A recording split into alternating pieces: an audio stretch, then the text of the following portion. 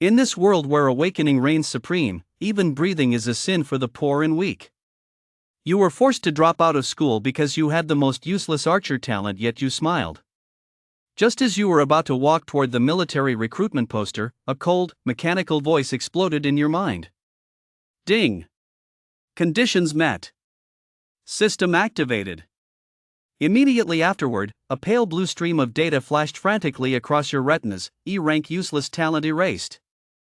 Obtained the unique 3S talent Houyi.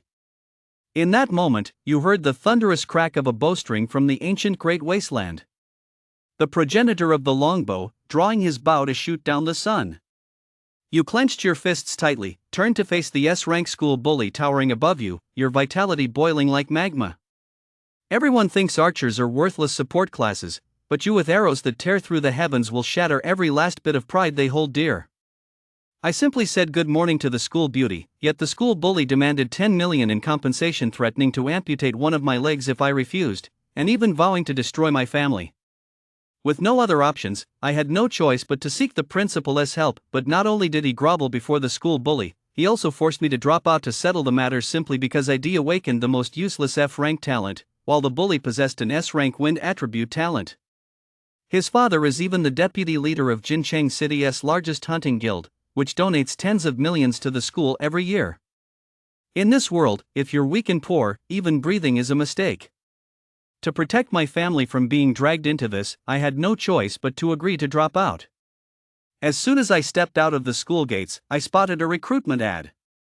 I gritted my teeth. This might be my last chance.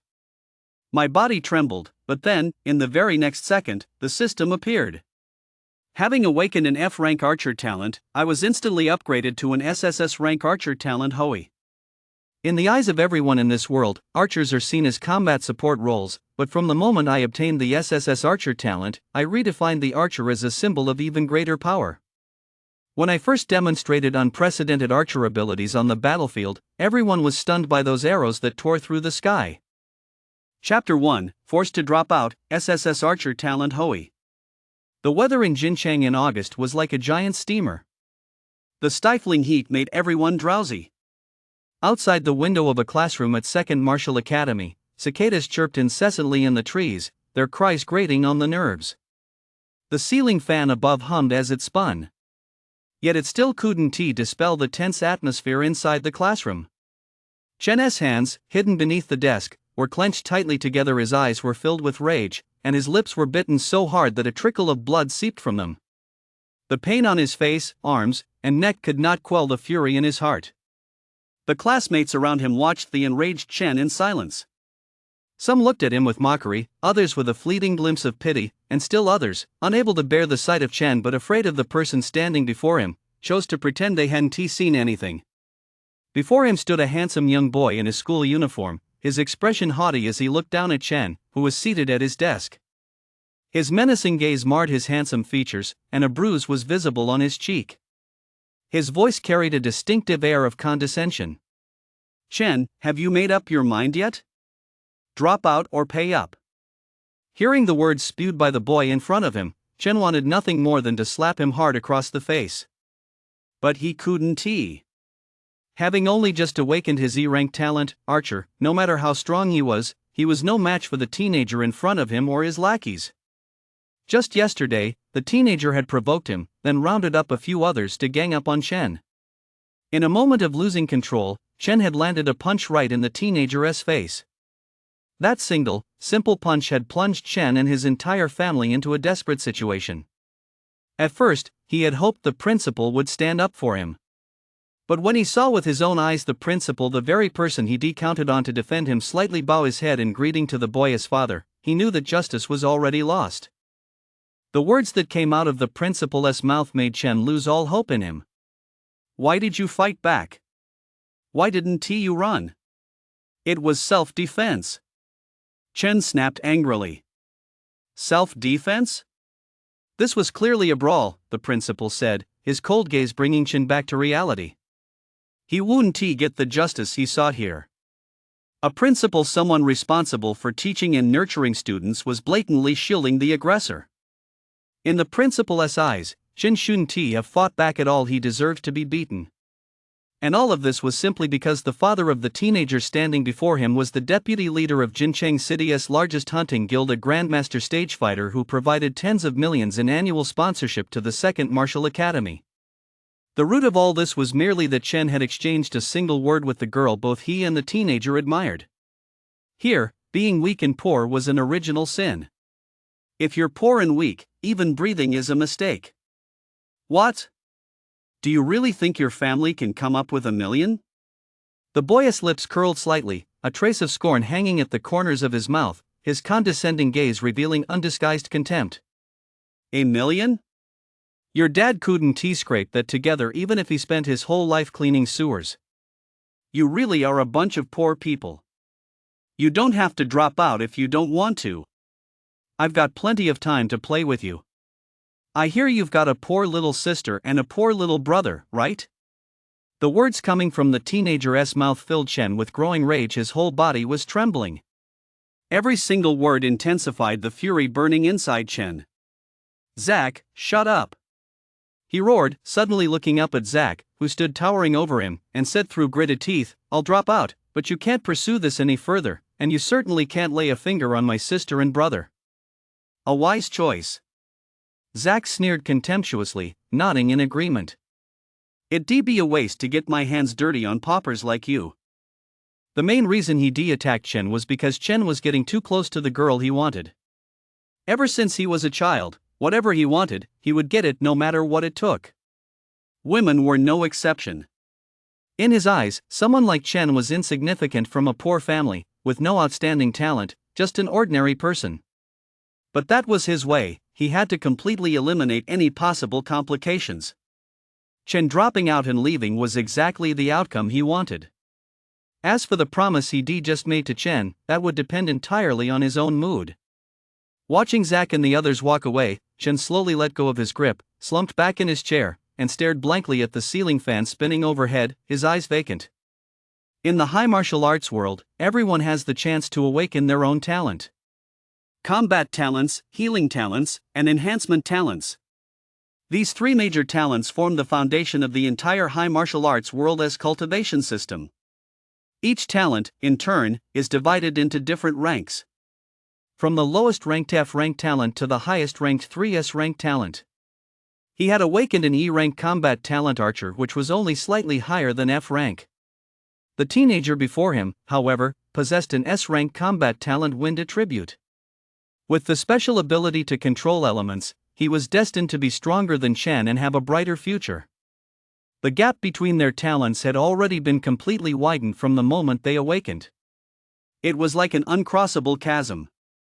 The hierarchy was clear-cut. If only the talent ID awakened had been a little stronger, if it had reached B rank or even a rank, wouldn't I have been able to get the justice I wanted? Chen's eyes were vacant, his mind in turmoil. The harsh reality lay before him. B class? A class? It wasn't enough. He didn't know how he made his way out of school. The crowd of students leaving school swept him away with an E-class talent. He was destined to remain just an ordinary person. At the school gate, a military recruitment poster was posted. Chen stood before the poster, his fists clenched. As an E-class talent, he was destined to have no place at Wuhan University.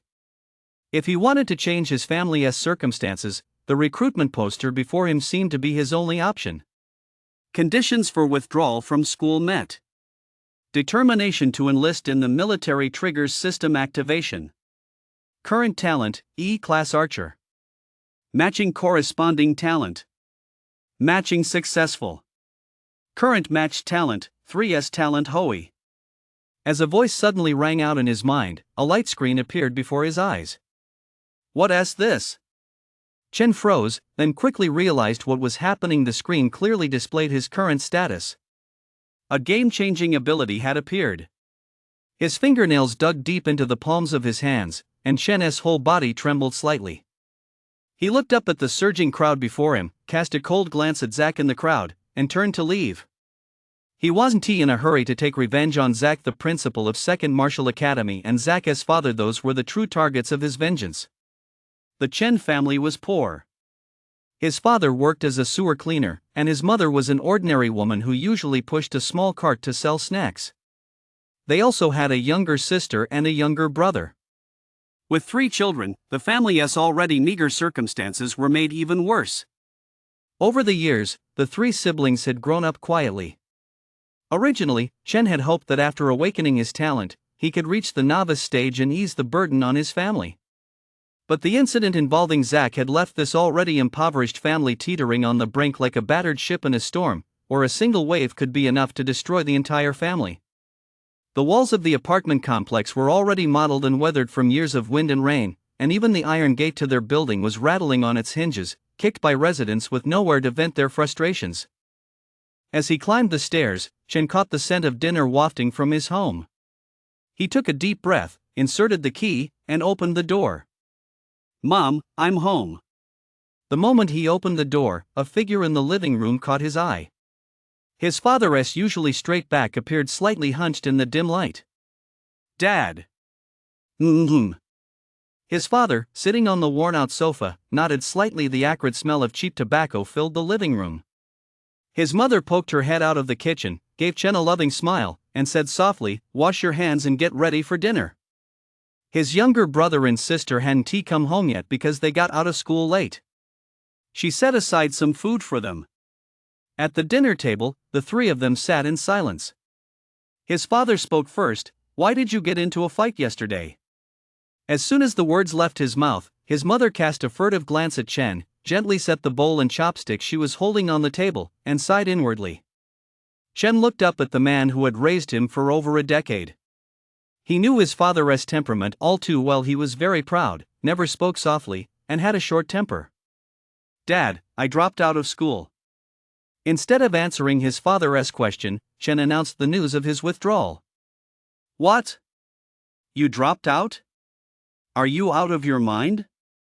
Before his father could explode, his mother gasped, staring at Chen in disbelief, her face filled with panic. "Yeah."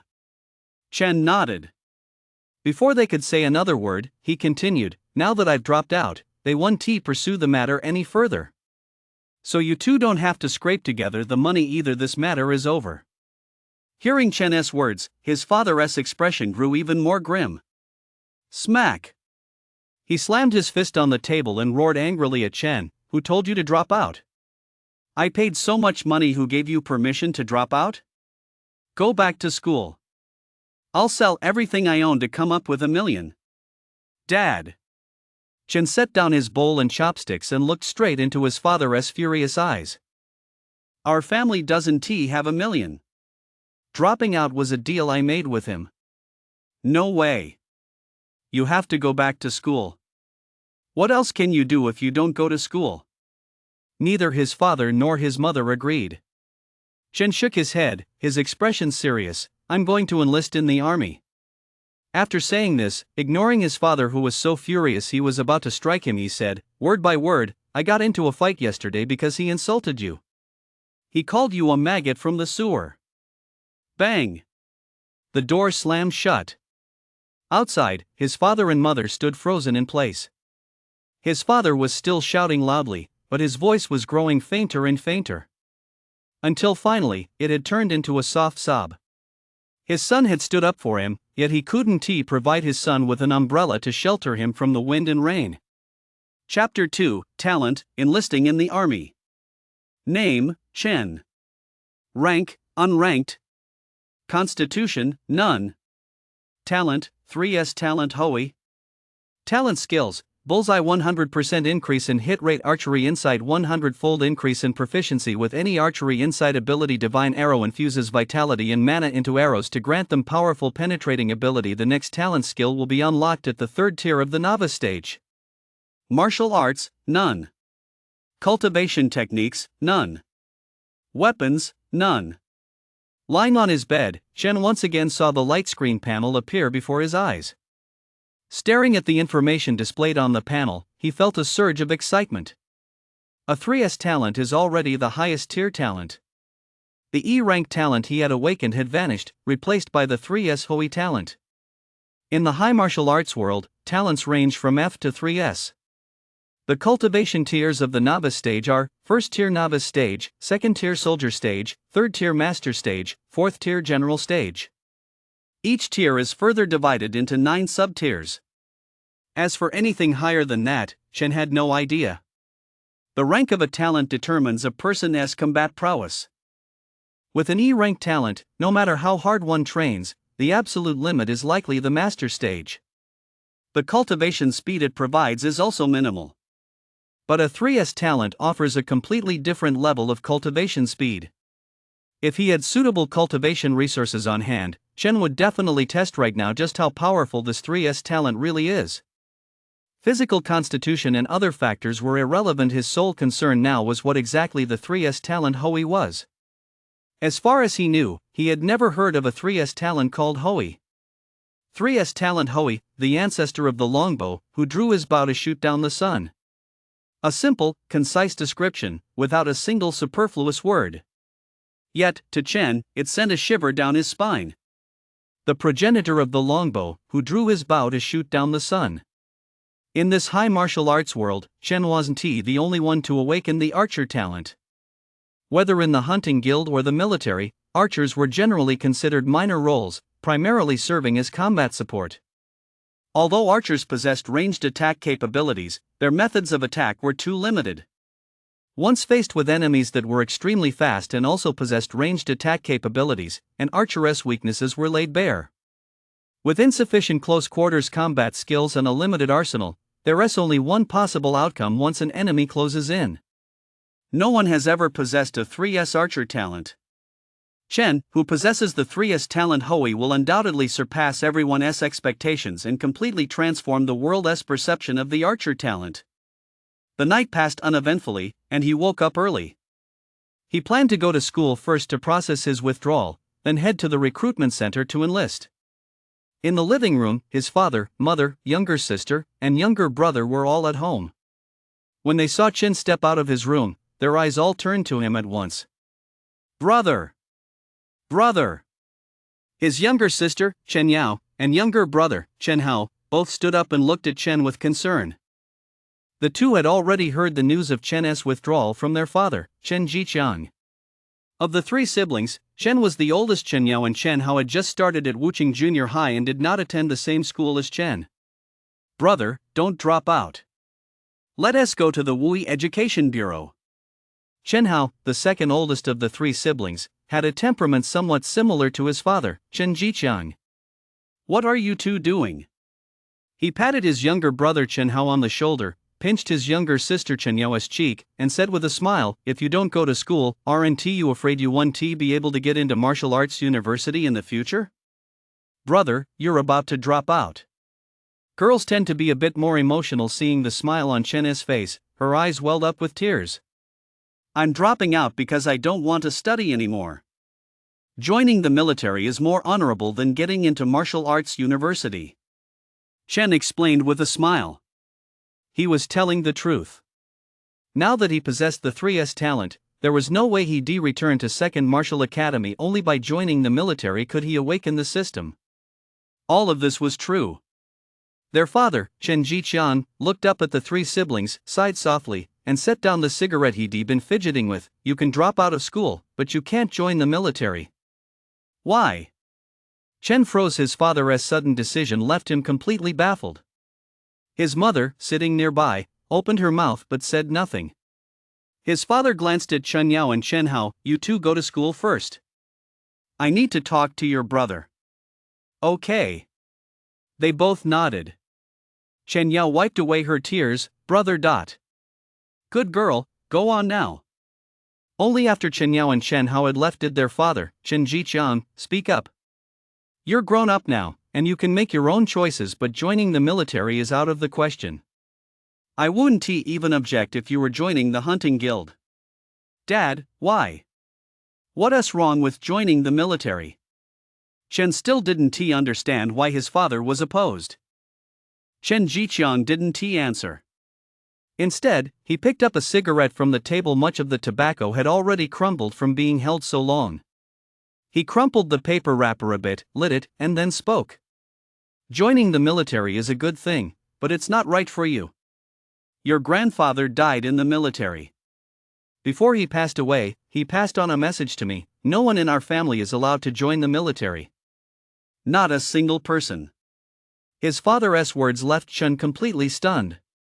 He had once asked his father what his grandfather had done in the past, but Chen Jiqiang had never answered that question. Today was the first time he learned about his grandfather's past.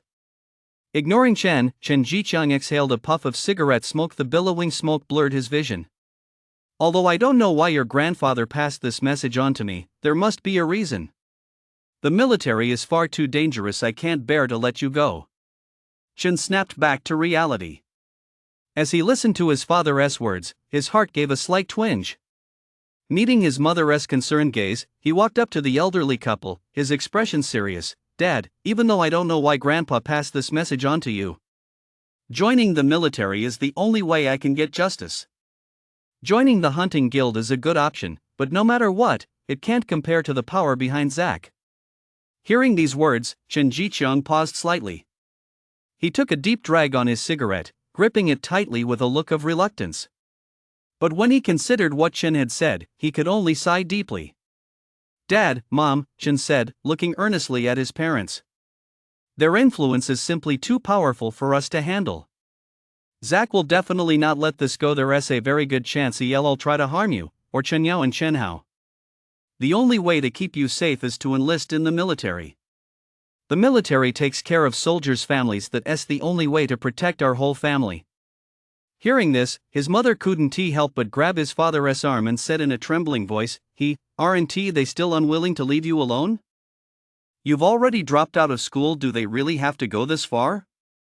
The cigarette in his father's hand fell to the ground. He looked up abruptly, his eyes red. If they dare lay a finger on you, I'll risk my life to make sure they don't get off easy. Chen shook his head, reached out to take his parents' hands, and said, enunciating each word clearly, So, for your safety, I have no choice but to enlist. I will definitely avenge this. What goes around comes around. I will never let Zack and the forces behind him off the hook. His words rang out with conviction. His father and mother stood before him in silence for a long time. Finally, his father, Chen Jiqiang, let out a deep sigh. Go then. Go join the army. Chapter 3, Withdrawing from School, Enlistment Registration. Jincheng's Second Martial Academy. In homeroom teacher Jia Shuelin's office, upon hearing Chen's decision, he felt a mix of emotions. He hadn't failed to try mediating the conflict between Chen and Zack. But his words carried little weight no matter how hard he tried. He was just an ordinary homeroom teacher. Faced with the forces backing Zack and the principal's authority, he could only sigh deeply, powerless to protect Chen. Chen, what are your plans now that you're dropping out? Jia Shuelin's voice was slightly hoarse as he looked up at Chen, who stood before him with a calm expression. After a moment's hesitation, he finally asked. Although Chen's awakened talent wasn't particularly strong, Jia couldn't bear to see him bullied by someone like Zack. If you're still interested in continuing your studies, I have a classmate who is the grade director at a martial arts high school. I can recommend you there. Class teacher Jia Shuelin's concerned words brought a faint smile to Chen's face, but he shook his head. No need, teacher Jia. Even without this incident with Zack, I would have dropped out anyway. Getting into the martial arts university is very difficult for someone with a talent like mine. So I've decided not to continue my studies. Besides, you know my family's situation. My younger brother and sister are still in school. This way, I'm at least lightening the burden on my family. Sigh. Everything Chen said was true, but to Jia Shuelin, his words were filled with bitterness. Those bastards. Jia Shuelin slammed his hand down on the desk and muttered under his breath. After that, he had no choice but to resign himself to processing Chen's withdrawal paperwork. The withdrawal application had already been filled out. All that remained was to submit it to the school's academic affairs office. Once reviewed, the process would be complete. He knew full well that even if he didn't submit this application, Chen's withdrawal would still be processed without a hitch. Being weak and poor is an original sin. Even breathing is a mistake. So what are you going to do now? After finishing the withdrawal paperwork, Jia Shuelin ignored Chen's pleas and insisted on walking with him to the school gate. Chen turned around, took one last look at Second Martial Academy behind him, then turned back to Jia Shualin and smiled as he pointed to the poster plastered on the gate. I'm joining the army. Following the direction of Chen's finger, the poster white text on a red background was strikingly bright. Pulling his gaze away, Jia Shualin turned his head to look at Chen, whose delicate features were right beside him, and a sudden stir of emotion welled up inside him. He reached out and shook Chen's hand, his expression earnest. Chen, please forgive me. I tried my best, but I still couldn't keep you here. Go join the army. That might be where you truly belong. Feeling the slight pressure and tremor in Jia Shualin's hand, Chen smiled brightly, his tone earnest. Teacher Jia, I'll definitely be back. I'm leaving. Go ahead. Sunlight poured down from above, and Chen's face appeared and disappeared in the play of light and shadow, looking hazy and mysterious. His shadow stretched diagonally across the ground, passing through the school's imposing gates and lying quietly behind him, while he himself walked resolutely forward. His figure seemed split into two parts, one half still immersed in the campus of Second Martial Academy, and the other half, head held high, had already stepped out of the school. Jincheng Military Recruitment Office. The place was crowded by the time Chen arrived. A long line had already formed. All these people were here to enlist in the military. The line moved slowly forward, and many of the faces in it belonged to teenagers like Chen. The vast majority of them had chosen to enlist because their talent scores made it impossible for them to gain admission to a martial arts university. Although the hunting guild offered quick money, it was dangerous and offered no job security. Joining the military, on the one hand, provided stable resources on the other. The army was full of countless powerful fighters, with abundant martial arts training and resources, and most importantly, it offered honor. There were quite a few socially anxious people in the line, as well as those who were naturally outgoing and could strike up a conversation in just a few words. Hey, buddy, are you here to enlist too? A voice rang out. Chen looked up at the teenager in front of him, who was about his age. The teenager was about 1.8 meters tall, with a rugged, muscular face that made him look particularly fierce, but at that moment, he was flashing a friendly smile as he greeted Chen. The boy clearly wasn't very good at striking up conversations. His single sentence made Chen feel a bit on edge. He smiled, pointed at the line of people ahead, and asked cheerfully, "Guess what they're here for?" The burly teenager realized his mistake and gave an awkward laugh. Sorry. My name is Ruya. What's yours? Ruya? Chen paused for a moment, took a good look at Ruya's appearance, and let the corners of his mouth twitch. Nice name. Chen gave a thumbs up. Ruya, no matter how he tried, he just couldn't connect that name to the person standing before him. Chen. Chen nodded and said with a smile. What's your talent? Maybe we'll end up in the same group. Chen's attitude put Ruya's mind at ease, and he began chatting with Chen. Yi rank archer. I have an A rank combat talent strength enhancement. Perhaps sensing that this might have been a bit of a blow to Chen, Ruya sheepishly revealed his own talent, then glanced at Chen after speaking. Actually, an E rank talent is pretty good, too. Chen shot Ruya a helpless look. Alright, don't explain yourself. I'm not that sensitive. He. Ruya chuckled. Ruya, you're a rank talent isn't weak at all. Why did you choose to enlist? An A rank talent was actually quite impressive. There were only a dozen or so people at Second Martial Academy who had awakened to an A rank talent. Waiting in line was boring, so having someone to chat with helped Chen pass the time. Ruya hesitated for a moment. My dad told my grandpa that I'm too soft-hearted, so he sent me to the military to toughen up. Chen nodded. Although he hadn't interacted with Ruya before, he could already tell what kind of person Ruya was from their brief conversation just now. He was indeed a bit soft-natured, but not too much so. With a build and talent like that, no one would ever associate him with the word weak if he went out into the world. On the contrary, it was someone like Chen, with his delicate features, who would be considered soft-natured. The August sun was still blazing hot. Before they knew it, the line had grown shorter, and finally it was Chen and Ruya's turn. Chen's information was quickly entered into the conscription registry. After picking up his enlistment notice, he was free to leave. Chen. Ruya stood in front of a small convenience store nearby, holding 2 bottles of soda. Seeing that Chen had finished registering, he waved at him. "These are on me." "Thanks, Ruya." Ruya might be a bit soft-hearted, but she was still a really nice person. Chen could tell that Ruya came from a well-off family, at least much better off than he was. "Chen, I asked around earlier. This group from Jincheng might be assigned to the 3rd Legion. I hope we get assigned to the same unit." Ruya looked up at the line, which had thinned considerably, and said, "Maybe. Chen, see you in 3 days." See you in 3 days. Chapter 4, Ambush. Comrade Chen, your enlistment information has been registered. You have voluntarily joined the ranks to resist the beasts and contribute to the protection of the people of Huaxia. This is an honorable and noble cause. Please present this notice and report to Jincheng Square before 7 a.m. 3 days from now. Father Chen Jiqiang, along with his mother, younger brother Chen Hao, and younger sister Chen Yao, the 4 of them gathered around the table, staring intently at the enlistment notice.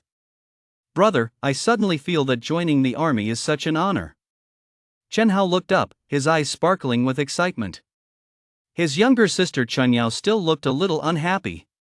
She just couldn't bear the thought of Chen leaving. Smack! Before Chen could say a word, his mother slapped her younger son Chen Hao on the head. "What is so glorious about it? You're going there to risk your life."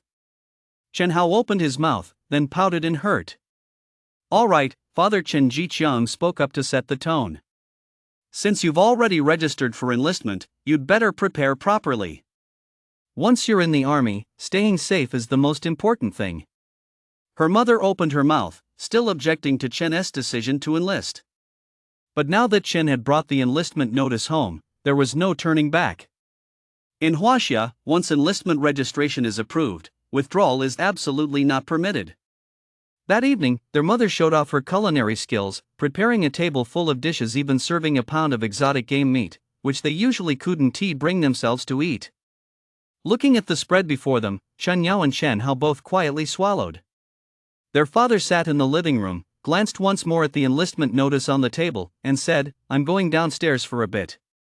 The 3 Chen siblings and their mother exchanged puzzled glances, wondering what their father was up to. Outside the neighborhood store downstairs, their father, Chen Jiqiang, took out his worn-out wallet and counted out a few bills. "Give me a bottle of the most expensive liquor." The shop owner and Chen Jiqiang had been old acquaintances for decades. As he took the most expensive bottle of liquor from the shelf, he joked with a smile, "Old Chen, you must have won the lottery. You'd never dare to drink this yourself." Chen Jiqiang flashed a smile and reached out to take the bottle. "That kid Chen is joining the army."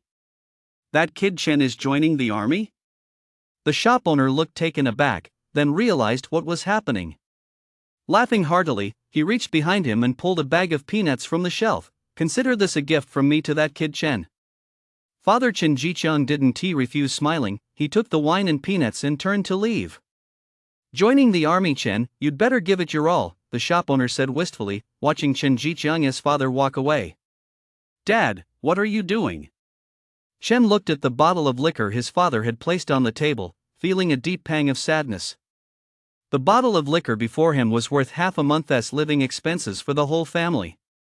Father Chen Jiqiang waved his hand, opened the bottle without hesitation, poured 2 glasses, one for himself and one for Chen, and placed them in front of him. Lifting his glass, Father Chen Jiqiang spoke slowly, "As your father, I've been useless. I've spent decades living a mediocre life. When you were bullied at school, I couldn't protect you. It led to you dropping out of school. I'm drinking this to apologize for not being a good father." He downed it in one gulp.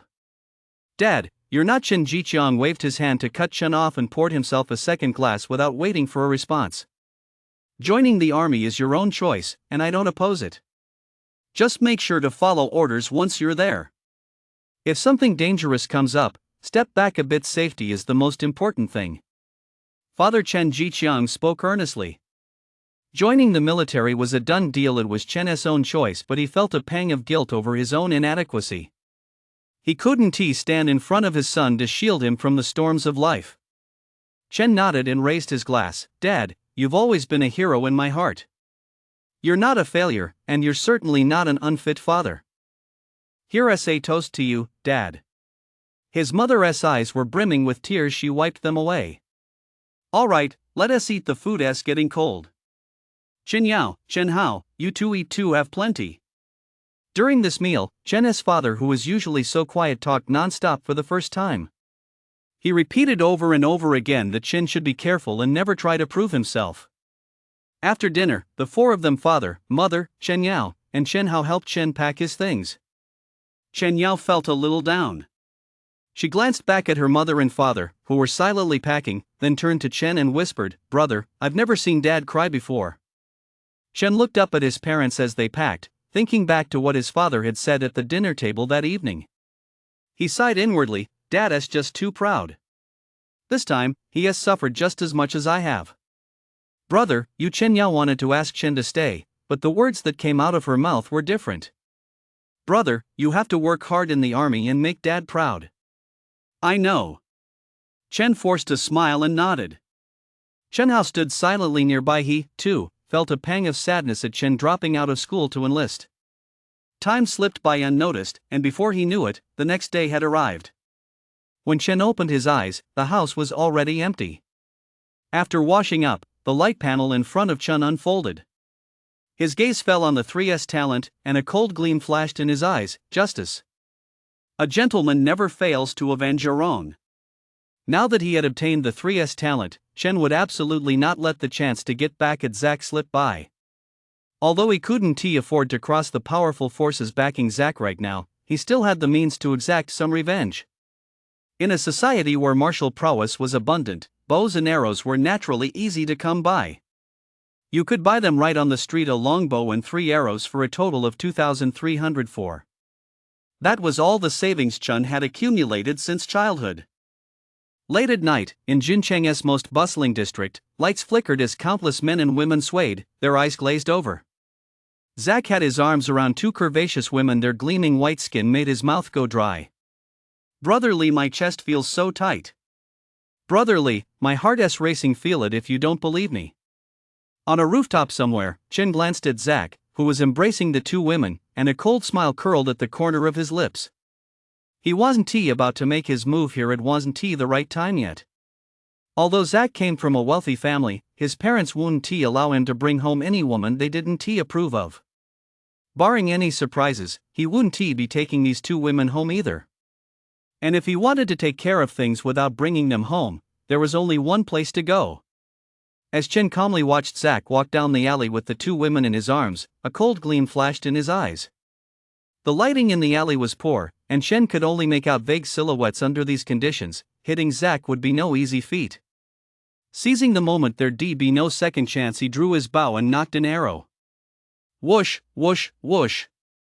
In one fluid motion, he fired all 3 arrows, then turned and walked away without looking back, not pausing for a moment. "This is just the interest. Zack, wait until I come back. Wait until I come back to get the justice I deserve with my own hands." 3 days passed quickly. In Jincheng in August, the sky was already beginning to lighten at 6 o'clock. As soon as 6 o'clock struck, the whole family got up early. Breakfast was already prepared. After wolfing down a couple of bites, Chen boarded the bus bound for Jincheng Square under the watchful eyes of his family.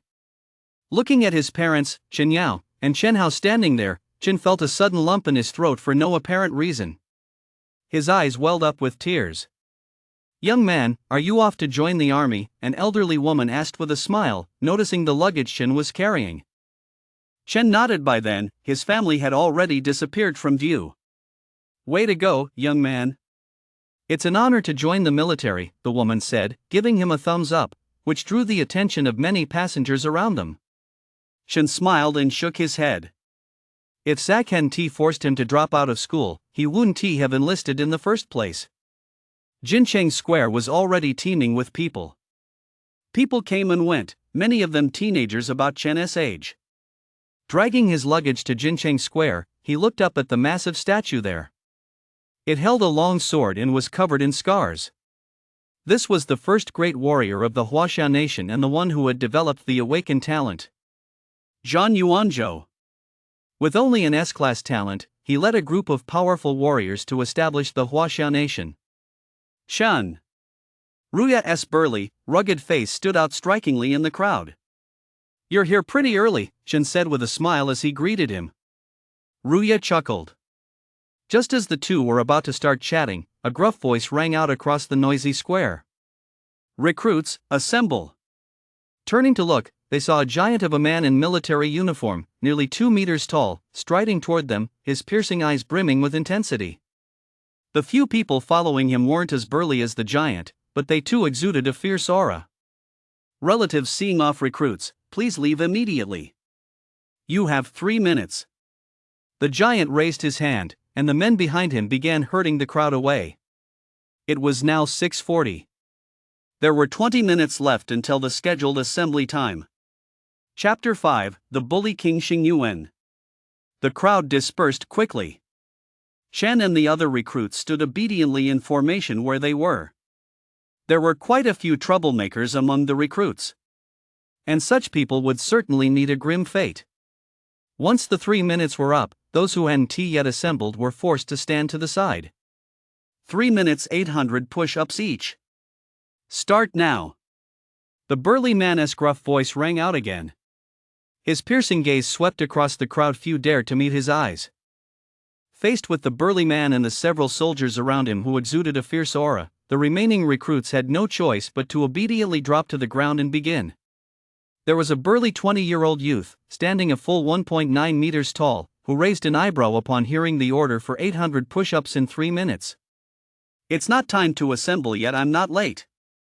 His words reached the ears of the burly man and his companions, instantly drawing sharp, piercing glances.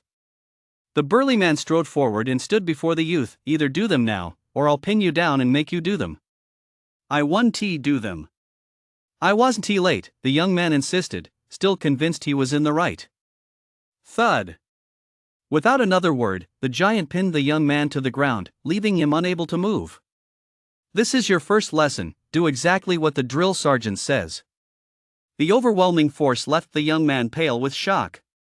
He was just one step away from the novice stage. He believed his abilities set him apart from the rest. But the giant's actions and words brought him back to reality instantly. This was the military, there were no excuses. Just as the giant had said, in the military, there were no excuses. You did exactly what your superiors told you to do. Even if it meant throwing yourself into certain death. Having dealt with the troublemaker, the giant said expressionlessly to the people standing nearby, "Hand out the uniforms. Once you've received them, you have 1 minute to change. Put your civilian clothes away." With the lesson from the teenager earlier fresh in their minds, no one asked any further questions. They quickly changed into their uniforms. Chen, now in uniform, glanced at Ruya not far away and gave a slight nod with a smile. By the time everyone had finished changing, it was already 6:53. 7 minutes until 7 o'clock. "Roll call," the giant man ordered, raising his hand, and the roll call was completed quickly. Reporting, 5,343 on the roster, 5,343 present. This result prompted the giant man to nod slightly. Standing on the steps, his gaze swept over the crowd before him. "From the moment you put on this uniform, you are no longer civilians, you are soldiers. Soldiers are meant to go to war and slay the beasts. From the first generation of warriors to the present, the beasts have run rampant for hundreds of years. Over the past century, generation after generation has stood before you, risking life and limb to shield you from the beasts. Now that you have chosen to enlist, you naturally assume this responsibility. This is a glorious and noble cause. Our goal is to eradicate the beasts. Do you understand?" "We understand," the crowd replied in unison. "Now, board the train." Jincheng Square was only 100 meters away from Jincheng Station. At the command, the crowd immediately began to move. A train specifically designated for transporting recruits had been waiting for quite some time. Once everyone had boarded, the train slowly began to move. Ruya and Chen were assigned to the same car. Chen. Ruya, with his rugged, burly face, walked over to Chen and greeted him with a smile. He glanced at the man sitting next to Chen. The man was quick to pick up on the hint and obediently moved aside to find another seat. Shen smiled but said nothing more. After all, Ruya hadn't actually told the man to leave, so it couldn't really be considered bullying. Chen, I did some asking around. This time, we're heading to the Third Army. That huge guy from earlier is from the Third Army. His name is Xiang Han, and he is with the 8th Division of the Beast Wardens, which is under the Third Army. You know all that? Chen was genuinely surprised this time. While Chen wouldn't have been surprised if someone had simply found out Xiang Han's name, knowing which army group he belonged to and down to the specific division was a bit off. Such information would absolutely never be disclosed to ordinary people. How could details about combat units possibly be casually revealed? Whoa, man, that's impressive, you know all that? The two hadn't gone out of their way to keep their conversation private, and upon overhearing it, a man turned to look at the burly Ruya in astonishment and exclaimed. The two looked over to see an extremely handsome young man staring at them in surprise. Noticing their gaze, he smiled and nodded at them. Xing Yuan. Chun. Ruya. As expected, when Xing Yuan heard Ruya's name, he froze for a moment. After a while, he said with a smile, "That's a cool name, Ruya. If you hadn't said anything, I would thought you were a cute girl." Ruya gave an embarrassed smile. Xing Yuan was just joking, he didn't mean to make fun of Ruya. He steered the conversation back to what had just happened. Ruya, was everything you just said true? Xing Yuan called out her name quite naturally. But to Chen's ears, it sent a sudden chill down his spine for no apparent reason. Damn, he is so handsome he can't be gay, can he? Holy shit. Ruya also felt embarrassed by Xing Yuan's way of addressing her and waved her hand. Just call me old Zhang.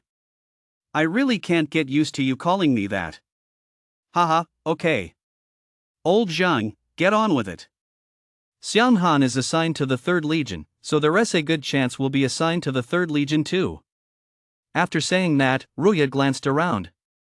Seeing that no one was paying attention, he lowered his voice and said, "The 3rd Legion ranks 2nd among the 3 major legions. The only one stronger than it is the 1st Legion, which was established earliest. The garrison will be stationed and has to defend against a lot of that exotic beast, and they're really powerful. If we're assigned to the 3rd Legion, we won't even be able to slack off if we wanted to. The 3rd Legion recently suppressed a beast tide reportedly, their losses were significant. Our group is here to fill those gaps." Chen knew almost nothing about these matters, but Xing Yuan seemed to have some understanding.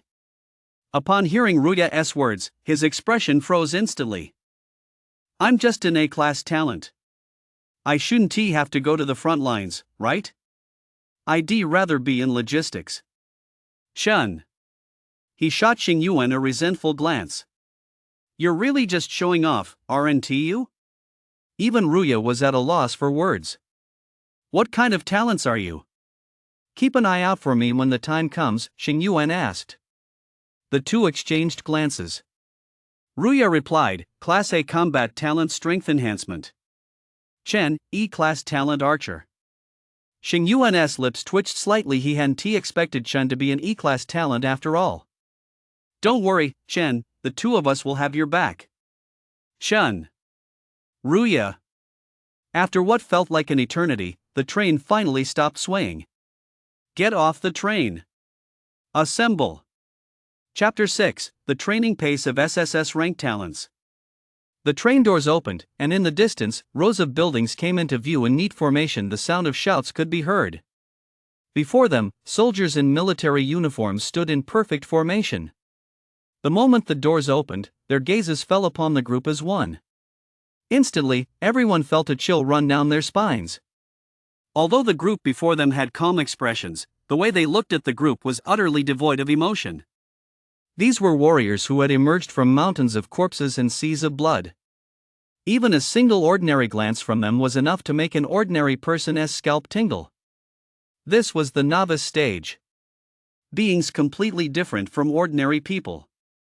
Among them, the weakest were at the 4th tier, while the strongest was undoubtedly Xiang Han, standing right there before them. Strength unknown. The recruits were dispersed and assigned to various rookie companies. The grouping was quickly completed. Chen and Xing Yuan were assigned to one platoon, while Ruya was assigned to another. Each platoon, roll call. Xiang Han said this with a blank expression, and soon, the roll call for each platoon was completed. Once the roll call was finished, Xiang Han's gaze swept over the crowd, and his rough voice rang out again: organize into platoons, register your respective strengths and talents, and form your own combat squads. Each combat squad must include at least 2 enhancement talents, 1 healing talent, and 4 combat talents. Chen turned his head toward Ruya, nodded at him, and then began whispering to Xing Yuan. Xing Yuan, my combat talent is too weak. Should you consider teaming up with someone else? Xing Yuan turned to look at Chen and smiled faintly, and a ranked talent genius said he'd look out for you, so he has to look out for you. Chen. Soon, the combat squad was formed. Aside from Xing Yuan, the A-rank talent, Chen's squad included 1 D-rank healing talent, while the rest were all C or D rank. As for Chen, an E-rank talent, he was incredibly weak compared to this group of A, B, C, and D rank talents. Let me introduce you all to my buddy Chen, an E-rank talent and archer. He'll serve as our squad's scout and primarily act as a combat support. Xing Yuan gave Chen a friendly pat on the shoulder as he introduced him to the group. Chen smiled and nodded slightly at everyone, offering a brief greeting. The others nodded back in response. Team Leader Su, why are we forming combat squads already? Just follow orders. Xing Yuan replied with a stern expression, fully embodying the aura of a squad leader. He had awakened in A-class combat talent Thunder, which was best suited for offense. He was the undisputed squad leader. Assemble sharp at 6 a.m. tomorrow. Everyone, head back to your quarters. After Xiang Han finished speaking, he turned and left. The squad leader in charge of Chen's squad was named Liu. As soon as he returned to the dormitory, he walked straight in. The others hurriedly got to their feet and stood in unison beside their respective beds. Pack your belongings. Follow me in a moment to pick up your weapons. Squad leader, are we getting weapons already? The group grew excited. Combat talents also require weapons, and for a special case like Chen, a 3S talent weapons were certainly indispensable. I wonder what the military's longbows are like. I haven't even tried out my 3S talent abilities yet. At the logistics department, Chen and the others followed Liu to register and collect their weapons. Xing Yuan chose a pike. According to him, only a pike was worthy of his dashing appearance. Most of the others chose swords. When it was Chen's turn, he said, longbow. The logistics officer in charge of registration glanced at Chen with a hint of surprise and said with a smile, we have quite a few people with the archer talent around here. Captain Xiang's other talent is also archer. Good luck. The military's arsenal was comprehensive, covering virtually every type of weapon. It even included firearms. However, while such firearms were effective against low-level beasts, they were of little use against beasts that had reached the master stage. Master stage beasts were extremely fast and could generally dodge bullets. For those with astonishing defense, bullets were completely ineffective. Chen glanced at the rows of longbows before him and casually picked one up. It was entirely black and felt cool to the touch. The moment he gripped the longbow, Chen felt a sense of comfort wash over him. It felt as though the bow had been by his side for years. This was the effect of the 3S talent Houyi, the ancestor of longbows. No matter what longbow he picked up, Chen needed no time to get used to it. The logistics department wasn't just there to distribute weapons, it also provided new recruits with benefits, including cultivation pills and a novice stage beast crystal core. This was a means to rapidly boost the new recruit's strength. Here you go, Chen. Back in the dormitory, Xing Yuan tossed the cultivation pills and beast crystal core in his hand to Chen. You don't want them? Chen asked, taken aback. Nope. These are still useful for a talent like you, but they're not much help to me. All right. Xing Yuan had just shown off to him again. Chen shook his head but didn't refuse. Although he possessed a 3S talent, his strength was the weakest among the few in his class. The others were all nearly at the novice stage, while he was still a long way from reaching it. Thanks, Chen said with a smile, and Xing Yuan waved him off. Once they had the cultivation resources, everyone immediately threw themselves into their practice. Xing Yuan, feeling bored, went to hang out in the other dorms.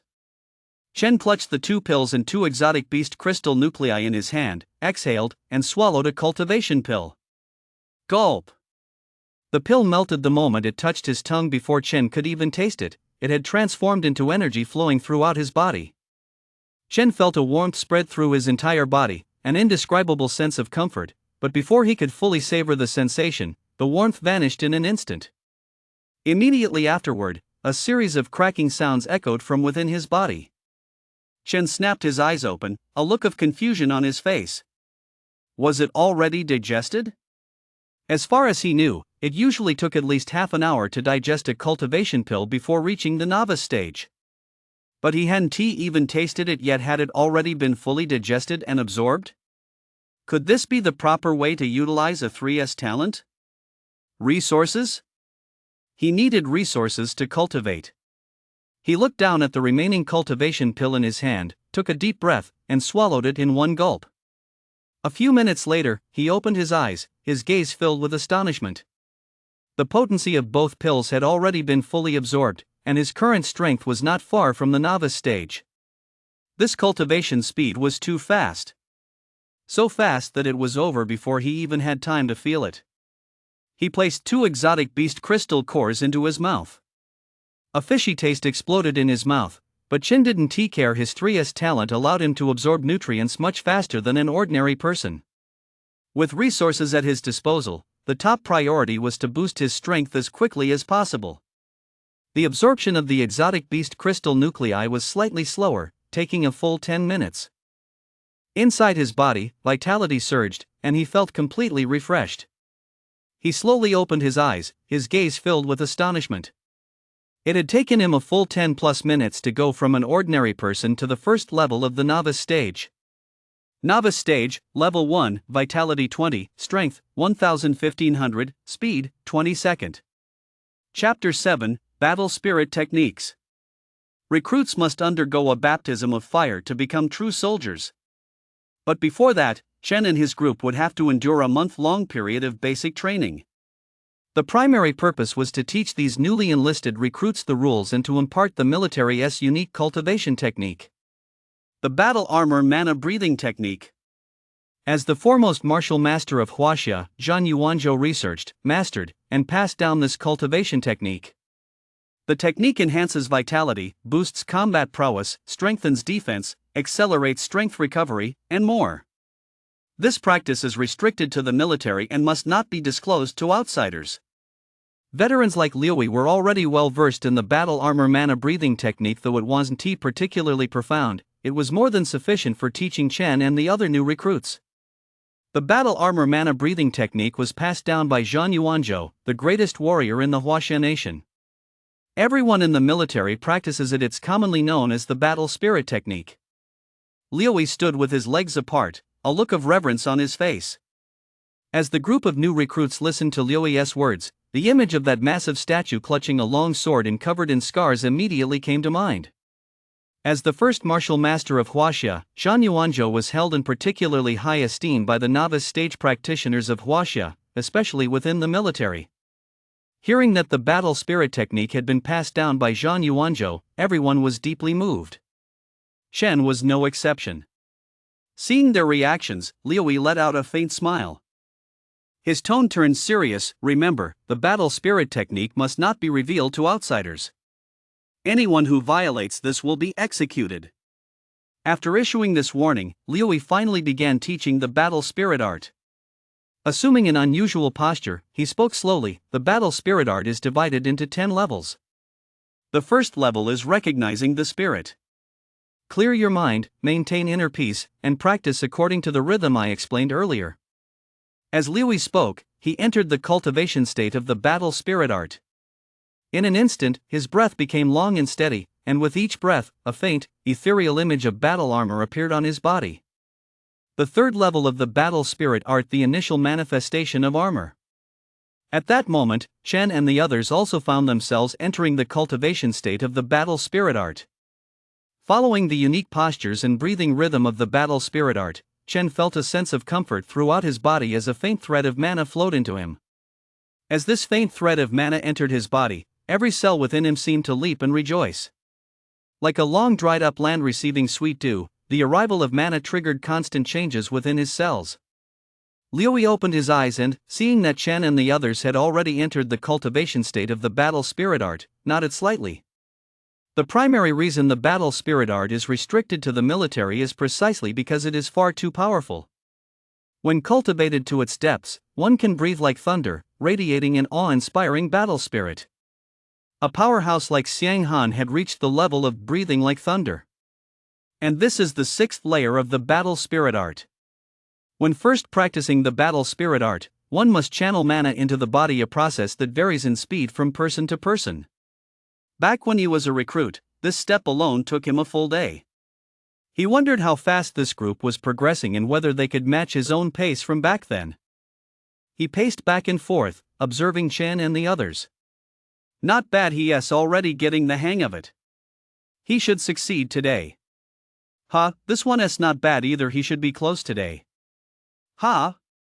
When Liu walked up beside Chen, his steps faltered slightly, and he let out a soft ha. He actually sensed a trace of mana emanating from Chen. Had he already succeeded in channeling the spirit into his body? Liu's eyes were filled with astonishment. At this point, it had only been a few minutes since everyone had begun practicing the battle spirit technique. Had Chen already succeeded in just a few minutes? What a fast absorption rate! Standing beside Chen, Liu could feel the mana in the air being absorbed by Chen. Chen, right before his eyes, was devouring the mana in the air as voraciously as a whale or a tiger. This also caused the surrounding people less progress in channeling the spirit into their bodies to slow down significantly. What would normally take an hour to complete might now be delayed to 2 or even 3 hours. He paused for a moment, then reached out and patted Chen on the shoulder to wake him up. Chen opened his eyes, a look of confusion in his gaze. Liu didn't speak. Instead, he pointed to a spot not far away, gesturing for Chen to go there. What's your name? Chen. Liu looked at Chen, a young man with delicate features and a determined gaze, and raised an eyebrow slightly. I recall that the awakened talent you registered was an E-rank combat talent archer, correct? Liu recited Chen's information with precision. The squad leader needed to be familiar with everyone's background and talents in order to tailor the training during this period. Chen nodded. Chen's response piqued Liu's curiosity even more. But after giving it some thought, he decided not to press the matter further. There had been cases before where someone's awakened talent was average, yet their mana absorption rate was exceptionally fast. He simply assumed Chen was one of those people. Wait a bit before you start training, let us wait until they're done. To prevent Chen from disturbing the others' training, Liu simply told him to rest. 2 hours later, Xing Yuan opened his eyes. After successfully channeling the spirit energy into his body, he felt completely at ease. As an A-rank talent, he channeled the spirit into his body much faster than others. Looking up, he saw that both Liu and Chen were watching him. Stay over here for now. Liu gave him a slight nod. He was familiar with Xing Yuan's profile, an A-rank combat talent, and a lightning attribute one at that. Someone like that would surely rise quickly once assigned to a squad, so there was no need for him to strain his relationship with Xing Yuan. Chen, why aren't you training? Xing Yuan was curious as to why Chen wasn't training, but then he remembered that Chen had awakened an E-rank talent. With a sigh, he patted Chen on the shoulder and said reassuringly, "It's okay. Although you didn't succeed in channeling the spirit into your body this time, as long as you persevere, you'll definitely succeed." These words caused Liu to give him a strange look. Chen, however, just smiled and nodded, offering no explanation. Although Xing Yuan liked to show off, he was still a decent guy. Alright, everyone is already familiar with the battle spirit technique, so for the rest of the time, you'll need to focus on intensive practice. After Liu finished speaking, he announced the end of the session. I'll give you a day to think carefully about which martial arts techniques you need to practice. When the time comes, I'll help you choose them. Before that, let me give you a word of advice: it's best to choose martial arts techniques that address your weaknesses. After saying this, he glanced at Chen. Take Archer, for example. Since he has ranged attack capabilities, what he needs to work on is close quarters combat techniques. Chen, come on, let us go find old Zhang. As soon as Liu left, Xing Yuan jumped off the bed and dragged Chen off to find Ruya. Although they weren't in the same class, they both lived in the same dorm building. Ruya lived on the 5th floor, while Chen and the others were on the 2nd. Chen sighed inwardly that kid Xing Yuan was clearly going to show off in front of Ruya. Chapter 8, A Training Pace Rivaling an S-Class Talent? Prodigy Initiative. Unsurprisingly, Ruya gave Xing Yuan plenty of psychological validation. Xing Yuan, you're way too fast. You managed to channel spirits in just 2 hours. Given Ruya's temperament, he wouldn't react any other way. Xing Yuan waved his hand, pretending not to care. Oh, it's actually not that impressive. 2 hours isn't that fast. S-class talents are the ones who are really fast, though I've never seen one myself. Ruya agreed. Although he was an A-class talent, it had taken him nearly 6 hours to succeed. As for the S-class talents he mentioned, they hadn't seen any yet. Above S-class, there is still SS and SSS, Xing Yuan said, his eyes brimming with envy. Those are the true chosen ones of the heavens. If I knew an SSS, no, an S-class genius. What about you? Chen asked curiously with a smile. I've drifted aimlessly for half my life, never having met a wise leader. I'd be honored to call you my adoptive father, Xing Yuan said with a grin, in a joking tone. Both Chen and Ruya burst out laughing at Xing Yuan's shameless remark. Let us go to the cafeteria. The three of them headed to the cafeteria together. On the way, Ruya asked Chen curiously, Chen, have you channeled a spirit into your body today? Before Chen could answer, Xing Yuan slapped Ruya on the shoulder.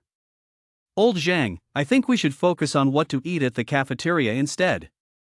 Ruya realized what had happened and gave Chen an apologetic smile. Chen shrugged, indicating he didn't mind. Although he possessed a 3S talent, the military was a place where strength reigned supreme. As long as you were strong enough, everyone in the military would respect and admire you. After all, he currently had only a 3S talent, and his strength had barely reached the first level of the novice stage. Revealing his 3S talent now might shock everyone, but it wouldn't bring him anything more. Only a genius who had truly grown was worth paying attention to. You have to be strong yourself to succeed. Have you two decided which martial arts technique you'll choose tomorrow? Xing Yuan picked up a piece of exotic beast meat, swallowed it in one bite, and looked at Chen and Ruya. Ruya nodded. I've decided. My talent is strength enhancement, so I'm thinking of learning a hammer technique. Strength enhancement paired with a warhammer, that's actually a pretty good match. Xing Yuan nodded. What about you two? Ruya had quite an appetite. The food piled on her plate was considerably more than what Chen and Xing Yuan had combined. Spear techniques, it has to be spear techniques. Xing Yuan spoke with great passion, hunting fierce beasts in the nick of time, slaying powerful enemies amidst the chaos of the world. Charge in and out 7 times. Chen and his companion had also come to understand Xing Yuan's personality.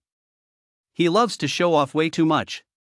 But somehow, his showboating didn't seem to rub people the wrong way. The two chimed in, please, Xing Yuan, take us under your wing.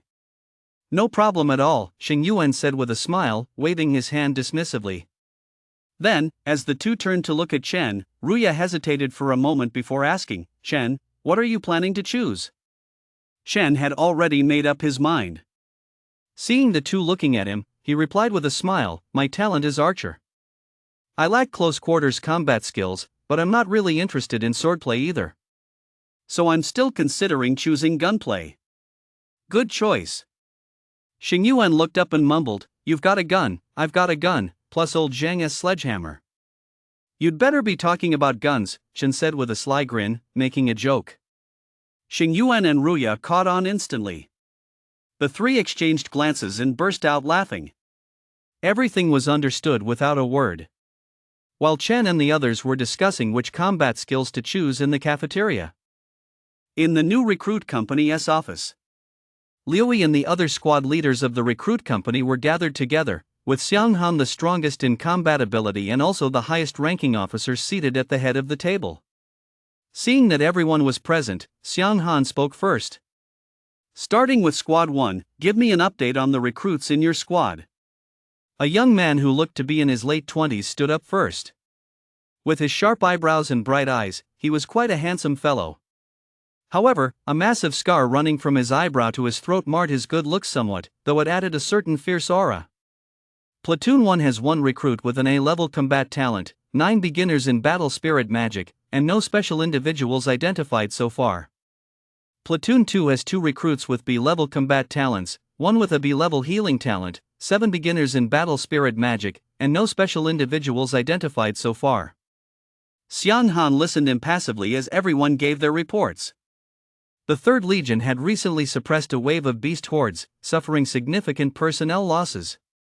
The primary purpose of this meeting was to determine whether there were any special talents among this batch of new recruits. Within the 3rd Legion, C-level and D-level talents were the most common, followed by B-level talents, and A-level talent was already noteworthy enough. As for S-class talents, such individuals rarely appear among new recruits, but just to be safe, Xiang Han still needed to screen them again, to ensure no talent was overlooked. As the reports continued, Xiang Han couldn't help but furrow his brow slightly. The quality of this batch of new recruits wasn't particularly good, but it wasn't particularly bad either, it was average. This caused him to gradually lose interest in the remaining reports, though he still pulled himself together to listen to everyone's updates. Soon, Liu stood up. Class 32 has 1 A-level combat talent, 1 B-level healing talent, 9 beginners in battle spirit magic, and 1 suspected special individual. Xiang Han sat up slightly straighter, his expression shifting slightly, and he said in a deep voice, "Tell me more." An E-class combat talent archer is progressing through battle spirit arts at an extraordinary rate, comparable to an S-class talent. As soon as these words were spoken, the expressions of everyone present shifted slightly. Someone spoke up, "Squad Leader Wu, I'm not questioning you, I'm just curious. Logically speaking, such a cultivation speed should never occur in an E-class combat talent, right?" Others nodded in agreement. Could it be that he has practiced it before, someone speculated. Impossible, Liu shook his head, looking at the speaker. When we were teaching him the battle spirit arts, his movements were stiff, and his strength was minimal. If he practiced the battle spirit arts beforehand, his strength would definitely not be like this. Besides, the battle spirit arts are not allowed to be passed on to outsiders, everyone here knows that. Hearing Liu's words, the group nodded slightly. Liu was right. But something didn't add up. If things were exactly as Liu described, then this person's talent could absolutely not be an E-rank combat talent. Could it be that Liu had actually stumbled upon a hidden gem? Xiang Han listened quietly to the group's debate and pondered for a moment. "Give me his file." During the meeting, Liu and his group had already prepared the personnel files in advance. These included each person's family background, as well as every detail from elementary school through martial arts middle school and high school. "I've already reviewed his file. His background is clean, his talent has been average since childhood, and there are no red flags." Xiang Han flipped through Chen's file while listening to Liu's report.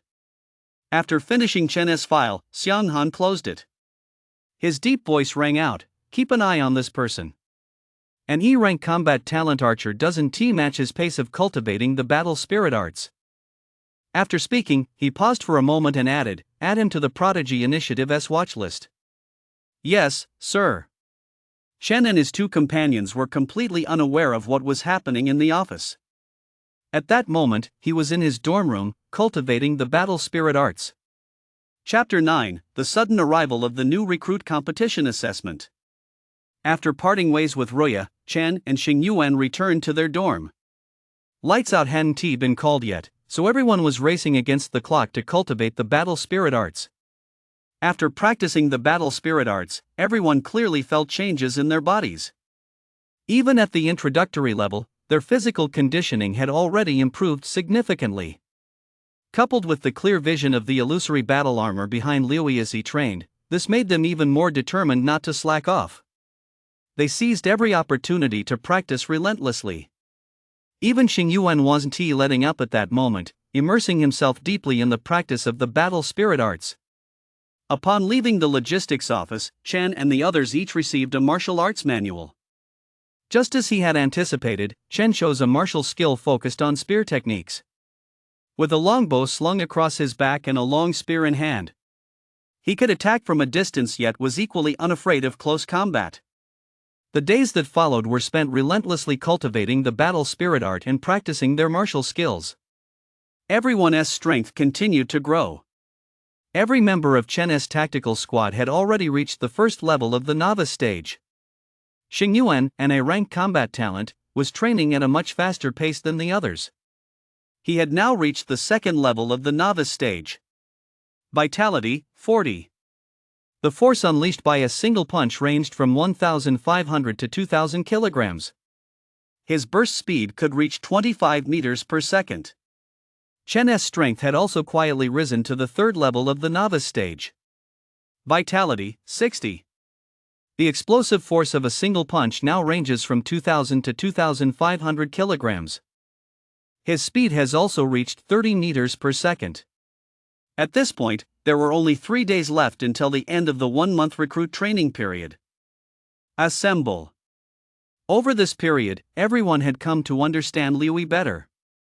Ranked among the top 10 in the 32nd company, his strength is at the master stage, level 4. His battle spirit technique is at level 3. The shadow of armor has begun to manifest. With such strength, he was undoubtedly a powerhouse among this year's recruit squad leaders. He had once led a team to slay 2 general stage, level 2 beasts. Liu's gaze was calm. Our month of recruit training is almost over. You've all grown significantly this month. Everyone has reached novice stage, level 1. Xing Yuan and Chen exchanged glances, smiles spreading across their faces. The month had flown by. Their individual strengths had steadily improved, and their bonds of camaraderie had continued to deepen. But strength alone isn't enough without real combat experience. So, over the next 3 days, we'll hold a competition. This will test the results of your first month of recruit training. Chen's expression shifted slightly, and his breathing grew heavier. It was time for real combat. Facing the beasts in the flesh, Chen felt a surge of excitement. His blood began to race through his veins. Xing Yuan smiled, brimming with anticipation for the real combat Liu had mentioned. The others felt the same way. Now, assemble in your tactical squads. Liu raised his hand to glance at the tactical communication watch on his wrist and held up one finger. In 1 minute, head to the designated location. The exact coordinates have been sent to your tactical watches. Chen and the others looked down at their watches to check the coordinates they received. Real combat isn't a drill. There is a very real chance of injury or even death. This is your first battle. Only by being baptized in blood can you truly become warriors. Now, move out. Are you scared, Chen? Xing Yuan, spear in hand, walked beside Chen and glanced up at their surroundings. I'm okay, Chen shrugged. He had been looking forward to this battle for a long time. His 3S talent had never been put to the test in actual combat, which had led him to believe that 3S talents were nothing special. At most, they just accelerated the pace of cultivation. Ha ha. Xing Yuan swept his spear violently, kicking up a cloud of dust, and laughed loudly. Starting with this battle, I, Xing Yuan, will blow everyone's minds. Chen shook his head in exasperation. Xing Yuan had a great talent, was handsome, and didn't put on airs. He'd gotten to know quite a few people during basic training. Since he hadn't held back in front of the others, someone teased, Xing Yuan, stop bragging. Exactly, Xing Yuan. Unless you take me along. Faced with everyone's teasing, Xing Yuan smiled brightly and cheerfully uttered 2 words, get lost. Haha, the group laughed as they walked away. There were several A-rank talents among the recruits, 6 others besides Xing Yuan. Among these 6, there was 1 A-rank healer talent and 1 A-rank buff talent. The rest were all A-rank combat talents. Although he was an A-rank talent named Thunder, he still felt a great deal of pressure when facing these teams. After all, their team included Chen, an E-rank talent. Chen, you'll handle reconnaissance and act as a combat support during the battle. Be careful. Xing Yuan glanced at the members of the tactical squad before giving Chen these instructions. As the squad leader, he had to assign roles to his team members before the battle. The others had no objections. Although Chen's talent was only E rank, an archer like him could still provide considerable support from the sidelines. They arrived at the location indicated by the watch. An abandoned county town came into view. Numerous soldiers were stationed in the surrounding area. Upon seeing Chen and the others arrive, a soldier wearing the rank insignia of a third-class non-commissioned officer scanned the group and said, "The assessment lasts 2 days. During this time, credits will be awarded based on the number of aberrations each tactical squad eliminates. The credits vary depending on the beast's strength, 1 credit for a first-tier beast, 2 credits for a second-tier beast, and so on. After a kill, the watches on your wrists will automatically identify and calculate the credits. You must not attack anyone other than the beasts, otherwise, you will be killed on the spot. Is that clear?" "Understood." Chen and the others nodded. They knew this without being told. In the military, attacking a fellow soldier is an absolutely unforgivable offense. Being killed on the spot also proves that this live fire assessment is being monitored by powerful figures. "Go in." The third-class non-commissioned officer nodded and waved his hand, signaling the soldiers stationed nearby to step aside and let Chen and the others enter. "How many do you think will pass this recruit assessment?" At a spot near the assessment site, Xiang Han raised his eyes to scan the surroundings, with Liu and the other recruit squad leaders following behind him. "Hard to say. We've seen squads collapse when facing strange beasts without any prior combat experience." Someone shook their head, unsure of the pass rate for this assessment. Liu thought for a moment. "I'd estimate around 70%. Xiang Han glanced sideways at Liu with a smile. "Liu, do you think the squad you're leading will pass?" "Yes." Liu replied without hesitation. A month had passed, and he already had a good understanding of the people under his command. Aside from Xing Yuan and A-rank Thunder talent, the squad also included 1 B-rank combat talent, with the rest all C and D ranks. This lineup wasn't the strongest among all the rookie squads, but it was certainly not weak either. What gave him such confidence, however, was that he always felt something was off about Chen. Chen, a battle spirit mage, was already on the verge of advancing to the second layer of spirit condensation. He suspected that Chen most likely possessed an extraordinary affinity for mana. This was also why he had reported Chen to Xiang Han as a special case. Chapter 10, An Arrow Like a Stroke of Divine Inspiration. Tangsong County. Stepping into the abandoned county seat, Chen crouched down and brushed the dust off a stone stele, revealing the characters carved beneath. Tangsong County, a small county covering 873 square kilometers. Aside from Xing Yuan and A-rank talent, the team also included 1 B-rank healing talent, 1 C-rank healing talent, 2 enhancement talents, and the rest were all combat talents. 2 healers, 2 enhancement talents, and 4 combat talents. This was the standard configuration for a combat squad. This was the pattern that had already taken shape when they first joined the recruit company. The man who had just spoken was one of the 2 healer talents in the team Wang Air. As a B-level healer talent, he played a crucial role for the entire squad. Xing Yuan nodded slightly. The streets of the abandoned county town were littered with derelict cars, houses overgrown with vegetation, and cracked roads. The highest level aberrations in Tangsong County are at novice stage, level 6. Their exact number is unknown. Xing Yuan had shed his usual nonchalant demeanor and appeared unusually serious. This was the first time everyone present had faced aberrations. Even the slightest misstep could result in casualties, and as the squad leader, he was responsible for the safety of his team members. After a moment's thought, he turned to Chen. "Chen, you'll be in charge of finding a vantage point to scout for the beasts, monitor their movements, and provide combat support. Healers should prioritize treating the combatants other than myself. Buffers must apply combat buffs immediately upon encountering the beasts." Everyone nodded solemnly. After saying this, Xing Yuan nodded at Chen. "Be careful. We're waiting for your report." Chen nodded and quickly vanished from where he stood. A moment later, Chen's figure appeared on the rooftop. The sun was setting, and the light was gradually fading, making it somewhat difficult for Chen to locate the strange beast. Chen seemed completely undeterred. His eyes shifted slightly, and his originally pitch-black irises suddenly turned amber. A line of text appeared on the light screen before him.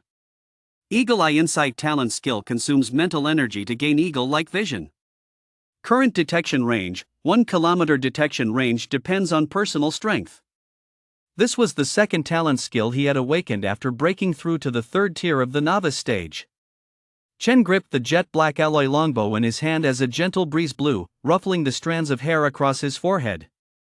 At that moment, he resembled a hunter lurking on a rooftop, constantly searching for his prey.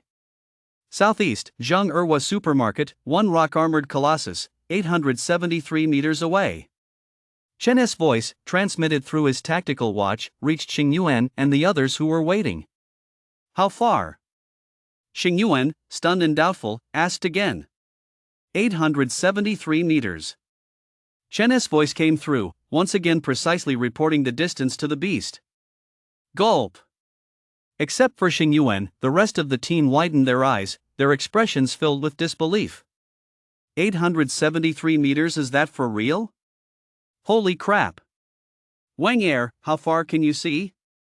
A little over 200 meters, Wang Er replied after a moment's hesitation. The group was speechless. 873 meters. That distance was a bit ridiculous, wasn't it? Xingyuan snapped back to his senses and decided to trust Chen after all. He looked up and scanned the team members before him. Trust him. Get ready to move out. At that moment, the aura emanating from everyone suddenly shifted. Let us go. With that, everyone's figures quickly vanished from where they stood. Chen, keep a close eye on the movements of the beasts around us. Got it. On the rooftop, Chen crouched to one side, a silver arrow already knocked on the string of his alloy longbow. And on the ground beside him lay nearly 30 silver arrows. At Zhang Supermarket, a rock-armored colossus resembling a cross between a rhinoceros and a crocodile stood 8 meters tall. Its entire body was covered in thick rock armor, and its limbs were thick and powerful. Behind it, the tip of its long tail bore a massive hammer-like structure. As Xingyuan and the others approached the rock-armored colossus, Chen on the rooftop was also closing in on it. The distance he was at just now wasn't close enough to attack the rock-armored colossus, and the obstructions from the buildings created blind spots in his line of sight.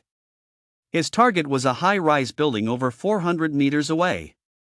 From there, he could gain an excellent vantage point while ensuring no blind spots, at least not on the battlefield. Combat boost, Xingyuan said indifferently, glancing at the rock-armored colossus in the distance as he issued the command. Within the team, Xuanyan's aura shifted instantly as he placed both hands on the other two combatants simultaneously. His boost talent was strength. The other member's boost talent was a Class C talent, speed boost. Soon, everyone was benefiting from the enhancement talents. Xingyuan licked his lips. Let us move. Before his words had even faded, a silver arrow tore through the night sky, its whistling sound piercing the air as it hurtled straight toward the rock-armored colossus. Before the attack, he needed to draw the beast's attention, allowing Xingyuan and the others to close in on it. Roar! The sudden appearance of the arrow immediately caught the rock-armored colossus's attention, and its cold eyes instantly locked onto Chen's position. With a mighty roar, it slammed its powerful limbs against the ground, causing the earth to tremble. Its body, over 8 meters long, showed no sign of bulkiness. On the contrary, it was exceptionally agile. What are you looking at, you idiot? Just as the rock-armored colossus was about to move, a figure wielding a long alloy spear shot forward, launching a sudden attack from the colossus's side. Xingyuan was the fastest, but the others weren't slow either. Although healers serve as combat support roles, that doesn't mean they lack combat ability.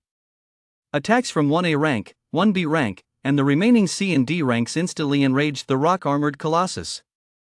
The moment Xingyuan and the others appeared, its massive tail swept out violently, producing a dull whoosh as it cut through the air.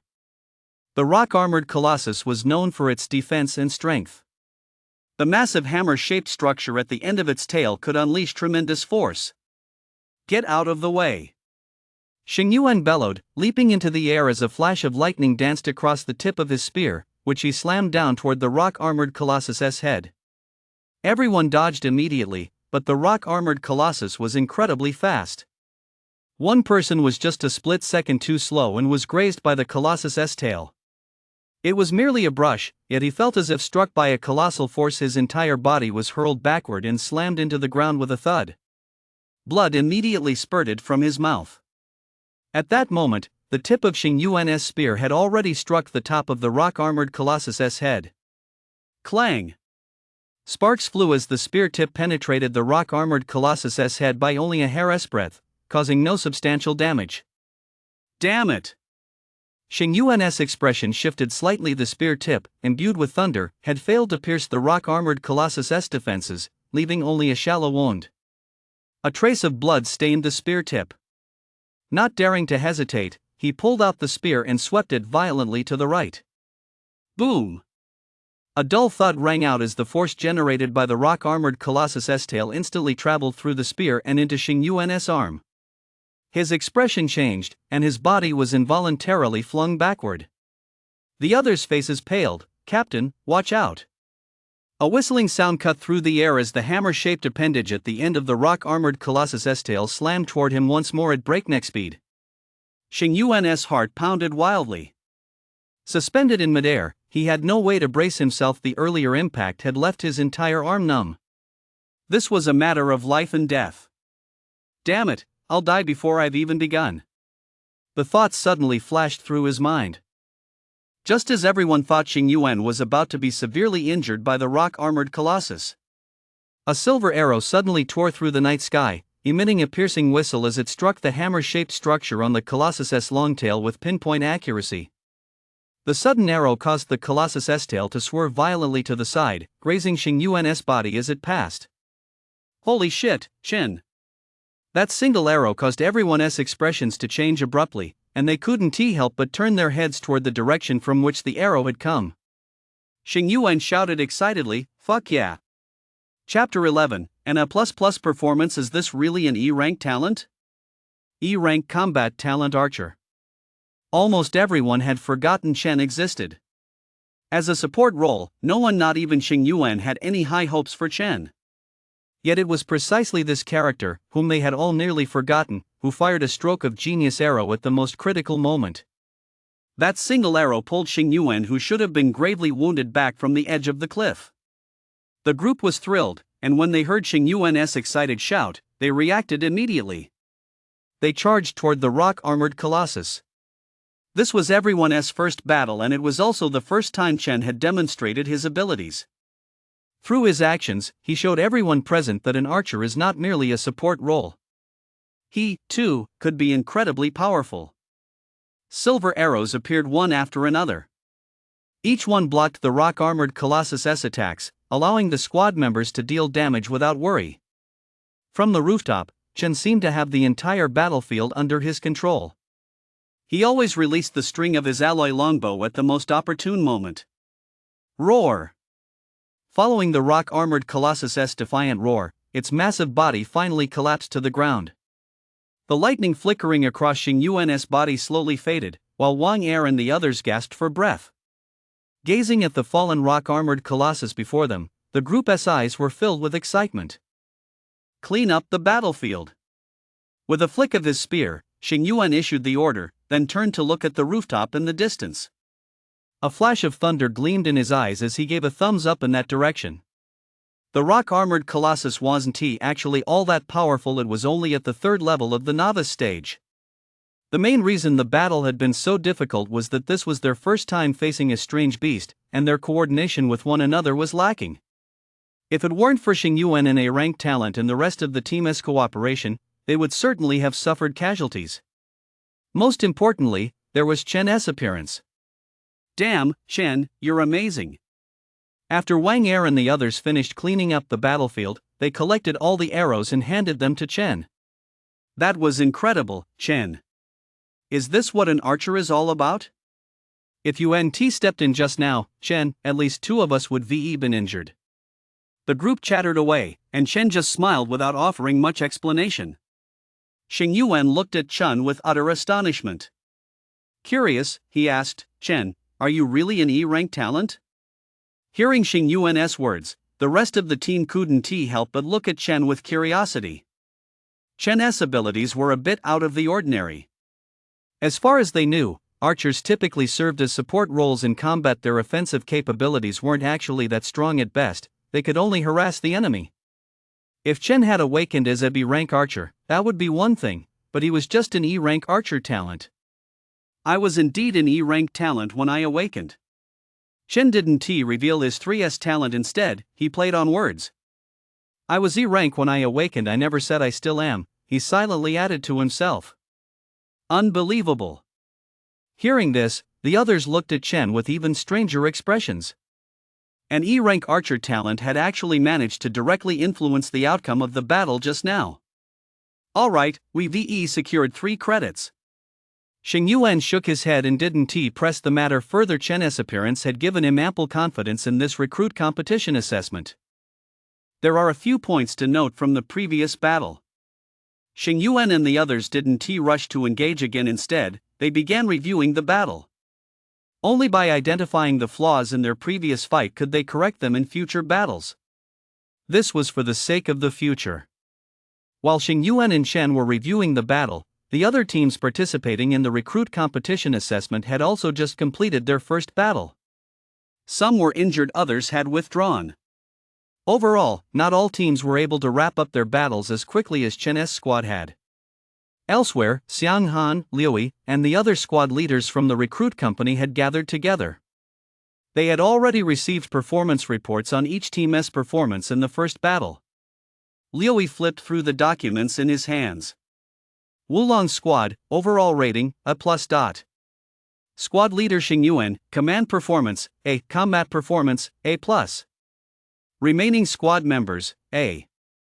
Outstanding performer, Chen, strength, novice stage, first tier overall performance, A++. The moment he opened the report, Liu's eyes widened in shock.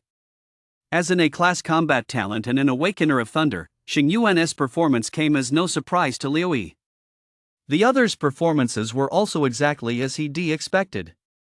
What astonished him was that Chen, an awakener of the E-class talent archer, had actually surpassed Xing Yuan and the others in the evaluation, achieving an A++ rating.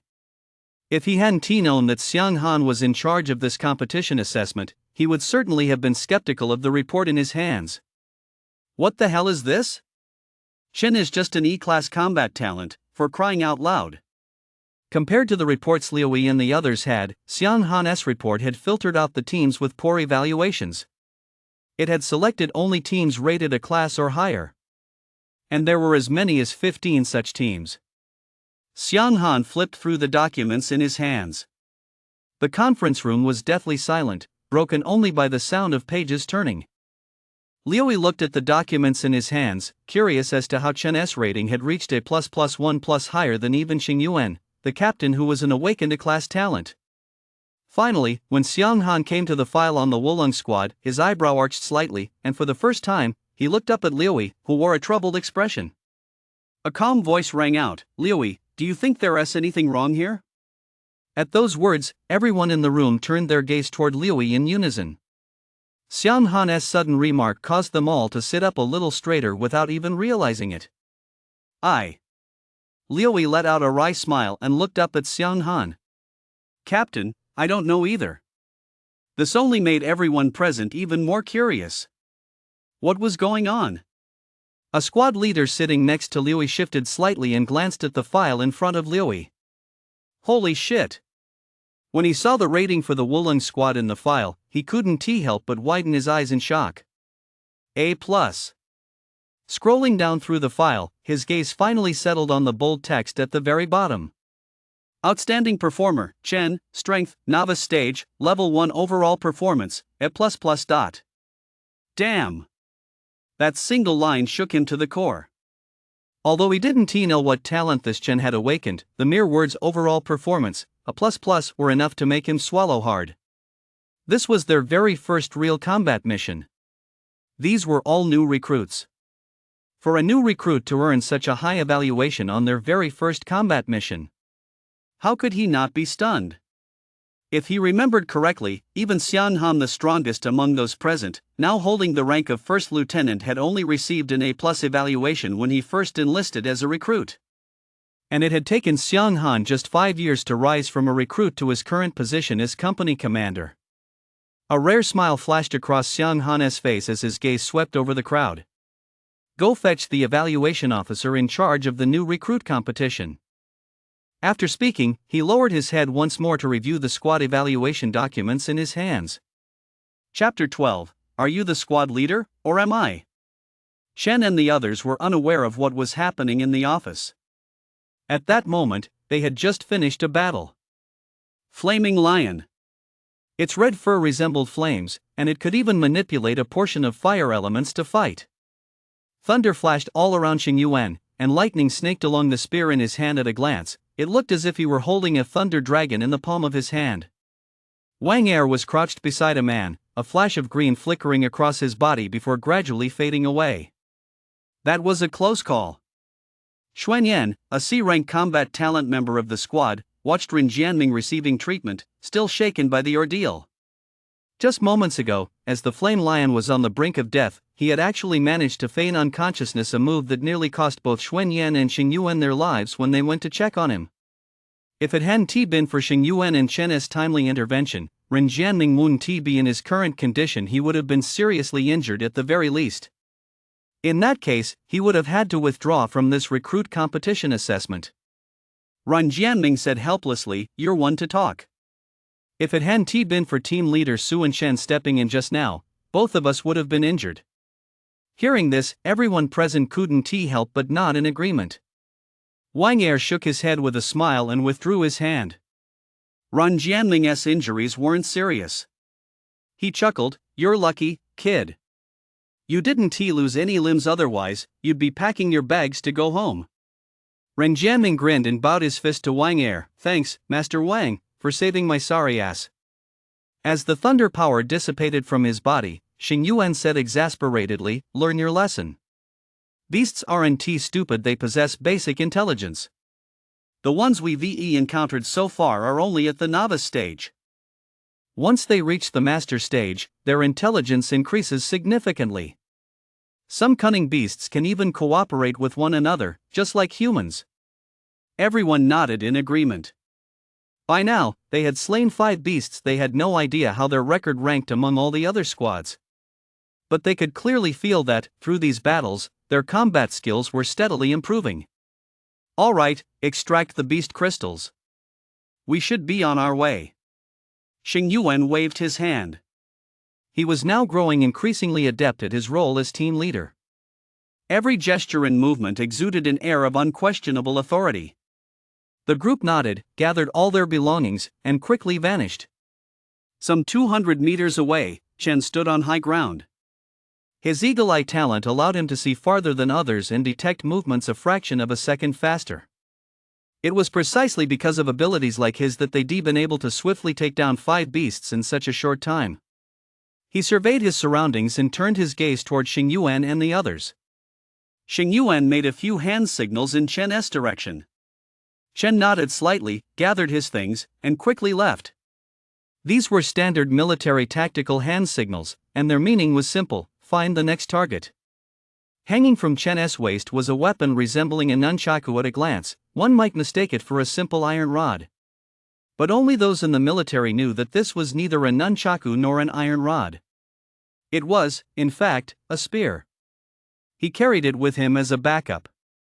Be careful. The giant force squad was currently creeping up on a stone-hide rhinoceros. The stone-hide rhinoceros was renowned for its astonishing defense. The layer of gray-brown skin covering its entire body provided it with incredible protection. And the single horn on its head glinted with a sinister, icy light. Ruya surveyed the stone-hide rhinoceros before him, hesitated for a moment, then said to the squad leader, Zhao Zhixin, "Captain Zhao, I'm afraid we won't be able to take down this stone-skin rhinoceros. We don't have any powerful combat talents on our team. Breaking through the stone-skin rhinoceros's defenses is probably impossible." Upon hearing this, some of the other team members' eyes flickered as they glanced at their expressionless captain, Zhao Zhixin, but remained silent. Others, however, looked at Ruya with disdain. Ruya, you're in a rank strength-enhanced combat talent. Is there really any need to be this scared? No, I just don't think we can take down the stone-skinned rhinoceros with our current setup, Ruya shook his head and explained. Cut the crap. You're clearly scared. You need to remember who you are. You're a soldier.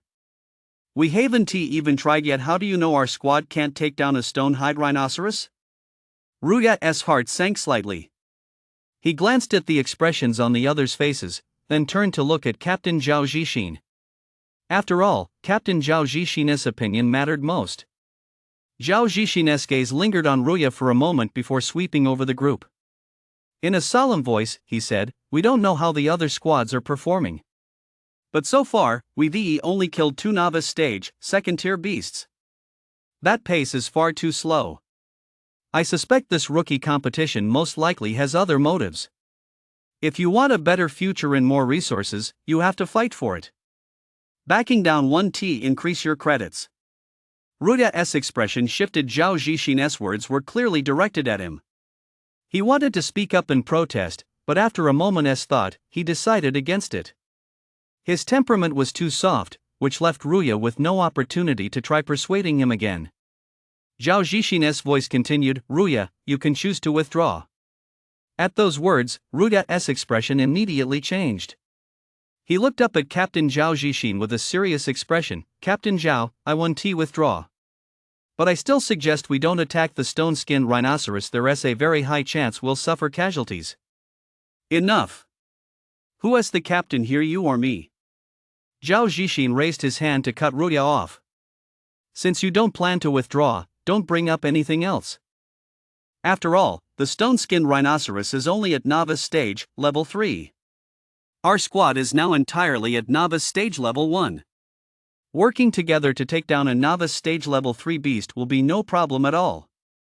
Zhao Zixin had great confidence in his squad's strength, and it all stemmed from their previous battle. After killing 2 novice stage level 2 beasts, Zhao Zixin had started to get a bit cocky. After finishing his speech, Zhao Zixin paid no further attention to Ruya and quickly laid out the attack plan. Ruya sighed inwardly but had no choice but to activate his A-rank combat talent strength enhancement. With a crackling sound, his already imposing frame grew even more muscular and towering at that moment. This was the effect of the A-rank talent strength enhancement. At this moment, Ruya's face was covered in bulging muscles, making him look like a miniature version of the Hulk. Gripping his massive hammer, he fixed his gaze intently on the stone-hide rhinoceros not far away. In their squad, aside from Ruya's A-rank talent and Zhao Zixin's A-rank earth element, everyone else was C-rank. Attack! Zhao Zixin bellowed, swinging his arm violently. Instantly, several sharp earth spikes formed from earth elements appeared beneath the stone-hide rhinoceros. A class combat talent earth element. Ruya's eyes flashed. He crouched slightly and thrust his legs off the ground with all his might. With a thud, her entire body shot forward like an arrow, leaving the bowstring, vanishing from her original spot in an instant as she leaped toward the stone-skinned rhinoceros in the distance. Her sledgehammer erupted with a dull thud, cutting through the air as it slammed down on the roaring stone-skinned rhinoceros. Meanwhile, Chen, Xingyuan, and the others were searching for their next target. They were making their way toward the stone-hide rhinoceros. Chapter 13, I'm no bastard who abandons his comrades. 5 novice stage, second-tier beasts, 10 credits. Seems like we're moving a bit slowly. Chen activated his Eagle Eye Insight talent skill, constantly scanning for traces of the beasts. It had now been 4 hours since they entered Tangsong County. There were 44 hours left until the new recruit competition assessment ended. Chen was a bit dissatisfied with their pace, 10 credits in 4 hours.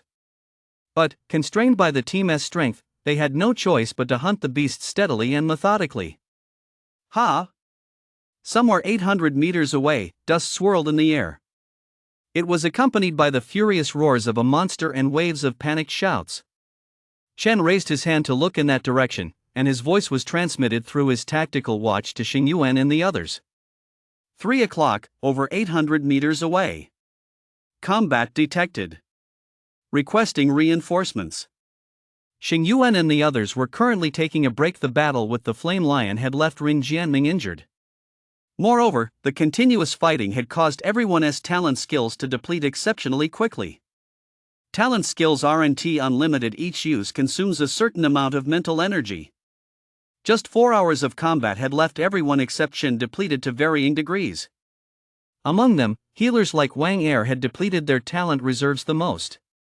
Xing Yuan had also expended a significant amount, but since he possessed an A-rank talent and was bolstered by the battle spirit art, he had already recovered 30% of his reserves in a short time.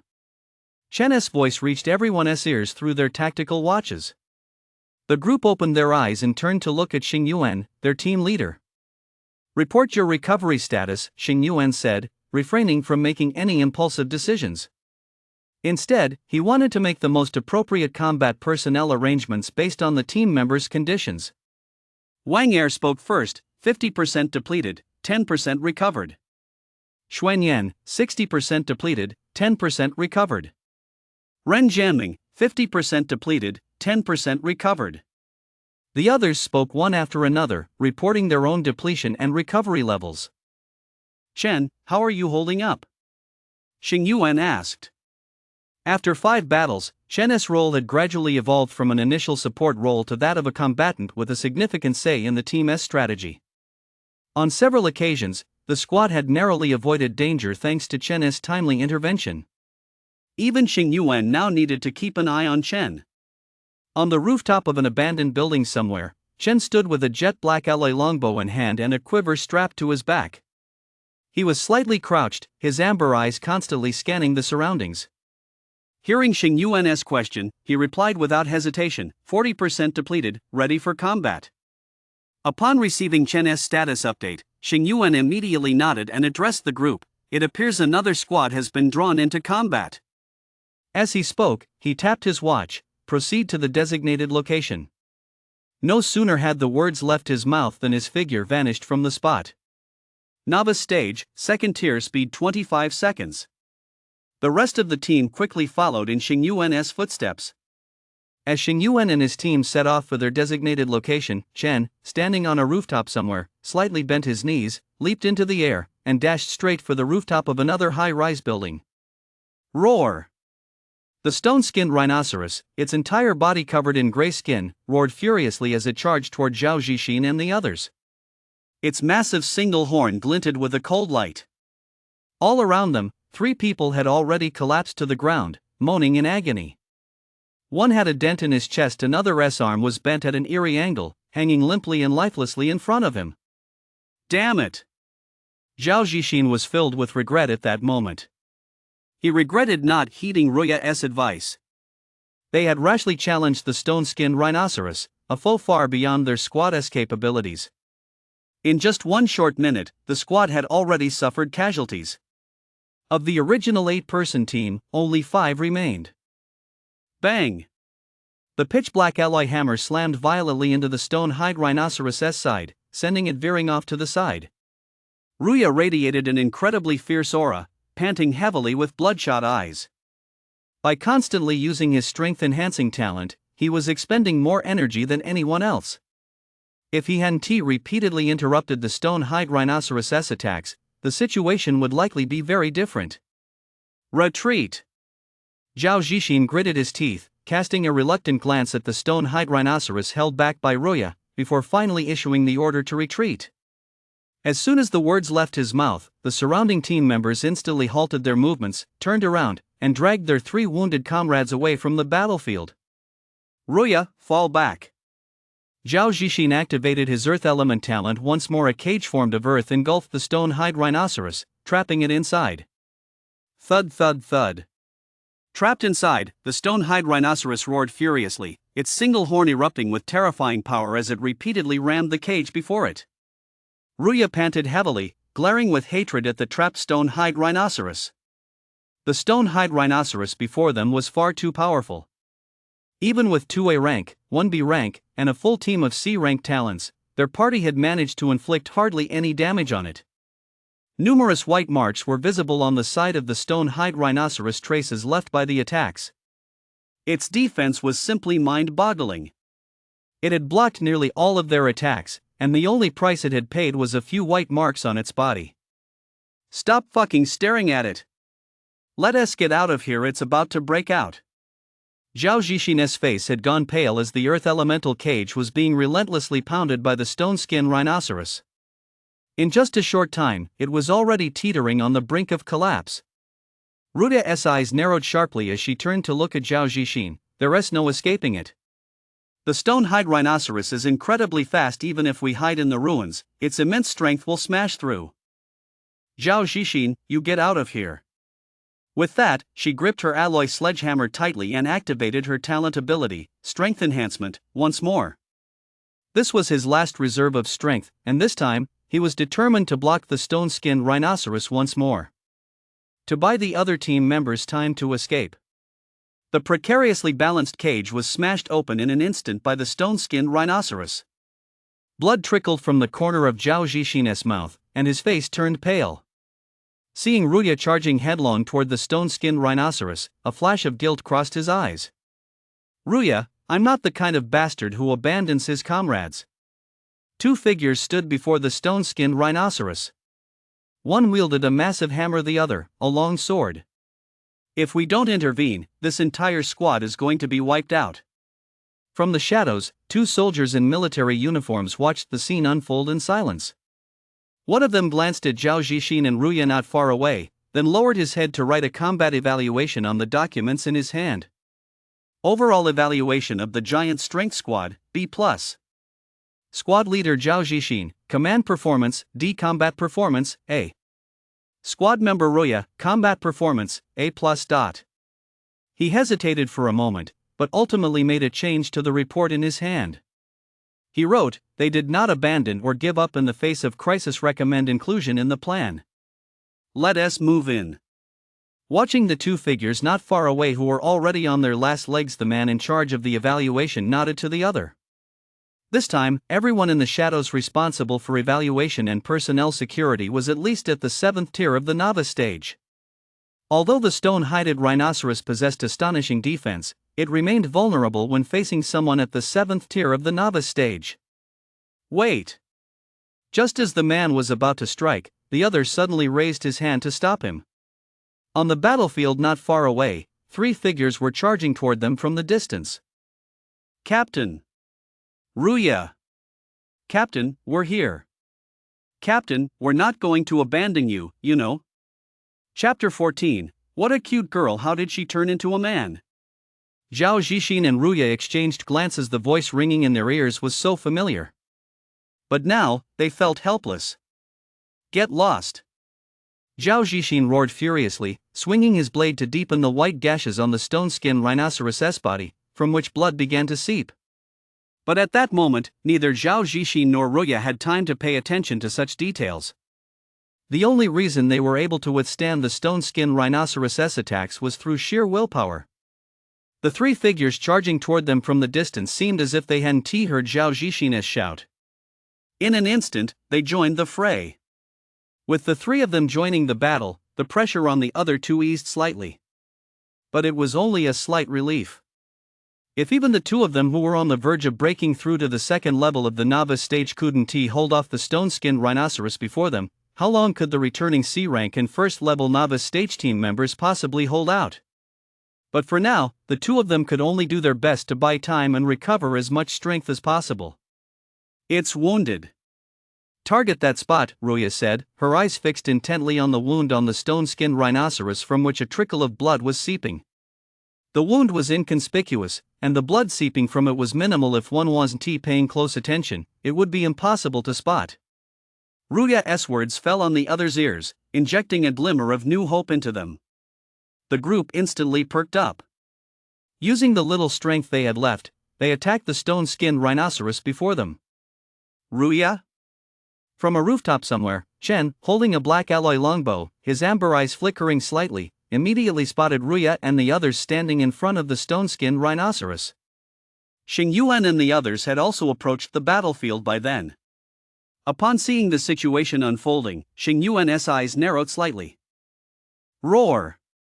The stone-hide rhinoceros let out another furious roar, and at that moment, its single horn atop its head suddenly burst into an eerie glow. The next second, Ruya and the others' attacks faltered. It lasted only 1/10,000th of a millisecond, but even that brief pause was enough for the stone-hided rhinoceros to close in on the three people other than Ruya and Zhao Zixin.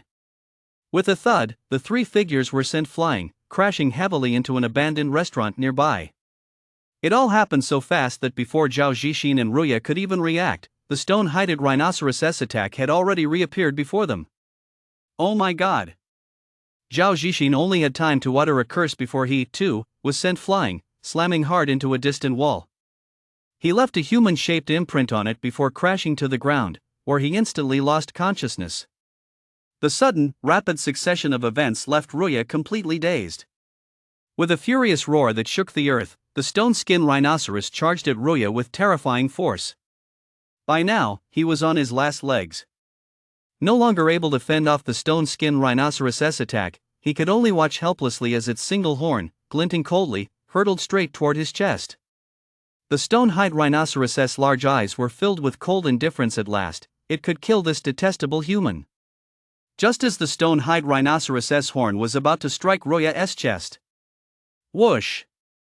Hum! Two sounds rang out simultaneously. A silver arrow sliced through the air, striking the stone-hide rhinoceros' horn in an instant. The force was so great that it felt as though its horn would be torn off by the arrow. Before the stone-hide rhinoceros could react, a long spear shrouded in thunderous power sliced through the sky, unleashing terrifying force as it slammed heavily into its body, sending its massive frame flying sideways. The sudden turn of events made Ruya look up involuntarily. Before his eyes lay a silver arrow that had fallen to the ground in a long spear, shrouded in thunderous power, planted in the earth. The first images that flashed through his mind were those of Chen and Xingyuan. "Old Zhang, does my handsome face make you feel ashamed of yourself?" Xingyuan laughed heartily as he pulled out the spear. As he swung it, the power of thunder erupted. "Xingyuan!" Ruya shouted excitedly, his eyes brimming with emotion. "You guys!" Xingyuan's appearance snapped Ruya out of his despair, and he looked up at Xingyuan and the others who had appeared before him. A faint smile played on Xingyuan's lips. After greeting Ruya, his gaze fell on the stone-hide rhinoceros not far away. "I'll see if you can withstand my thunder." The spear erupted with thunderous power, and the rest of the team joined the fray. Ruya sank to the ground, watching Xingyuan and the others battle before her, a smile spreading across her face. Unlike Ruya's group, Xingyuan and his team fought with seamless coordination. With every strike, they deepened the scar on the stone-skinned rhinoceros' body. In a short time, the scar had already expanded to the size of a palm. What shocked him most was that Xingyuan and his team showed no fear of the stone-skinned rhinoceros' counterattacks. Every time the stone-hide rhinoceros tried to strike back, a silver arrow would appear at just the right moment, halting its attack. From the shadows, two soldiers in military uniforms watched the battle unfolding nearby. Their expressions shifted slightly. What incredible battlefield control! As the arrow once again blocked the stone-hide rhinoceros' attack, one of them exclaimed in surprise. "It's truly formidable." Although this group's overall strength surpassed that of Zhao Zixin and his companions earlier, the difference was limited. The reason they were able to suppress the stone-hide rhinoceros' counterattacks was that the figure hidden in the shadows was the key factor. As the two spoke, the stone-hide rhinoceros' injuries had already worsened to a life-threatening extent. "Get out of the way!" Xingyuan roared. The power of thunder grew even stronger, and a terrifying surge of thunder energy suddenly erupted from the spearhead, crashing into the stone-skinned rhinoceros' body. Instantly, the stone-skinned rhinoceros' entire body went numb. Xingyuan gripped the spear tightly in his hand, and the spearhead instantly nearly tore the stone-skinned rhinoceros' body in two. Roar! The stone-skinned rhinoceros let out a desperate roar before finally collapsing lifelessly to the ground, silent. Pulling out the spear, Xingyuan glanced down at the fallen stone-skinned rhinoceros with a faint smile on his lips, then raised his eyes to look in a certain direction and grinned widely. Chen smiled and nodded slightly, his jet-black alloy longbow clenched in his hand as he scanned the surroundings for any anomalies. The other team members began cleaning up the battlefield, while Wang Er and another healing talent started treating Zhao Zixin and the others. Ruya had regained some strength and was about to stand up when he saw Xingyuan approaching.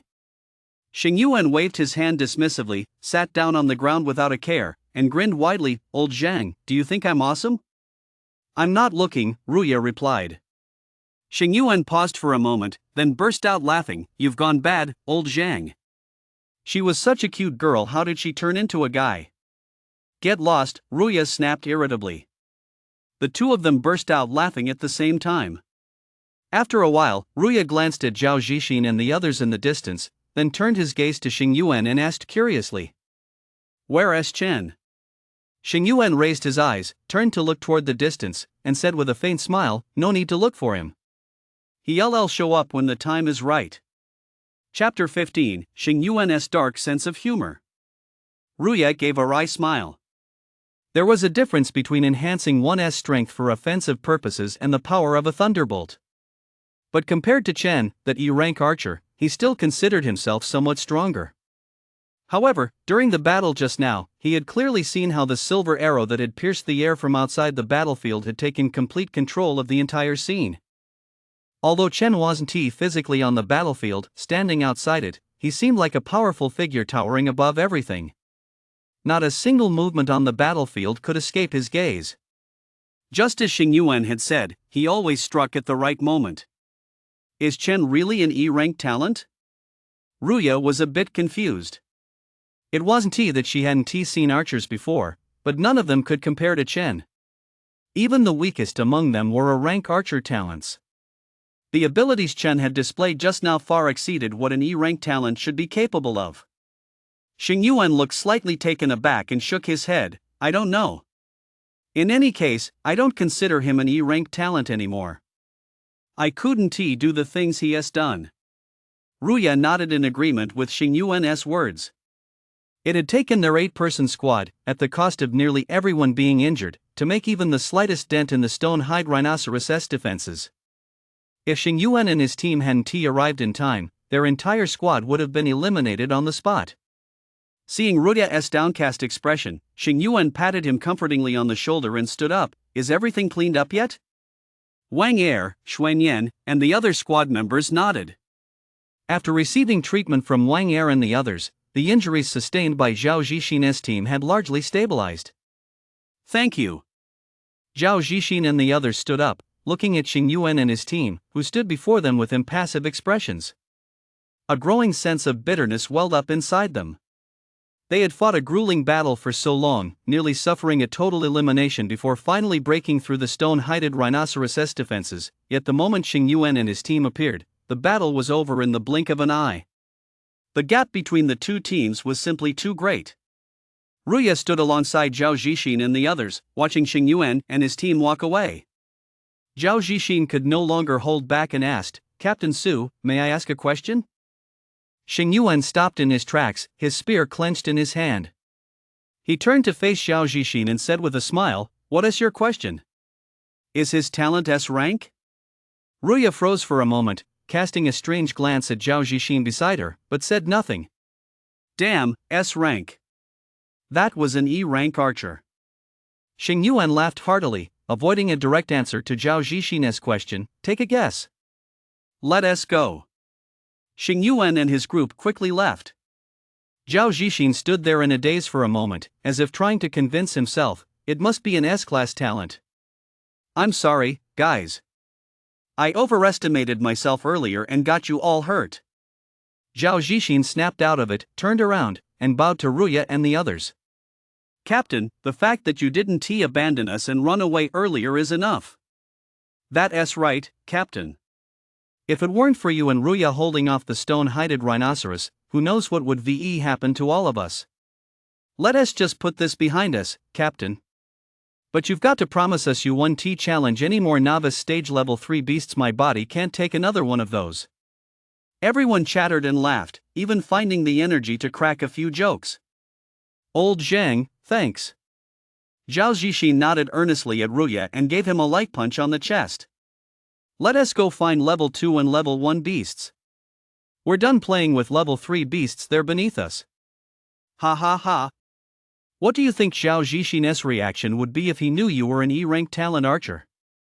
Xing Yuan and his group searched for beasts while chatting with Chen, whose location was unknown via their tactical watches. Chen, who had just reached a vantage point, scanned his surroundings as he listened to Xing Yuan's amused voice. What kind of twisted sense of humor is this, he said with a sigh. He. Xing Yuan chuckled. He deliberately kept it a secret from Zhao Zixin just for the sake of this little prank. Now that Chen had called him out on it, he actually felt a bit smug and turned to look at Wang Er, Xuanyan, and the others behind him. The group chuckled in unison. Their motives, of course, were the same as Xing Yuan's. If Xing Yuan had this twisted sense of humor, so did they. An E-rank talent and archer had actually been mistaken by Zhao Zixin for an S-rank. Just imagining Zhao Zixin's likely expression amused them. Among the teams in the recruit competition, aside from Xing Yuan's squad which had an A-rank combat talent, there were 6 other squads with a similar composition. If one looked only at the surface statistics, they were actually considerably weaker. An A-rank combat talent fire element, a B-rank combat talent ice element, and 8 members with C and D rank talents.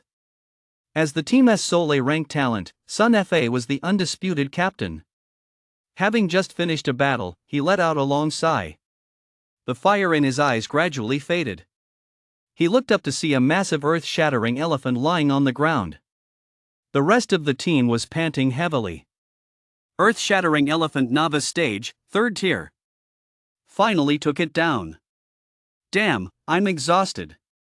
As the only B-rank talent in the squad besides Sun Fa, Zhou Ning had expended a great deal of energy during the battle.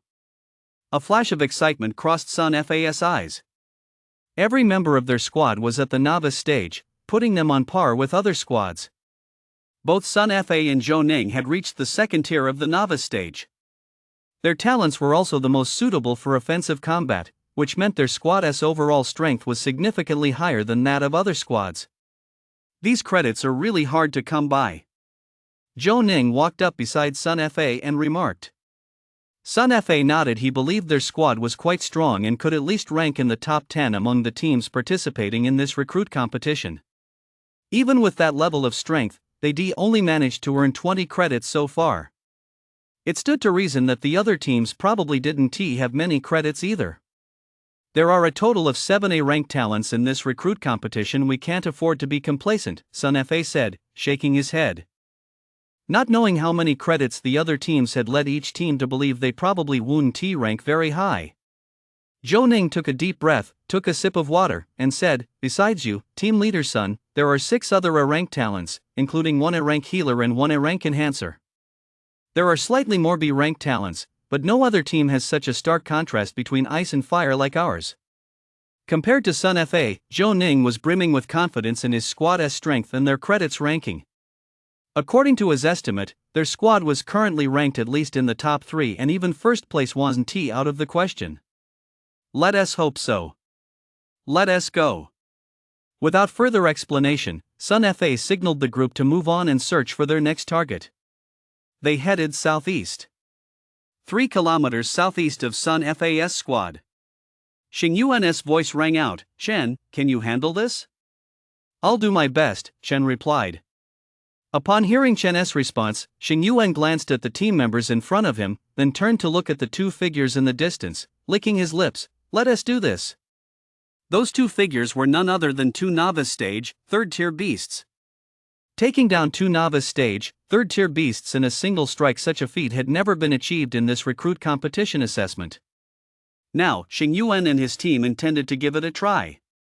The source of their unwavering confidence lay not only in their increasingly seamless teamwork but also in Chen, who was lying in wait somewhere. Chapter 16, Part 3. Xiang Han sat at his desk, the screen in front of him displaying the real-time rankings and locations of the squads participating in this recruit competition. The light from the screen shone on his face, making his eyes sparkle. First place, 15 Beast Hunters Squad, current score, 25. Second place, 8 Nameless Squad, current credits, 23. Third place, 2 Ice and Fire Squad, current credits, 20. Fourth place, 32 Reclining Dragon Squad, current credits, 18. The numbers preceding the squad names indicated their respective classes.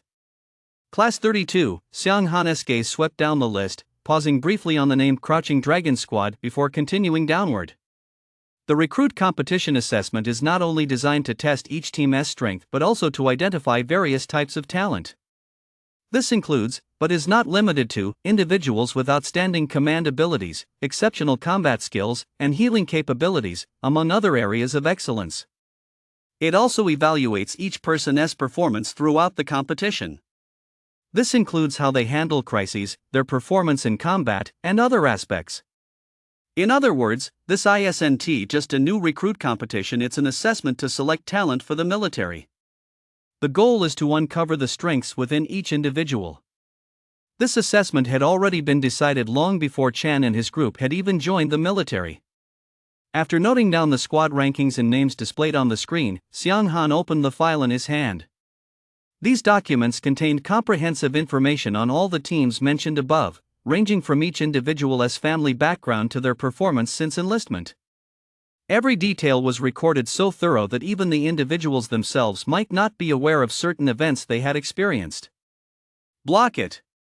A giant horned bull 3 meters tall, 5 meters long, and weighing 4 metric tons was bellowing furiously. 2 giant horned bulls, both at novice stage level 3, were trapped within the encirclement. Xing Yuan was surrounded by thunderous energy. Every strike from his spear was imbued with this power as he relentlessly pounded the giant horned bulls before him. The 2 giant horned bulls were clearly far too powerful for the entire squad to handle. Yet they still charged headlong into battle against the giant horned bison. A blue glow continuously burst forth from Wang Er's body, flowing into the others. It rapidly healed and restored everyone's strength. As the squad leader and primary attacker, Xing Yuan drew the vast majority of the aggro. The rest of the squad surrounded the other giant horned bison. Whoosh! A silver arrow struck the giant horned bison's pair of spiral horns with pinpoint accuracy.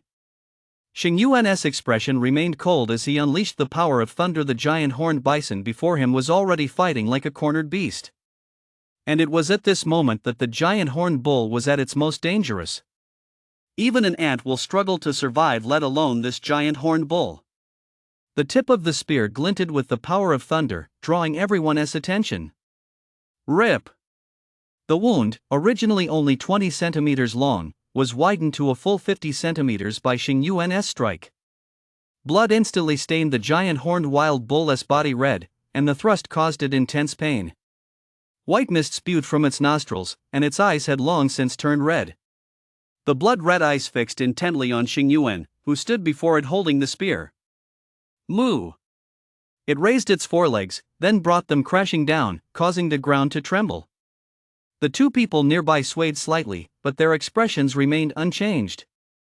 Xing Yuan's expression hardened as he slammed his spear violently against the giant horned wild bull's pair of horns.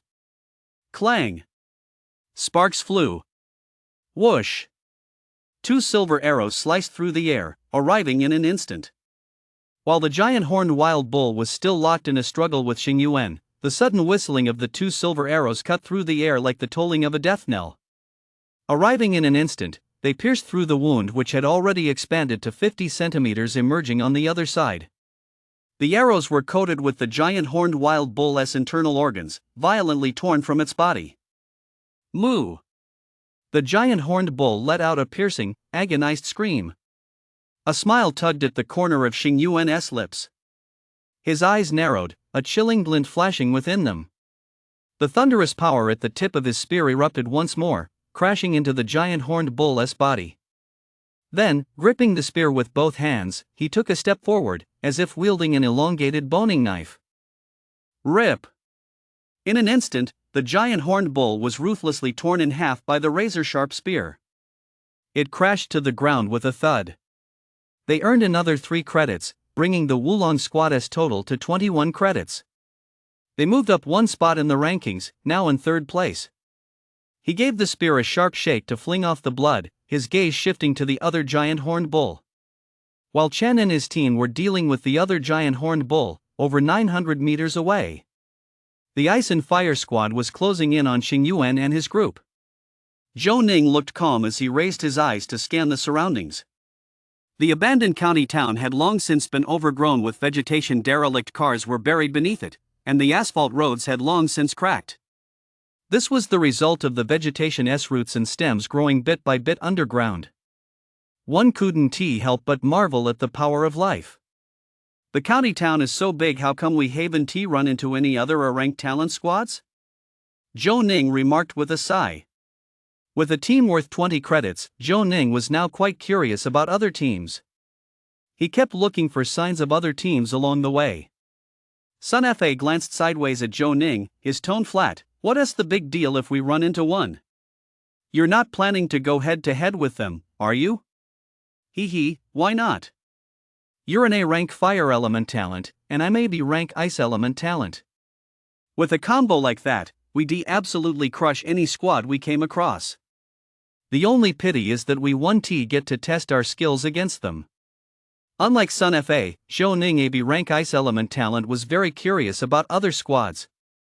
Sun Fa didn't say anything. Instead, he turned his head to look into the distance. There's a fight up ahead, Sun Fa muttered.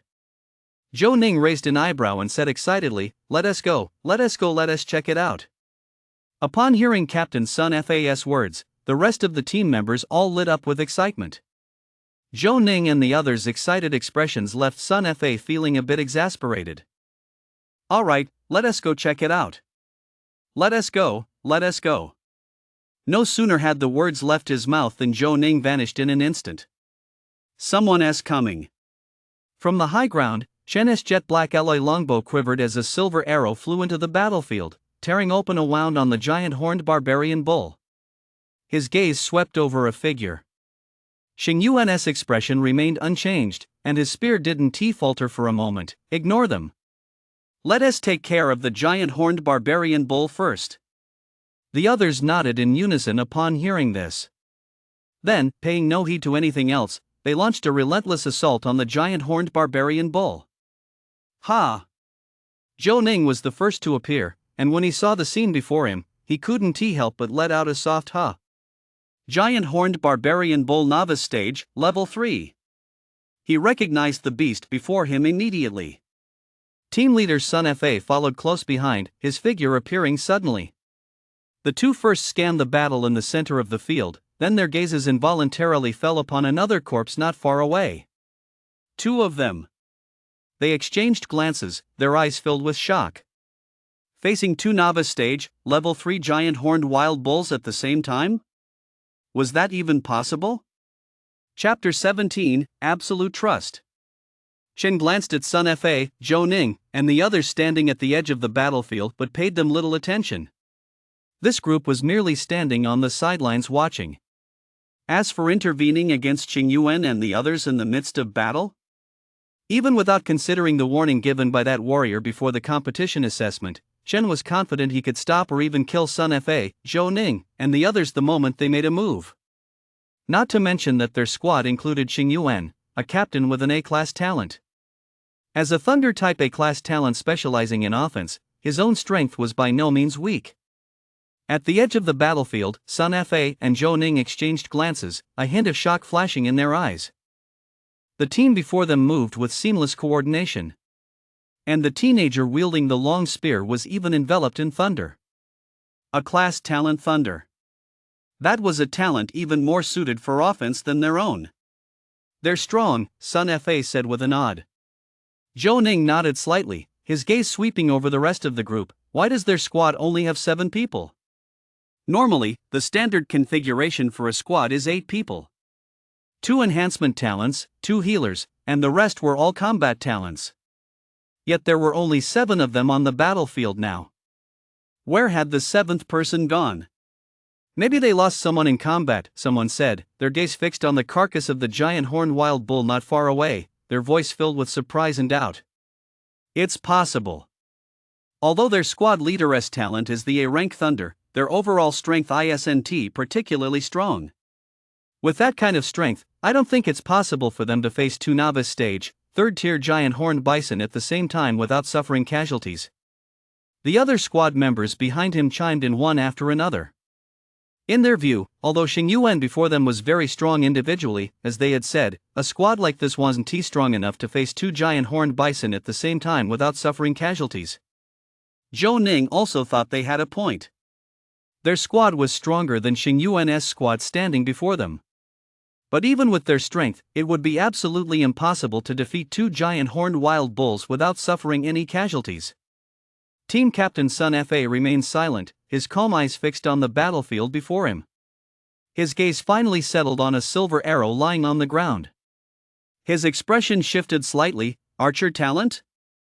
The appearance of a silver arrow on the battlefield, with no one in sight, meant only one thing: an awakened archer talent was hiding in the shadows, constantly observing every move on the battlefield. And his group, positioned at the edge of the battlefield, had long since fallen into that archer talent's line of sight. He raised his eyes to scan the surroundings, then withdrew his gaze. Finding no trace of the archer talent, a flicker of confusion crossed his eyes.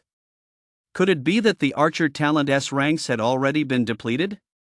Since the battle began, he hadn't seen anyone other than the 7 people on the battlefield take action. Listening to the speculations of his teammates behind him, he couldn't help but nod in agreement. It seemed that casualties had indeed occurred during the battle. On the battlefield, Xing Yuan and the others were unaware of Sun Fa's thoughts. The giant horned wild bull was in a frenzy. Xing Yuan's attack had enraged it. Just as it forced Xing Yuan back, its massive spiral horns lashed out violently at the 2 people beside him. The speed was incredible. Sun Fa took it all in. His pupils contracted sharply, and his whole body tensed. Watch out! Unlike his reaction, the others on the battlefield upon seeing the giant horned wild bull's move didn't even flinch or dodge. Their attacks continued unabated. Are they out of their minds? Sun Fa's expression darkened, and he was about to intervene. But just as he was about to act, a sharp whistling sound suddenly pierced the air. Looking up, he saw a flash of silver light streaking by at incredible speed. Before his astonished eyes, it struck the giant horned wild bull's massive horns with pinpoint accuracy. Clang! Sparks flew in all directions. The arrow, imbued with immense power, collided instantly with the horns, producing a clanging sound like metal striking metal. That single strike was enough to make the giant horned bull's attack graze past both of them. The 2 on the battlefield were like dancers gracefully twirling on the edge of a blade. And behind this group of dancers, an invisible hand held them in its grasp. All it took was a flick of the strings at just the right moment to guide them safely out of danger. Holy shit! Zhou Ning had witnessed the entire scene. When he saw it, he couldn't help but shout, his wide eyes filled with disbelief. The other team members behind him were all frozen in place. Team Captain Sun Fa, too, stood rooted to the spot. He stared blankly at the fighters before him. The scene from moments ago kept replaying in his mind, and the sound of the arrow colliding with the massive horn echoed endlessly in his ears. Who is this guy? Sun Fa snapped back to his senses, clenched his fists tightly, and swallowed involuntarily. The timing of the silver arrow's appearance had stunned him. But what shocked him even more were the 2 who hadn't flinched or dodged. It was as if they had already anticipated the arrow's arrival and knew they would emerge unscathed. How much trust does that require? Such trust could absolutely not exist among new recruits. Only veterans who had been through enough battles could possess that kind of trust. Yet he knew full well that the group before him were new recruits, just like himself. It had been nearly a month since they enlisted. Building that kind of trust certainly couldn't be achieved with just a few promises or talk of comradeship. It takes countless battles to forge that kind of bond. But how long had it really been? At most, it had only been a dozen or so hours. Could a dozen or so hours really be enough for every member of the squad to place unlimited trust in the person lurking in the shadows? It was almost as if they unconditionally placed their lives in another person's hands, and if that person had any ulterior motives, they could destroy the trust with a single flick of the finger. Did you get a good look? Sun Fa asked Zhou Ning beside him, his expression complex. The easy smile had vanished from Zhou Ning's face, replaced by a look of intense seriousness. Confusion clouded his eyes. Could he be S-class? It went without saying who he was referring to. Sun Fa gave a wry smile and turned his gaze back to the battle not far away. At that moment, the battle was nearing its end. The giant horned barbarian bull was on its last legs. The archer talent user hadn't made another move either. It seemed his primary objective was simply to ensure the safety of everyone on the battlefield. Compared to Xing Yuan, Chen hidden in the shadows seemed more like the team leader. Sun Fa was just as curious as Zhou Ning. S rank? He'd never heard of a recruit awakening in S rank talent. The two were puzzled. On the battlefield, after Xing Yuan finished off the giant horned wild bull with his spear, he stood atop its carcass, spear in hand, and raised his gaze toward Sun Fa and the others. Is Chapter 18 that hard? Sun Fa. After a moment's hesitation, Sun Fa led Zhou Ning and the rest of the team toward Xing Yuan and his group.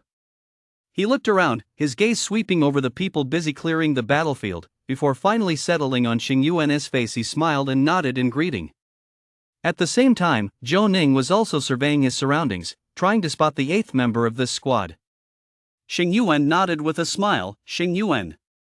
After speaking, he glanced at Zhou Ning and the others, who were constantly surveying their surroundings, and a smile tugged at the corners of his lips. Something up?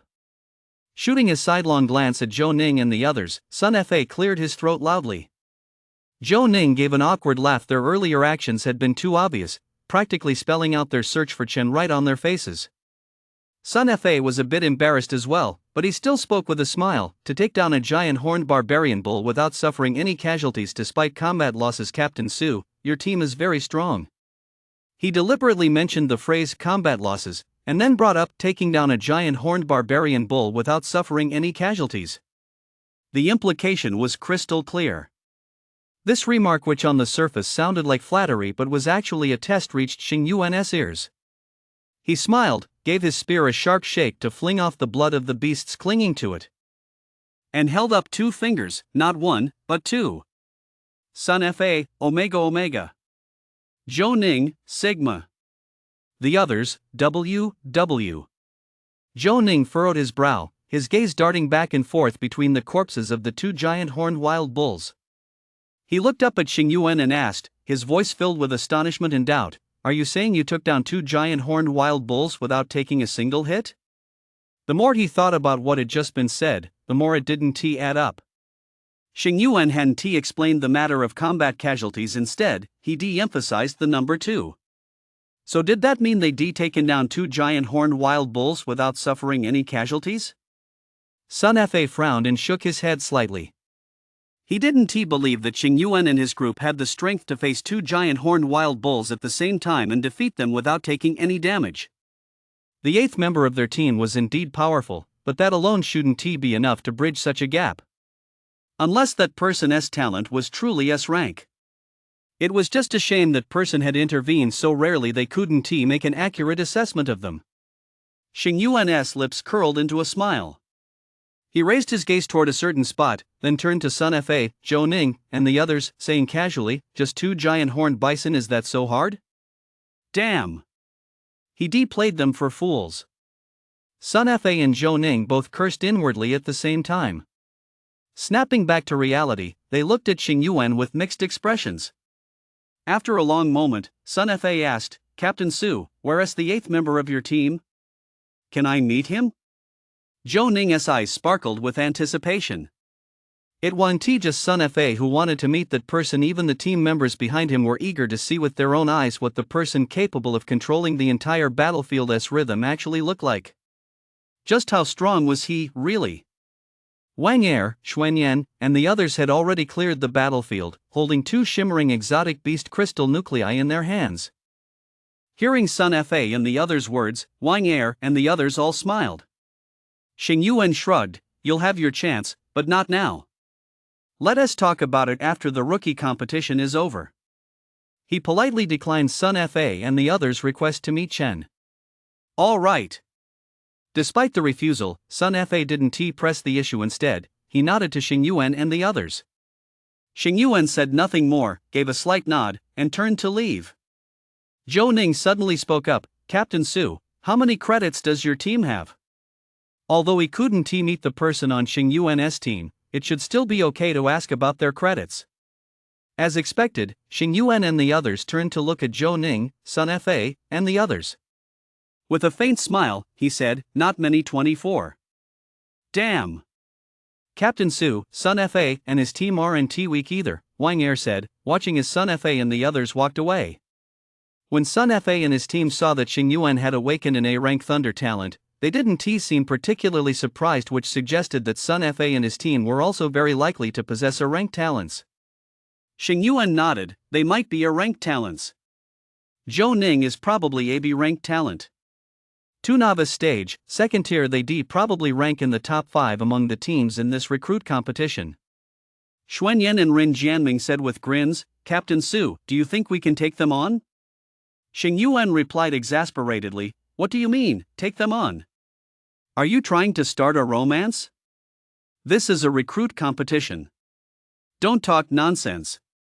The two nodded repeatedly. If we go by our apparent strength, we definitely can't beat them. But our true strength can't be judged by ordinary standards. Wang Er and the others were instantly speechless. That's right, their team couldn't be viewed through ordinary eyes. 1 A-rank Thunder talent, 1 B-rank Healer talent, a bunch of C and D rank talents, plus an E-rank Archer talent. Anyone looking at this lineup would frown. What kind of messed up lineup is this, seriously? An A-rank Thunder leading a squad of nobodies. Yet with this very lineup, they managed to rake in 24 credits, ranking second among all teams in the rookie competition. Meanwhile, the first place hunting squad now had 28 credits. On the screen hanging in the office, the Dragon Lying in Wait squad, which had originally been in 4th place, had now moved up to 2nd. First place, 15 Beast Hunters squad, current total, 28. Second place, 32 Dragon Lying in Wait squad, current credits, 24. Third place, 8 Nameless squad, current credits, 23. Fourth place, 2 Ice and Fire squad, current credits, 20. Xiang Han looked up at the updated squad rankings. When he saw the Dragon squad, he couldn't help but glance sideways at Liuyi. Everyone present was focused on the rankings of their own squads. The sudden rise in the Dragon Lair squad's ranking caught the attention of everyone in the room. They gained 6 points at once. The class president of Class 15 raised an eyebrow, a look of surprise on his face. Someone else also noticed the sudden change in the Wulong squad's credits. After a moment's thought, he looked at Liuyi and asked with a smile, Number 5, you're something else, you hit the jackpot. I think the captain of this squad is Xing Yuan, right? An A-rank combat talent Thunder. Liuyi remained calm, nodding slightly, though inside he was already grinning. To take down 2 novice stage level 3 beasts with an A-rank Thunder talent at novice stage level 2, I've got to say, you really did strike gold. Yeah, Number 5, you hit the jackpot this time. Why haven't I ever come across an A-rank talent? You still want an A-rank talent? With 3 B-rank talents on your team, you should just count yourself lucky. Everyone chimed in with teasing remarks, and before long, the conversation shifted to the beast hunting squad currently ranked first. The Wulong squad is strong, but one person can't carry the whole team. It's practically impossible for a single A-rank talent to lead a squad of B-rank and lower talents to first place. Yeah, that's why they say Feng Quan's got great luck. 1 A-rank talent and 4 B-rank talents, that squad's lineup is off the charts. TSK.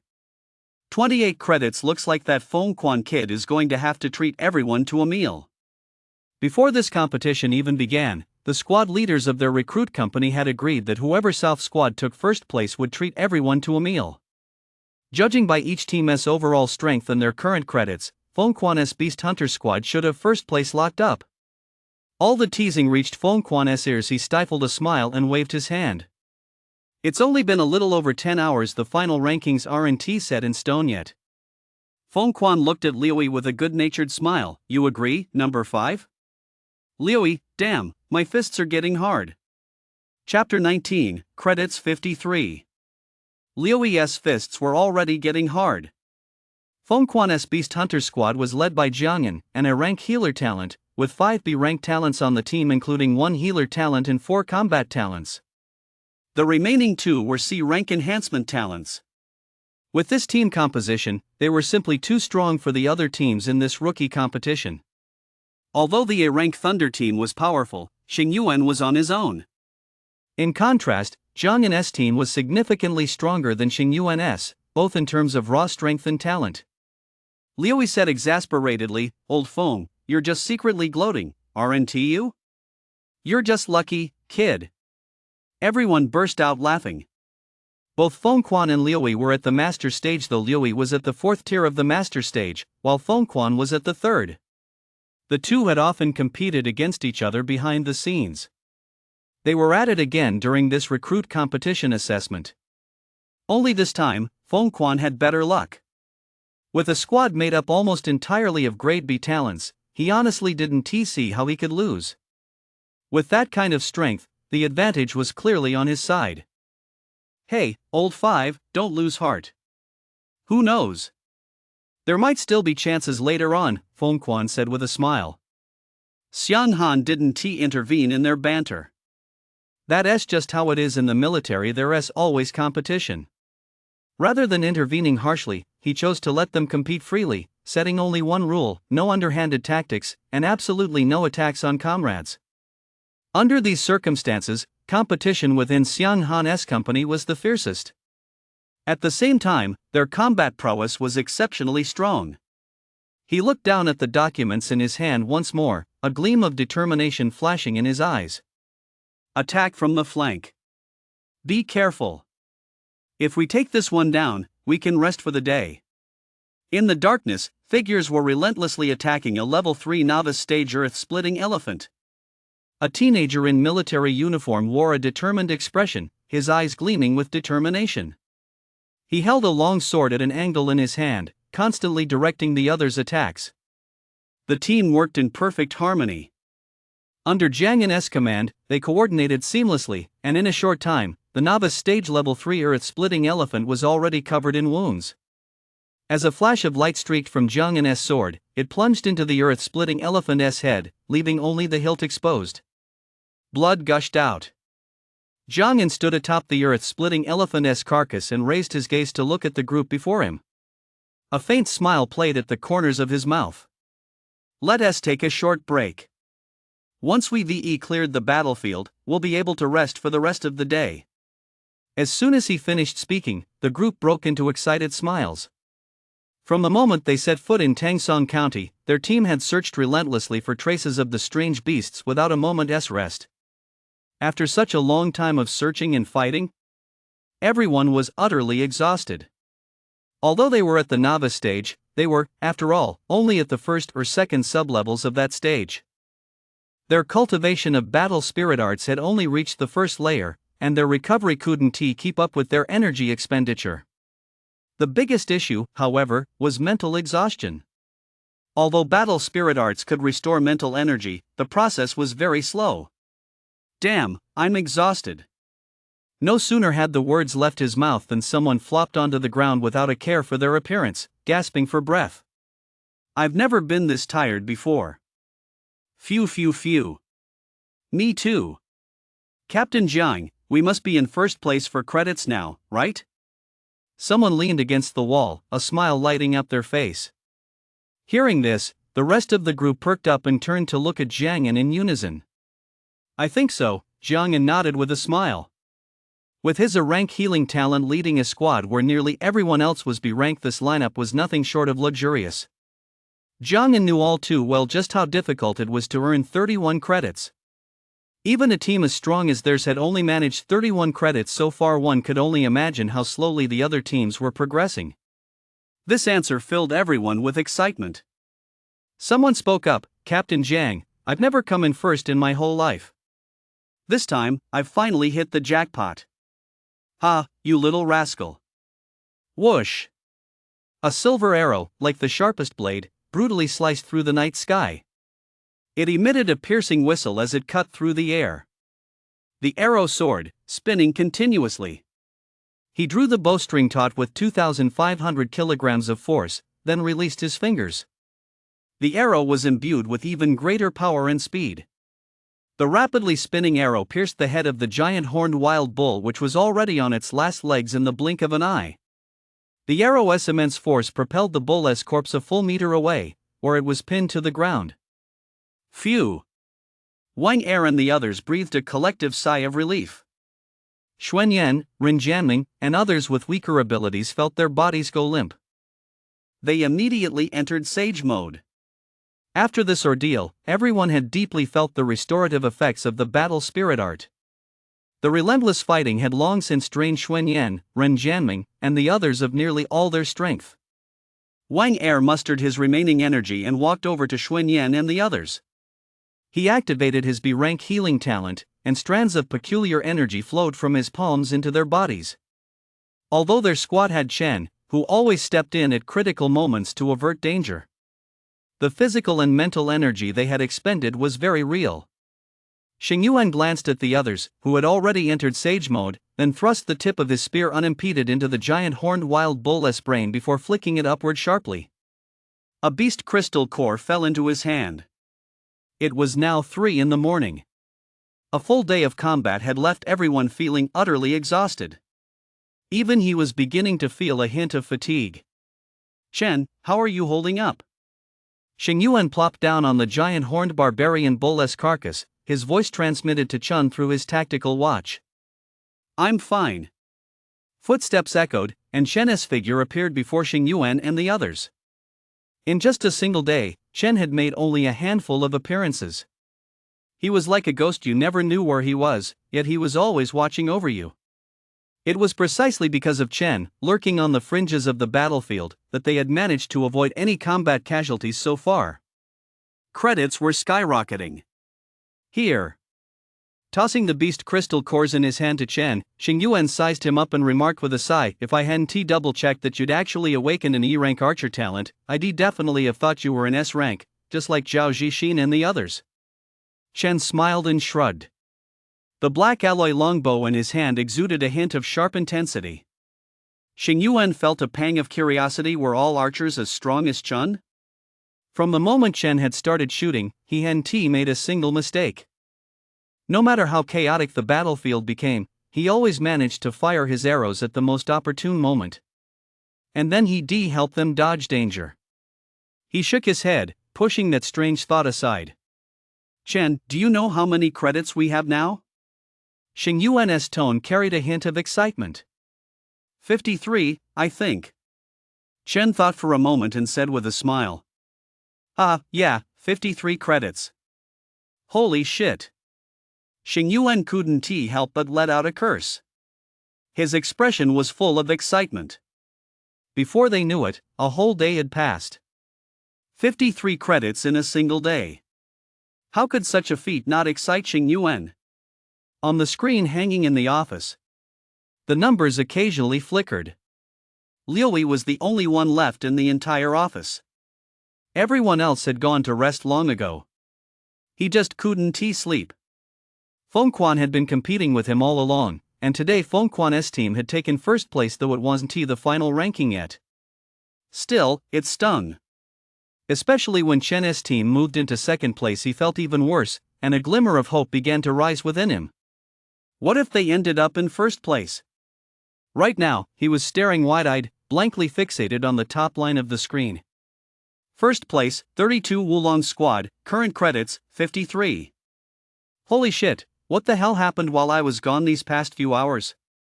Chapter 20, fuck it. Life really is full of surprises. Liuyi swallowed hard, glanced around, rubbed his eyes, and double-checked the numbers on the screen. 53 credits. He felt an overwhelming rush of excitement. The Beast Hunters, currently in second place, had only 31 credits. The gap between the two teams was a full 22 credits. One novice stage level 2 beast is worth 2 credits. That means there was a difference of 11 novice stage level 2 beasts between the two teams. Did these little bastards take some kind of drug? Liuyi couldn't figure out why Chen's team's credits had risen so quickly. At that moment, the members of the Wulong squad were already fast asleep. Inside an abandoned building, 7 people lay casually on the floor. Xuanyan, Ren Jianming, and the others had already drifted off to sleep. But Xingyuan couldn't sleep. He turned his head to look at the figure not far away, holding a long black alloy bow, a look of confusion in his eyes. Chen had volunteered to stand watch, with shifts rotating every 2 hours.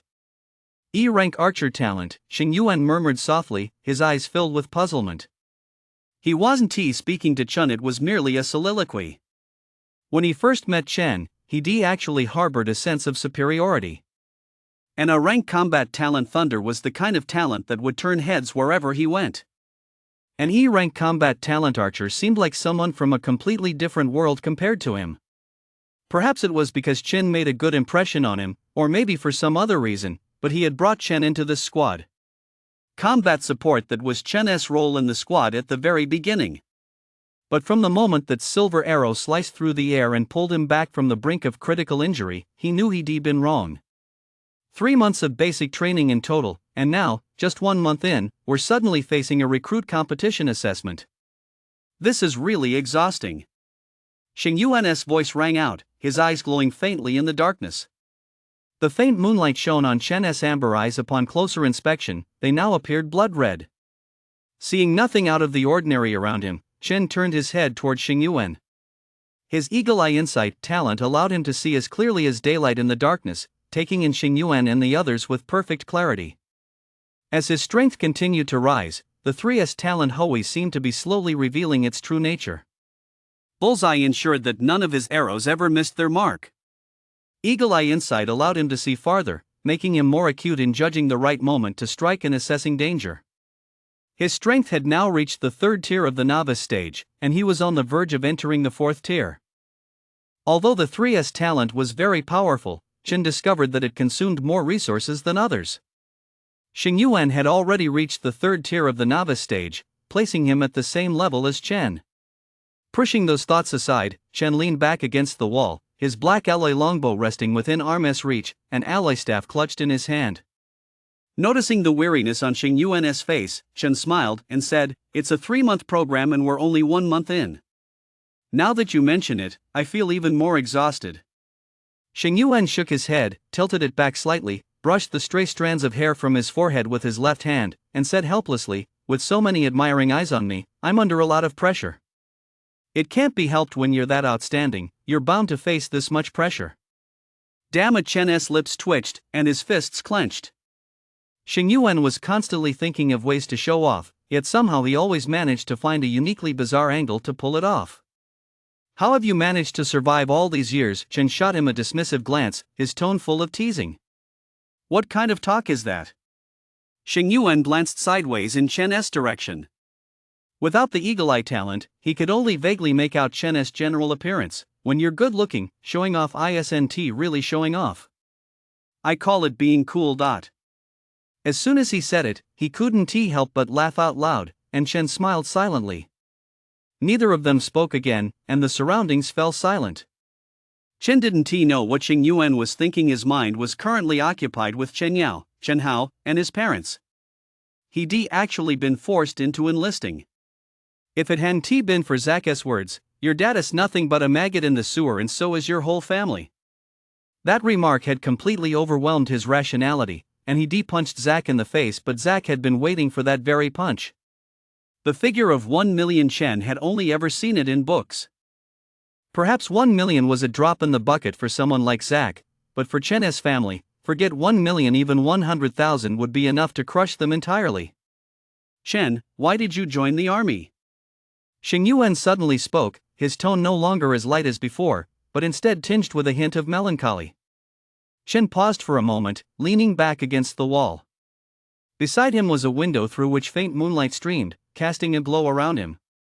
He raised his hand and clenched his fist. A calm voice rang out, "Because being poor and weak is an original sin." Xing Yuan's eyelid twitched as his gaze fell on Chen's position. Though he couldn't make out Chen's face, the words spoken in that calm voice made his whole body tense up. Chen offered no further explanation, merely chuckling softly. "Xing Yuan, do you think I'm right?" Xing Yuan hesitated for a moment, nodding and then shaking his head. "I don't know. Would you like to hear a story?" Before he could answer, Chen's calm voice rang out again. An 18-year-old boy was verbally abused by a group of well-dressed, wealthy boys simply for exchanging a few extra words with a pretty girl. Several of them ganged up on him. He was furious. The rage inside him drowned out the physical pain, so he fought back. One punch, just one punch like that. Chen's voice remained completely unchanging, as if he were recounting a completely unrelated story. That group demanded he pay 1 million in compensation. He refused to accept it after all. It had been nothing more than a defensive reaction, so he went to see the dean and the principal. What he didn't know was just how powerful the forces backing the group that beat him up were. The principal looked at him coldly and said it was all the boy's fault. Expulsion or compensation, it was a difficult choice. So you enlisted in the army? Xing Yuan narrowed his eyes, a hint of suppressed anger in his voice. Yeah, that's exactly why I joined the army. It's not just about striking a deal with that group for compensation, more importantly, I want to get stronger. To me right now, they stand like a towering mountain. Even if I look up and give it my all, I can't see any hope of ever scaling it. They look down on me, they despise me. Being poor and weak is my original sin. Xing Yuan, what do you think I should do? A glint shone in his amber eyes as Chen looked at Xing Yuan, a smile tugging at the corners of his lips. Fuck him. Xing Yuan clenched his fist tightly, the words bursting out from between his teeth. Ha, yeah, fuck him. Chapter 21, I really had no idea. The night passed in silence. After a night's rest, everyone in the Wulong squad was fully recharged. Xuanyan stretched, his gaze falling on the rooftop of another building outside the window. There, a figure stood tall, a silver staff slung around his waist and a black ally bow in hand. What a freakin' E-class talent recovers faster than even my C-class talent, Xuanyan remarked with a sigh as he pulled his gaze back.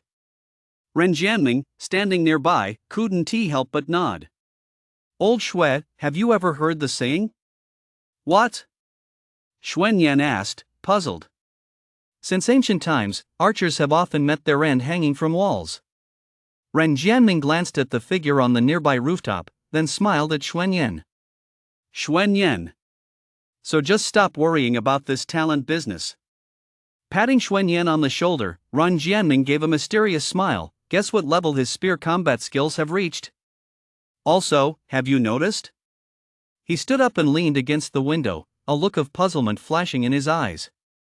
From yesterday to today, Chen has definitely expended more mental energy than we have, yet he is recovering much faster than we are. Ha! Ren Jianming shook his head slightly.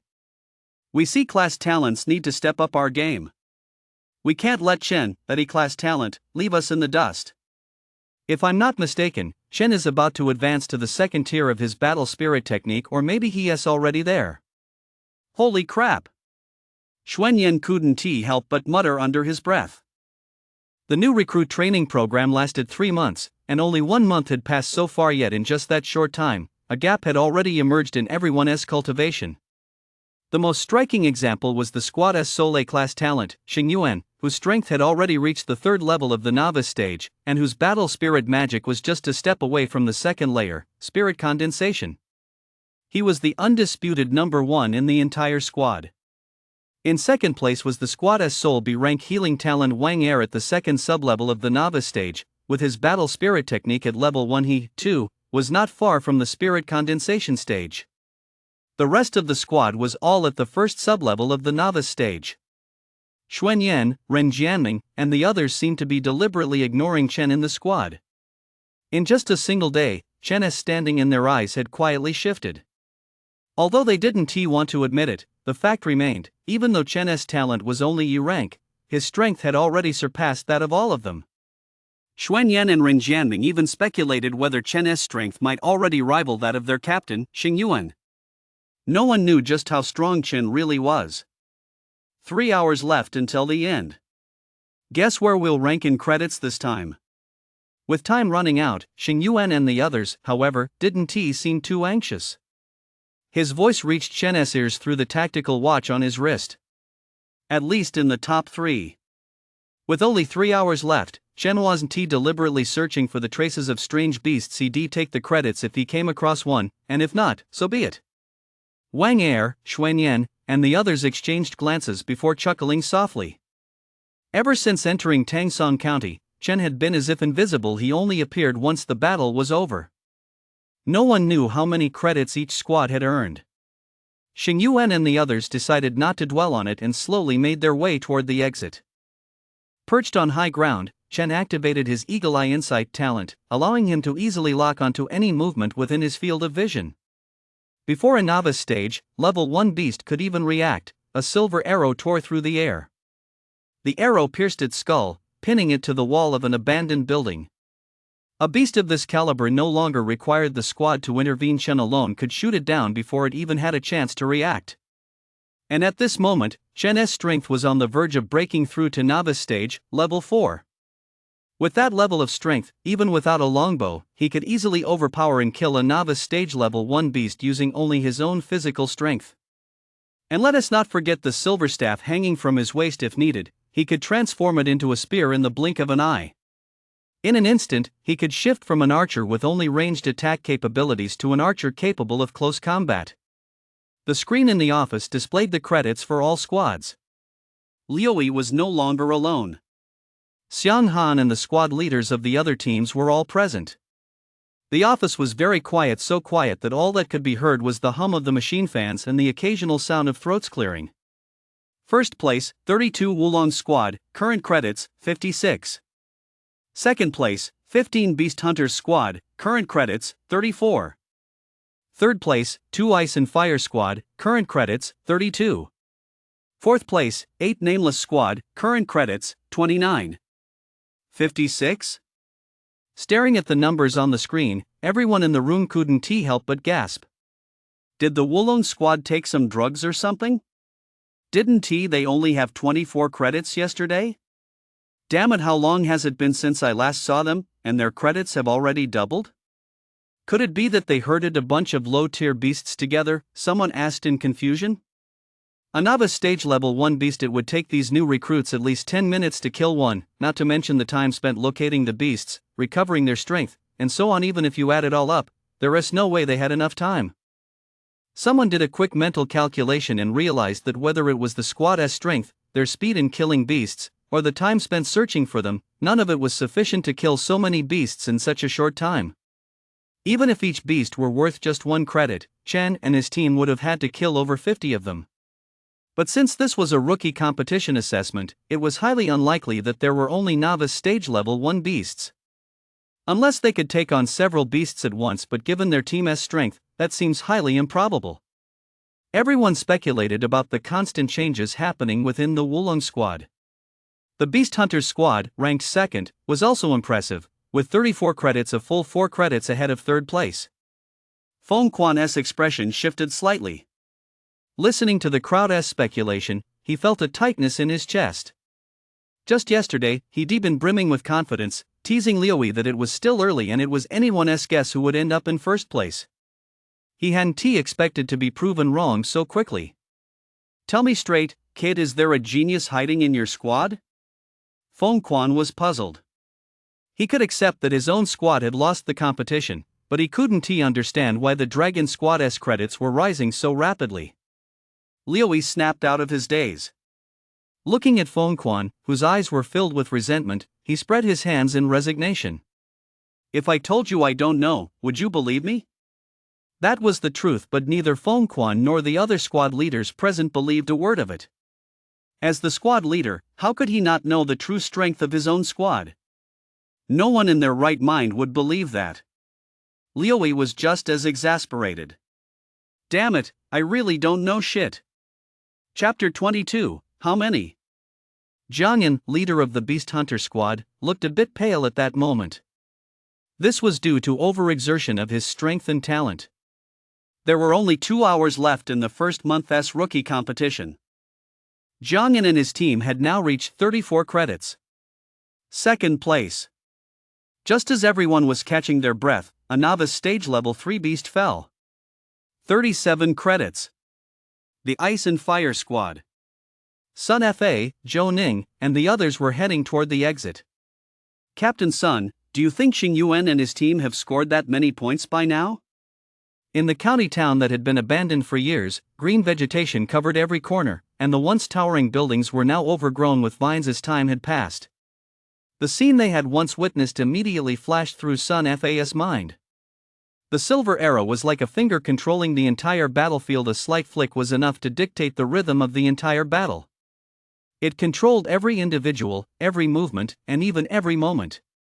Sun Fa and Zhou Ning still couldn't fathom just how powerful a talent had to be to achieve such a terrifying feat. While Xing Yuan and his group battled the beasts, Sun Fa and Zhou Ning, standing on the edge of the battlefield, felt like spectators watching this dangerous performance. And that single silver arrow was the star of this perilous spectacle.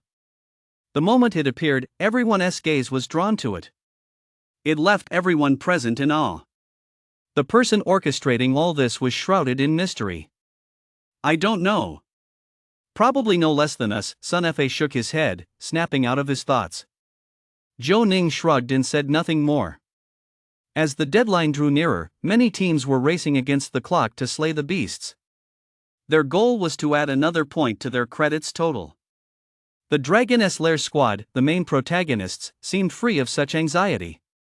Chen had already returned to the squad. The 8-member squad included Xing Yuan, who held his rifle in his right hand, the muzzle angled forward and the stock resting on his left shoulder. His military uniform made him look even more spirited and handsome. Chen cast a sidelong glance at Xing Yuan, who looked like the reincarnation of a charmer, and could only sigh, he was born to be a charmer. Team leader Xing Yuan was the undisputed center of attention, with Wang Er and the others positioned slightly behind him. As a Class B healer talent, he played a crucial role within the squad. Chen, carrying a black alloy longbow, brought up the rear of the squad and appeared utterly unremarkable. Yet whenever anyone in the squad spoke, they would instinctively turn to look at Chen at the back. At the exit. Xian Han and all the squad leaders had been waiting here for quite some time. At that moment, there was still half an hour left until the end of the recruit competition assessment. Xian Han raised his hand to glance at the tactical watch on his wrist and issued the order to end the assessment.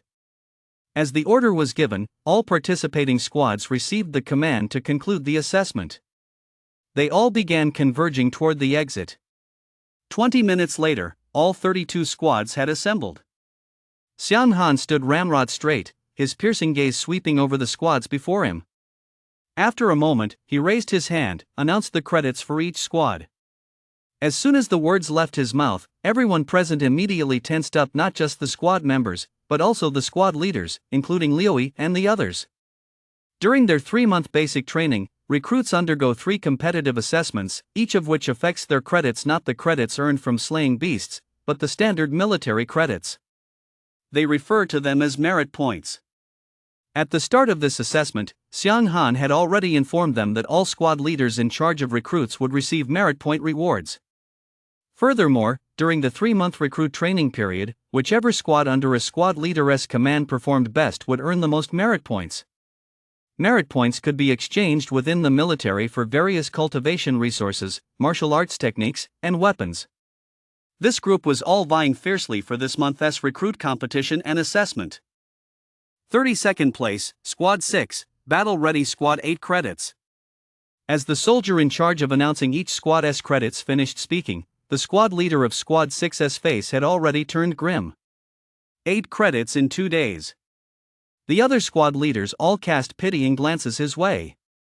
Apart from 1B rank Earth Element talent, everyone under Squad 6's squad leader was either C rank or D rank. Although the Earth Elemental was a combat talent, it wasn't particularly strong. The members of the Skilled Warriors squad knew their performance hadn't been great, but when they heard they'd come in last, all 8 of them froze in shock, their faces flushing red with embarrassment. The announcement of each squad's credits continued. This time, the announcement was made in reverse order. 10th place, Class 1, Sword Squad 15 credits. Hearing their squad's name, the 8 members of Sword Squad broke into smiles and couldn't help but breathe a sigh of relief. At least they hadn't finished near the bottom. They knew full well that this batch of recruits included 7 A-rank talents.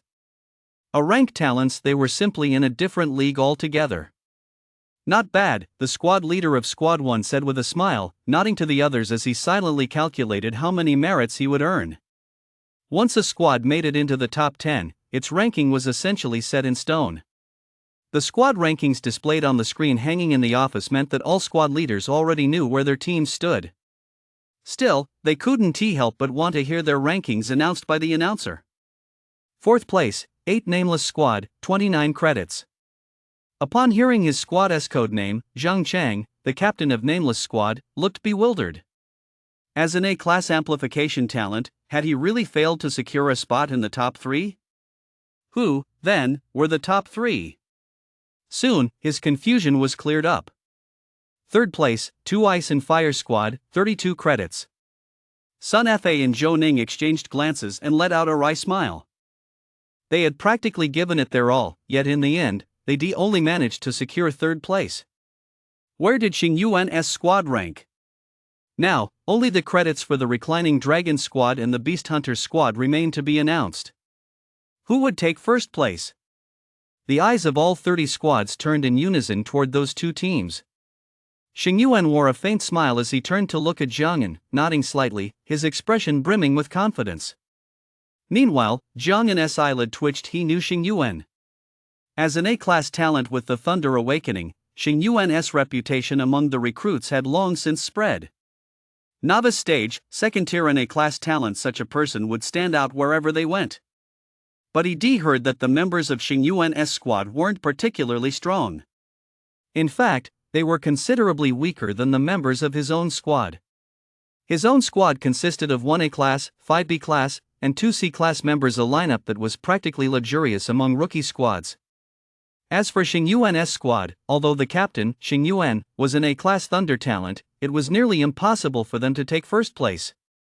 Moreover, as far as he knew, Xing Yuan's squad also included a rookie with an E-class archer talent. E rank. It was even questionable whether they'd broken through to the first tier of the novice stage. With a team this weak, how could they possibly beat him? At that moment, he was brimming with confidence. Second place, 15 Beast Hunters squad, 34 credits. Zhang Yan froze, and the other team members behind him froze in their tracks as well. Was this a mistake? With a team as strong as theirs, how could they not have taken first place? The soldier in charge of announcing the credits ignored Zhang Yan and his team, instead slowly calling out the name of the first place team, the Wulong squad. First place, 32 Wulong squad, credits.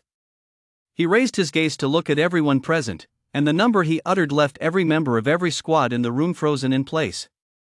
Wulong squad, 56 credits. How many? 56? Upon hearing the credits total for the Wulong squad, everyone participating in the recruit competition assessment turned their gaze in unison toward Xing Yuan and his team. Chapter 23, Picking the Strongest. 56 credits. Hearing this number, everyone stared at the members of the Wulong squad in utter shock. Their wide-eyed stares left nothing to the imagination regarding their astonishment. The Beast Hunters squad, who came in second, had only 34 credits. The Wulong squad had a full 22 credits more than the Beast Hunters squad. Impossible. Zhang Yan was the first to voice his shock.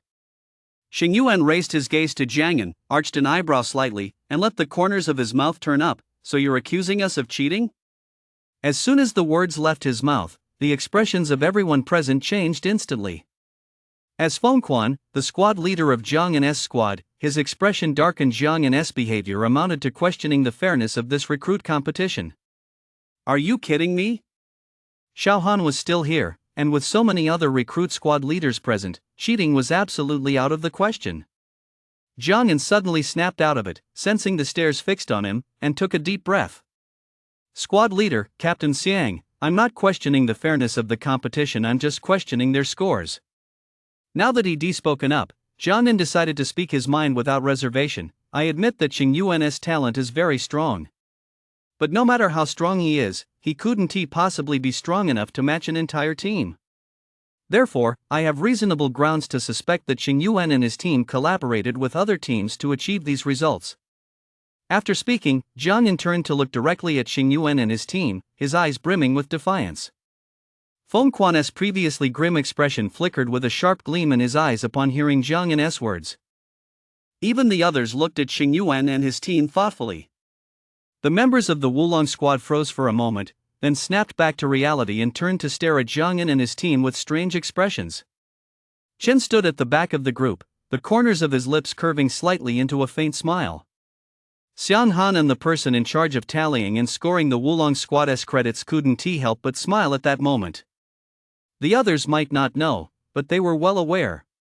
The suspicion that Xing Yuan, Chen, and their team had teamed up with another squad certainly sounded plausible. After all, judging solely by their team's strength, Chen's squad was indeed no match for Zhang and S team. But that was just surface-level strength.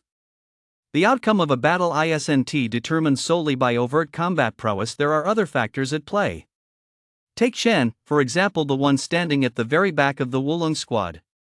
He was the one who would ultimately determine the outcome of this competition. Xiang Han had no doubts because everyone in charge of this competition assessment was under his command. These people had been with him for quite some time, and he understood each of their personalities very well. He was fully confident that this group would never show favoritism toward any side. If such an alliance had actually occurred, he would definitely have known about it. He didn't say anything, but instead cast a casual glance at Chen standing in the crowd, a hint of a smile in his eyes. That kid's hiding his true colors pretty well. Liu was also taken aback. The sudden surge in the Wulong squad's credits left him quite puzzled. Zhang Yan's speculation did indeed sound plausible. But when he followed Xiang Han's gaze, he seemed to realize something. He didn't speak up to argue, but waited for an explanation from Xing Yuan and the others. Sun Fa, Zhou Ning, Ruya, Zhao Zhixin, and the others who had witnessed the dragon squad in action remained silent as one, instead fixing Zhang Yan with strange looks. Zhang Yan, your squad is indeed very strong. But what you don't know is what kind of freak is hiding in Xing Yuan's team. If they hadn't witnessed Chen's skills firsthand, they too would likely be harboring such doubts right now.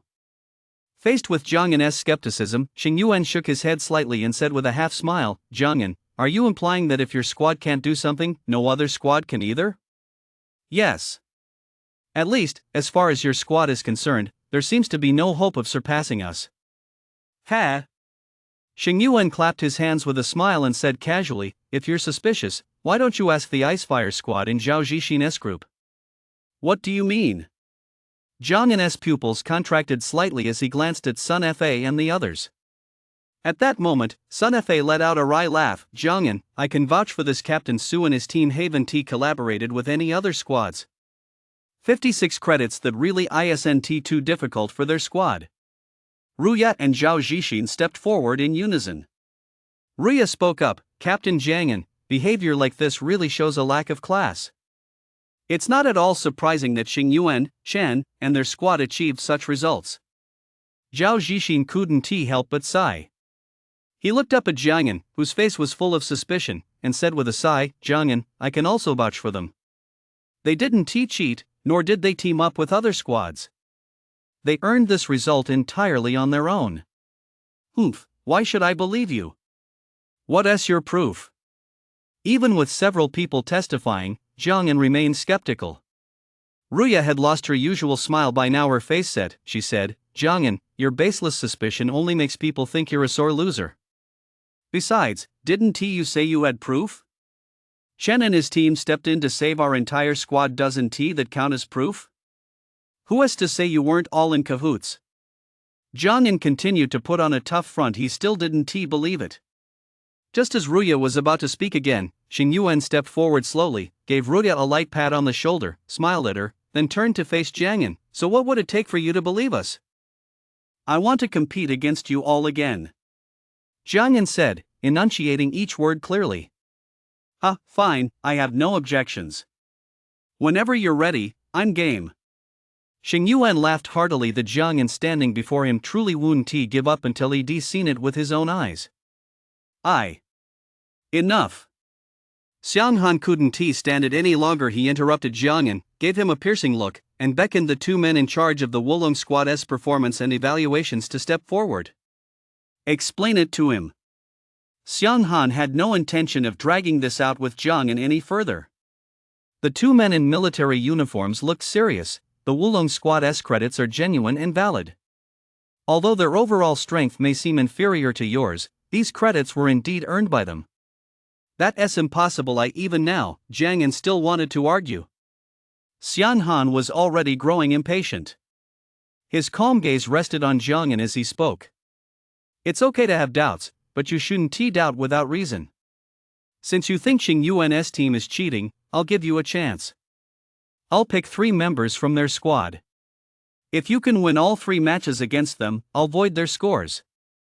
At these words, everyone present froze in unison. Liu paused for a moment, opened his mouth, but ultimately said nothing. They couldn't stand in the way of Xiang Han's decision. Ruya, Sun Fa, and the others who knew the truth all wore pensive expressions upon hearing Xiang Han's words. It seemed they had already guessed something. Jiang Yan glanced at Xing Yuan and the others. All right. I have no objections either. Naturally, Xing Yuan and his team had no objections. With neither side objecting, Xiang Han smiled and raised his hand to point out 3 people. Xing Yuan, Wang Yi, Chen. When the first 2 stepped forward, Jiang Yan's expression didn't change much. He had already anticipated that these 2 would be chosen. They were the strongest members of the Wulong squad. But when he saw Chen, he couldn't help but speak up. Company commander, I request a replacement. Why? Xiang Han asked with a smile. He is too weak. An E-rank archer talent, he is no match for me. I don't want to bully anyone. Xing Yuan. Wang Yi. Sun Fa, Zhou Ning. Ruya, Zhao Zhixin. You've picked the wrong person, you silly kid. Xing Yuan and the others may be strong, but Chen is the strongest of them all. Holy crap. Chapter 24, Oh my, Chen's strength is actually nothing special. Chen glanced up at Jiang Yan, smiled, and said nothing. Xing Yuan and the others were on the verge of bursting out laughing. As an A-rank healer talent, Jiang Yan was indeed stronger than them. On the surface, Chen did indeed appear to be an E-rank archer talent. Anyone could see the gap between the 2 of them. It was completely impossible for Chen to defeat Jiang Yan, unless he wasn't actually an E-rank archer talent. Xiang Han glanced at Jiang Yan, then turned to Chen with a smile. Chen, what do you think? Chen shrugged, I don't care. Jiang Yan raised an eyebrow, his expression serious. Chen, I'm an A-rank talent. Even though I'm just a healer talent, I'm still stronger than you. You're no match for me. Even if you're great with a longbow, once I close in on you, you still won't stand a chance. No problem. I know a thing or 2 about spearfighting, Chen Xiu said with a smile as he pulled the silver staff hanging from his waist. With a slight grip, the staff suddenly transformed into a long silver spear. Since Chen had spoken, Jiang Yan said no more. He nodded to Xiang Han. Captain Xiang, let us begin. Xiang Han nodded and waved his hand. The crowd quickly dispersed, leaving Jiang Yan and the others ample space to demonstrate their skills. As the crowd retreated, only Xing Yuan, Wang Yi, Chen, and Jiang Yan remained. Chen, are you any good with a spear? Xing Yuan and Wang Yi looked at Chen and asked with concern. He hadn't chosen his greatest strength, the longbow, but had opted for the spear instead. Chen was, of course, confident. The martial skill he deselected from the logistics department wasn't particularly advanced. It was merely a first-grade spear technique. Chasing wind spear. Martial skills are classified into first grade, second grade, and so on. Proficiency in a martial skill is divided into 11 levels. The first 5 levels are initial practice, proficiency, mastery, minor achievement, and agility. The levels beyond that were beyond Chen's current reach. After all, he had only just entered the mastery realm. While his proficiency with martial arts might not match Jiang Yan's, he possessed a talent skill that Jiang Yan lacked. Eagle eye insight. This talent skill not only allowed him to spot enemies from farther away but also enabled him to precisely seize every opportunity. This is why he can control the battlefield even from hundreds of meters away. I suppose it's not too bad, Chen replied with a smile. Xing Yuan and Wang Yi both nodded slightly, exchanged a glance, and said, You go last. Wang Yi and I will test him first. No need. I've been practicing my spear technique for so long without ever using it. Today is the perfect opportunity to give it a try. How about that? Chen shook his head, declining their offer, and stepped forward slowly. Without his familiar longbow, Chen gripped his silver spear, a faint fighting spirit emanating from his calm eyes. Chen stepped forward first, and Jiang Yan wasted no more words. In his hand was a long alloy sword with a razor-sharp blade. It glinted coldly. Be careful I don't hold back. Go ahead. Without further ado, both men moved simultaneously. Zhang Yan stomped his foot hard and swung his long sword. A silver flash cut through the air as a fierce blade aura surged toward Chen. The blade aura sliced through the air with a hissing sound. Chen's eyes remained calm as his fingers clenched instantly, and his spear swept out horizontally. The longer the weapon, the greater its power. The spear tip sliced through the air and collided with the broadsword in an instant. With a clang, sparks flew in all directions. Zhang Yan's pupils contracted sharply, a flicker of shock crossing his face. What immense power! From that single collision, the immense force transmitted through the broadsword left his palm numb. Chen let out a faint smile. With a nimble sidestep, the silver spear in his hand darted toward Zhang Yan like a serpent, striking at an impossible angle. Zhang Yan's reaction was equally swift. He swung his long sword horizontally to block Chen's silver spear. This time, he didn't retreat. Instead, he took half a step back with his right foot to steady himself. A fierce aura erupted from his eyes as the blade sliced across the spear's shaft. Sparks flew as he lunged forward. Though his long sword was sharp, Chen's spear was considerably longer. Unless he closed the distance between them, he simply couldn't strike Chen. Chen watched Zhang Yan's movements. The corner of his mouth curled slightly as he twisted his waist sharply and instantly exerted force on the spear's hilt. The spear shaft instantly bent into an arc, sending a wave of panic through Zhang Yan. At that moment, he was only 3 steps away from Chen. Should he pull back? Or press forward? Before he could think further, the spear shaft snapped back into a straight line. Whoosh! A muffled sound cut through the air, sending a chill down Zhang Yan's spine. The long sword instantly blocked the attack at his side. Boom! As if struck by a colossal force, Zhang Yan's entire body was instantly hurled 3 meters away. Just moments ago, waves of immense power had surged through the silver spear, leaving half his body slightly numb. Impossible! He was utterly horrified. He never would have imagined that Chen's spear technique had already reached the mastery realm. It was on par with his own sword technique. Chen did not strike again, but waited for Zhang Yan to recover. Zhang Yan refused to back down, and as one attacked and the other defended, they exchanged several moves in an instant.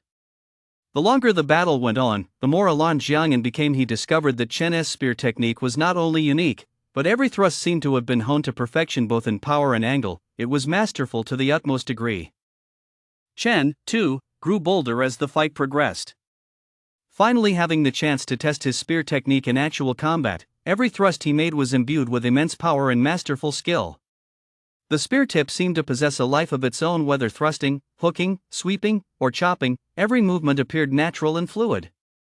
For a moment, the entire training ground was filled only with the clang of blade and spear colliding and the sound of their rapid footsteps. Everyone around them was captivated by this thrilling duel, watching intently. A few minutes later, Zhang Yan suddenly felt a jolt in the long sword he held, followed immediately by a tremendous force.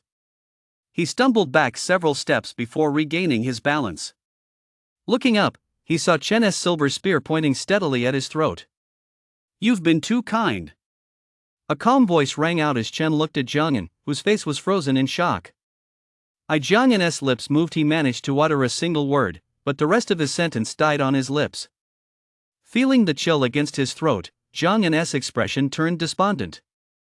"I lost." Those 3 words seemed to drain every ounce of strength from his body. Zhang Yan, an A-rank talent, had lost to Chen, an E-rank talent. When they witnessed this scene, everyone present froze in their tracks. Gulp! Holy shit, is that really an E-rank talent? Are you kidding me? Zhang Yan must be been holding back. Chen's just an E-rank talent. An E-rank archer talent who ditched the longbow for a spear, and beat A-rank talent Zhang Yan head-on. Is this world going crazy? Can someone tell me, is Chen really an E-rank archer talent? Zhang Yan's defeat came quickly. The whole thing lasted no more than a minute or two. This outcome shocked everyone. Even Xing Yuan and Wang Er were left speechless by the result. No one had expected it to turn out this way. Should we continue? Xiang Han's voice rang out. Zhang Yan gave a wry smile and shook his head dejectedly. He couldn't even beat Chen. He certainly stood no chance against Xing Yuan, an A-rank talent. In the wake of his defeat, Jiang Yan had begun to thoroughly doubt himself. Was he really that weak? Alright then, let us call it a day. Xiang Han waved his hand, and the crowd dispersed. Chen, stay behind. Do you feel like a total failure? Xing Yuan caught up with Jiang Yan and said with a smile. Jiang Yan glanced at Xing Yuan but said nothing. Oh, it's fine. Just keep working hard. Chen's actually not that great in our squad. I could beat him anytime I want. Xing Yuan was the kind of guy who'd die if he didn't show off. Wang Er listened to Xing Yuan's bragging and was at a loss for words. At the same time, he felt a deep sympathy for Jiang Yan. Poor kid. Xing Yuan was indeed very strong, but if he were to go one-on-one with Chen and let Chen pull ahead, perhaps Xing Yuan would be the one getting crushed.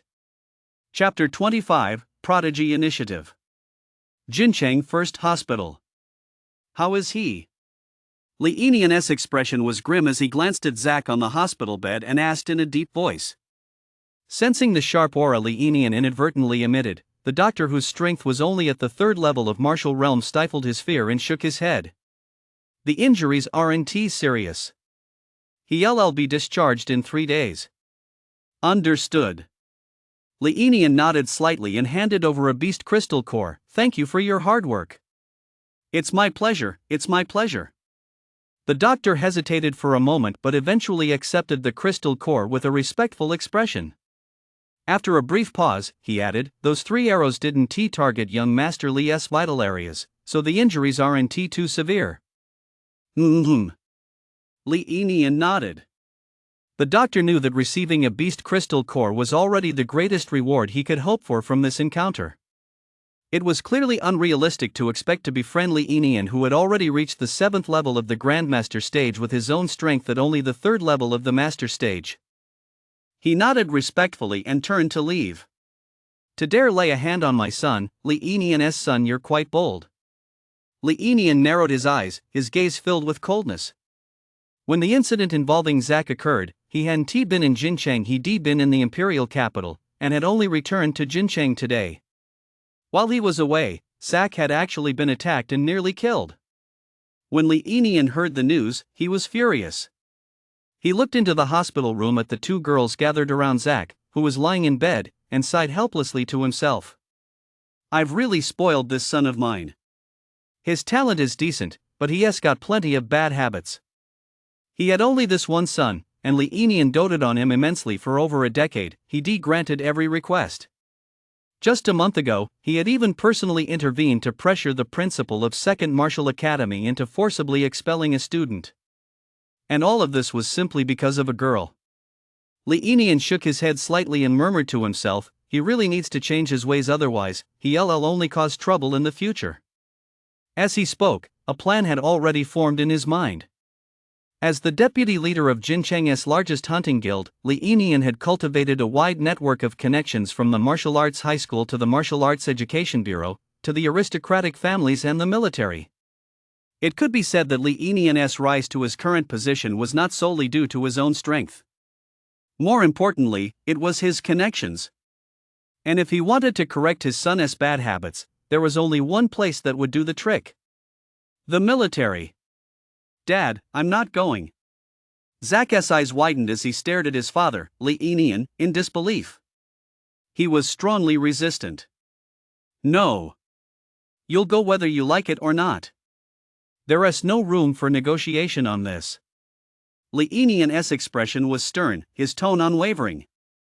After this incident, Li Yinian had finally steeled his resolve to put an end to Zack's bad habits once and for all.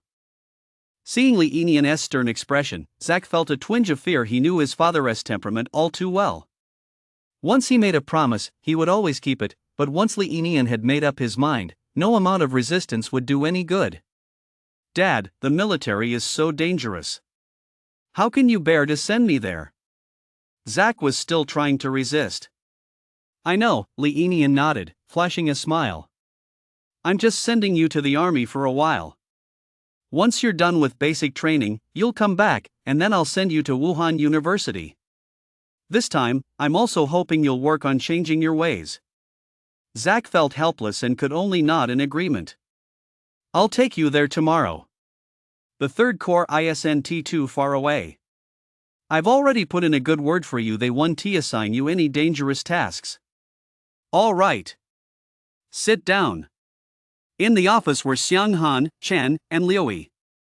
Chen sat down and looked at Liuyi with a puzzled expression. Liuyi shook his head. He didn't know why Xianghan had kept Chen there either. Xianghan lit a cigarette and stared at Chen, lost in his own thoughts.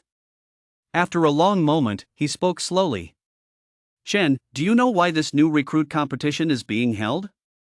No. Chen shook his head. How could he possibly know something like that? Of the three of them, Xianghan was likely the only one who knew the specific reason.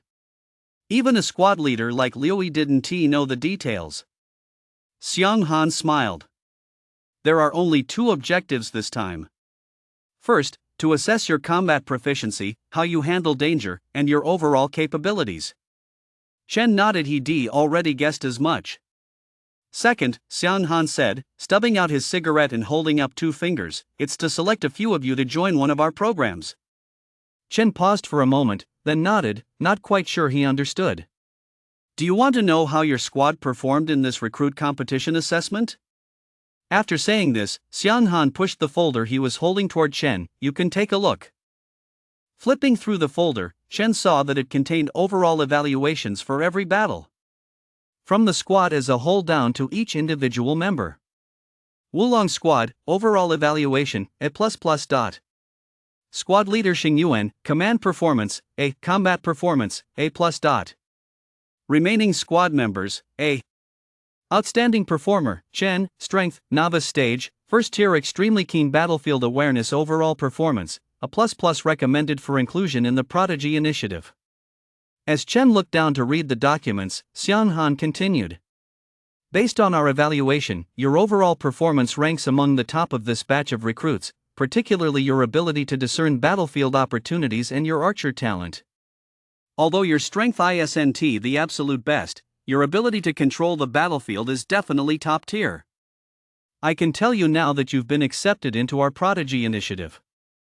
At this point, Xianghan paused, then asked with a smile, would you be interested in finding a mentor?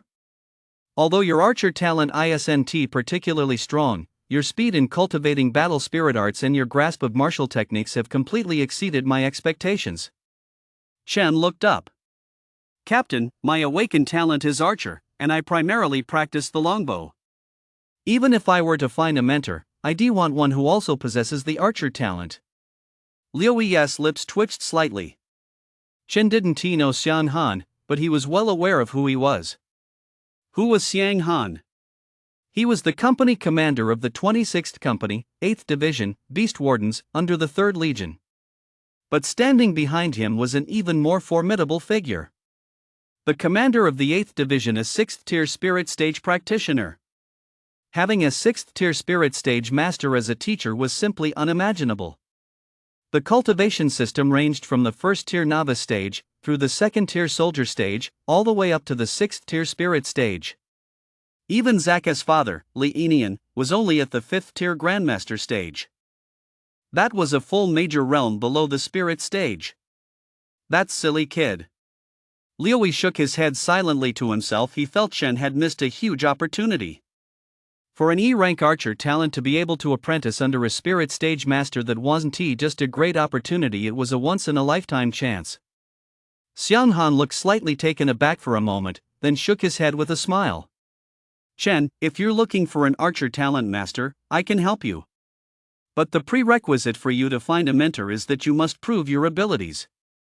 Many people think that awakening an archer talent means you can only serve as a combat support role, but is that really the case? After a pause, he continued, every talent has varying levels of strength. If it's an ordinary archer talent, then yes, it's true that you can only serve as combat support. But when a talent reaches a certain level of power, as your strength increases, the abilities of your awakened talent will also grow increasingly powerful. Moreover, a talent alone does not determine a person's ultimate strength. Since you want to find a mentor for your archer talent, I can help you. But as I said before, the prerequisite is that you prove yourself. Work hard over the next 2 months. Once basic training is over, all of you will be sent to that place. Xiang Han's words made a lot clear. First, he knew powerful people and exceptionally powerful ones at that. Second, once basic training ended, Chen and the others who had been selected for the Prodigy Initiative would be transferred to another location. After hearing Xiang Han's words, Chen nodded. He thought for a moment, then asked, "Company Commander, may I ask where we'll be transferred after this is over?" Xiang Han gave a mysterious smile. "If you were still attending martial arts high school, what would you do next?" Chen's heart skipped a beat. He looked at Xiang Han in surprise and replied, "I'd take the entrance exam for martial arts university." Xiang Han nodded. "So you know where you're going?" Chapter 26, Zach. My son has way too many bad habits. The main reason I sent him here this time is to have the military help him turn them around. Li Yinian chatted with Yang Guang, who was dressed in military uniform, with a smile. He glanced at Zach, who was sitting idly nearby, and couldn't help but feel a bit of a headache coming on. He'd been attacked and didn't even know who did it. His son was truly beyond help. "Ha, old Li, you've always doted on your son. Are you really willing to send him to the military this time?" Yang Guang, dressed in his military uniform, puffed on a cigarette and teased with a smile. Li Yinian shook his head helplessly. "I've spoiled this kid rotten. A while back, he forced a student to drop out over a girl. I wasn't going to agree at first, but I couldn't resist his crying, tantrums, and threats of suicide. But who would have thought that while I was away for just a short while, he'd be attacked and killed?" "Attacked and killed?"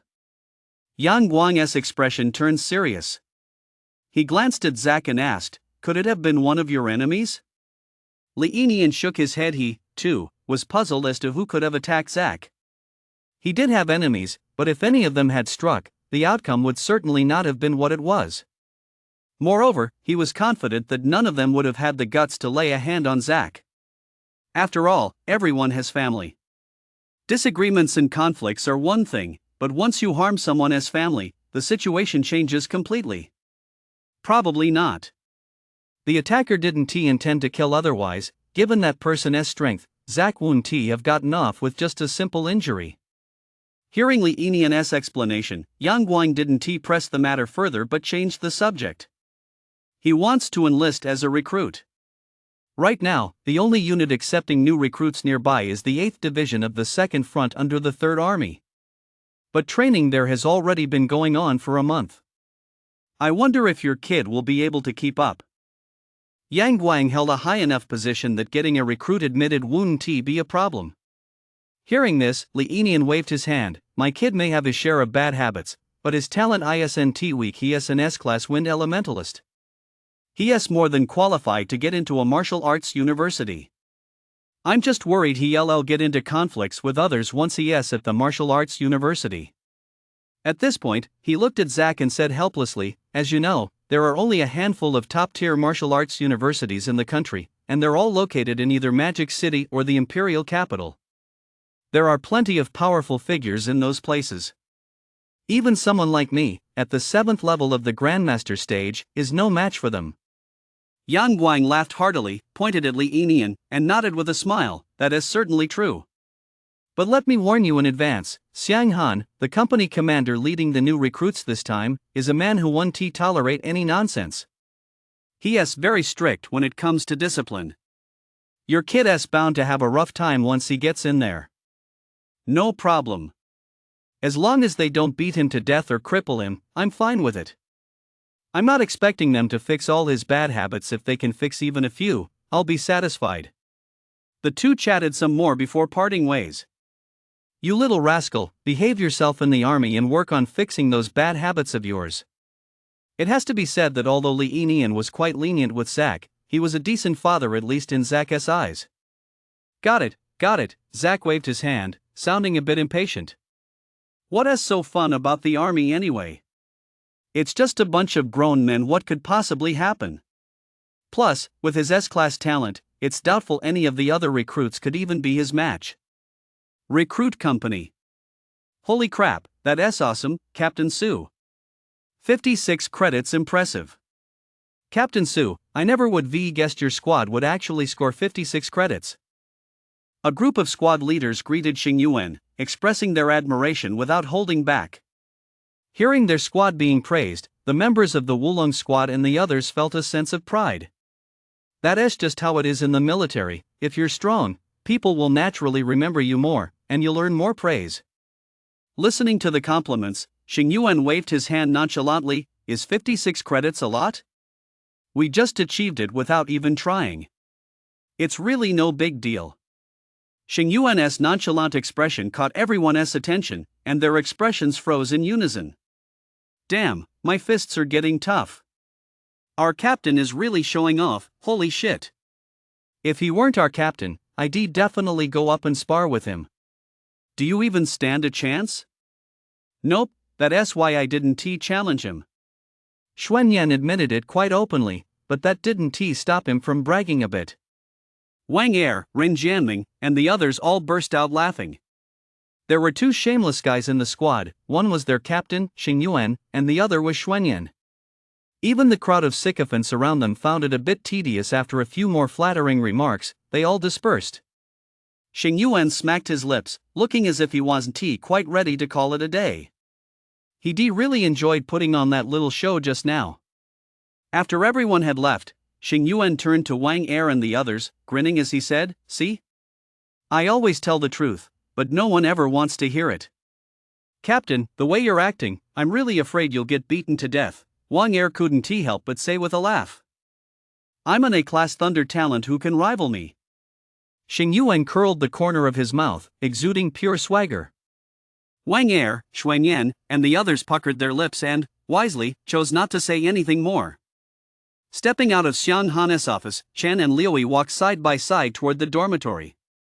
On the way, Liuyi turned his head toward Chen and sighed softly. "Chen, you just missed a huge opportunity." "Huh?" Chen looked puzzled. Liuyi explained, "You might not be fully aware of Captain Xiang's background. When he said he'd introduce you to a teacher, that person is definitely no pushover at the very least. They're at the Grandmaster stage, or maybe even the Spirit stage. That is something so many people would kill for, and yet you actually turned it down." Liuyi felt a bit of regret over the choice Chen had made. Chen didn't feel anything about it. Ever since he hadn't been treated fairly at school, he'd known this all too well. Only his own strength was what truly mattered. A Spirit stage mentor might sound impressive, but in the end, that power won't be his own. There's nothing to regret, squad leader. Relying on others is no substitute for relying on yourself, Chen said with a smile, his tone calm and his expression composed. There was not a trace of regret at having turned down the chance to have a Spirit stage mentor. "Ha, you're taking it in stride, aren't you?" Liuyi laughed heartily and patted Chen on the shoulder. "But your squad's performance this time really blew me away. Didn't you see how surprised those new recruit squad leaders looked? Just thinking about it makes me feel great." After a brief pause, he added, "I'll let you in on a little inside scoop. It's not exactly classified." Chen turned his head, looking puzzled. "There will be rewards for this recruit competition assessment. They'll probably be handed out tomorrow, and you'll get yours then. Merit points. You can use merit points at the logistics office to exchange for cultivation resources, martial arts techniques, weapons." This news made Chen feel a surge of excitement. He was currently at the third level of the novice stage, not far from the fourth. If he could get his hands on cultivation resources, his cultivation speed would increase significantly. His battle spirit art had already broken through to the second layer of the spirit condensation realm. Xiang Han's office. Yang Guang appeared with Zack in tow. After briefly explaining the situation, Xiang Han looked up and sized Zack up. He nodded expressionlessly. With a spirit stage cultivator behind him, he wasn't afraid of Yang Guang. The only reason he nodded in agreement was because Zack before him was an S-class wind elementalist. There were no S-class talents among this batch of recruits yet. He was a promising prospect, though. Chapter 27, Farewell, Zack. As dawn broke, the assembly call rang out once more. After a month, everyone had grown accustomed to this schedule. Chen and the others opened their eyes the moment they heard the assembly call. After a quick wash, everyone arrived at the assembly point on time. Xian Han and the squad leaders were already waiting for them. Xian Han scanned the group, then spoke slowly. The progress of the first month's recruit competition assessments has been generally good. Some squads have performed exceptionally well: the Icefire Squad, the Beast Hunter Squad, and the Crouching Dragon Squad. The top 3 squads have performed quite well overall. After a month of working together, you've all gotten to know each other quite well. Over the next 2 months, a variety of training exercises and assessments await you. At this point, Xiang Han paused and let a faint smile cross his face. The competition assessments are designed with a specific purpose in mind. Since it's a competition, there are certainly rewards. Each squad starts with 10 merit credits. From 10th to 4th place, each squad receives an additional 20 merit credits. The top 3 squads each receive an additional 30 merit credits, with each member earning 3 merit credits. The first place squad receives an additional 50 merit credits, with each member earning 10 more merit credits. I hope you'll earn even more merit credits in the upcoming assessments. Xian Han's gaze lingered briefly on Chen. He gave him a slight nod before turning and walking away. 10 merit credits per squad, plus an extra 50 for coming in first. That's 10 merit credits per person. Doesn't that mean each of us will have over a dozen merit credits? Xuanyan said excitedly, his face beaming with enthusiasm. Earning merit credits isn't exactly easy, but it's certainly not difficult either. It's just that, since they're still in basic training, they can't take on missions or go to the front lines, which means they have virtually no way to earn merit credits. What they hadn't expected, however, was that they'd earn so many credits from the first month's recruit competition. Merit credits are quite valuable in the military. They're equivalent to money on the outside and in some ways, even more valuable. Every single merit point is earned by slaying beasts. Suddenly coming into so many credits, everyone in the squad was itching to spend them. Xuanyan, Ren Jianming, and the others were already discussing what to exchange these credits for. Xingyuan stood to one side, hands clasped behind his back, posture ramrod straight, casting a sidelong glance at the group. He snorted derisively, "Look at you lot, such country bumpkins. You're this excited over a dozen or so credits?" Wang Er and the others chuckled, knowing Xingyuan was just showing off, so they simply ignored him. Chen smiled but said nothing. In his mind, he was thinking about how to allocate his credits. He planned to exchange some for cultivation resources, but he didn't intend to spend them all on that. He wanted to sell some merit credits. As far as he knew, trading merit credits was permitted within the military. "Chen, what are you planning to exchange for?" Seeing no one paying attention to his showboating, Xingyuan sighed inwardly. What a bunch of clueless people. He decided to ask Chen instead. Chen hesitated for a moment before saying, "I'll trade 10 credits for some cultivation resources, and I plan to sell the rest." Sell them? Upon hearing this, the squad members all turned to look at him. Xuanyan's eyes widened in disbelief. "You're going to sell credits?" Xingyuan furrowed his brow, then, as if a thought occurred to him, said, "Chen, while I understand where you're coming from, I still don't recommend selling your credits. You've already earned this many merit credits in just the first month of the rookie competition. You're bound to earn even more over the remaining 2 months. You'd better focus on improving your strength for now. Merit credits are hard to come by for us right now." As they were talking, Ruya, who was not far away, spotted them and walked over. Hearing what they were saying, he couldn't help but ask, "Chen, why are you thinking of selling your credits? Credits aren't cheap, but they're very valuable right now." Everyone chimed in to try to talk him out of it. Chen heard every word of their sincere pleas and was deeply moved.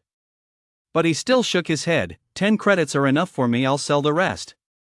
The others could only shake their heads with a wry smile, resigned to the situation. Xingyuan and Ruya exchanged glances, and Ruya spoke up, "Chen, how about this? Since you're going to sell them, why not sell them to me? I've heard that a single merit credit sells for 1,000.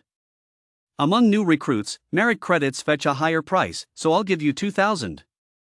Chen didn't hesitate, he simply nodded in agreement. "All right. Liu witnessed this scene but didn't say a word to dissuade him. This was Chen's own business, there was no need for him to intervene. Besides, given Chen's formidable ability to control the battlefield, earning merit credits wouldn't be too difficult. At the logistics office, Chen picked up his merit card.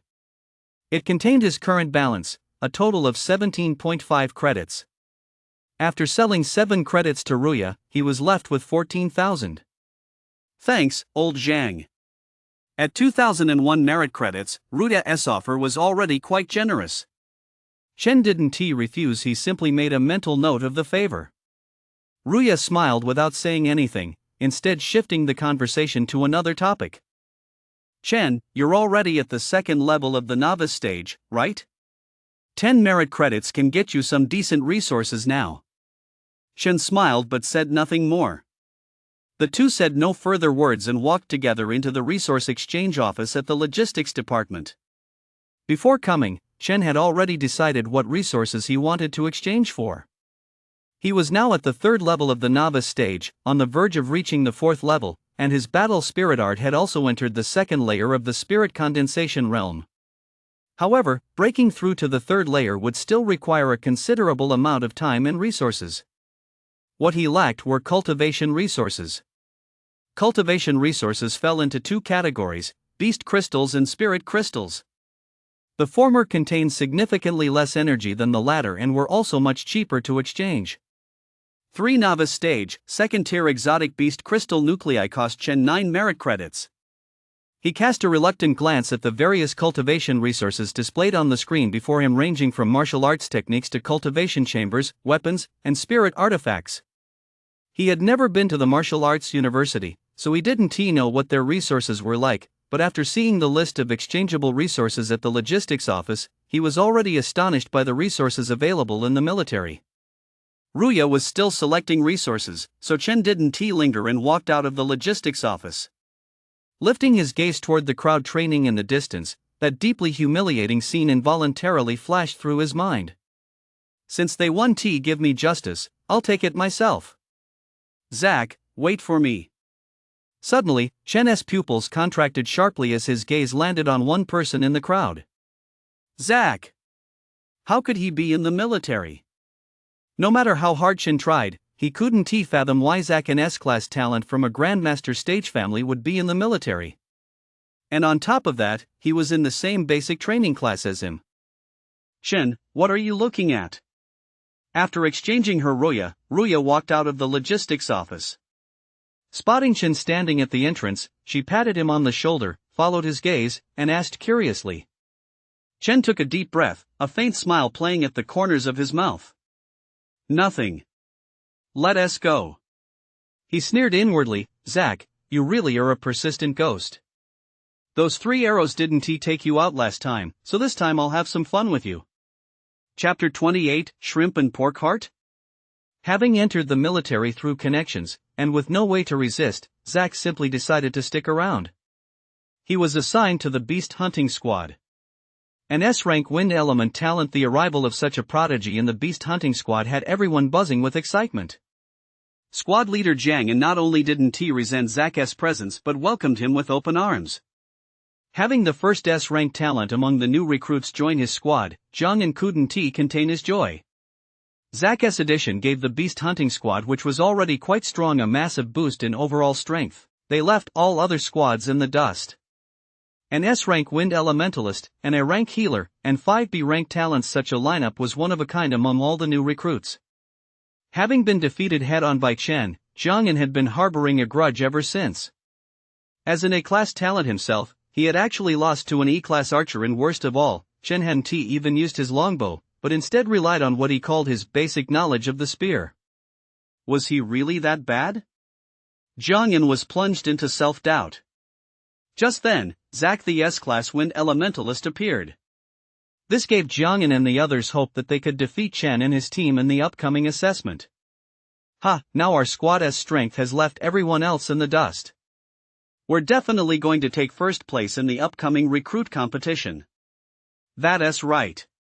With our captain A-rank healer talent and Zach S-rank wind element, I just don't believe we can't beat the Wulong squad. Everyone was thrilled. Losing to Chen and his team had been a blow to their pride. On top of that, seeing the merit credits they earned this time had them seething with envy. Jiangyan smiled. With Zack on their team, they were certain to win the next competition. Brother Zack, let us join forces for the next competition. Assessment will definitely defeat the Wulong squad. Jiangyan was very friendly toward Zack. Facing Zack, an S-class talent, he naturally didn't put on any captain-s airs. Zack narrowed his eyes slightly and said with a smile, "That is for sure." "But this Wulong squad you're talking about, are they really that strong?" He had been added to the rookie group at the last minute and hadn't participated in the previous rookie competition, so naturally, he wasn't aware of what had happened before. Someone spoke up to explain, "The Wulong squad is very strong. They scored 56 credits in this rookie competition, while we only got 34 credits in total. Humph, that bunch must have cheated. With a lineup like ours, we only got 34 credits. How could they possibly have gotten 56 credits without cheating? Plus, they've got an E-rank archer dragging them down. Who would believe that's not cheating?" Within the squad, some still refused to believe that the Wulong squad could have earned 56 credits on their own. Every word was laced with contempt for the members of the Wulong squad, especially Chen, the E-rank archer talent. Jiangyan's face turned grim. If the E-rank talent the squad members were talking about was a liability, then as an A-rank talent who lost to that E-rank archer talent, didn't that mean he was actually worse than a liability? Damn it! Zack listened to the chaotic chatter and finally pieced it all together after a while.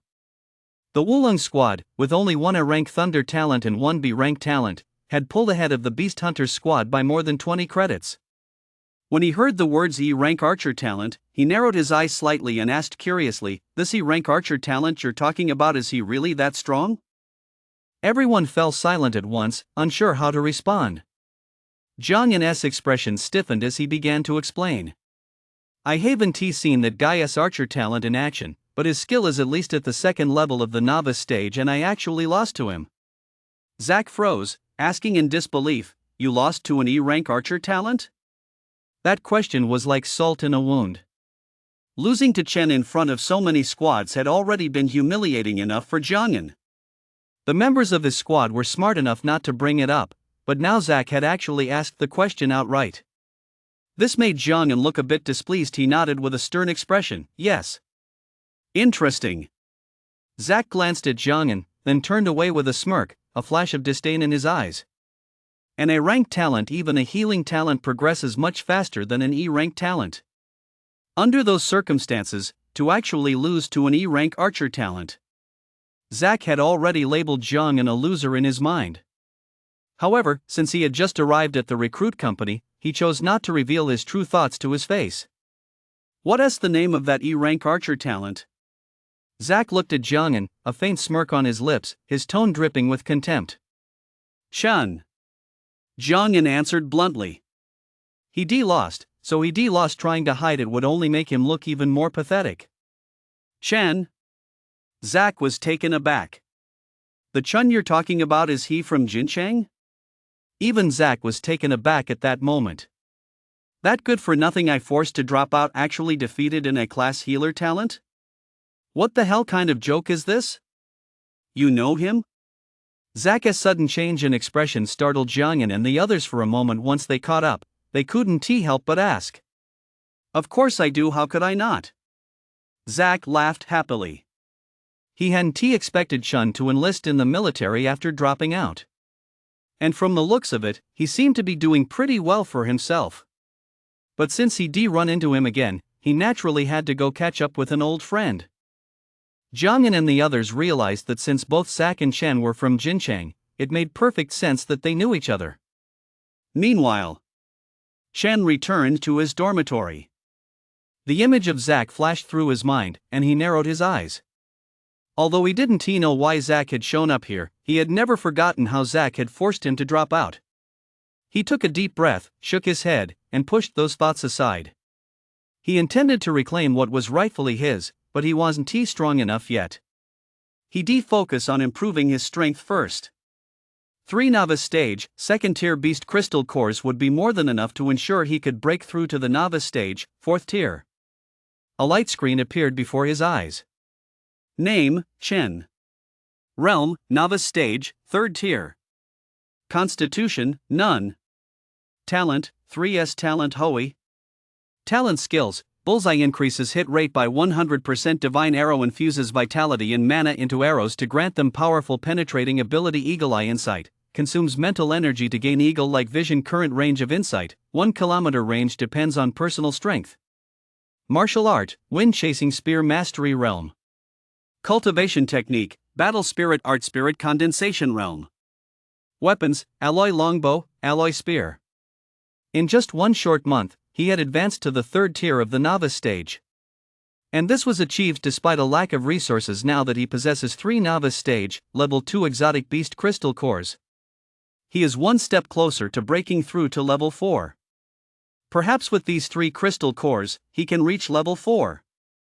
Novice stage, level 4, vitality 80, burst strength of 2,500 3,000 kilograms per punch. Speed, 35 per second. Chapter 29, Who are you calling a good for nothing?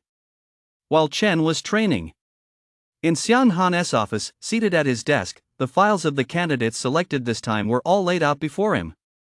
Selection for the Prodigy Initiative isn't a direct process. To truly join the Prodigy Initiative, one must pass through layer upon layer of assessments and screenings. The first month of basic training is merely a preliminary selection phase. To truly join the Prodigy Initiative, the assessments one must undergo are far from simple. The procedures involved were extremely complex. The recruit company led by Xiang Han was conducting candidate selection for the Prodigy Initiative, and other recruit companies within the 3rd Legion were doing the same. On the left, Chen's file was placed on top. An E-rank archer talent making it into the Prodigy Initiative's reserve pool. If word got out, no one would believe it. In the Prodigy Initiative, even the lowest ranked members were A-rank talents. A terrifying grasp of the battlefield, the ability to keenly discern the timing of every attack, and an acute sense of impending danger, Xiang Han found himself momentarily at a loss. He himself was a genius with dual talents. An A-class gold element talent combined with a B-class archer talent. This duality allowed him to train at a pace far surpassing that of his peers. In just a few short years, he had risen from a green recruit to a company commander. Such progress was already considered lightning fast. As a B-class archer talent himself, he understood all too well just how formidable Chen's command of the battlefield and his keen insight truly were. It's just a shame he has an E-class talent. Xiang Han shook his head slightly, but still admitted Chen into the Prodigy Initiative. What no one knew was that the first month's recruit competition was designed to select candidates for the Prodigy Initiative's reserve pool. Out of the 32 squads, only a small fraction would make it into the Prodigy Initiative. The first tier consisted of A-class talents, while the second tier comprised B-class talents. As for S-class, or even SS or SSS, such individuals had already been recruited by the powerful long before. The Prodigy Initiative ultimately couldn't hold on to geniuses of that caliber.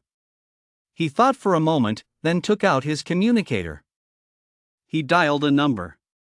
He slowly absorbed 3 novice stage, level 2 beast crystal cores. Chen was now at novice stage, level 3, not far from level 4. Although the energy contained within the 3 novice stage, level 2 beast crystals was impure, it was still substantial. The energy coursed rapidly through his body, where he slowly absorbed it. As the energy was absorbed, Chen could clearly feel his body changing. He had originally been somewhat stocky, but as he absorbed the energy from the beast crystals, his stocky physique gradually transformed. He became leaner and more muscular. He glanced down at his physique. It was full of streamlined contours, harboring explosive power. Keep going. He was on the verge of breaking through to the 4th level of the novice stage. The 3 beast crystal cores propelled Chen into the 4th level of the novice stage. Feeling the changes in his body, Chen's eyes sparkled with determination. He began cultivating the battle spirit art. The battle spirit art had already reached the 2nd layer, the spirit condensation realm. In the spirit condensation realm, one must form a faint cluster of mana within the body to break through to the third layer, the initial manifestation of armor. One must continuously condense this cluster of mana. While Chen was cultivating, Jiangyan, Zack, and the others from the beast hunting squad were also diligently practicing. Although Zack had just joined the recruit company, his talent was quite high, and he hadn't stopped cultivating during that month he spent in the outside world. Novice stage, 3rd tier. This was Zack's current level of strength. It had to be said that having a good father really made a difference. When he first arrived, Li Yinian had given Zack a considerable amount of cultivation resources. Everything from elixirs to exotic beast crystal cores was provided, including martial techniques. When Zack awakened his grade A wind element, Li Yinian had already begun preparing martial techniques for him. The strength of one's talent is closely tied to one's personal power. Although he is now a grade S wind element user, he is currently limited to the 2nd level of the novice stage. He cannot fully unleash the power of his wind element, so martial techniques are a way to enhance his strength. Movement technique: Wind Shadow Step, Martial Art Wind Shattering Slash. All were 3rd grade martial arts. As a Grandmaster stage practitioner, it wasn't difficult for Li Yinian to obtain higher grade martial arts, but since Zack couldn't cultivate them yet, 3rd grade was the best fit for him. Chen, an ant is still just an ant. Do you think you can change your fate through the military? With disdain in his eyes, Zack coldly spat out, a pipe dream. The 2nd month of recruit training began once again. The rewards from the first month's recruit competition had everyone itching to prove themselves, silently vowing to earn as many credits as possible. Standing among the crowd, Zack glanced sideways at Chen not far away, the corner of his mouth curving slightly. Chen, Xingyuan, and the others were practicing battle spirit arts and martial techniques under Liu's guidance. As a master stage, 4th tier cultivator, Liu was far more powerful than Chen and the others standing before him, so instructing them in martial techniques posed no difficulty whatsoever. Chen, what are you looking at? Walking up beside Chen, Liu gave him a light tap on the shoulder and said in a deep voice. Nothing. Chen shook his head and began to devote himself entirely to his martial arts training. Liu had been watching Chen's performance closely. In his view, although Chen was only an E-rank archer talent, he was progressing rapidly in his training of battle spirit arts and martial arts, and his aptitude was exceptionally high. In fact, his strength was already on par with Captain Xingyuan's. He had already decided that if Chen wasn't selected for the Prodigy Initiative, he would make sure to keep Chen close at hand. Although his talent rating was low, he could make up for some of it with battle spirit arts and martial arts.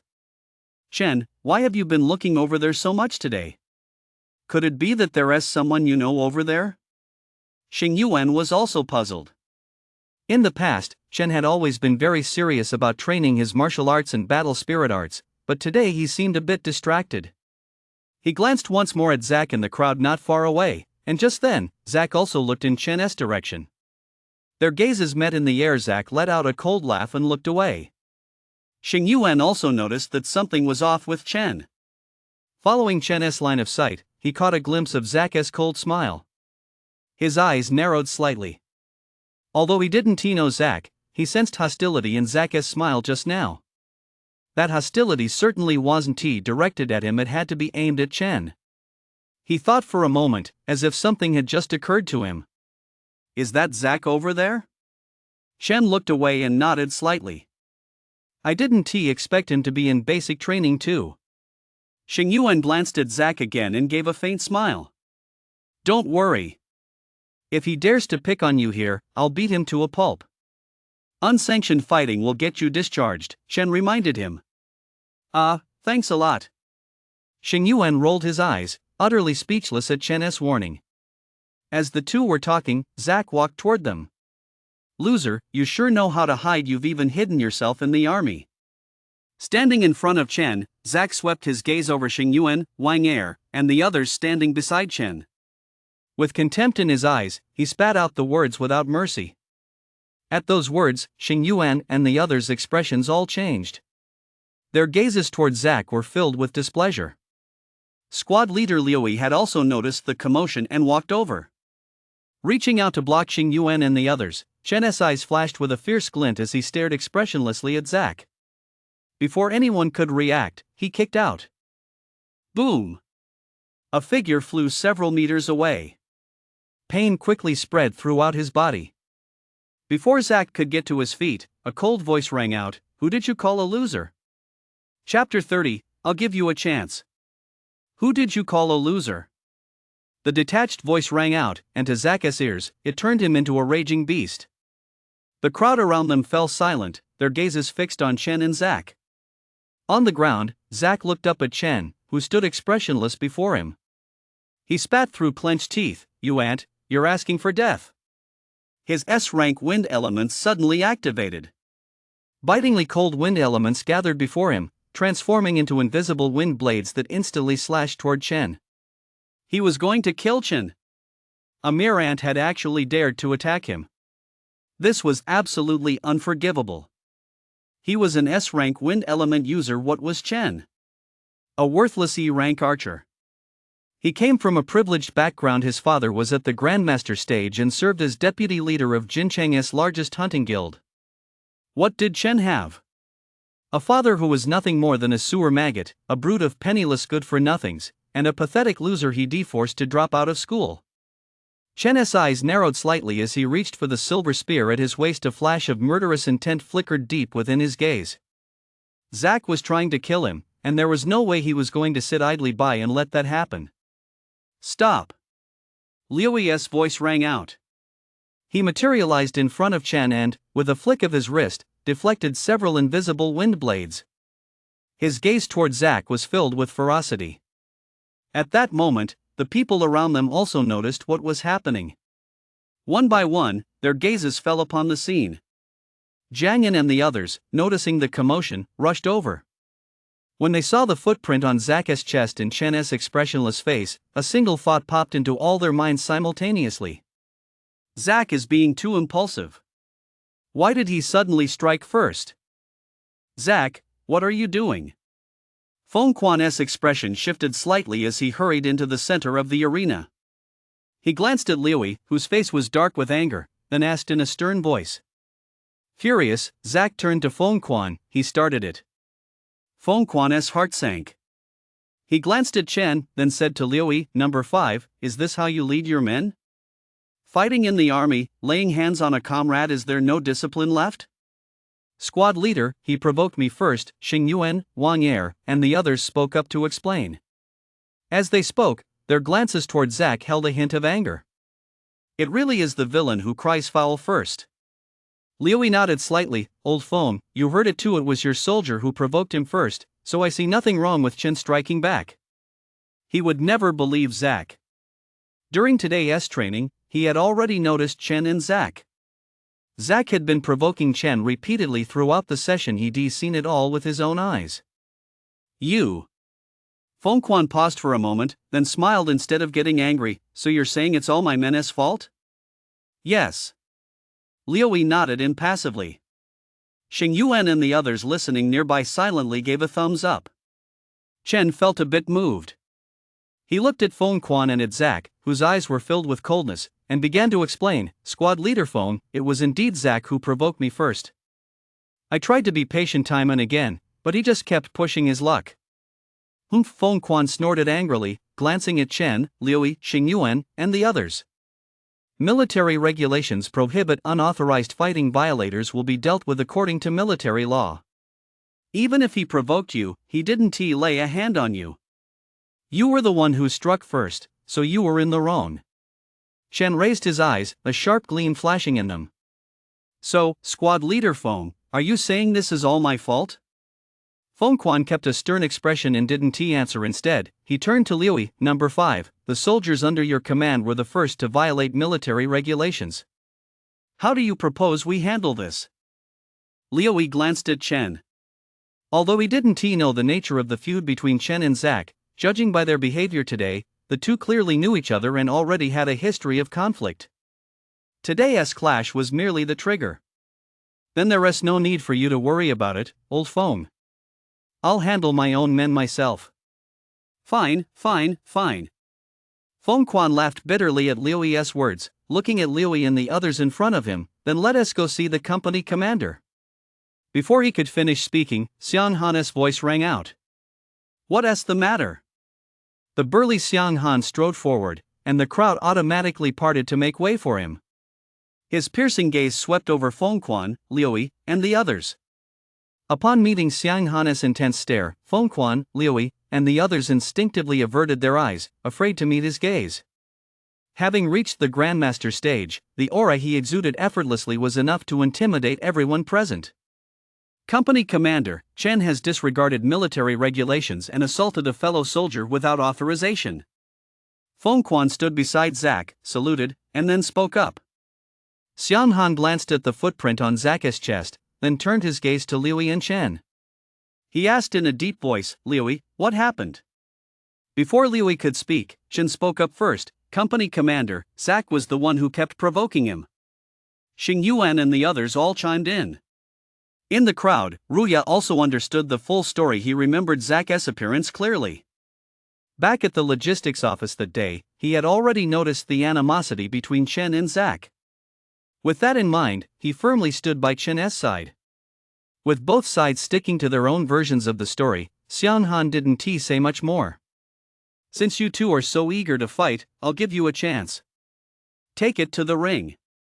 Zack had been recruited by Yang Guang, and he was somewhat averse to this sort of thing to begin with. He only agreed because Zack was an S-class wind elementalist.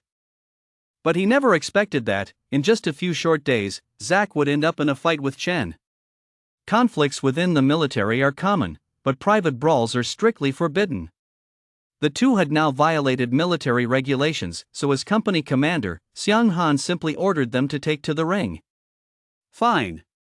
A cold glint flashed in Zack's eyes as he fixed Chen with an unmistakably icy stare. Chen glanced at Fengquan, whose face was dark with anger, and nodded in agreement. The feud between him and Zack would be settled sooner or later. He had originally planned to wait until he was strong enough to reclaim what was rightfully his. Since Zack was now offering himself up, he would collect some interest first. The only pity was that he couldn't kill him. Someone had challenged another to a duel on the fighting platform. The news instantly swept through the entire recruit company. A crowd of over 100 people surged toward the arena. This was the first time a challenge had been issued in the recruit company. Once on the arena, it wasn't just about trash talk. Everything would be decided by strength alone.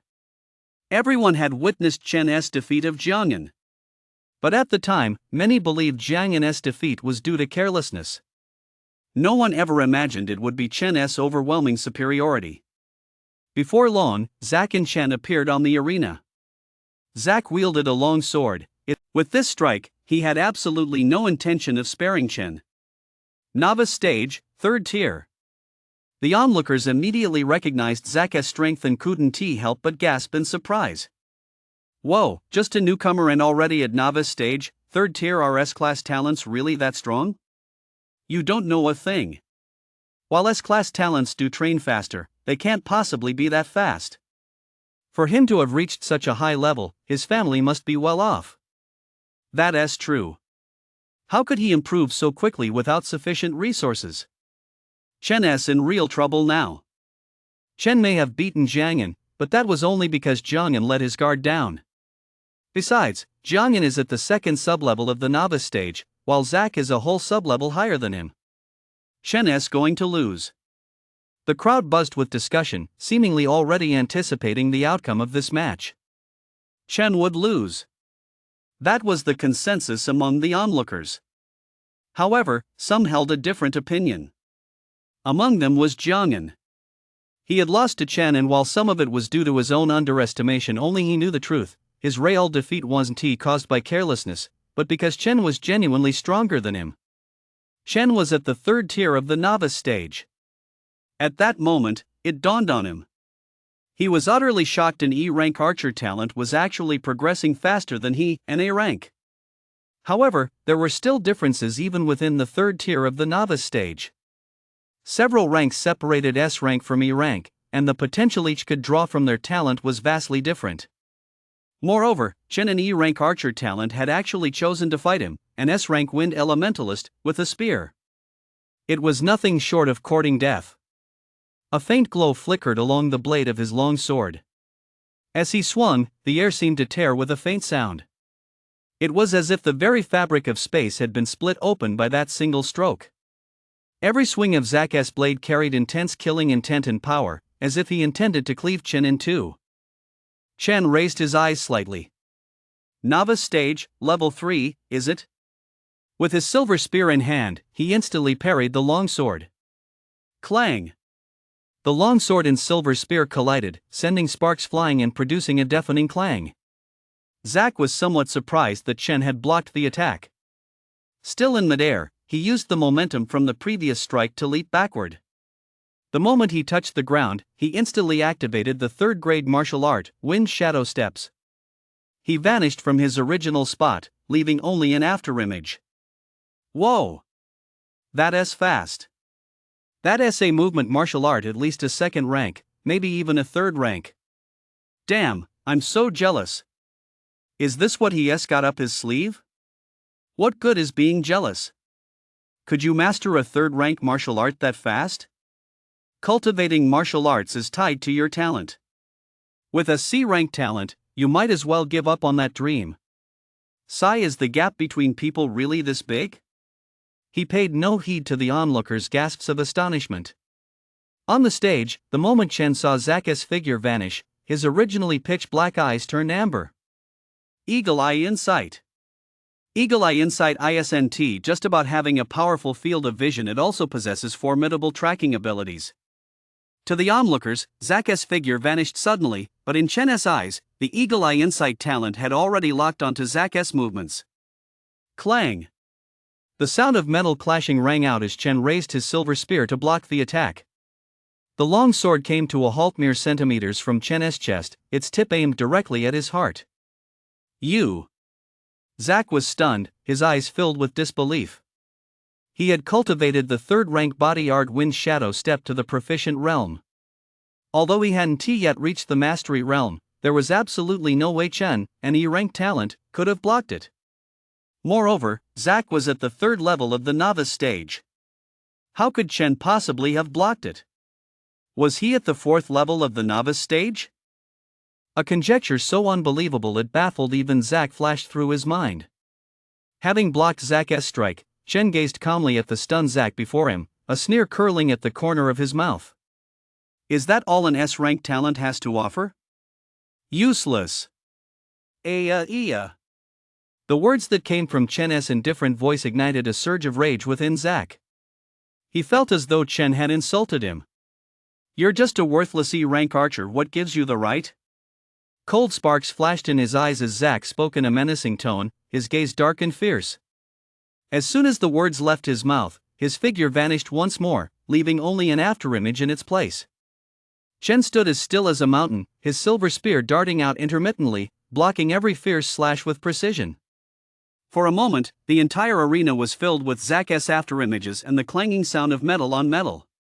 Below the arena, Houyi and the other new recruit squad leaders were all gathered there to watch. As they watched the two men clash on the arena, the crowd buzzed with discussion. The training speed of an S-class talent is truly formidable.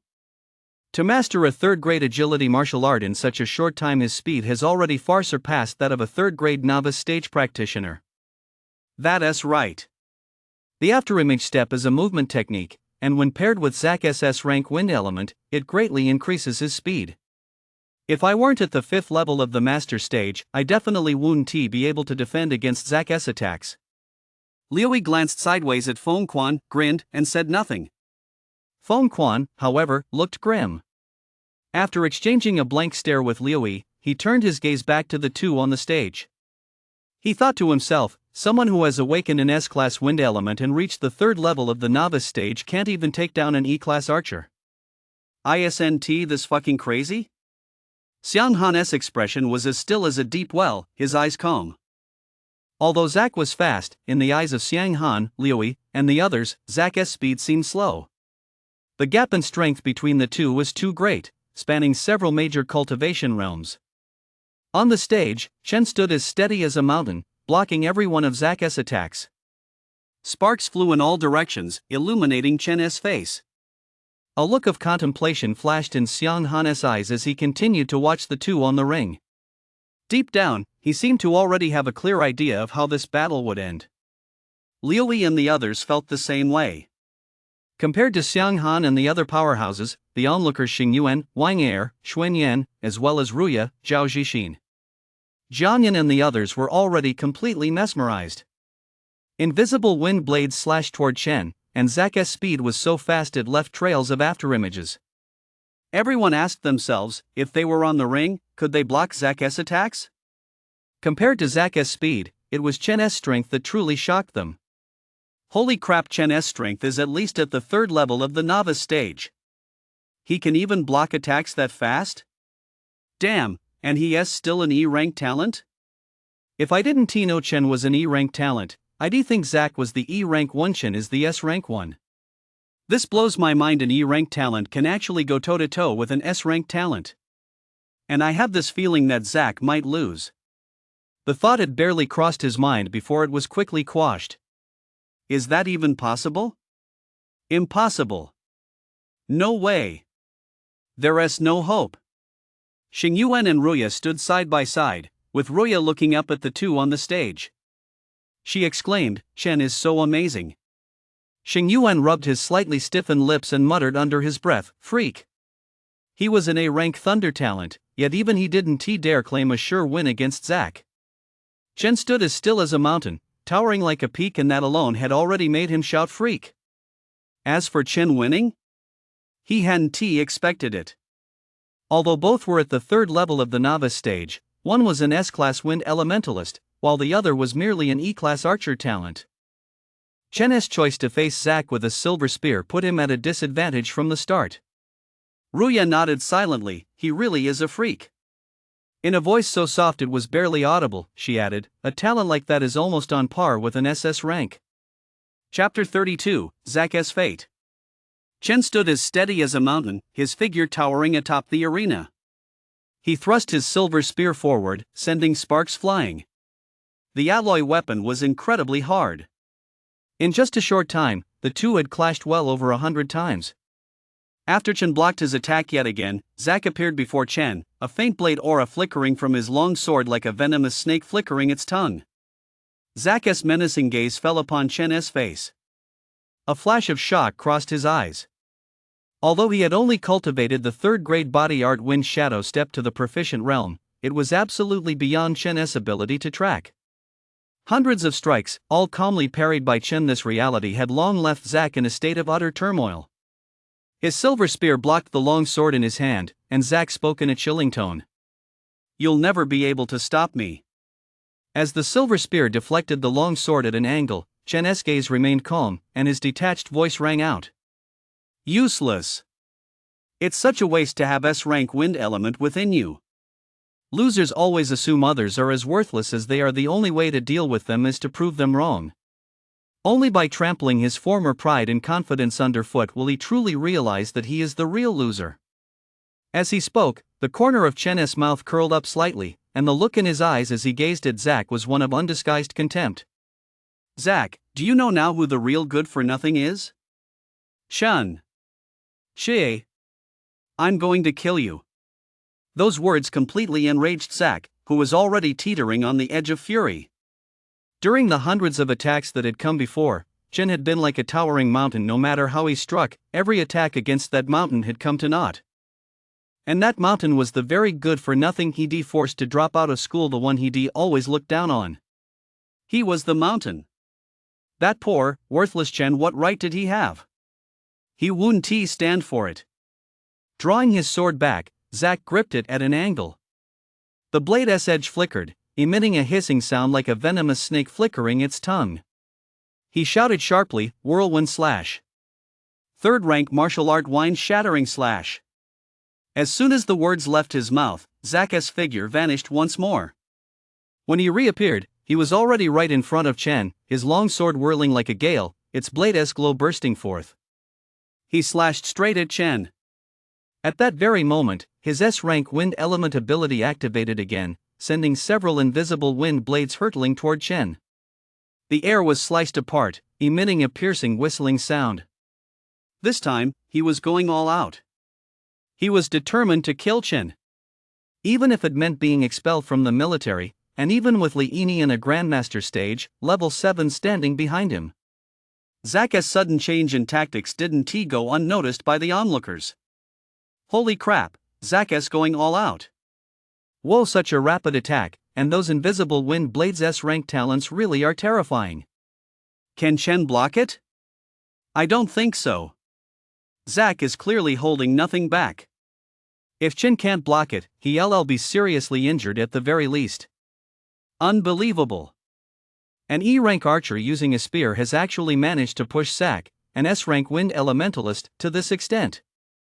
Liu narrowed his eyes. He could see clearly as Zak launched another attack. Though he couldn't see the wind blades, he could sense them with his faint mental energy. Once one reaches the master stage, they begin cultivating mental energy. Practicing the battle spirit technique is, in essence, an intangible form of mental energy cultivation. Cultivating spiritual power is a slow process. To accelerate progress, one must practice specialized spiritual power techniques, but such techniques demand exceptional talent and spiritual power, making them inaccessible to the average person. Most importantly, such techniques are extremely rare. Liu's gaze grew intense. Can he still hold out? Compared to Liu, Xingyuan, Ruya, and the others were on edge at that moment. When they saw Zak unleash his third-grade martial technique Wind-Shattering Slash once again, everyone's hearts sank. They couldn't help but hold their breath, their eyes fixed intently on the two figures on the stage. Everyone was extremely tense. The only person in the arena who showed no signs of tension was Xiang Han. As the strongest fighter present, he had observed every move of the two men on the stage. Two third-rank martial arts techniques. Xiang Han cast a casual glance at Zak and shook his head slightly inwardly. Zak didn't leave a good impression on him. Winning was expected, losing would make him a waste of space. In contrast, Chen on the other side surprised him even more. Chen was an E-rank archer, yet he hadn't used his longbow in the entire fight. Instead, he'd chosen a spear, and his mastery of spear techniques was clearly superior to Zak's. From start to finish, Chen had never taken the initiative to strike. Xiang Han had observed it all, a hint of a smile in his eyes. Rather than cultivating martial arts techniques suited to his own talent, he'd chosen to master spear techniques, and at such a rapid pace. As for this arena match, Xiang Han no longer cared about the outcome in his heart. Chen had already won.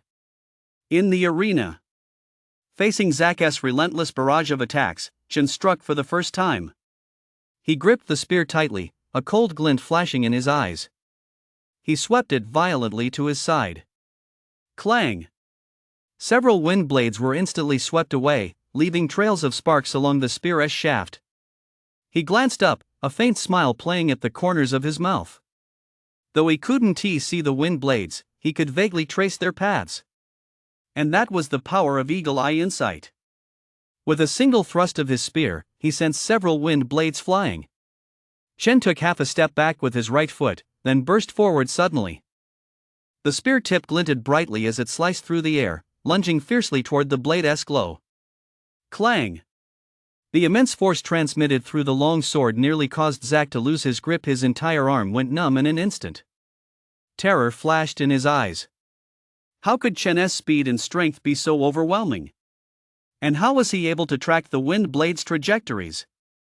His mind was filled with confusion. Before he could think further, Chen's figure had already appeared before him.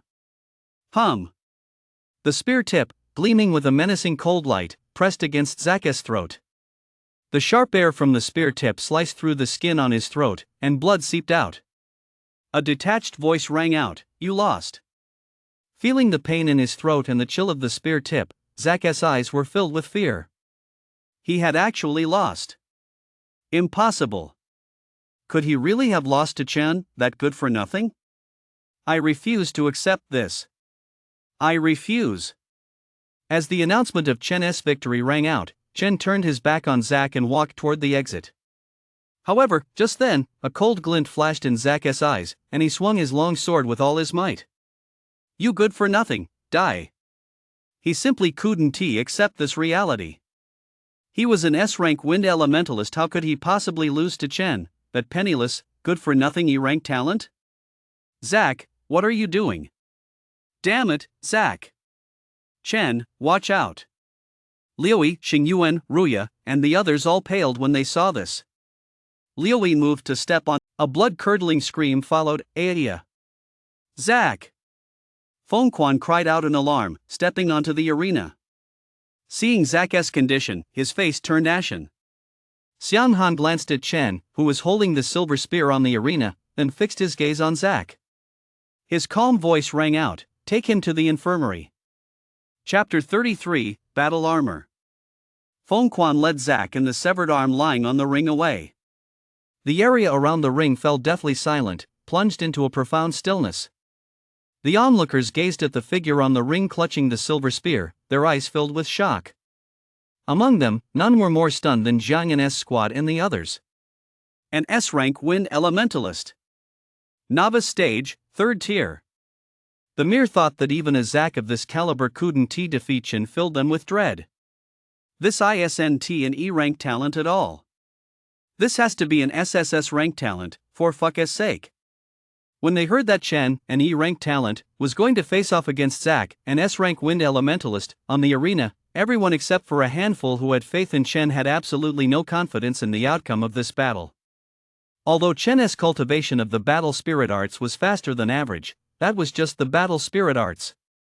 What truly determined the outcome of the duel was the strength of both combatants and the level of mastery of their respective martial arts.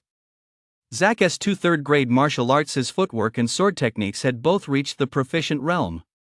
The power that 3rd-grade martial arts could unleash was considerably greater than that of the 1st-grade martial arts practiced by Chen and his group. No one had expected that Chen's spear technique had already reached the mastery realm. This is Chen really an E-grade talent? As they came to their senses, this doubt sprang simultaneously into the minds of the onlookers. Whoa! Chen is so awesome, an E-rank talent defeating an S-rank talent? I don't think that ever happened before. Yeah, the gap between an E-rank talent and an S-rank talent is way too big. That's just insane. So even a lower rank talent can defeat a higher rank talent. Chen, right now, I'm your biggest fan. Give it a rest. Chen was able to beat Zack because his martial arts have reached the mastery realm, and he is already at the 4th tier of the novice stage. Do you really think you could do that? Holy crap, 4th tier of the novice stage, I'm only at the 1st tier right now. Oh my god, an E-rank archer talent didn't use a longbow but fought with a spear instead and he actually won. I may be rank, yet I still feel like I'm no match for Chen, an E-rank.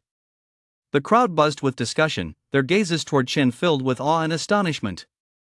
It wasn't unheard of for a lower tier talent to defeat a higher tier one, but that was only when the difference didn't exceed a single tier. There were a full 6 tiers between E-rank and S-rank. This was unprecedented, something no one had ever heard of. Chen was unaware of what everyone was thinking. He patted the silver spear in his hand, and it transformed back into a silver staff. As he stepped down from the arena, Ruya, Zhao Zixin, Wang Er, Xuanyan, and the others appeared before him. The shock in Zhao Zixin's eyes had not yet faded. Looking at the calm Chen standing before him, Zhao Zixin shook his head with a wry smile. Chen, I'm completely blown away. Wang Er gave him a thumbs up. Awesome. Xuanyan, who had a more impulsive personality, eyed Chen up and down, leaned in closer, and said with a grin, Brother Chen, why don't you become our captain? I think there's a brighter future following you. Chen shrugged with a smile. If you're not afraid of Xingyuan hanging you up and beating you, then I have no objections. Then I'll pass, Xuanyan said, shrinking his neck and waving his hand with a laugh. Ruya, a burly man with a rugged face, reached out, patted Chen on the shoulder, and said with a grin, You're in a league of your own, there is no one else like you in the world. Chen looked at Wang Er with a smile and joked, See that, Wang Er? Take a cue from old Zhang. Don't go around saying awesome all the time, it's so uncultured. Wang Er. Xingyuan walked over slowly. Once he came to a stop, with his sword-like eyebrows and starry eyes, he sized Chen up from head to toe, nodded slightly, and said coolly, Don't get cocky. A mere S rank, I could crush you with one hand. Wang Er, Xuanyan, and the others turned away, pretending not to recognize Xingyuan. Zhao Zixin froze for a moment, then snapped back to his senses and laughed heartily. The nickname Xingyuan the Show-Off had already spread throughout the recruit company. This was the first time he'd seen Xingyuan showing off, and at first, he didn't even realize what was happening. Ruya and Chen were already quite familiar with Xingyuan the Show-Off's style. Hearing him say that, Chen nodded with a smile, that's for sure. A mere S-rank captain Su only needs a single glance to make them bow down and submit. Keep it low-key, keep it low-key. Xingyuan waved his hand, pretending to be a master. After saying that, he couldn't hold it in any longer and burst out laughing, quipping, "Novice stage, level 4 damn, you're even better at showing off than I am." Chun. Liuyi and Xiang Han walked toward him. Liuyi couldn't hide the smile on his face. The fact that one of his own soldiers had defeated an S-class talent head-on with only an E-class talent would be a huge source of pride for him if word got out. Squad leader, company commander. Chen saluted and greeted them. Xiang Han nodded slightly. Novice stage, level 4 not bad speed. To have mastered marksmanship and martial arts to the proficiency realm in such a short time, your aptitude is excellent. Liuyi smiled and winked at Chen. Chen didn't catch the meaning behind it, but before he could ponder it further, Xiang Han's next words cleared up his confusion. An E-rank talent defeating an S-rank talent in open combat, that's unprecedented in the army. Xiang Han seemed to be in a very good mood. After speaking, he turned to Liuyi beside him. "Liuyi, Chen has broken a military record. What do you think would be a good reward?" Liuyi and Xiang Han were quite close at this moment. Xiang Han wasn't putting on any of his company commander's airs, and Liuyi was also a bit more casual. "Company commander, how about rewarding Chen with a set of combat armor?" "You really have some nerve," Xiang Han said with a hint of exasperation, his gaze falling on Chen as he paused to consider.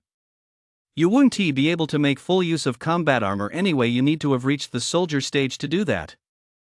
I'll reward you with a set of combat armor instead, something that matches your current strength." Xingyuan, Ruya, and the others standing nearby were green with envy. Combat armor.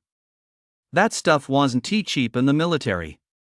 They'd seen it clearly when the logistics department exchanged resources. A single set of combat armor was worth 3,000 merit points. With their current strength, it would be very difficult for them to exchange merit points for a combat armor set. They never expected Chen to receive a combat armor set while still in the recruit company. Chen was taken aback. He hadn't expected Xiang Han to offer him a combat armor set right off the bat. Xiang Han waved his hand and said without hesitation, "I mentioned earlier that I'd introduce you to a mentor. But they said they wouldn't take you on because your talent was too low." Chen didn't feel the least bit disappointed about this. Xiang Han paused for a moment, a smile playing at the corners of his mouth. "I just wonder if that person will change their mind after seeing your performance today. Keep training hard." With that, he turned and walked away. Liuyi said to Chen with a chuckle, "You're really something, kid. 4th tier of the novice stage, 2nd level of battle spirit magic, and mastery of martial arts. Among the new recruits, you're undoubtedly the strongest." Upon hearing this, Xingyuan let out a long sigh, looking up at the sky.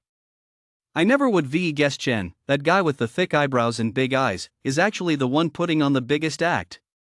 Chapter 34, S-Rank Archer Talent King Stage Zishing. The infirmary.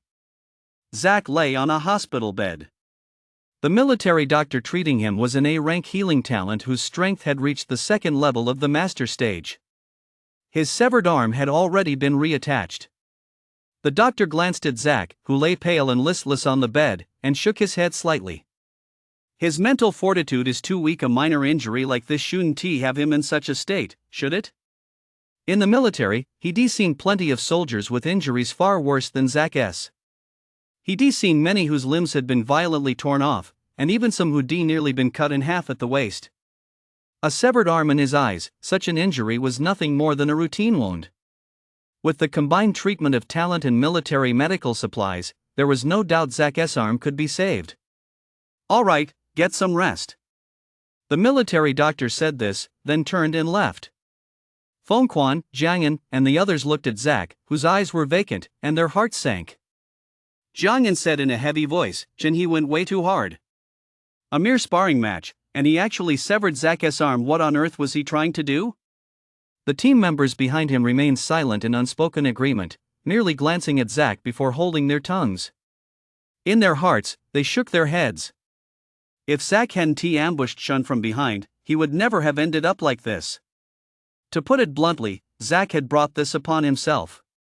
Feng Quan, his face darkening, interrupted Jiangyan. This isn't Chen's fault. The winner of the arena match had already been declared. Zak attacking again was a clear violation of the arena rules. To put it bluntly, this is a flagrant disregard for military regulations. The company commander didn't disable him on the spot. He's lucky to be alive. Jiangyan and the other new recruits didn't know this, but Feng Quan was well aware. Xian Han was a man who wouldn't tolerate the slightest transgression. Even though Zak was an S-class wind elementalist, openly breaking the arena rules, disregarding military regulations, and attacking a comrade had severely violated military discipline. The moment he saw Zak strike, his heart sank. Fortunately, Xian Han didn't intervene directly. Squad leader, is Zak okay? Jiangyan was deeply concerned about Zak's injuries. An S-class talent was too crucial to their entire squad. Nothing too serious. His arm has been reattached. He'll be fine after some rest. Feng Quan shook his head and spoke honestly. Zak had brought this entirely upon himself. Feng Quan had no other intentions. All right, let us go. After sending Jiangyan and the others away, Feng Quan stood by the hospital bed, his gaze fixed on Zak. After a long moment, he shook his head helplessly. I can't help you with this. You disregarded military regulations. First Chen was forced to fight back. You know that very well. Zak fell silent. After a moment, a hoarse voice broke the silence. He did it on purpose. What? Feng Quan was taken aback.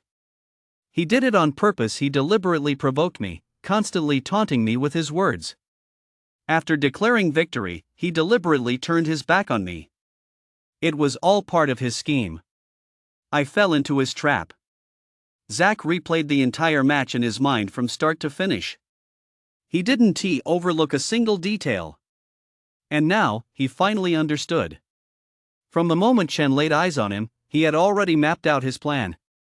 Even stepping onto the ring had been deliberately orchestrated by him. It all felt so familiar. As Feng Quan listened to Zak's analysis, his heart skipped a beat, and a flash of shock crossed his eyes. Did Chen really possess such a terrifying mindset?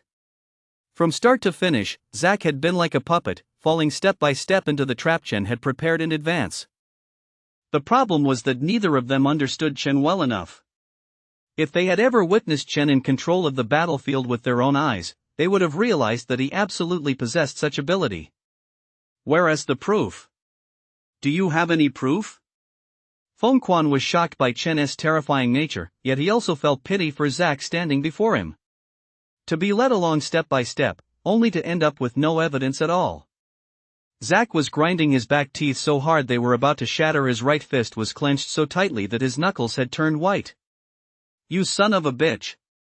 I want him dead. I'll make sure he dies.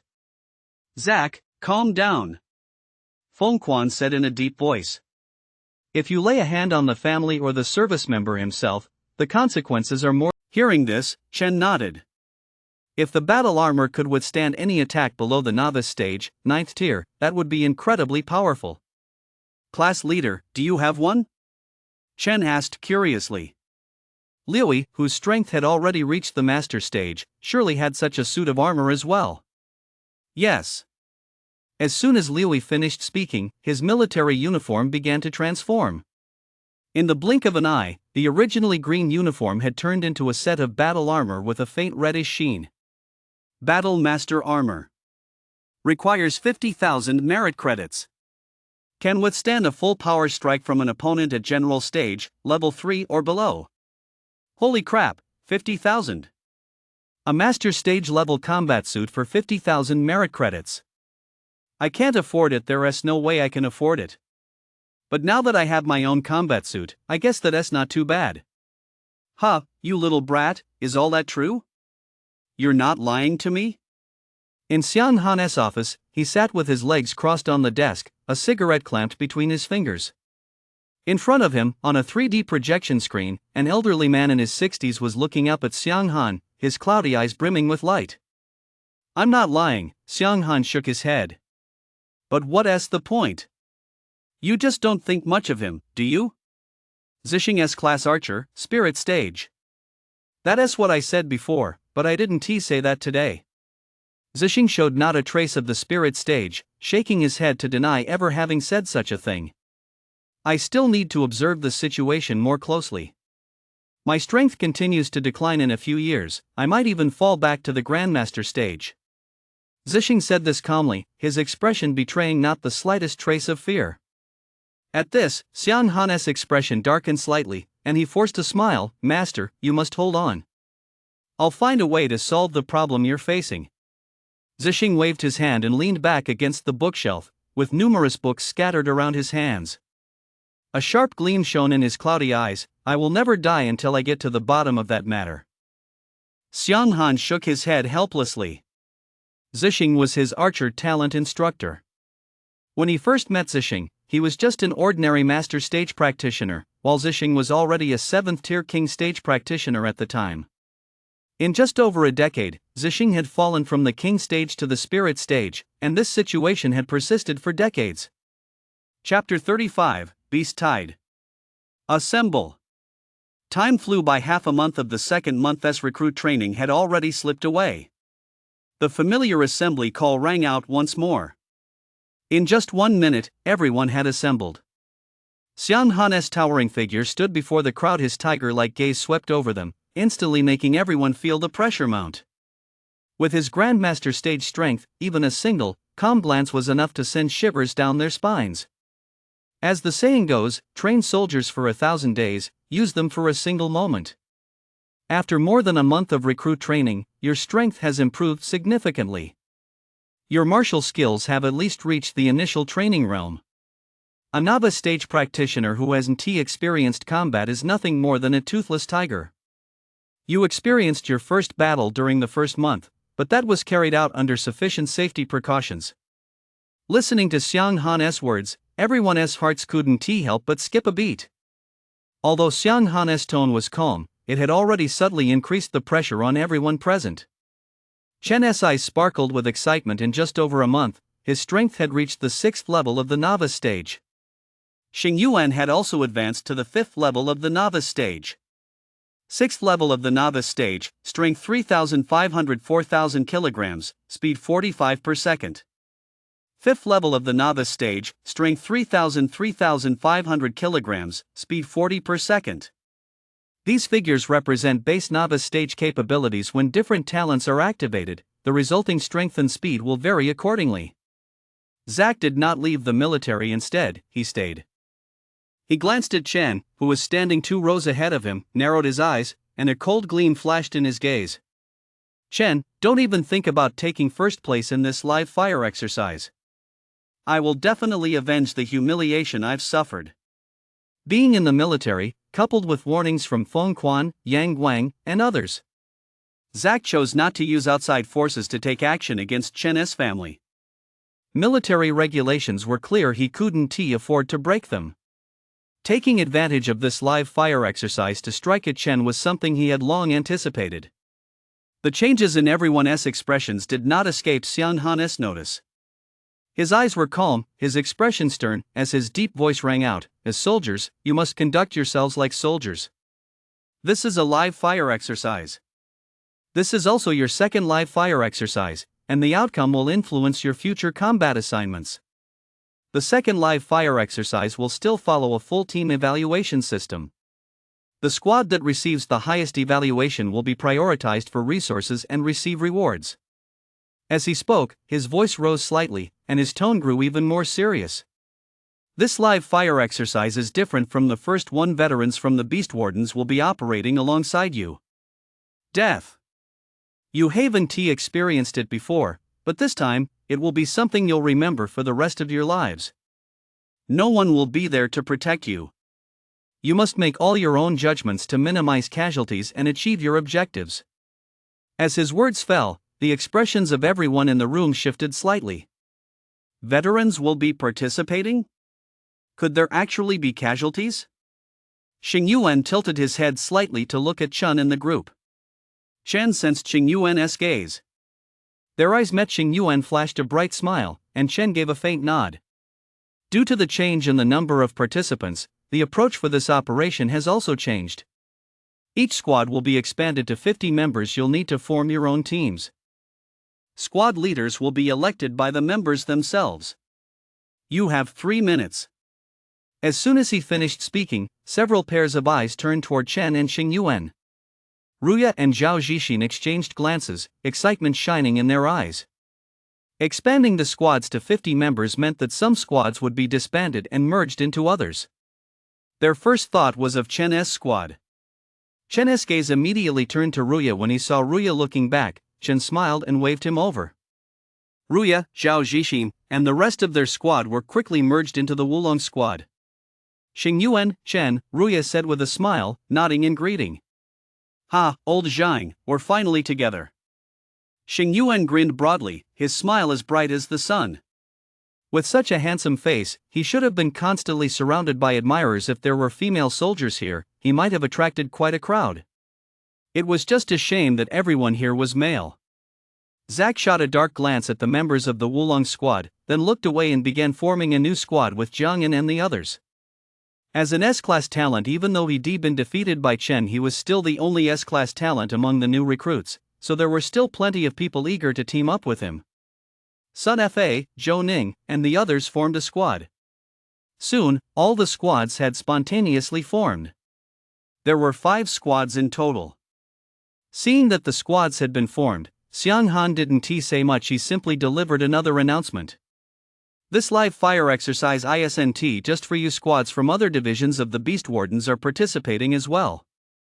After saying this, and without paying attention to the reactions on everyone's faces, he continued, a small beast swarm has been detected in Linghu County. Mission objective, eliminate the beast swarm. The mission objectives and locations have all been sent to your tactical watches. Check them yourselves. Operation codename, Night Owl. We depart in half an hour. If squads from other divisions are participating in this operation, it must be no ordinary mission, Wang Yi said, rubbing his chin thoughtfully. Xuan Yan chuckled.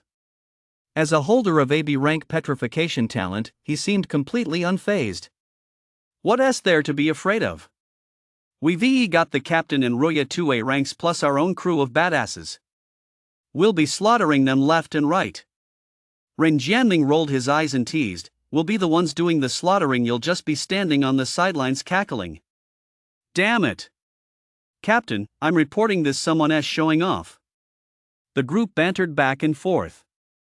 Although Ruya had a burly, rugged face, he wasn't hot-tempered at all. In fact, he was rather gentle. He looked at Chen and Xing Yuan. This time, I'm totally counting on you guys. Zhao Zixin nodded with a smile. Yeah. Captain Su, we're a squad this time. I'm putting my entire 100+ gene in your hands. Xing Yuan remained impassive and cleared his throat. Keep a low profile, keep a low profile. Chen shook his head with a smile and glanced over at Zack, Jiangyan, and the others not far away. Zack had recovered in just over half a month after his arm was severed. His recovery was remarkably fast. This came as no surprise to him. Medical care in the military was excellent. Such an injury wasn't life-threatening, and since he'd been stationed there when it happened, he'd received prompt treatment. Several combat vehicles headed toward Linghu County. Meanwhile, inside Linghu County, there weren't many troops stationed there, only about 1,000. The strongest among them was Gao Ming, who had reached the 8th tier of the general stage. In his office, Gao Ming also received notification of Operation Night Owl. Basic training. I hope they don't scare the crap out of the new recruits. Gao Ming smiled wryly. The small beast swarms in Linghu County weren't particularly strong. The strongest beasts were expected to be no higher than the soldier stage. And such swarms occurred in Linghu County roughly once every 3 months. The beast seemed to know no fear. He had been stationed here for 4 years. Over those 4 years, he had witnessed far too many beast swarms. He had long since grown accustomed to them. He had heard of the Prodigy Initiative, but he didn't know exactly what it did. That was classified. This is going to be some fun. Gao Ming stretched and began waiting for the new recruits participating in Operation Night Owl to arrive. Chapter 36, Report Someone Showing Off. This is quite a big operation. In the vehicle, Xuanyan licked his lips, his eyes gleaming. The others felt the same way. Having experienced their first real combat, everyone had already grown accustomed to facing the beasts. For their second combat mission, there was no longer any nervousness in their hearts. Instead, they were filled with excitement and anticipation. Over 100 Beast Warden squads, more than 5,000 people. This is going to be a blast. Wang Er spoke up, a smile on his face. Hearing this, everyone in the vehicle exchanged glances, a hint of fighting spirit spreading among them. Zhao Zixin remained silent during the first month's recruit competition and assessment. He'd already gained a clear understanding of the strength of Xingyuan's, Chen S, and the other squads. Inside the vehicle were both new squad members and members of the Hidden Dragon Squad, like Wang Er. Conversation flowed more naturally as a result. The others listened quietly as the group chatted, chiming in from time to time. Chen remained silent, clutching a black alloy longbow in his hand. Old Zhang, this time you're in charge of staying right behind me. The two of us are going to go on a killing spree, Xingyuan said to Ruya with a smile, glancing at Chen. As for Chen, he just needs to stand by and provide backup. As soon as he finished speaking, quite a few people in the vehicle burst out laughing. Ruya replied with a smile, thanks, Brother Xingyuan. Brother Xingyuan is invincible, no one can match him. Chen nodded with a smile. Xuanyan laughed out loud, Captain, can I report this? Report what? Xingyuan glanced sideways at him and asked calmly, exuding the full authority of a captain. Xuanyan, Wang Er, Chen, Ruya, and the others exchanged glances before speaking in unison, reporting someone for showing off. Xingyuan. Get off the vehicle. The doors of several combat vehicles swung open, and all 32 squads disembarked to assemble. Beep beep. Everyone's combat watches simultaneously received the mission objective. Establish a defensive line to successfully repel a small-scale beast horde. Squad credits will be determined by the number of the exotic beast killed. Coordinates, 317.223.217. The spear he stowed away instantly transformed in Xingyuan's hand, becoming an alloy spear gripped firmly in his palm. He raised his gaze to survey the group before him. First, assemble at the target location. Chen will serve as the scout. The rest of you form teams on your own, following standard squad configurations. Is that clear? This time, Xingyuan once again took on the role of squad leader for the newly formed squad. Originally, he had intended to appoint Chen to the position, but Chen waved it off. His archer talent wasn't suited for a leadership role operating independently from the battlefield while overseeing the entire conflict that was Chen's South true place. Not a squad leader, but a role even more crucial than that of a squad leader. Understood. Let us move out. As soon as the words fell, the squad members set off toward the location marked on their tactical watches. Chen gripped his black alloy longbow with each step he took. His military uniform silently transformed into a set of black combat armor. The combat armor could shift between its standard uniform form and the black combat armor configuration. At that moment, Chen, clad in black combat armor and holding his black alloy longbow, had his helmet automatically transform into a hood that concealed his face, making him appear even more mysterious. Looking up, he stood in black combat armor, his black hood fused seamlessly with the armor, emitting a faint, cold glow. Mysterious, yet carrying a hint of murderous intent. Everyone in the formation quietly glanced back at Chen, who was bringing up the rear, their eyes filled with envy. In the entire recruit company, Chen was the first and only one to obtain a battle armor. The battle armor provided him with formidable defense, capable of withstanding a full power strike from a novice stage, level 9 fighter. No one could help but envy such defensive capabilities. A moment later, everyone had reached their designated positions. Veterans were already waiting there. Upon seeing Xingyuan and the others appear, the waiting veterans strode forward, exuding a faint aura of lethal intent. This was a distinctive aura forged through years of facing life and death situations. The veteran's eyes swept across the group, and when they spotted Chen, clad in the battle armor, their pupils suddenly contracted. Battle armor? How could a recruit possibly have combat armor? A flicker of confusion crossed his mind, and he asked in a deep voice, "Who was the squad leader?" Xing Yuan stepped forward to stand before the veteran. The two exchanged a glance and nodded slightly. "This is the squad's first target," the veteran said without further ado, handing the battle plan to Xing Yuan. "We'll be operating alongside you as members of your squad." After the four veterans spoke, they spontaneously fell into formation with the squad.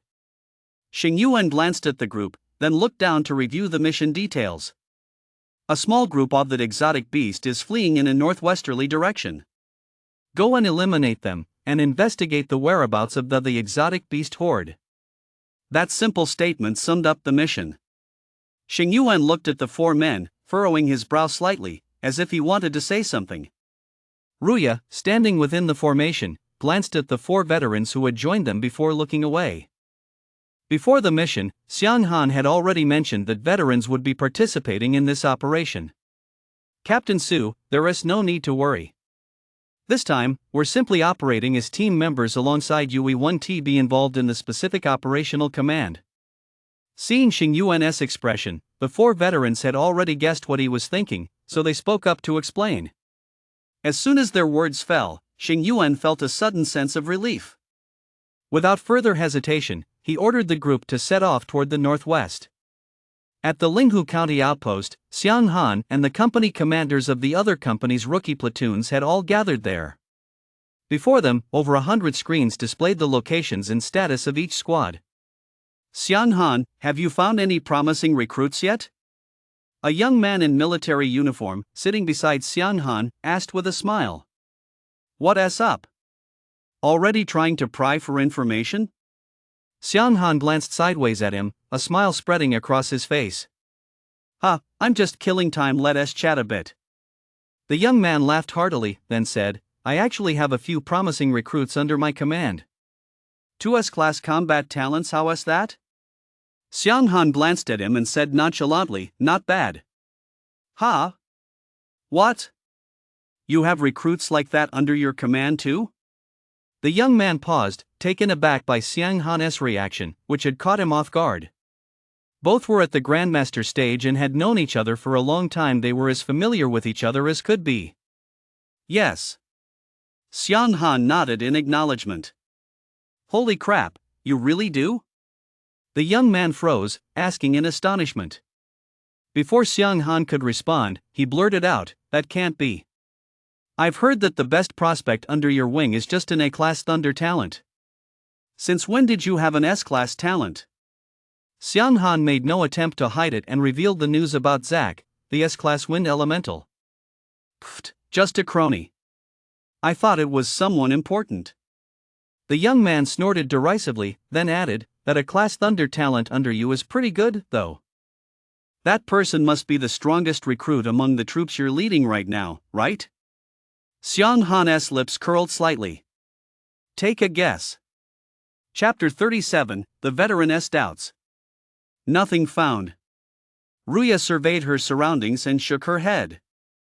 The 50-person force had now been divided into 5 squads. They had spread out to search for traces of the fleeing beasts. Nothing found. Nothing found. Nothing found. Reports came in one after another from the other squads. Xing Yuan furrowed his brow and looked up to scan the surroundings. They were currently in the northwestern part of Linghu County, an area that used to be the old town, where most of the buildings were low-rise. 100 years had passed, and the once thriving county seat had long since become a wasteland, with steel and concrete structures overgrown by vegetation. The abandoned cars by the roadside were now rusted through and would crumble at the slightest touch. Chen, standing in the middle of the group, looked up to see nothing but ruins as far as the eye could see. He furrowed his brow slightly. "I'll go take a look." His gaze fell on a building in the distance, and as soon as he finished speaking, he started to leave. Ruya, seeing this, said, "I'll go with you." "All right." The two vanished from where they stood and headed straight for the distant building. Like monkeys, the two figures appeared on the rooftop in just a few seconds. Chen, anything? Ruya poked her head out and surveyed the surroundings. From their vantage point high above, their field of vision was vast. He scanned the area for a while but found no trace of the strange beast. His amber eyes gleamed with a piercing intensity. With the aid of his eagle-eye insight, Chen's vision extended farther and became even sharper. His piercing gaze swept the surroundings ceaselessly with his talent active, even the slightest movement could not escape his notice. Seeing Chen's serious expression, Ruya fell silent, scanning the area warily while gripping his alloy hammer tightly, ready to defend against any monster that might appear. I found it! Chen suddenly spoke, his gaze fixed intently on a spot in the distance. Found it? Ruya's eyes lit up as she followed Chen's line of sight, but she saw nothing. I don't see anything, she said, looking at Chen in confusion. Without explanation, Chen's lips curled slightly into a smile. He turned to Ruya and said, I'll go first. You notify the others. With that, he leaped off the rooftop and landed on the roof of another building, his figure quickly vanishing from Ruya's sight. Seeing this, Ruya didn't dare delay. This time was different from before. Anything involving the words beast horde was never going to be simple. Even a small-scale beast horde. Without waiting for Xingyuan and the others, Chen, moving at his usual speed, reached the location he had previously observed in just a few seconds. There was no sign of any beasts. Chen reached out, plucked a tuft of silvery gray fur from the nearby vegetation, and held it to his nose to sniff. The scent of a beast. Having experienced combat with them before, he was very familiar with the scent of beasts and immediately confirmed that this was indeed the scent of one. He didn't press on. He wasn't sure how many beasts there were. The intelligence report mentioned a squad of beasts on the run, but it didn't specify their numbers or strength. Rushing in blindly wasn't the right choice.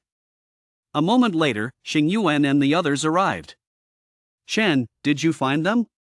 Xingyuan strode over to Chen's side and scanned the area. There was no sign of any strange beasts. Ruya's eyes were filled with confusion and bewilderment. Chen had said he found it himself. Don't look at me, I have no idea. The four veterans in the group exchanged glances but said nothing, listening quietly for Chen to speak. Look here.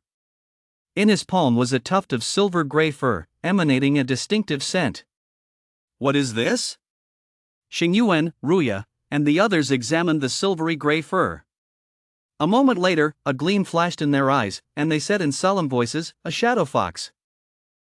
Chen nodded, then walked a short distance forward and pointed to a secluded spot. There, they found a trail of disordered footprints. A fleeting smile played on the lips of the four veterans in the group. They exchanged a glance, their eyes meeting in silent understanding. These new recruits are quite interesting to find the traces of a strange beast so quickly. They are indeed interesting, especially the one wearing the combat armor. He has keen observational skills, though it's hard to tell just how strong he is yet. Archer talent with such careful and keen observation, he has definitely a promising prospect. I just wonder if they can handle that pack of beasts. They're no pushover. Let us keep watching. We're not getting involved anyway, we just need to coordinate with their actions. At least 60 plus beasts. The footprints vary in depth, and it's not just the shadow foxes. The group quickly reached a conclusion. Over 60 beasts. That number sent a chill down everyone's spine. Could a team that hadn't had a chance to work together take on all 60 of these beasts? Shadow foxes excel at stealth, and paired with other beasts, they'll be a bit tricky. Xingyuan frowned, feeling some hesitation about this mission. Ruya nodded, 60 beasts. I don't think our team can handle that. The rest of the group listened quietly, saying nothing. Not even Zhao Zixin spoke up. It seemed the lessons from their previous experience were still fresh in his mind.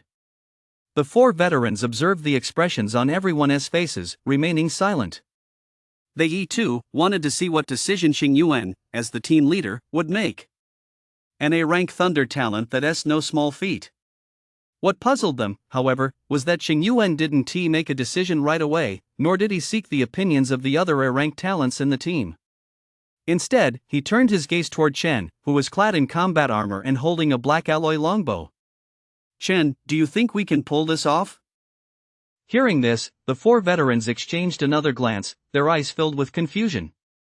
"What's going on? Xing Yuan, an A-rank thunder talent, wasn't he asking for others' opinions? He was asking a team member who was just an E-rank archer?" These veterans hadn't had a chance to learn about the circumstances of the new recruit competition assessment beforehand.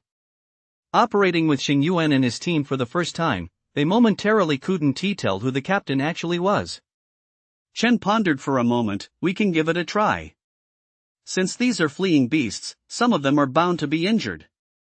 Our team is pretty strong, let us treat this as a chance to hone our skills."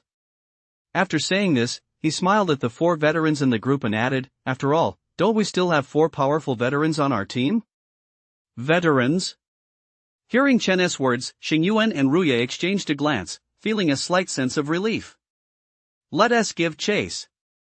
Xing Yuan issued the order, then turned to Ruya and said, "Old Zhang, stick with Chen and work alongside him." Ruya nodded. The group set off once more.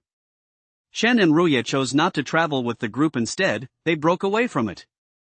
This caused the four veterans to furrow their brows, a look of disappointment flashing across their faces.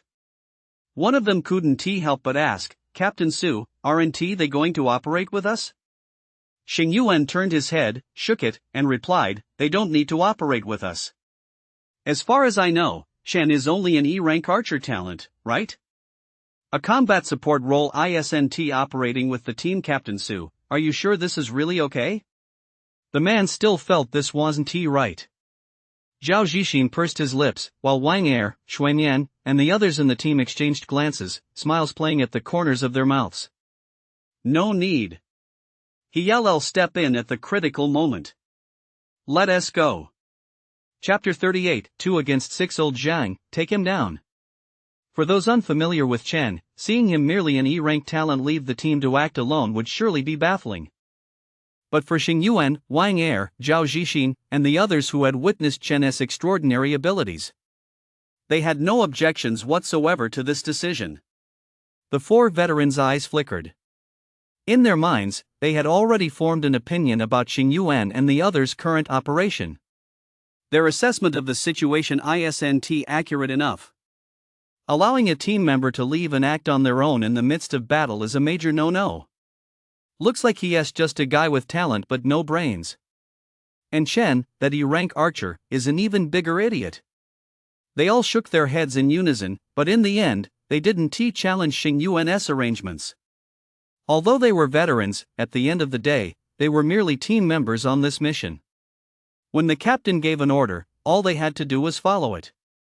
Meanwhile, Chen and Ruya, operating separately, continued heading northwest. Xing Yuan and the others followed a short while later. Along the way, Ruya's burly frame moved at a brisk pace. Having now broken through to the 5th level of the novice stage, he was only slightly slower than Chen. Cultivation isn't just a matter of aptitude. Resources and hard work are both indispensable. Chen, however, didn't have many resources at his disposal. The credits he had previously exchanged for resources had allowed him to successfully advance to the 6th tier of the novice stage. As his strength increased, the resources he needed would also grow. Compared to him, Ruya and the others were already progressing quite quickly.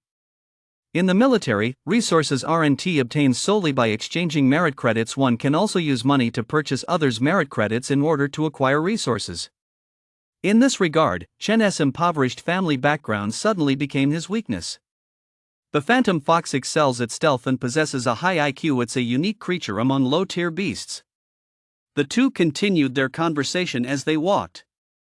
Listening to Ruya's words, Chen couldn't help but recall the information he'd read about the shadow fox. He nodded and said, "This group of beasts must have come for reconnaissance purposes. We've never seen a small-scale beast horde before. It's definitely not just the shadow fox." Ruya nodded. Beast horde. Before he joined the military, that term had seemed so distant to him he'd never even heard of it. In Linghu County, continuing northwest, there were no longer any high-rise buildings, only low-lying residential houses stretched out in continuous rows. Stop! Chen raised his hand to halt Ruya. His eyes swept the surroundings. What's wrong? Chen's reaction made Ruya tense up. She lowered her voice and asked quietly. Chen didn't speak, but instead pointed to a spot not far away. There, the vegetation was tangled, and the footprints had vanished. Let us go. A sense of unease welled up inside him. Without further explanation, he pulled Ruya along and ducked into an abandoned house. The vegetation is disheveled, and the footprints have vanished. The beast is most likely nearby. Chen and Ruya crouched by the window of the abandoned house. He explained aloud. Ruya's eyes narrowed, and she instinctively gripped the alloy sledgehammer in her hand. What should we do? Should we wait for Xing Yuan and the others, or should we retreat? Ruya was a bit nervous. There were only the two of them. If they were surrounded by the beast, they'd be seriously injured at best, if not killed. Without answering, Chen silently scanned his surroundings. His amber eyes gave him an eerie appearance. We can't get away. His pupils contracted slightly. With the aid of his talent skill, eagle-eye insight, he saw several figures approaching the spot where the two of them had been standing. Among them, a faint silver-gray figure flashed by. How far away are Xing Yuan and the others? Glancing at the arrow in his hand, Chen's gaze darted around constantly. In just a short time, several figures had flashed past, gradually encircling their position. 10 kilometers. Ruya answered immediately as she spoke. A faint sound echoed through the silent landscape. Don't speak. Just play it by ear. Chen gestured to Ruya and vanished without a trace. Unable to call out to Chen in time, Ruya leaned nervously against the window, keeping her eyes and ears open in all directions, constantly on the lookout for any signs of trouble. From the highest window of another house, a pair of amber eyes surveyed the surroundings from above. For novice stage, level 5 windblade leopards, 1 novice stage, level 5 stonehide rhinoceros, plus 2 novice stage, level 6 shadow wolves, and 1 novice stage, level 5 shadowy fox. With a single sweep of his gaze, he took in the movements of all 8 beasts. The phantom shadow fox was renowned for its stealth and cunning. In his view, the phantom shadow fox was the farthest away, hidden in the corner of a house. It hadn't joined the others in closing in on them. The shadow wolf stopped at the spot where Chen and Ruya had been standing moments ago. It twitched its nose, sniffed the air, then turned and let out a low growl directed at the phantom fox. The phantom fox's alert eyes swept the surroundings, fixing on the house where Ruya was located. As a slightly shrill sound rang out, all 7 beasts turned their gaze toward the house where Ruya was. Then they charged swiftly toward his location. Ruya gripped his alloy sledgehammer tightly, thinking to himself, there are only the two of us, and all the beasts before us are at the 5th level of the novice stage, and there are even 2 shadow wolves at the 6th level of the novice stage. They outnumber us. It's not very realistic for just the two of us to break through the beast's encirclement on our own. Right now, my only hope is that Xing Yuan and the others will hurry up.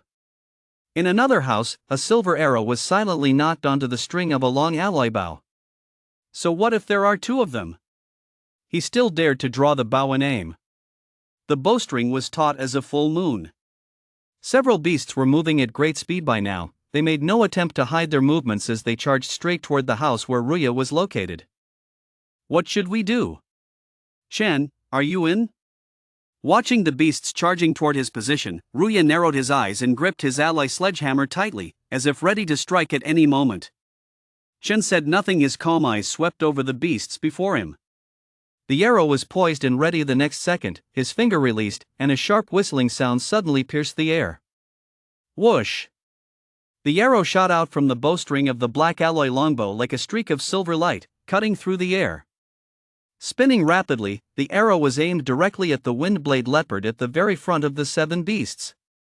Novice stage, 5th tier. The windblade leopard's primary trait is speed. It can launch sharp wind blades to attack.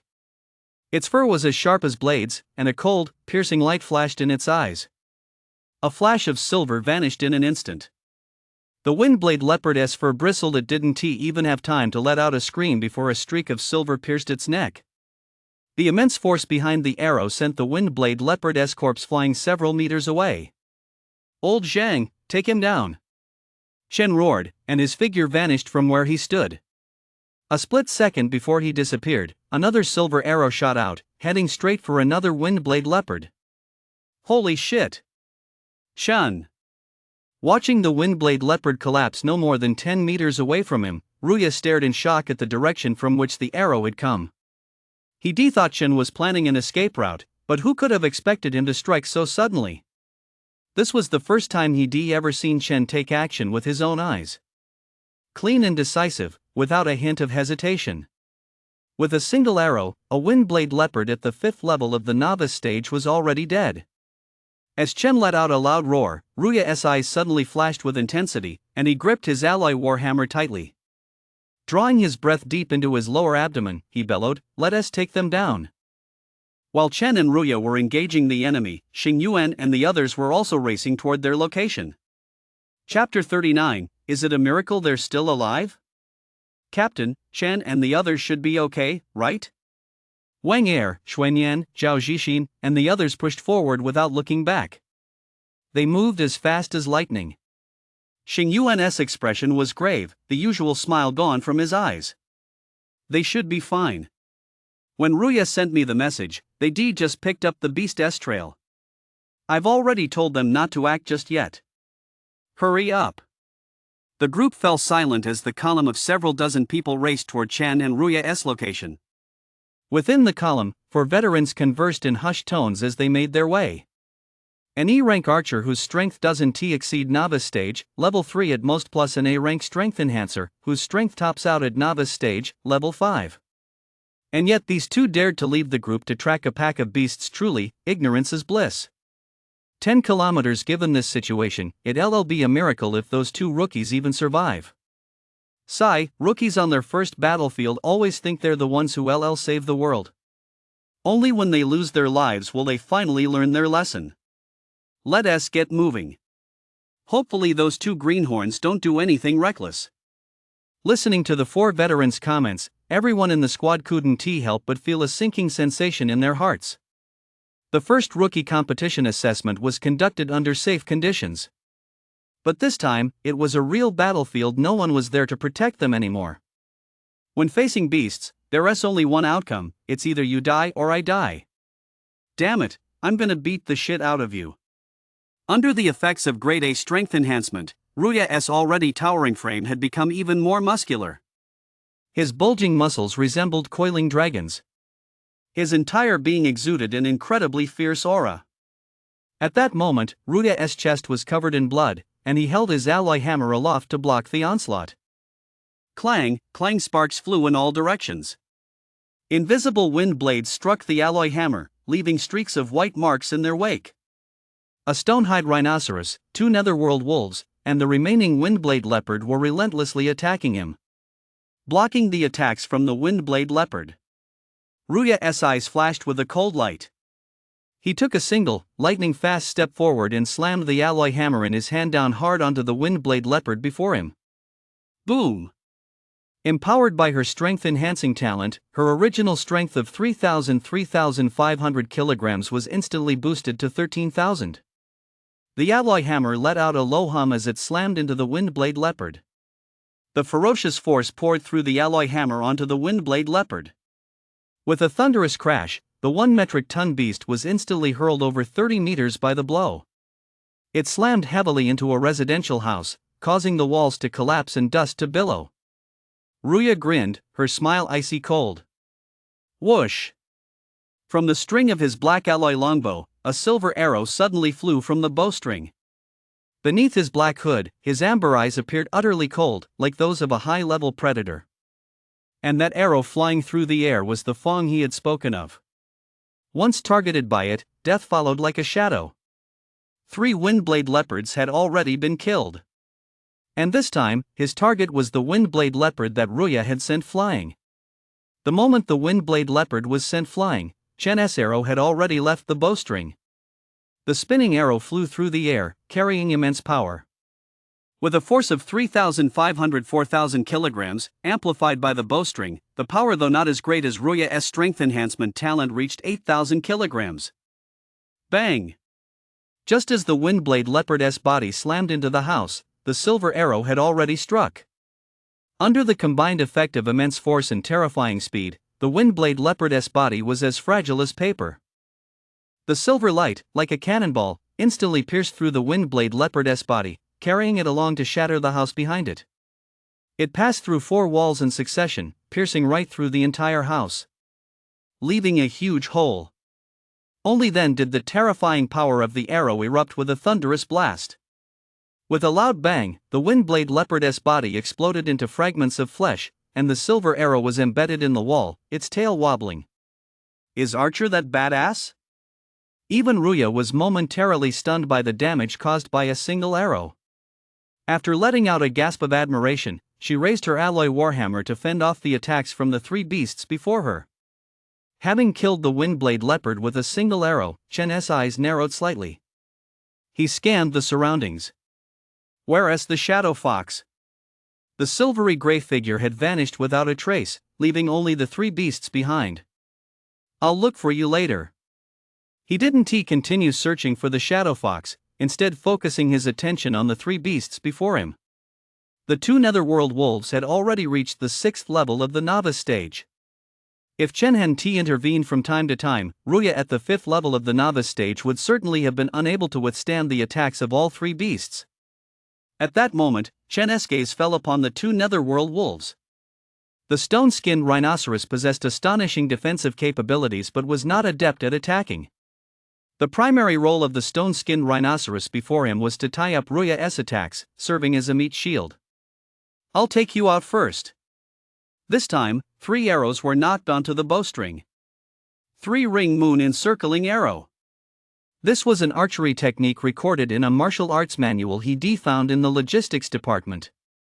Although the Shadow Wolves didn't possess the same defensive capabilities as the stone-hide rhinoceros, their defenses weren't easy to breach either. Their only weakness was the patch of white fur beneath their necks.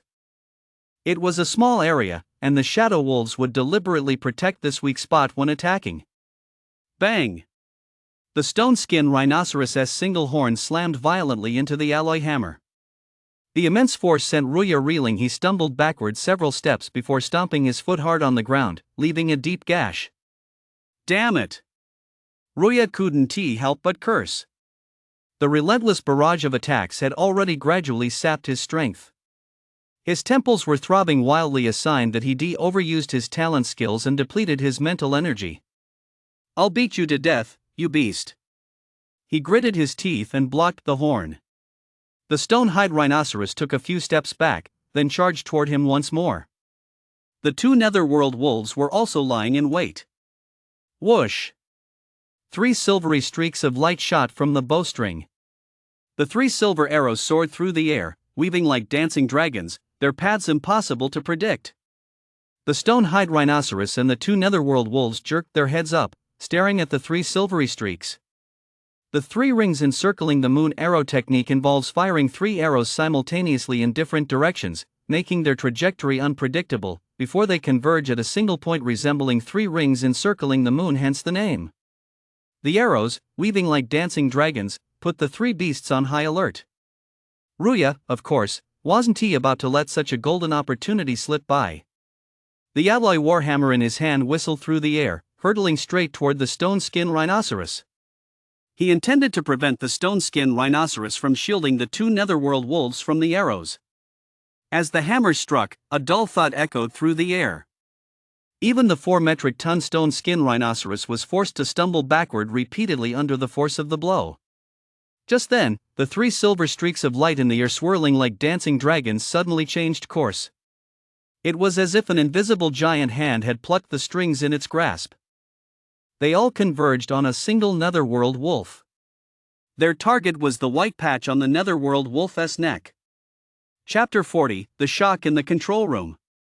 In the military camp guarding Linghu County, Gao Ming, who was in charge of the garrison here, along with Xiang Han and the other company commanders from the 3rd Legion's various recruit companies, were all present. Over 100 screens were displaying the status of each squad. With his 7th-tier general stage cultivation, he was by no means a weakling compared to the others present. Someone like Xiang Han, at the Grandmaster stage, was an exception.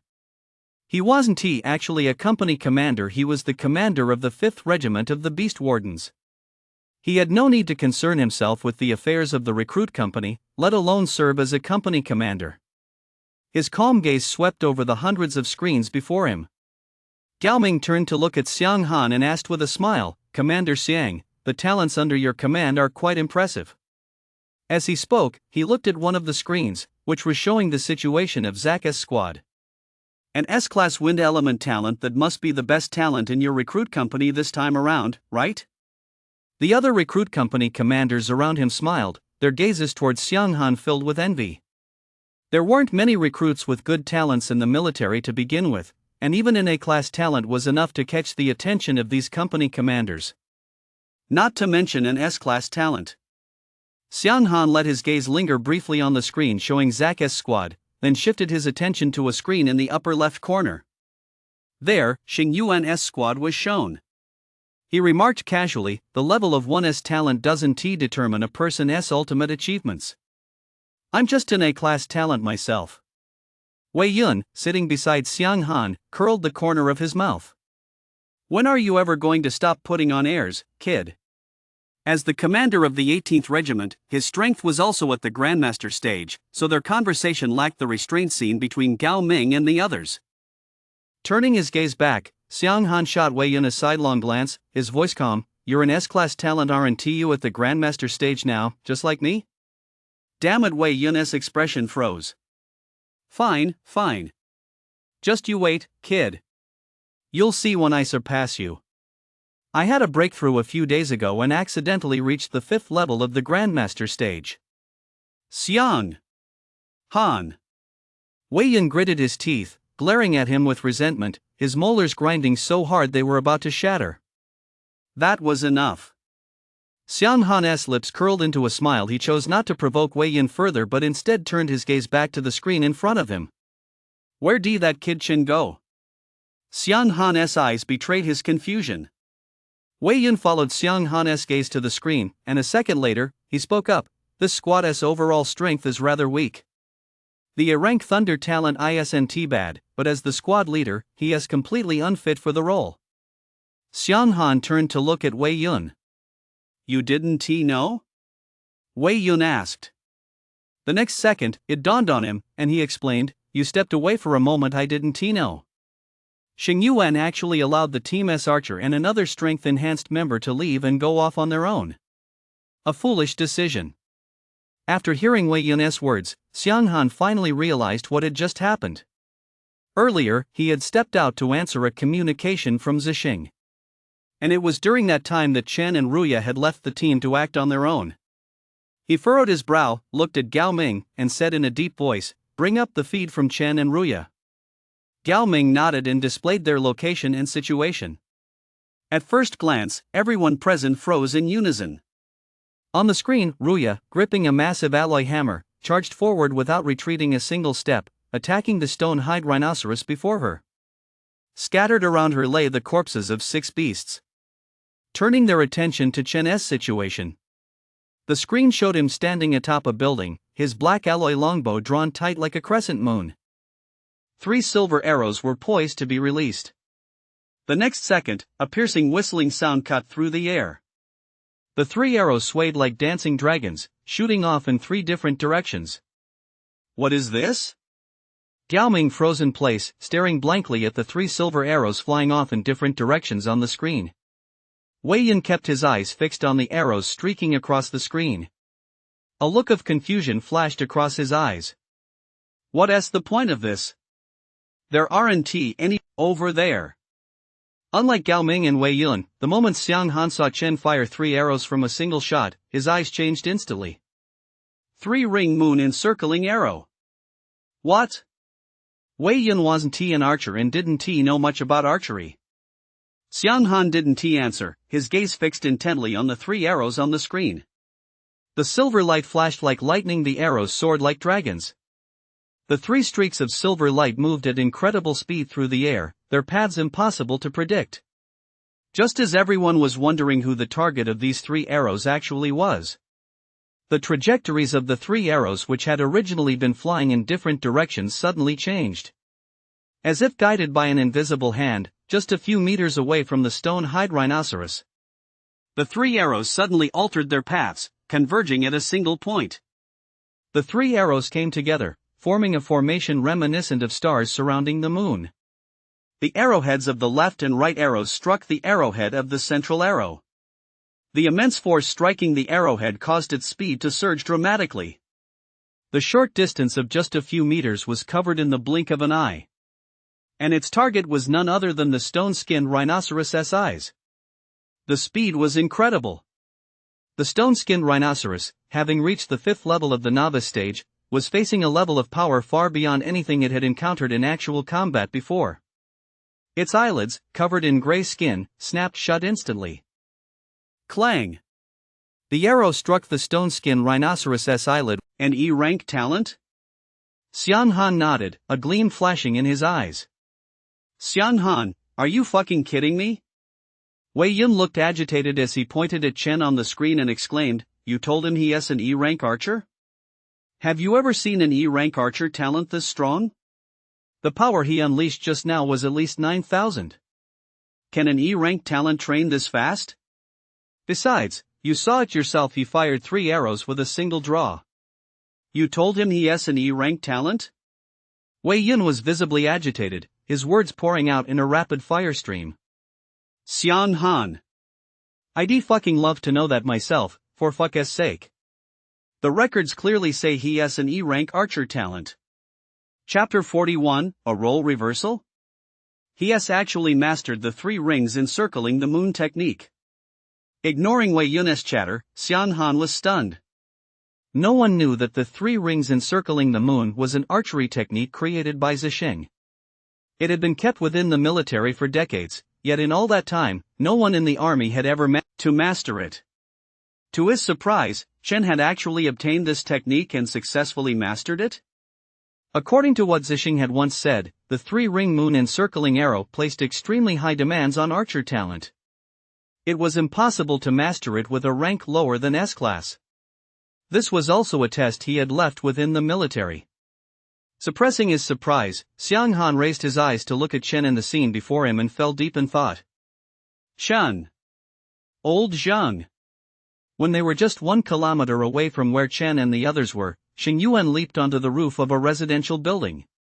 Holding his spear at an angle, he swept the surroundings with a sharp gaze. The area was deathly quiet.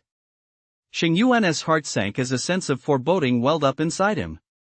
Xuanyan, Zhao Zixin, Wang Er, and the others, seeing no response, also felt a sense of foreboding. Holy shit, something's got to be wrong. Damn it. Chen, Ruya, you two better not be in trouble. My brother Chen didn't just kick the bucket, did he? I was counting on him to be our squad leader. Shut up and hurry up. The group moved like lightning, rushing toward Chen and Ruya's location. The 4 veterans in the group also wore grave expressions. Those 2 greenhorns aren't dead yet, are they? Hard to say. There's no sound coming from the area. To go tracking a monster S-trail with just the 2 of them, I have to say, that was a really stupid decision. Blood will teach them a lesson. The group fell silent and followed the squad toward Chen and Ruya's location. Boom! Xing Yuan leaped into the air, soaring over 20 meters before landing heavily on the ground, leaving a deep crater beneath his feet. Looking up, he saw the corpses of various beasts scattered before him. Stone-hide rhinoceros, netherworld wolf, windblade leopard. His eyes flashed like lightning, and a faint glow of thunder emanated from his body. Captain! Holy crap! Xuanyan and the others arrived and let out a cry of shock at the sight of the monster carcasses. Before them lay the corpses of 8 monsters, their bodies covered in numerous wounds, each with a silver arrow embedded in it. The 4 veterans moved swiftly, scanning the area. The battlefield was in utter chaos. Houses lay in ruins, and blood covered the ground. But there was no sign of Chen and Ruya. Search! Xing Yuan felt a surge of anxiety. Although he had confidence in Chen, that was only before this. 6 novice stage, 5th tier beasts, and even 2 novice stage, 6th tier beasts. Chen and Ruya stood no chance against such a force. Please, don't let anything happen to you too. The message Ruya had sent him didn't specify the exact number of beasts, it merely mentioned that their tracks had been discovered. The 4 of them examined the beasts on the battlefield. Novice stage, level 5 and 2 at level 6.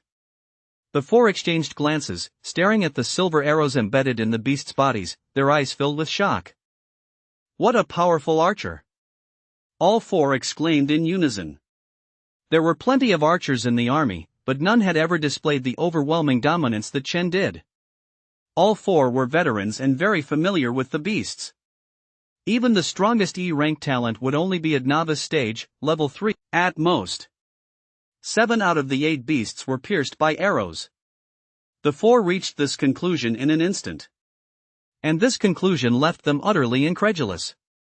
Chen wasn't the combat support role. Ruya was. Confusion flashed in their eyes. Was this really the archer they knew? As far as they knew, archers had never possessed such overwhelming dominance. Another team must have intervened, otherwise, the 2 of them alone would never have stood a chance against these beasts. As the words fell, the 4 fell silent in unison. The arrows embedded in the beasts before them were undeniable proof. The team scattered, searching for Chen and Ruya. At that moment, Chen and Ruya were hiding over 900 meters away from Xingyuan and the others. In their hands were a total of 8 beast crystal nuclei. Old Zhang. Tossing 4 beast crystal nuclei to Ruya, Chen closed his eyes and began absorbing the energy from the ones in his hand. Although his talent was now very strong, he lacked sufficient resources. To continue his cultivation, he had to obtain more resources. The battlefield was the perfect place for that. Ruya looked at Chen with a complex expression, her eyes filled with astonishment. During the battle just now, her only role had been to draw the beast's attention. Chen, on the other hand, was the one doing the attacking. Originally, Ruya, an A-rank strength enhancer, was supposed to be the main attacker, while Chen served as her combat support. But as soon as the battle began, their roles were reversed. Shaking his head, Ruya had already labeled Chen as abnormal in his mind. With his SSS talent, Chen absorbed the beast crystals much faster than Ruya. In just a short time, he had already fully absorbed 1 beast crystal. Without opening his eyes, he placed the 2nd beast crystal into his mouth. The distinctive, foul stench of the beast crystals filled the air, but Chen remained impassive. He was already accustomed to the smell.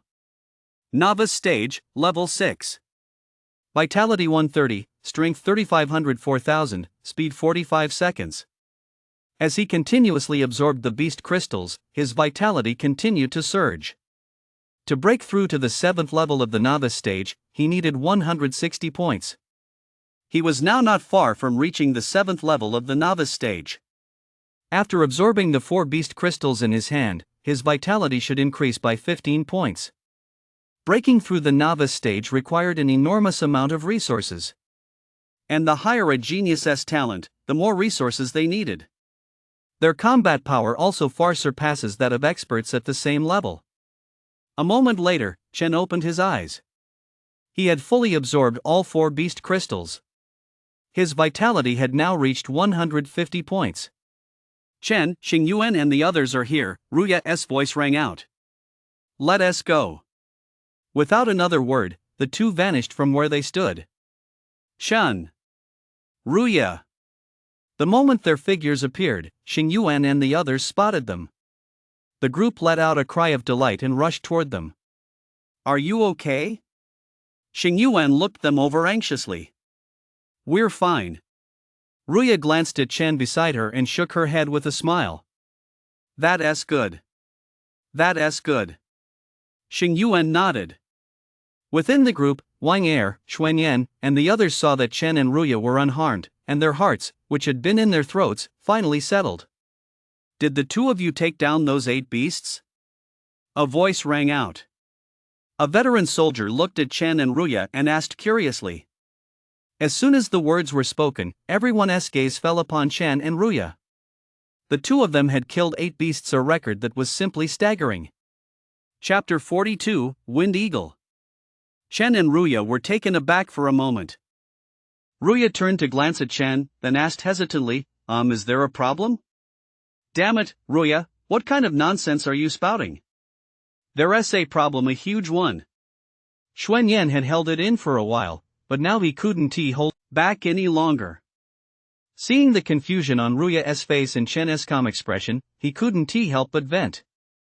That was a pack of novice stage, 5th tier beasts, and there were even 2 novice stage, 6th tier ones. 2 people, just 2 people. Xuanyan held up 2 fingers and said excitedly, do you know what that means? It means what you 2 did is unprecedented, even among veterans. It's a feat that not even the entire 3rd Legion has ever achieved. Xuanyan was speaking with great fervor, his face brimming with excitement. Xingyuan and the others were also deeply shocked at that moment. Xingyuan thought for a moment, then looked at Chen and the other man. A terrifying thought flashed through his mind. His gaze fell on Chen as he asked, his voice filled with shock and suspicion, Chen, what level are you at in the novice stage? Chen didn't hide it, he smiled and replied, level 6. Xingyuan's expression froze.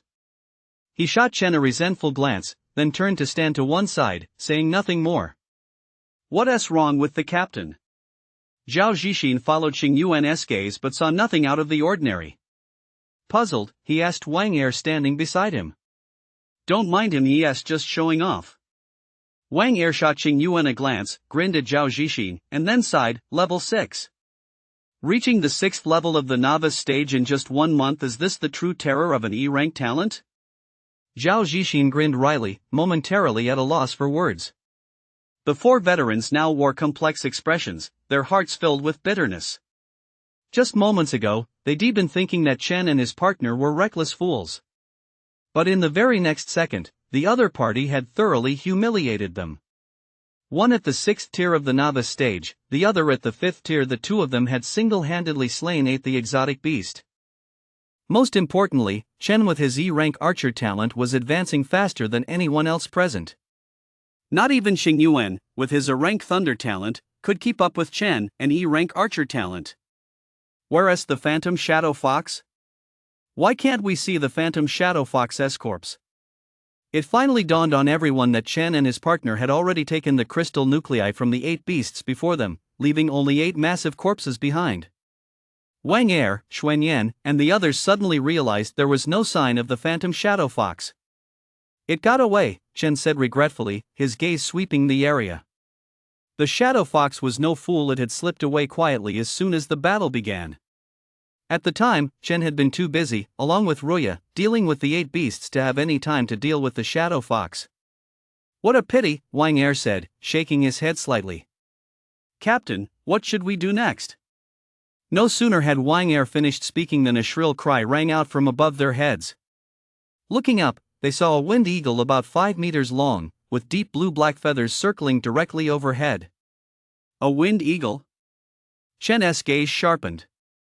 With the aid of his eagle eyes, he could even make out the wind eagle's eyes, which glowed with a faint blue, icy light. A tuft of silvery white feathers sat atop its head. Its broad wings were spread wide, resembling 2 massive blades. Its talons, as strong as alloy, emitted a chilling, bone-chilling glow. Hearing Chen's words, everyone in the group tensed. Wind eagles were extremely fast, comparable to the 1st level of the soldier stage. They could also wield wind blades, making them extremely formidable. Wind eagles excelled at reconnaissance. Because their altitude far exceeded the attack range of ordinary novice stage practitioners, and because they could fly completely silently, they were increasingly difficult to detect. How did a wind eagle end up here? Xingyuan looked up at the wind eagle flying off into the distance, a look of confusion flashing across his eyes. A look of understanding flashed in Chen's eyes as he said in a deep voice, reconnaissance. What? The others were puzzled. The wind eagle is here to scout, Chen said, gazing at the bird as it gradually receded into the distance. The shadow fox is highly intelligent and excels at trickery. This wind eagle was most likely sent out by the shadow fox to scout. Catch up to it. As soon as Chen finished speaking, he flickered and vanished from where he stood. Xing Yuan and the others reacted just as quickly. The moment Chen disappeared, they sprang into action. Having reached the 6th level of the novice stage, Chen chose not to wait for Xing Yuan and the others, instead racing ahead alone. Clad in black battle armor, his face concealed by a hood, his pair of amber eyes were filled with a cold glint. A long black alloy bow was clenched in his hand, while the silver spear, his waist had retracted, transforming into a silver metal staff. The Wind Eagle was moving swiftly, and Chen gave chase with all his might. Somewhere 5 kilometers away, the Shadow Fox appeared at this location. Ahead of it, 5 figures stood before it. Upon seeing the 5 figures, the Shadow Fox adopted a respectful demeanor, pressing its forepaws to the ground, head bowed, and emitting low, whimpering sounds. 2 people managed to kill 8 novice stage, 5th and 6th tier beasts, said the leader, his voice indifferent yet tinged with a hint of surprise. A faint smile played at the corner of his mouth.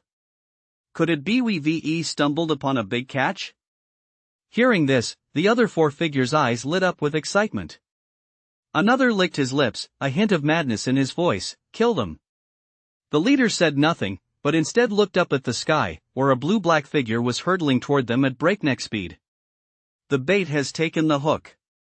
Lure it a little closer to shore to prevent the fishermen from spotting us. The man's calm voice fell silent. The ghost Shadow Fox raised its lowered head slightly and let out a strange cry. One by one, the figures around them scattered in different directions. These were beasts with strength at least at the 3rd level of the novice stage, and among them were quite a few at the 5th, 6th, and even 7th levels of the novice stage. Wind Eagle's figure had already vanished. Chen didn't stop, he kept moving forward. But as he continued on, an inexplicable sense of unease welled up within him. His amber eyes swept the surroundings. Chen narrowed his eyes and silently knocked a silver arrow onto the string of the black alloy longbow in his hand. Whoosh! A flash of silver light vanished in the blink of an eye, instantly piercing a novice stage level 2 beast. The immense force propelled the beast's corpse through the air, finally pinning it to the wall of an abandoned house. The arrow's tail trembled. Chen halted and raised his gaze to scan the surroundings. He had a vague sense of foreboding. Screech! A piercing cry suddenly rang out from the distant sky. Looking up, Chen saw the Wind Eagle which had previously vanished reappear. Its pale blue eyes glinted with a cold intensity. Chen narrowed his eyes, watching the Wind Eagle's figure fly off into the distance, a chill flashing through his own eyes. The Wind Eagle's disappearance and reappearance, combined with the strange beast he had just shot down, all pointed to one thing: the Wind Eagle was deliberately luring him to follow. Should he go after it? Chen pondered. Meanwhile, in the same northwestern direction, Jiangyan, Zack, and the others had also spotted the Wind Eagle. Pursue! Zack issued the order to give chase without the slightest hesitation. Jiangyan hesitated for a moment but did not object. The group set off in pursuit, heading in the direction the Wind Eagle had vanished. Chapter 43, Though the enemy is numerous, I shall go forth. Chen. Hearing the voices of Xing Yuan and the others, Chen, who was on the roof of the house, turned to look and waved at them. Chen, are you okay? Ruya, Xing Yuan, and the others approached Chen and surveyed their surroundings. Aside from a novice stage level 2 beast, they didn't notice anything else out of the ordinary. Hearing their concerned greetings, Chen smiled and shook his head. Xing Yuan pondered for a moment. Pursue it. On the outskirts of Linghu County, 50 figures swept past like a whirlwind, seeming to infuse this county town which had lain dormant for a century with a newfound vitality. Xing Yuan, spear in hand, moved with blinding speed. Ruya wielded a massive alloy hammer, his entire being radiating a fierce aura. Wang Er, Xuanyan, and the others were no different. With a black alloy longbow in hand and battle armor covering his entire body, Chen looked mysterious beneath his black hood. Feng Ying's figure continued to fly off into the distance. His speed wasn't fast. Damn it, it's like he is toying with us. Zhao Zixin looked up at Feng Ying in the distant sky. Its broad wings flapped gently, yet its speed was like an arrow leaving the bowstring. Its blue-black feathers looked sharp and piercing. One moment fast, the next slow. Since when did the wind eagle become so smart? Xuanyan grumbled, his tone tinged with confusion. Chen, you. Xing Yuan was just about to speak. But in that very instant, Chen had already silently drawn his black alloy longbow on the bowstring. The tips of 3 silver arrows glinted with a cold light. His vitality boiled within him, and the bowstring arched like a full moon. The arrows shot forth like lightning, vanishing from the bowstring in an instant with a piercing whistle. And their target was none other than the wind eagle in the distance. Chen's sudden move left everyone momentarily stunned. After chasing the wind eagle for so long, why was he trying to kill it now? With the wind eagle moving so fast, were you sure you could hit it? Looking up, 3 streaks of silver light shot through the air like lightning, arriving in an instant. Though the wind eagle's massive body was suspended in midair, its speed was undiminished. At the very moment the piercing sound rang out, its pale blue eyes flickered slightly, and it dodged the arrow in an instant. But before it could think further, the other 2 streaks of silver light collided, and upon impact, the second streak's speed surged dramatically.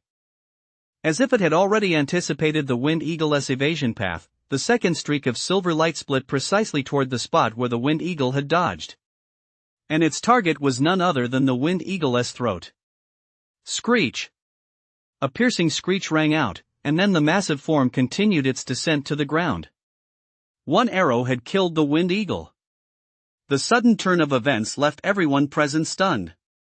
Chen, Xing Yuan was just about to speak when Chen raised his hand to interrupt him. There are strange beasts approaching, quite a few of them. How far away? Xing Yuan raised an eyebrow as he asked. 1 kilometer. How far? Even within the group, members of the former Wolong squad including Wang Er couldn't help but freeze in shock. Among them, the 4 veterans who had recently joined the team were the most stunned of all. One veteran, upon hearing the distance Chen mentioned, couldn't help but let out a gasp of surprise, staring at Chen in disbelief. The rest of the group also looked at Chen in shock. Their current vision had a range of no more than 300 meters at best. Yet Chen had just blurted out 1 kilometer. Wasn't that a bit ridiculous? Chen turned to face the veteran who had questioned him. His amber eyes took on an eerie glow as his calm voice rang out. What's wrong with 1 kilometer? 1 kilometer, 1 kilometer. Several veterans burst out laughing at the phrase 1 kilometer.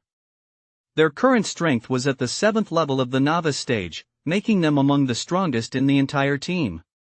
Yet even they could only see clearly up to a little over 300 meters. Was 1 kilometer even possible? Xing Yuan's expression was grave as his gaze swept over the group. In a deep voice, he said, "Trust him." Chen, same as always, you'll go alone. Chen nodded, and his figure vanished in an instant. Although he was skilled with the spear, it wasn't his forte. Unless absolutely necessary, he preferred to use his longbow as his primary weapon. Everyone, get ready. A faint glimmer of lightning flickered in Xing Yuan's eyes, and threads of lightning danced along the shaft of his spear. His voice carried an indescribable sense of authority. At that moment, he had already activated his thunder talent. A fighting spirit gradually rose within the rest of the group. The abilities of these beasts are as varied as they are bizarre. Enhancement talents, apply buffs to everyone. Healing talents, keep a close eye on injuries at all times. Defense talents and strength talents, hold the line.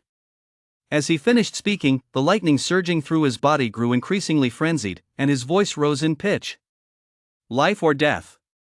As his words fell, a relentless, unstoppable resolve suddenly surged within the hearts of the entire team. This resolve gradually coalesced, ultimately forming a powerful fighting spirit.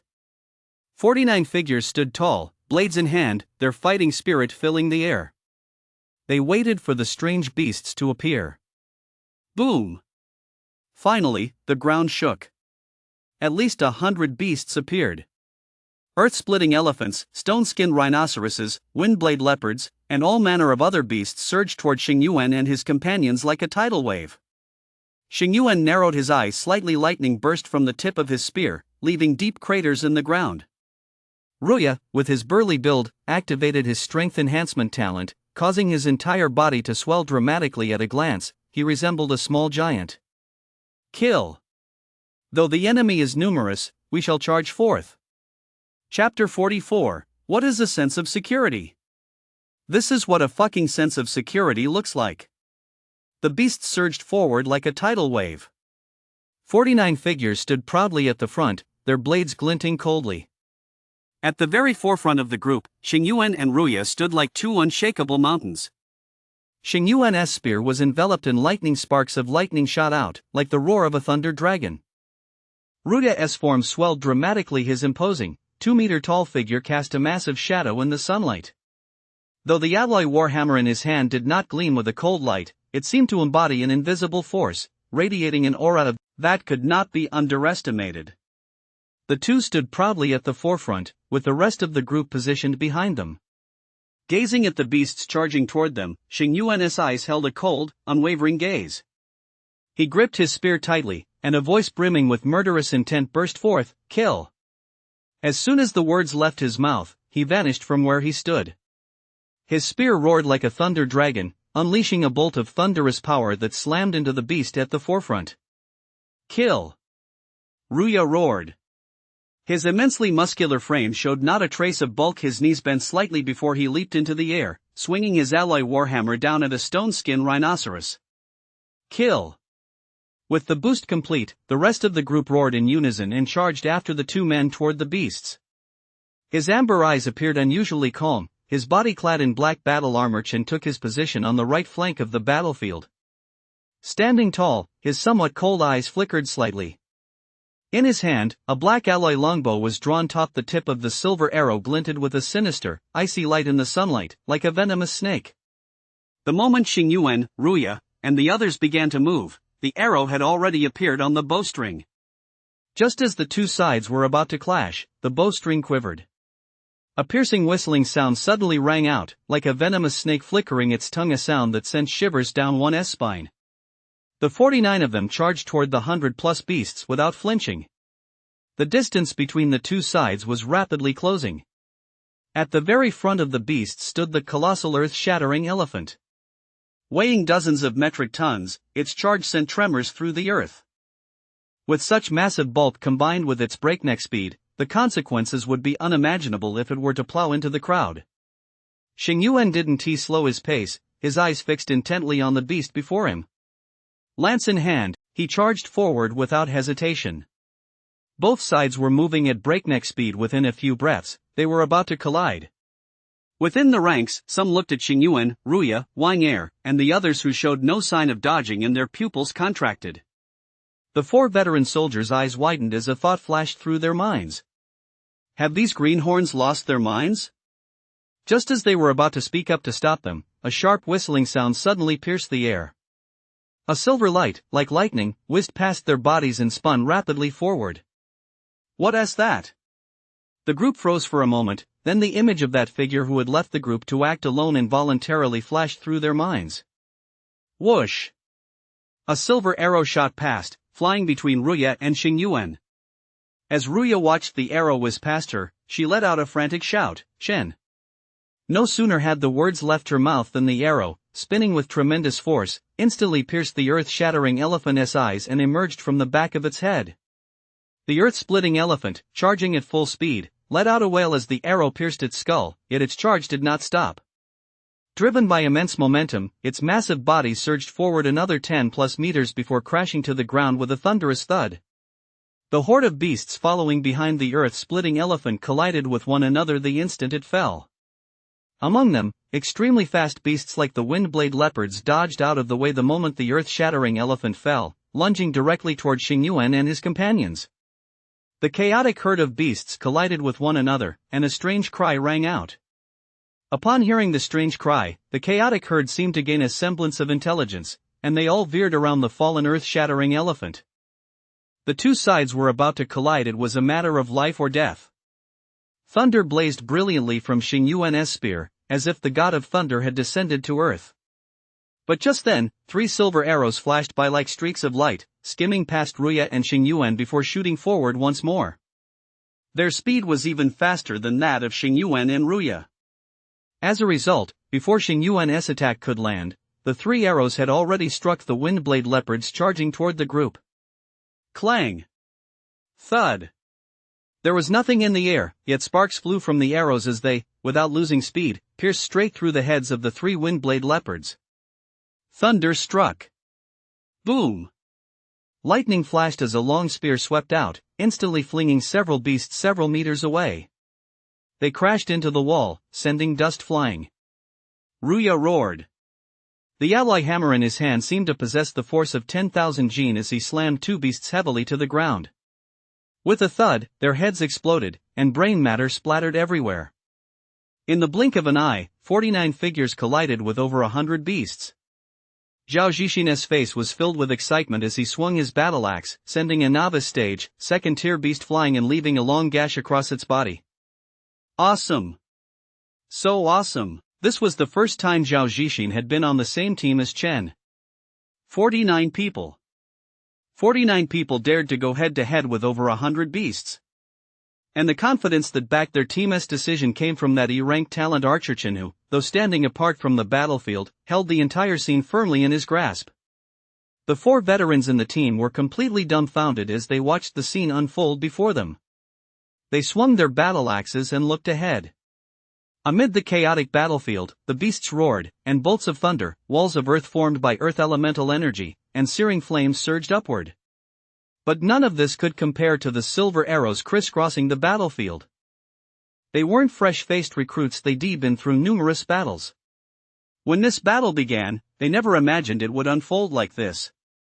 Before them, the beasts roared, the battlefield was in chaos, blades flashed, and a chilling glint shone on the beasts' sharp claws. One misstep, and they would lose their lives completely. Yet Xing Yuan, Ruya, Wang Er, Zhao Zhixin, and the others on the battlefield attacked the beasts before them as if they were heading straight to their deaths. Time and again, they saw the beasts' claws whiz past them. But this wasn't due to good luck, nor was it because the beasts were showing mercy. Rather, it was because of the silver arrows flying out from every imaginable angle amid the chaotic battlefield. What incredible skill! Terrifying battlefield insight! Is this really an E-rank talent? I'd believe it if you told me he was an SSS rank talent. The group also experienced a sense of security they never felt before. What is a sense of security? This, right here, is a sense of security. Just charge ahead, Chen will take care of the rest. Somewhere 700 meters away, a black alloy longbow was drawn once more, and a silver arrow was knocked onto the string. It shot out in an instant.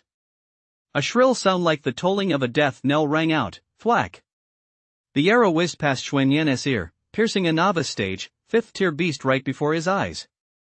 After piercing its skull, the arrow's force showed no sign of weakening. Spinning at breakneck speed, it pierced the skull of another beast before the arrow's immense power finally exploded with a thunderous roar. As if struck by a massive hammer, the beast's skull exploded, sending a shower of blood flying in all directions. Xuanyan shouted excitedly, "Brother Chen, you're awesome." They've gone wild completely on a killing spree. The 49-person squad showed not the slightest sign of retreat in the face of over 100 beasts. So far into the battle, only a few had sustained minor injuries. 700 meters away, listening to Xuanyan's excited shouts, Chen's gaze remained calm, his expression as still as a deep well. He drew his black alloy longbow once more. The arrowhead gleamed with a piercing cold light, like a venomous snake emerging from its lair, only to transform into a giant python the next second, striking out to devour its prey. Chapter 45, Zak's Plan. The combat prowess unleashed by the 49-member squad had the 4 veterans in their ranks feeling their blood boil. Having experienced numerous battles, they were already accustomed to such scenes. But this time, they felt a sense of exhilaration they had never experienced before. In past battles, the beasts had been extraordinarily powerful. Death was a constant companion. The slightest misstep could send someone down. In a single small-scale battle, the death toll could even reach triple digits, even though only a few hundred people were participating. The powerful beasts were naturally handled by the strongest fighters. They themselves faced only ordinary beasts. Yet even such enemies had already caused the entire squad's losses to reach triple digits. And now, A squad of 49 people dared to launch a head-on assault against over 100 beasts. Such a reckless move, no matter where it happened, would make anyone exclaim, "They're crazy." Yes, they were crazy. Crazy for killing. Just charge and kill, nothing else mattered. All of this was thanks to that mysterious archer Chen, who remained on the periphery of the battlefield yet held everything that happened there firmly in his grasp. An E-rank talent. If anyone were to tell them now that an E-rank archer talent could only serve as a combat support role, they'd surely hurl insults at that person. You don't know shit. Have you ever seen an E-rank archer with such terrifying insight? With such powerful battlefield control? With such overwhelming strength? Whoosh! A silver flash streaked past their ears, piercing a novice stage, 5th tier beast. The group shouted excitedly, "Kill!" 700 meters away, Chen kept firing his bow. Bullseye ensured every shot hit its mark, while his talent skill, Divine Arrow, imbued his arrows with immense penetrating power. The arrows whirled through the air. Their speed was so great that the vegetation in their path was forced aside as if by an invisible force, carving out a wide path. Then they exploded with a thunderous boom. Somewhere several hundred meters away from Chen's team, a pair of cold, piercing eyes was fixed intently on the distance. Where's Chen?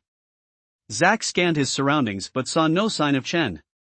He raised an eye, his gaze settling on Xingyuan and Ruya in the midst of the battlefield.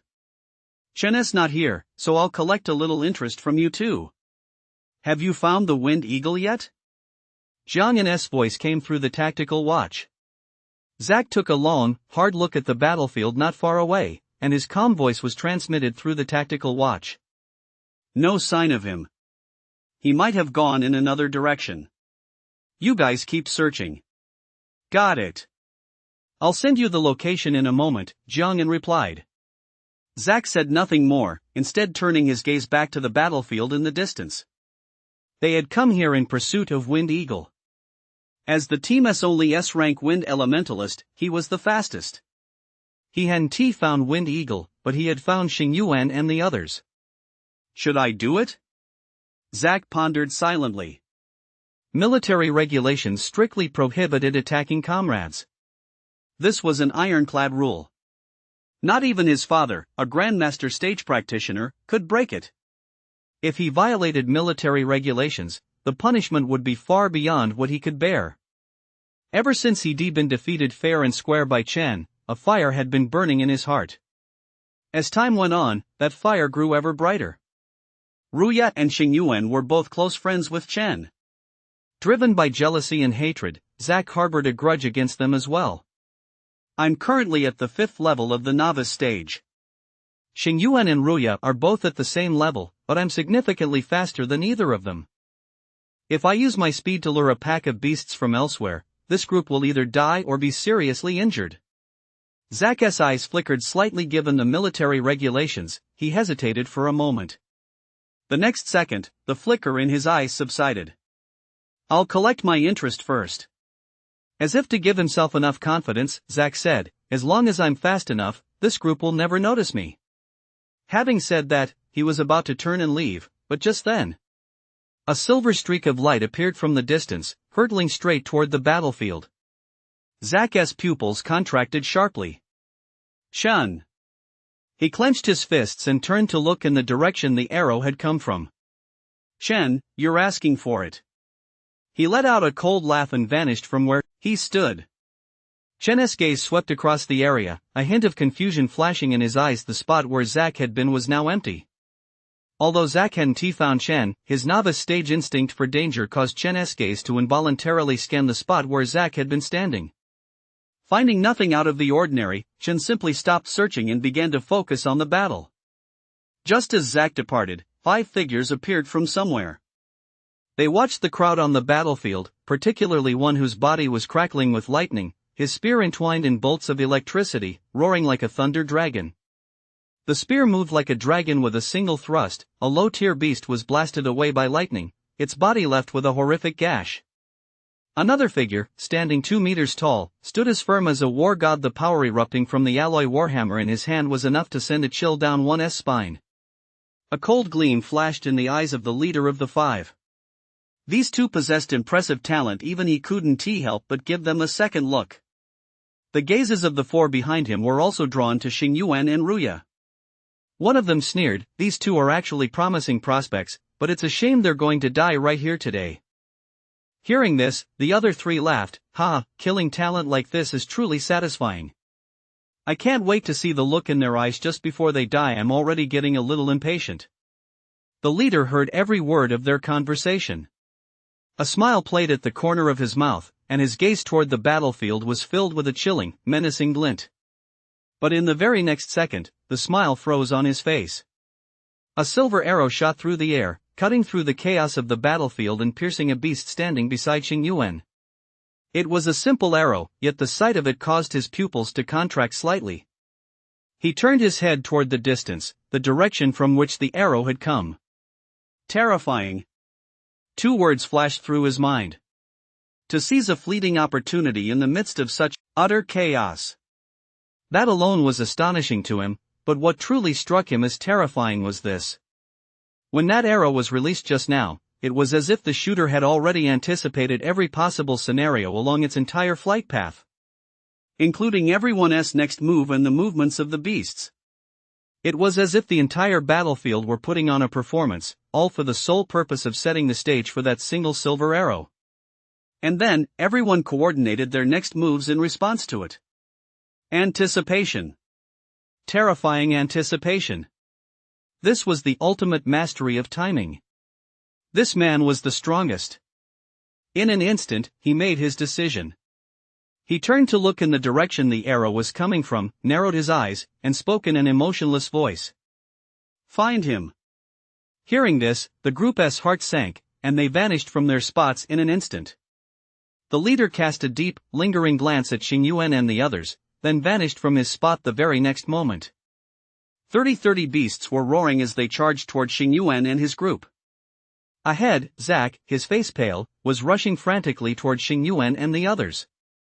Chapter 46, Order 1 Arrow, 7 Kills. Ruya looked up, his body covered in blood. When he saw Zack, he narrowed his eyes slightly. Zack! He was on good terms with Chen. He'd already learned about Chen's past through conversations with Xing Yuan. In his eyes, Zack didn't come across well. He was downright detestable. His gaze fell on the dozens of beasts behind Zack, and a hint of hesitation flashed across his face. Beside him, Wang Er, Xuanyan, and the others also spotted Zack charging from the distance, along with the dozens of beasts following him. It's Zack! Holy shit, what is he up to? Damn it, another 30 beasts! He is crazy. He completely lost his mind.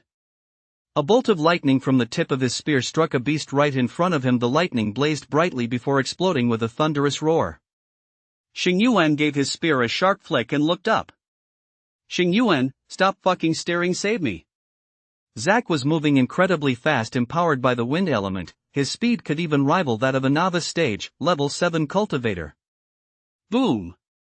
A bolt of lightning shot from the spear, landing beside Zack and blasting a monster away.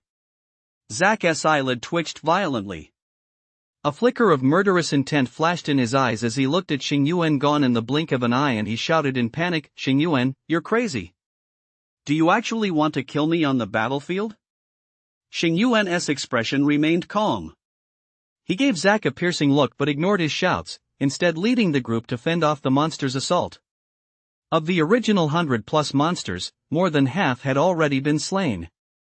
They thought they could finally catch their breath, but that bastard Zack had actually lured in another few dozen monsters. After such a long battle, the group had been constantly activating their talents, depleting their vitality to the point where they were already struggling to hold on. Look, just keep fucking looking. Are you a fucking idiot? Xuanyan couldn't take it anymore and blurted out a curse. After summoning dozens of beasts, Zack didn't even bother to attack. Instead, he stood to the side, watching the group. This made many of them seethe with anger toward Zack. Even the 4 veterans in the group were already physically and mentally exhausted. Zack's every move was on full display, and as their expressions turned cold, they were about to speak. Xuanyan's tirade cut them off mid-sentence. Take a breather, Zack replied with a forced smile. Wind elements coalesced around him, and several wind blades shot forward, slashing through the air. S-class talents are formidable. With a single strike, several beasts fell to the ground. The group's tension eased, and their gazes toward Zack softened considerably. From where Chen stood, his eyes flickered slightly when he saw Zack appear. Dozens of new beasts appeared, instantly replacing the ones that had been defeated. The situation had returned to exactly where it had started. Casting a deep glance at Zack, Chen drew back the black alloy longbow in his hands. A silver arrow sat poised on the bowstring, ready to be released. His vitality boiled like a river within him, while mana flowed and converged upon the arrow, endowing it with even greater penetrating power. Talent Skill Divine Arrow. The Talent Skill Divine Arrow drastically increases the arrow's penetrating power. This is why the arrows fired from his hands are so much more powerful. Hum. The bowstring vibrated, and the arrow already primed and ready shot forth as a streak of silver light. Just as the arrow left the bow, Chen's entire body tensed instantly. A sense of extreme danger flooded through him. A surge of adrenaline coursed through his body, his heart rate soared to an alarming pace, and the hairs on his body stood on end. Danger! Extreme danger! Chen had no time to think. Without even glancing back, he instinctively rolled to the side. Boom! In the next instant, a long sword struck the spot where he had been standing just a moment ago. The arrow had already been knocked onto the bowstring almost the moment he made his move. Whoosh! The arrow flew through the air, aimed precisely at the spot behind where he had been standing. Clang! A clang of metal rang out. The arrow collided with the long sword, and the arrow's immense force was transmitted from the blade to the arm of the man holding it. The figure was pushed backward by the arrow's immense force, leaving 2 long black marks on the ground. With a thud, the man planted his left foot firmly on the ground and finally came to a halt. The exchange between the two, been incredibly fast, completed in the blink of an eye. The arrow fell to the ground. Only then did Chen get a clear look at the man who had just attempted to kill him. Before him stood a middle-aged man with a full beard, his face marked by a long sword scar running from his eye socket to the left corner of his mouth. The scar nearly split his entire head in two. Noticing Chen's gaze, the bearded man shook out his slightly numb hand and said with a smile, "You've got some skill." Just as Chen was about to speak, 4 figures appeared from a short distance away. His gaze sharpened as he scanned the 5 of them, then asked calmly, "Who are you?" Turning the hilt of his dagger slightly in his palm so the blade faced inward, the bearded man smiled but said nothing. However, his gaze involuntarily shifted to another young man with handsome features. The young man looked at Chen. Before him a flicker of surprise passed through his eyes, and he chuckled softly. "It's rare to see an archer talent with abilities as strong as yours." Chen's gaze remained calm, his dark eyes as still as an ancient well, and his voice, utterly unruffled, rang out, "And who are you?" The handsome young man beamed, "Order." "Order?" After briefly searching his mind for that name, Chen replied indifferently, "I don't know him." It's fine." The handsome young man seemed quite unconcerned. He casually sat down on a nearby rock, raised his eyes to look at Chen, and continued, "Our goal is to establish a new order." "So, order is also the code name for our organization." Chen listened quietly as the young man spoke at length. "You're clearly no ordinary archer talent. Would you mind telling me what your talent level is? The organization is very interested in talents like you." Before Chen could respond, the young man looked at him in surprise. "Never mind if you don't want to say, I'm not interested anymore." With that, he waved to the others standing nearby, his smile gradually shifting to reveal a hint of madness. "Right now, I just want to kill you." The 4 men with full beards flashed forward, charging straight at Chen. Blades flashed, slicing through the air. With murderous intent swirling all around him, Chen holding his longbow felt as if he were trapped in a web woven from that very intent, unable to escape or break free. The handsome young man's movements were unpredictable. The instant the 4 bearded men vanished from sight, Chen's black eyes had already turned amber. An arrow appeared on the bowstring almost in the blink of an eye. Whoosh! The arrow flew like lightning. The first man swung his long sword, and the arrow collided with it. The next instant, 3 arrows formed a straight line, hurtling straight toward him. 7th, or even 8th tier of the novice stage. Chen had instantly assessed the strength of the men before him. Danger. A matter of life and death. For enemies at the 7th, or even 8th tier of the novice stage. Thud. The 3 arrows, each faster than the last. 3 rings encircling the moon arrow. A tearing sound rang out, accompanied by the crack of shattering bones. In the blink of an eye, an arrow had pierced one man's throat. 1 arrow, 1 kill a 7th tier opponent. Chapter 47, Who says an archer talent can't use a gun? Firing later but striking first, a single arrow killed a 7th tier novice stage opponent. The 3 men's expression shifted slightly, but their movements didn't falter.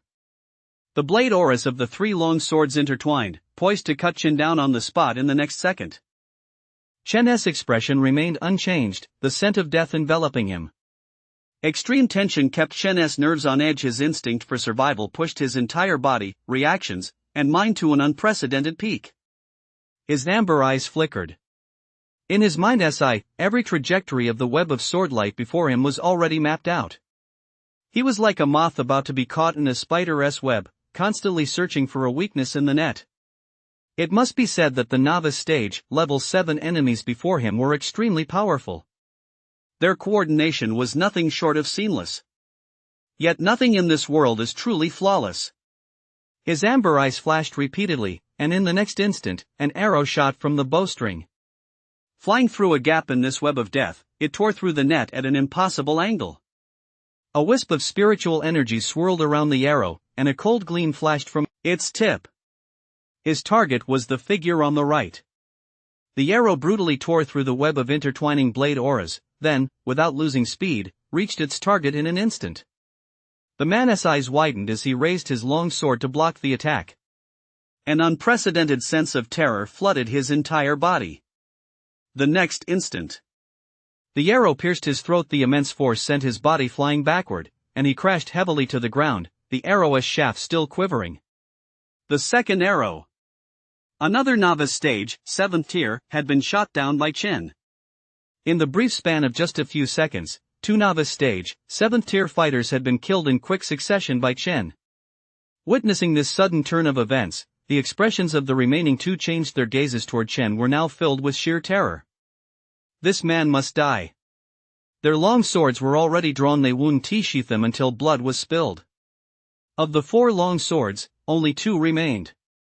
The vast net woven from the glinting blades had been torn to shreds by Chen's 4 arrows. With his arrows exhausted and the long swords now upon him, there was no possibility of firing another shot. Murderous intent blazed in their eyes as they broke into savage grins. Let us see how you escape now. Die. The 2 voices rang out simultaneously. Chen raised his gaze toward the long sword slashing toward his head and suddenly drew the bowstring once more. The 2 men were puzzled, and even the young man standing nearby couldn't help but let out a sneer upon seeing Chen's movement. The long bow held no arrow. The bowstring was empty. To the others, Chen's movement looked like he had given up resistance. Pulling the bowstring at this moment was nothing more than a delusion before death. However, before they could think further, in the very next instant, the bowstring quivered, emitting a sharp sound. At that moment, the 2 long swords had already slashed toward him. Hum! The bowstring vibrated, and the air cut like a sharp arrow, causing the man before him to squint involuntarily. And in that very instant, the black alloy longbow twisted slightly in Chen's hand. The alloy bowguard instantly blocked the long sword that had already slashed toward his face. Clang! Sparks flew. Chen didn't pause. The very instant he used the bow's riser to block the blade. He clenched his right fist and slammed it into the man's face. Boom! Half his head exploded, brain matter splattered everywhere, and stark white bones were exposed. There was no time to worry about anything else. Another blade was already slashing toward him. Chen shifted his body slightly to the side. Thanks to his eagle-eye talent, he had completely anticipated the blade's trajectory. The blade whizzed past his body. He kicked out, and with a crack, The man whose half-head Chen had smashed off was instantly sent flying dozens of meters away. He slammed into the ground with a thud, his mouth slightly agape as blood mixed with fragments of internal organs spewed from his mouth. Blood flowed from his nostrils. He was taking in more air than he was exhaling. In just a few short breaths, all life had completely left him. He was gasping for air. In that brief moment, Chen had expended a great deal of his vitality. His face was somewhat pale. Giving him no chance to catch his breath, the blade's glow flew toward him once more. Die for me! The blade's edge was razor-sharp, slicing through the skin of Chen's throat as blood seeped out. The man gripping the long sword had madness in his eyes and a maniacal grin on his face. In such a short time, he had, at the 6th level of the novice stage, defeated 3 opponents at the 7th level, all while fighting above his own tier. Such power was so overwhelming that even he felt a sense of fear.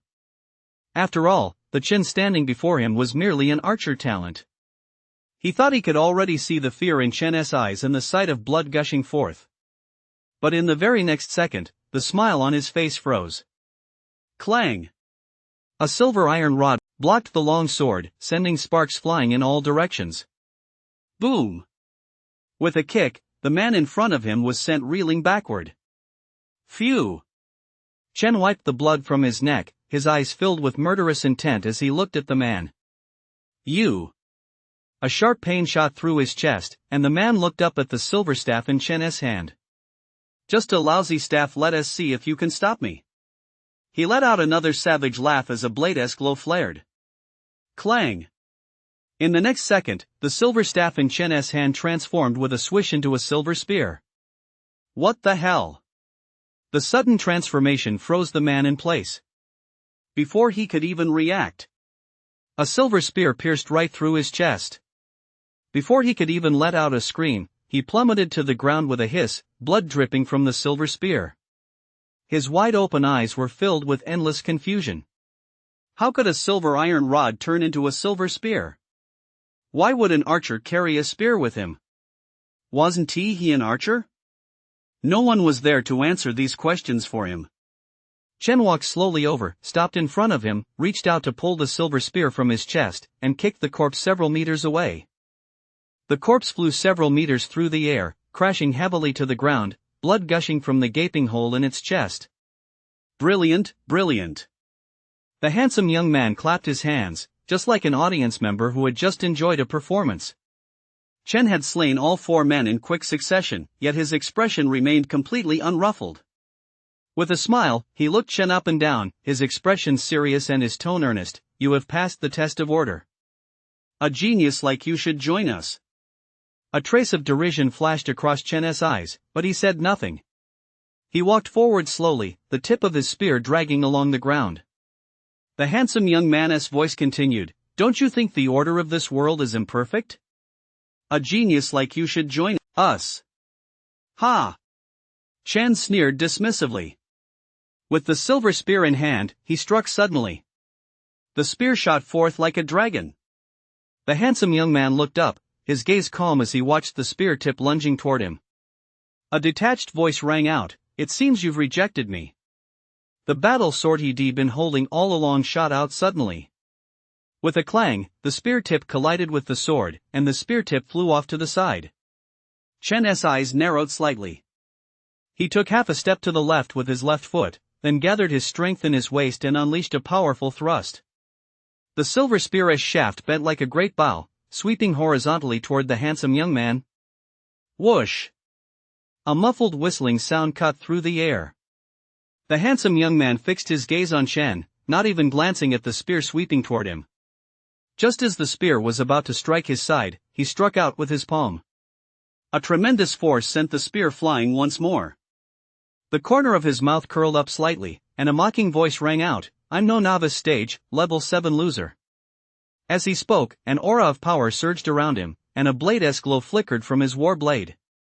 I'm at the 8th level of the novice stage. Chapter 48, Zack, you're asking for it. With a silver spear and black armor, Chen raised his gaze to the handsome young man. A flicker of surprise crossed his eyes. The immense force transmitted through the silver spear had left his arm slightly numb. 8th tier of the novice stage. No wonder the handsome young man's expression hadn't changed at all from start to finish. Even after all four of them had died at Chen's hands. Chen raised an eyebrow slightly, his calm gaze fixed on the handsome young man. An archer who actually practices spear techniques, the handsome young man said indifferently, his tone tinged with criticism. At least at the proficient tier. Your talent really is quite strong. But it's a pity. Before he could finish, a silver spear had already slammed toward him. What the hell are you playing at? Chen wasn't about to put up with the handsome young man's showboating without a word, he hurled the spear at him. Like the longbow, the silver spear was made of an alloy. His amber eyes flashed with light as the silver spear surged through his hands like a dancing dragon. He blocked the handsome young man's strike. With a clang, the immense force nearly caused Chen to lose his grip on the silver spear. His feet were rooted to the ground as the power from the spear traveled up the shaft to his arms, then rapidly spread throughout his entire body. The tactical watch on his wrist was shattered into fragments, scattering in all directions. Boom! His legs suddenly sank 10 centimeters into the ground. The gap in their strength was slightly too great in a head-on confrontation. The young man was no match for Chen. I can't go head-to-head with him. Feeling the force transmitted through the silver spear, Chen made his decision instantly. A smirk played at the corner of his mouth, as if he were toying with Chen. At least novice stage, level 7, maybe even level 8. Zack immediately assessed the handsome young man's strength. Chen was actually going head-to-head with a novice stage level 8 fighter. Zack's eyes widened. Chen, you'd better die at LL, save me the trouble of having to do it myself. Watching Chen, whose face was growing paler by the second and who seemed to be struggling to fend off the broadsword's attacks, Zack's gaze turned menacing. In the arena. Chen's amber eyes narrowed slightly. The silver spear in his hand suddenly thrust forward at a mysterious and unpredictable angle. The broadsword nearly slipped from his grasp. The handsome young man's expression changed. His gaze toward Chen was filled with shock. And the blood Chen had coughed up moments ago confirmed exactly that. Die! A cold voice rang out. The handsome young man looked down at the pale-faced Chen before him and brought his long sword down with a sudden, fierce swing. Yes, kill him, kill him. Not far away, Zack clenched his fists. He was so excited he was on the verge of shouting. But in the very next instant, Chen picked up the black alloy longbow lying beside him. A silver arrow had appeared in his hand at some unknown moment. He drew the bowstring taut, and the arrow shot forth like lightning. It left the bowstring, violently slicing through the blade's glow before him, and at an eerie angle, headed straight for the young man's throat. The next instant. Thud! The handsome young man's movements came to an abrupt halt. The arrow pierced his throat and flew out the back of his head. A spray of blood followed. The handsome young man's eyes widened as he looked down in disbelief at the silver arrow piercing his throat. How is this possible? He managed to utter with great difficulty. Wasn't Chen already gravely wounded? A novice stage, level 6, taking a full force attack from a novice stage, level 8 head-on without sustaining a scratch? How was that possible? Yet the very next second, he understood. It was the battle armor. A novice stage, level 6, was actually wearing battle armor. His body collapsed limply, kicking up a cloud of dust. Phew! Chen gasped for breath, his expression filled with exhaustion. In such a short time, he faced a life-or-death crisis. 4 novice stage, level 7 fighters, and 1 novice stage, level 8.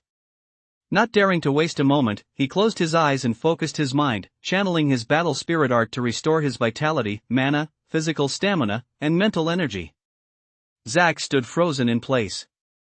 He never would have imagined that Chen had not only survived but also killed a novice stage, 8th tier cultivator. Gazing at Chen, who stood not far away with his eyes closed in deep concentration, a fierce glint flashed across Zack's eyes. In the next instant, wind elements coalesced, and several invisible wind blades slashed toward Chen. Zack was no longer willing to wait. There was no better opportunity than this. Chen's combat prowess had already struck fear into Zack's heart. The invisible wind blades slashed toward Chen. Using the martial art wind shadow step, Zack moved like a whirlwind, constantly channeling wind elements into the battle blade in his hand. Third grade martial art, wind shattering slash. As if his backside were on fire, the moment Chen opened his eyes, his figure vanished from where he stood. The next instant, a silver spear was clenched in his hand. Clang! Several invisible wind blades collided. Zack knew full well what he had done to Chen. Once Chen's strength surpassed his own, he would undoubtedly be suppressed by Chen within the military. He struck without hesitation. Military regulations no longer held Zack back at that moment, only one thought occupied his mind. Strike while the iron is hot. No matter how strong Chen was, he couldn't have fought without suffering some exhaustion. The pallor on his face was proof that Chen had reached the end of his rope. Now was the perfect opportunity. Before making his move, he had already discarded his tactical watch to prevent anyone from tracing him. Gripping his combat knife tightly, and empowered by the wind element, Zack vanished from his spot like a ghost, leaving only an afterimage behind him. It wasn't until he materialized 30 meters away that the afterimage gradually faded. And now, he was no more than 10 meters away from Chen. With the power of the wind element and his martial arts techniques, Zack's was astonishing. In the blink of an eye, the long sword was already before him. Killing intent blazed like a rainbow. It slashed straight at Chen. Watching the long sword coming toward him, Chen narrowed his eyes and thrust his silver spear forward abruptly. Zack was fast, but Chen was no slouch either. His spear, though released later, struck out at an unexpected angle. Clang! The sound of metal clashing rang out, and a terrifying force surged through the broadsword. The hand gripping the broadsword was jolted by the immense force, his arm went numb, and the broadsword fell to the ground. Hum! The silver spear, swift as lightning, drove straight for his throat. Death loomed over Zack. His eyes widened, his pupils filled with unmasked terror. His scalp prickled, and the hairs on his body stood on end. Chen was going to kill him. Zack screamed, "Chen, if you dare kill me, your family won't survive either." Whoosh! The tip of the gun stopped instantly, just 1 centimeter from his throat. A gust of wind sliced through the skin on his throat, and a trickle of blood seeped out. Huff huff huff. Zack gasped for air in ragged breaths. His whole body went numb. Chen's eyes held undisguised murderous intent. He really did want to kill him. Seeing the tip of the gun come to a halt, Zack's eyes flickered slightly. He spoke up, "Chen, I'm just an E-class talent. If you kill me." Before he could finish, the gun muzzle pressed against his throat suddenly moved. A single shot pierced right through his throat. You. Zack's eyes widened, filled with disbelief. Chen actually dared to kill him. His body fell backward, his eyes cold and indifferent. Who said I'm an E-rank talent? If I were... Zhao Zixin was panting heavily. The continuous use of his talent had pushed his stamina to the limit. Damn it, that son of a bitch Zack, if I ever see him again, I'm going to kill him. Xuanyan cursed furiously, his hand gripping his battle axe, trembling uncontrollably. The 4 veterans listened to the conversation, their expressions grim. If it weren't for Zack luring 30 beasts, this battle would have ended long ago. Chen wouldn't be in danger either. Chen should be fine. He probably ran into something else. Xing Yuan shook his head, quickly coming to a conclusion. Eerie cries rang out once more as the beasts crisscrossed, their attacks growing increasingly fierce. Damn it, the Shadow Fox! The main reason this battle had become so difficult was the Shadow Fox. Watch out! Suddenly, 5 novice stage, level 5 beasts pounced on Xing Yuan all at once. At that very moment, several invisible wind blades surrounding the remaining 3 windblade leopards shot toward Xing Yuan in unison. Wang Er and the others looked on in alarm. Xing Yuan was now severely drained, and the thunder surrounding him was nearly gone. This was the result of overusing his talent. And just then, the beasts suddenly launched their killing strike against him. Xing Yuan looked up to see the cold glint of the 5 beasts' claws. Several invisible wind blades sliced through the air, completely surrounding him. Ruya roared in fury. His massive body stood like a wall in front of Xing Yuan as he swung his alloy hammer, deflecting several of the wind blades. Then he brought the hammer down with a thunderous crash, instantly shattering one of the beasts. A shower of blood rained down, instantly drenching both men in blood. The other 4 beasts, their speed undiminished, charged straight at Xing Yuan. A pack of beasts thinks it can kill me? Lightning flashed once more as bolts of lightning burst from the spear's tip. Lightning danced in Xing Yuan's eyes. A cold voice rang out, and then he thrust his spear forward. With a loud boom, 2 beasts were blown to pieces. The next second, Xing Yuan staggered, his spear fell to the ground as his body toppled backward. He was already at the end of his rope. On the battlefield, he had sustained the greatest wear and tear as the team's strongest thunder talent. He had to fend off attacks from all directions almost constantly. "Captain! Xing Yuan!" The others were frantic, desperate to rush to Xing Yuan's aid, but the beasts were like madmen, blocking their path with reckless abandon. The claws of the 2 beasts were about to strike Xing Yuan's body in the next instant. Xing Yuan slowly closed his eyes. He could already smell the scent of death. Whoosh! A piercing sound rang out. A silver spear streaked across the sky like a meteor, moving so fast it seemed to tear through the very fabric of space and time. Just as the beast's claws were about to strike Xing Yuan, the silver spear pierced through both beasts' bodies with thunderous force. Its immense power dragged the beasts' corpses along, smashing through the walls, sending bricks and stones flying before slamming them heavily into the ground. "Shun!" Ruya shouted excitedly. Everyone on the battlefield turned their gaze in unison toward the direction from which the silver spear had flown. There, a figure clad in black battle armor was racing toward them at breakneck speed. Chapter 50, I'll be right back. The silver spear, like a massive arrow, pierced through the bodies of the 2 beasts at the very last moment. Watching the 2 beasts pierced by the silver spear, everyone turned their gaze toward the distance. Chen, clad in his battle armor, streaked across the sky like a shooting star, sweeping into the battlefield in the blink of an eye. "Shun!" A glimmer of hope lit up the faces of everyone on the battlefield. Chen's sudden appearance filled them all with sudden delight. They shouted in unison. His gaze was piercing as he scanned the battlefield. His face, hidden beneath his hood, looked quite mysterious. Supported by Ruya, Xing Yuan opened his eyes and forced a smile onto his pale face, then grumbled with a laugh, "Damn it, he is pulling that act again." Ruya was speechless. At a time like this, he was still thinking about that? Wang Er, Xuanyan, and the others all smiled as well. Empowered by his battle armor, Chen didn't flinch or dodge. He simply unleashed a punch. The head of a beast was smashed in, and with a kick, the corpse flew over 10 meters away. He drew his silver spear, his body radiating a fierce battle aura, and raised his gaze to look at the others. In just a short time, casualties had already reached more than 20. Everyone was covered in blood. The original colors of their military uniforms had been completely stained red.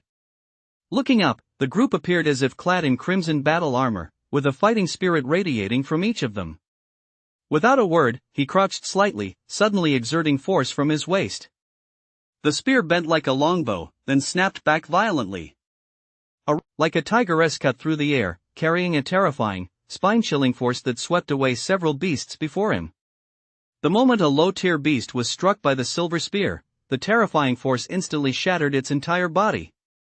Inner organs flew everywhere, yet the spear's momentum did not waver until it had swept away every beast in sight.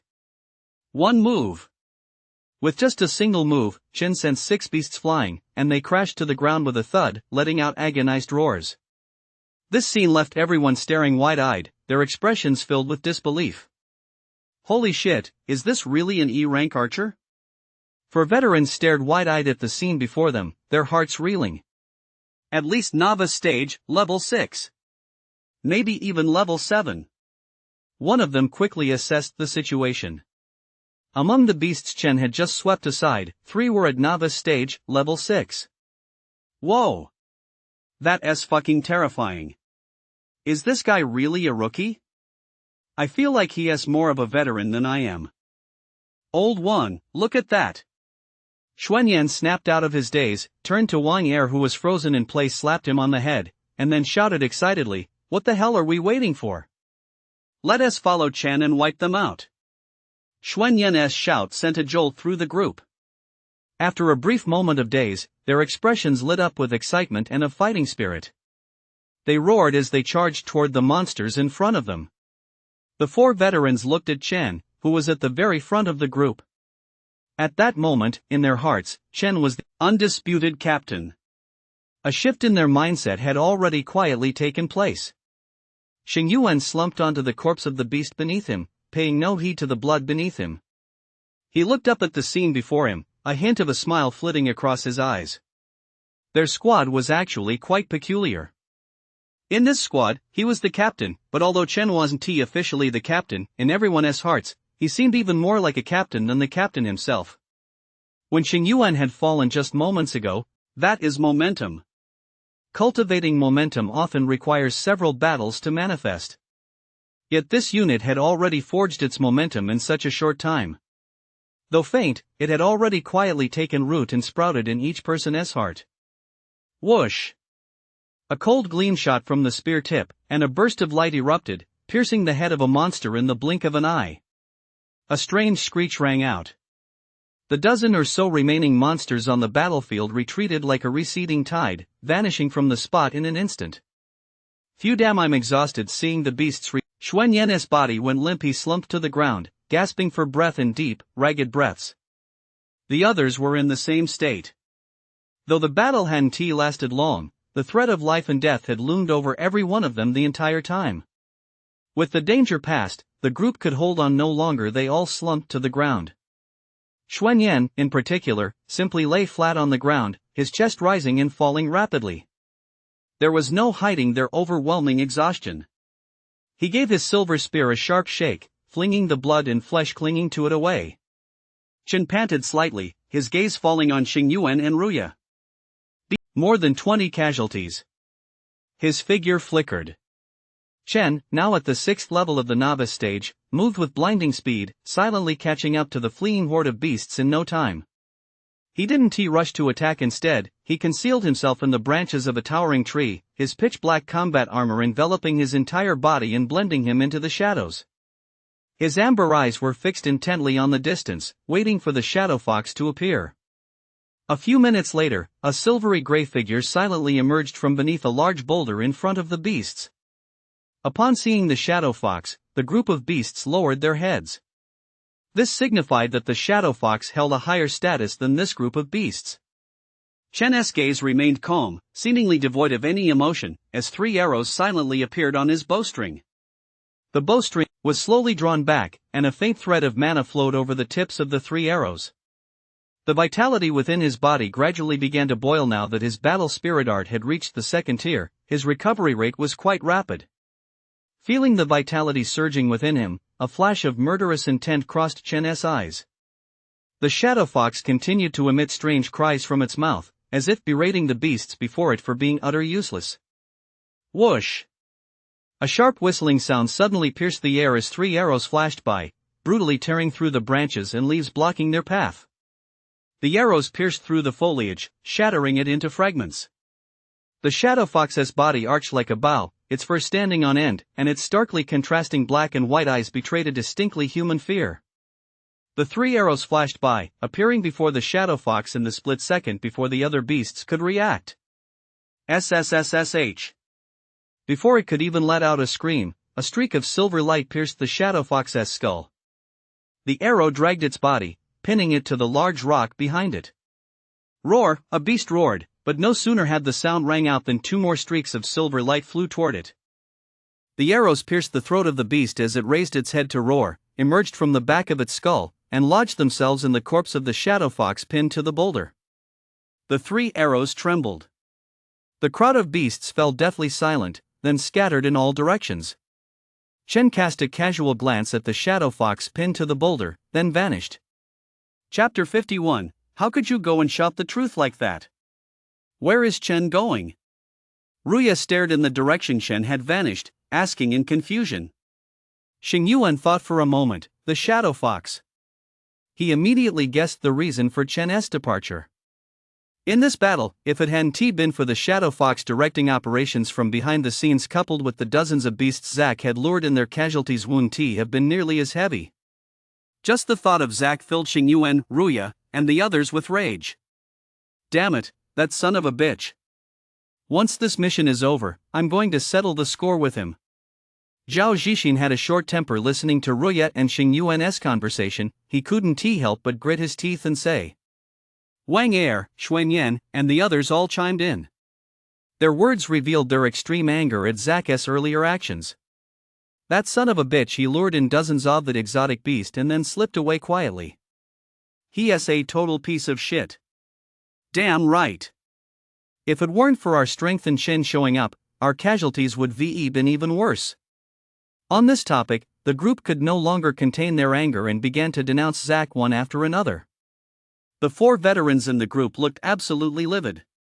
The casualties from this battle could have been much lower. They had been firmly in the lead during the earlier stages of the fight.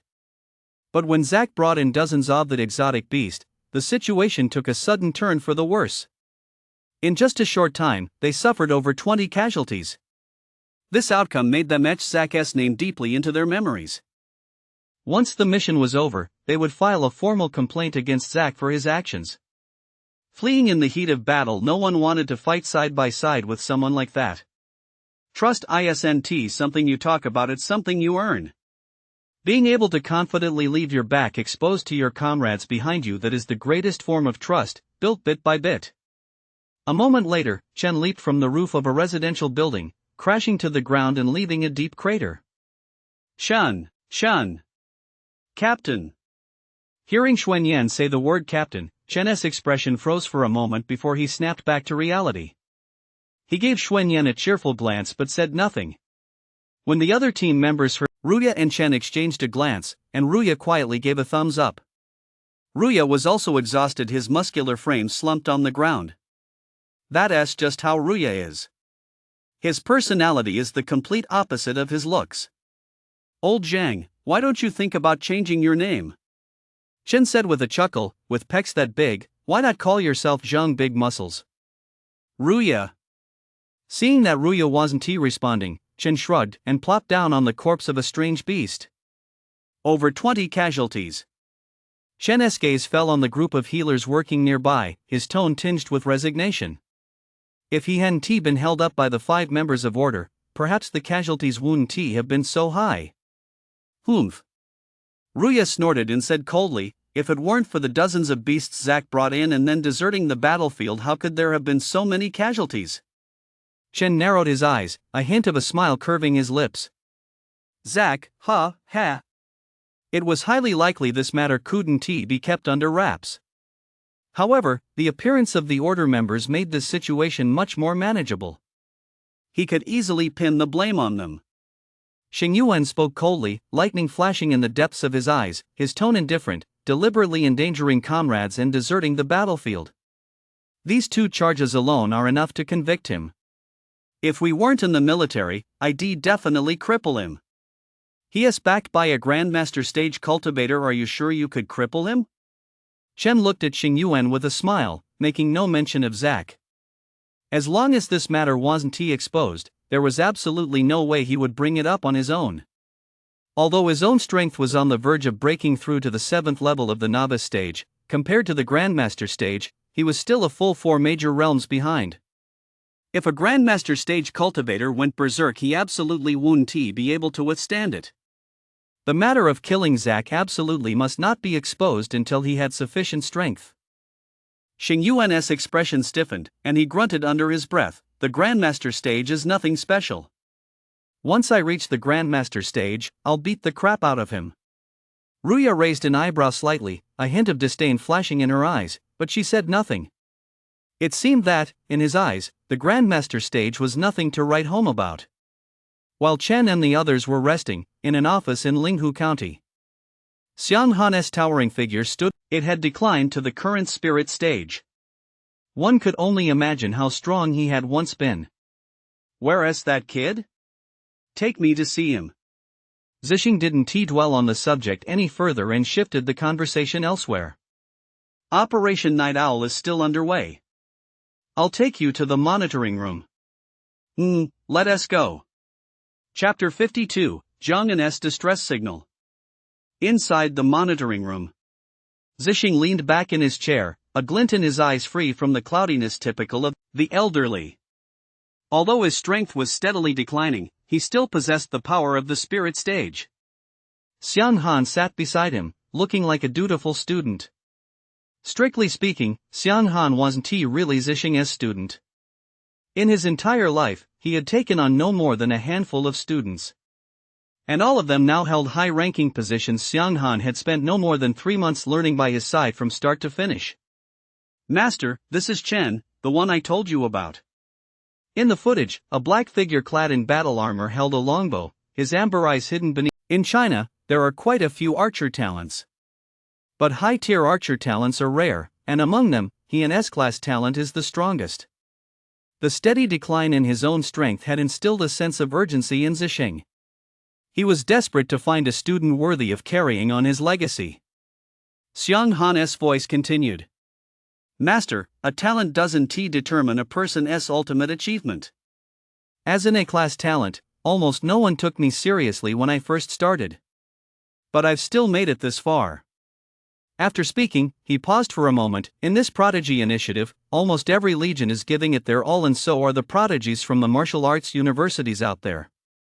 Once a recommended prodigy performs well in the Prodigy initiative, they have access to plenty of resources. No one who makes it into the Prodigy initiative is ordinary. These people have beep." Xing Yuan and the others' tactical watches suddenly emitted a rapid beeping sound. Everyone checked their watches. At just a glance, their expressions shifted slightly. What's going on? Chen's tactical watch was already damaged, so he looked at Xing Yuan, Ruya, and the others, whose expressions had changed. Ruya's face darkened as she said, "A distress call has come in." "What do you mean?" Chen was taken aback. "See for yourself." Xing Yuan took off his tactical watch, his tone laced with sarcasm. "A distress call. Facing over 100 enemies, hurry. A set of coordinates follows." On the surface, this distress message seemed perfectly normal. Outnumbered by strange beasts, but the person sending the distress call felt a bit off. Jiang'an? Damn it, does he even have the nerve to ask for help? Xuanyan and Zhao Zhixin were furious. Zack caused over 20 casualties in our squad, and now he has the nerve to ask for help? Although the team hadn't fully recovered, they were already much better. Xing Yuan pondered for a moment. "Let us get the wounded back first, then go provide support." The sun was about to set, and night was falling. The group of over 20 swept past like a gale, rushing toward the coordinates on their tactical watches. Among the 20-odd figures, only Chen was clad in black combat armor. It was as if he stood apart from the rest of the group. He was already well aware of the combat armor's defensive capabilities. Earlier, when they encountered the 5 members of the order, a handsome young man at the 8th level of the novice stage, struck with all his might, yet the armor remained unscathed. This had given him a clear understanding of the combat armor's defensive capabilities. Liu had once said that the combat armor could withstand a full-force attack from a novice stage, 9th-tier practitioner head-on. As the night breeze swept past, Xing Yuan, who was at the very front, came to a halt.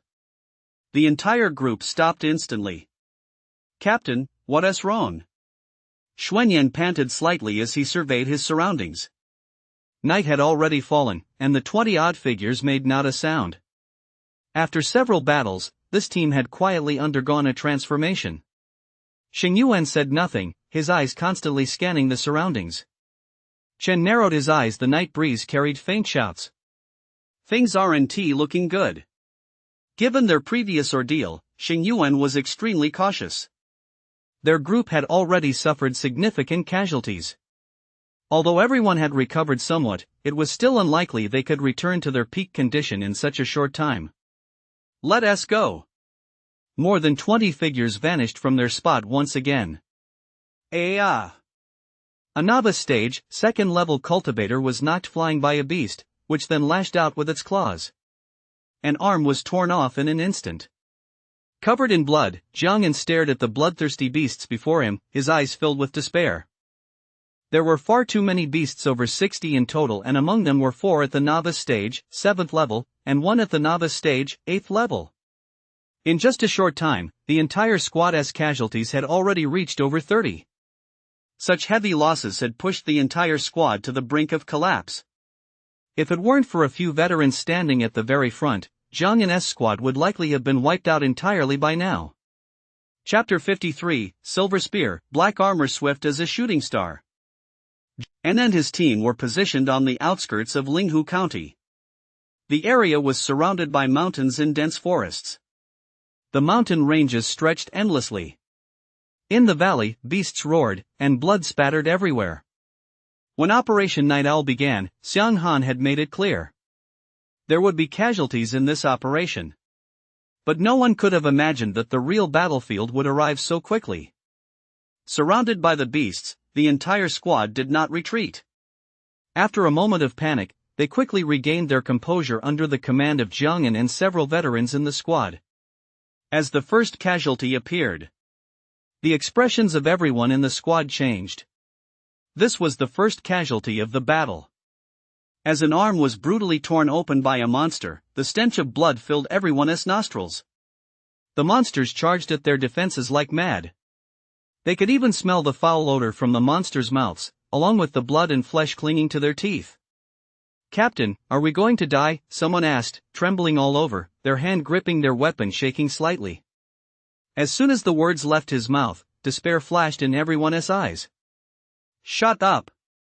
Zhang Yun gasped, his face pale, as he glanced around. 10 minutes had already passed since they sent out the distress signal. Still, no rescue team had appeared. More than 20 figures moved like ghosts under the cover of night. Even the weakest member of the group was at the second sublevel of the novice stage. Moving at 25 meters per second, they covered dozens of meters with a single stride.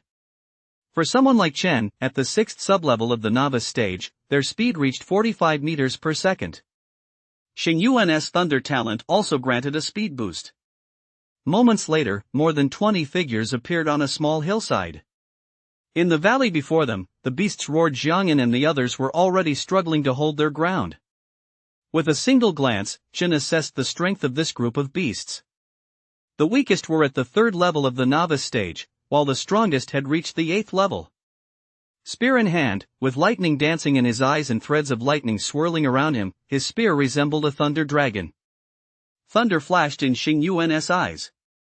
His vitality boiled within him, and his entire being was pushed to its peak.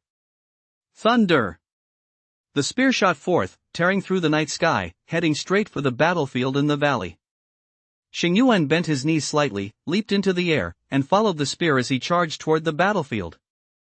Ruya roared. Empowered by his strength-enhancing talent, he leaped into the air, his muscular form resembling that of a humanoid beast. With a thunderous crash, he slammed down onto the battlefield in the valley. The rest of the group, brimming with battle fervor, raced toward the battlefield in the wake of the two. On the hillside, only Chen remained.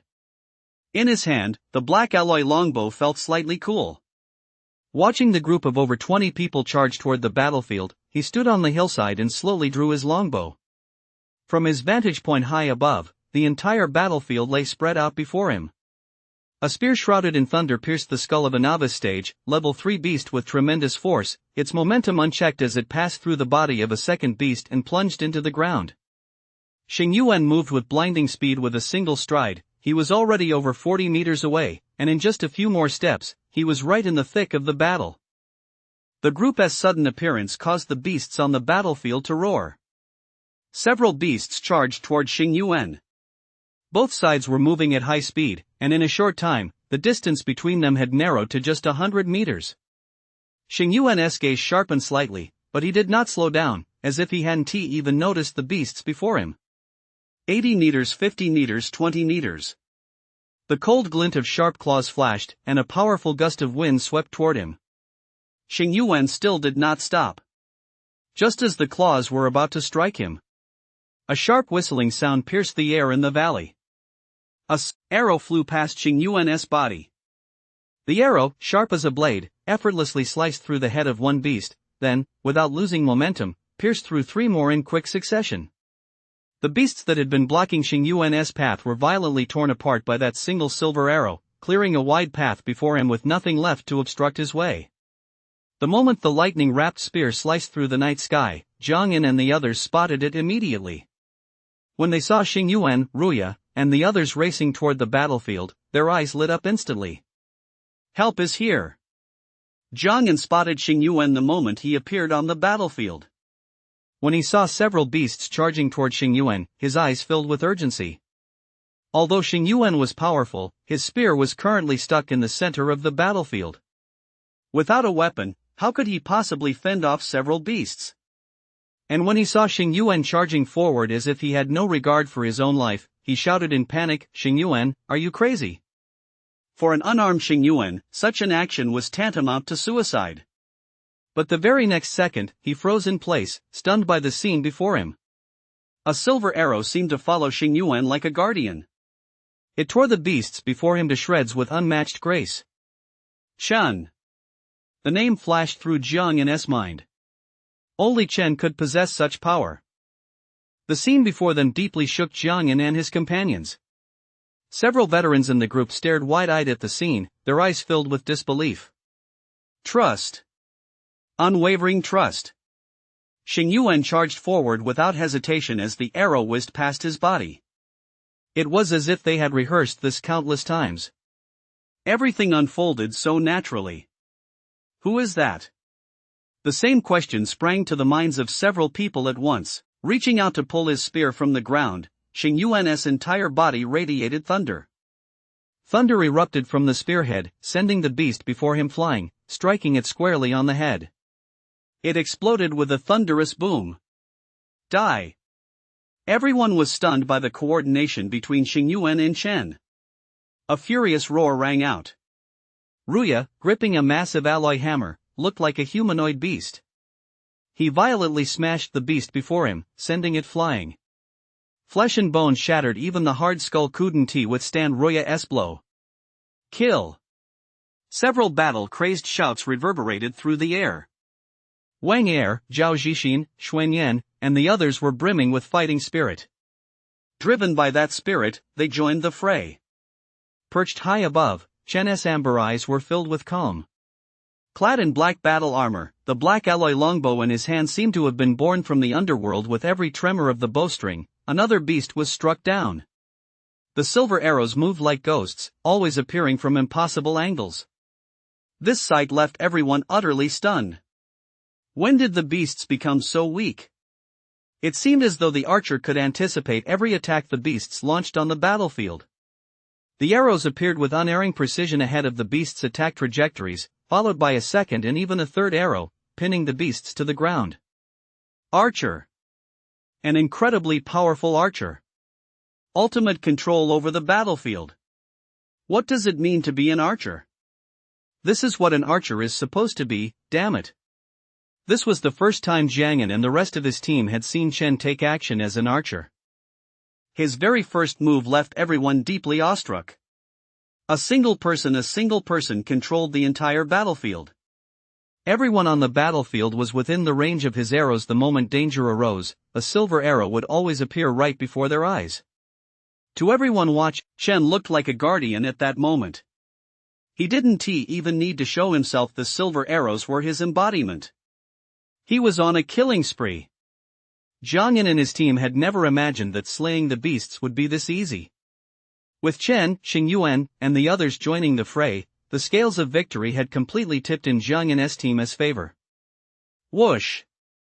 He fired his final arrow. Chen reached down and drew the silver iron rod from his waist. With the black alloy longbow slung behind his back, the silver iron rod in his hand transformed into a silver spear. The silver spear shone brilliantly.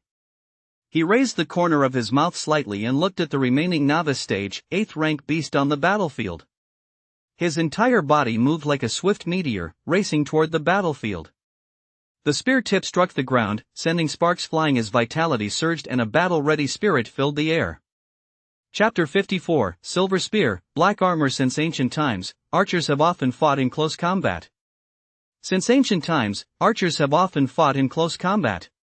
Archer.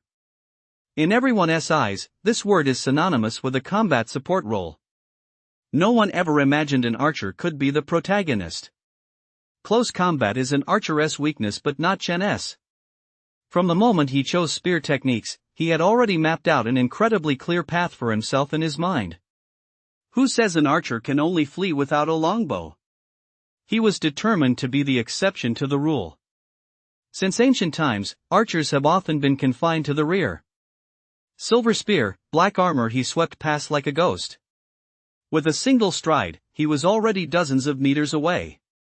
On the battlefield, the rock bear at the 8th tier of the novice stage possessed formidable defense and attack power.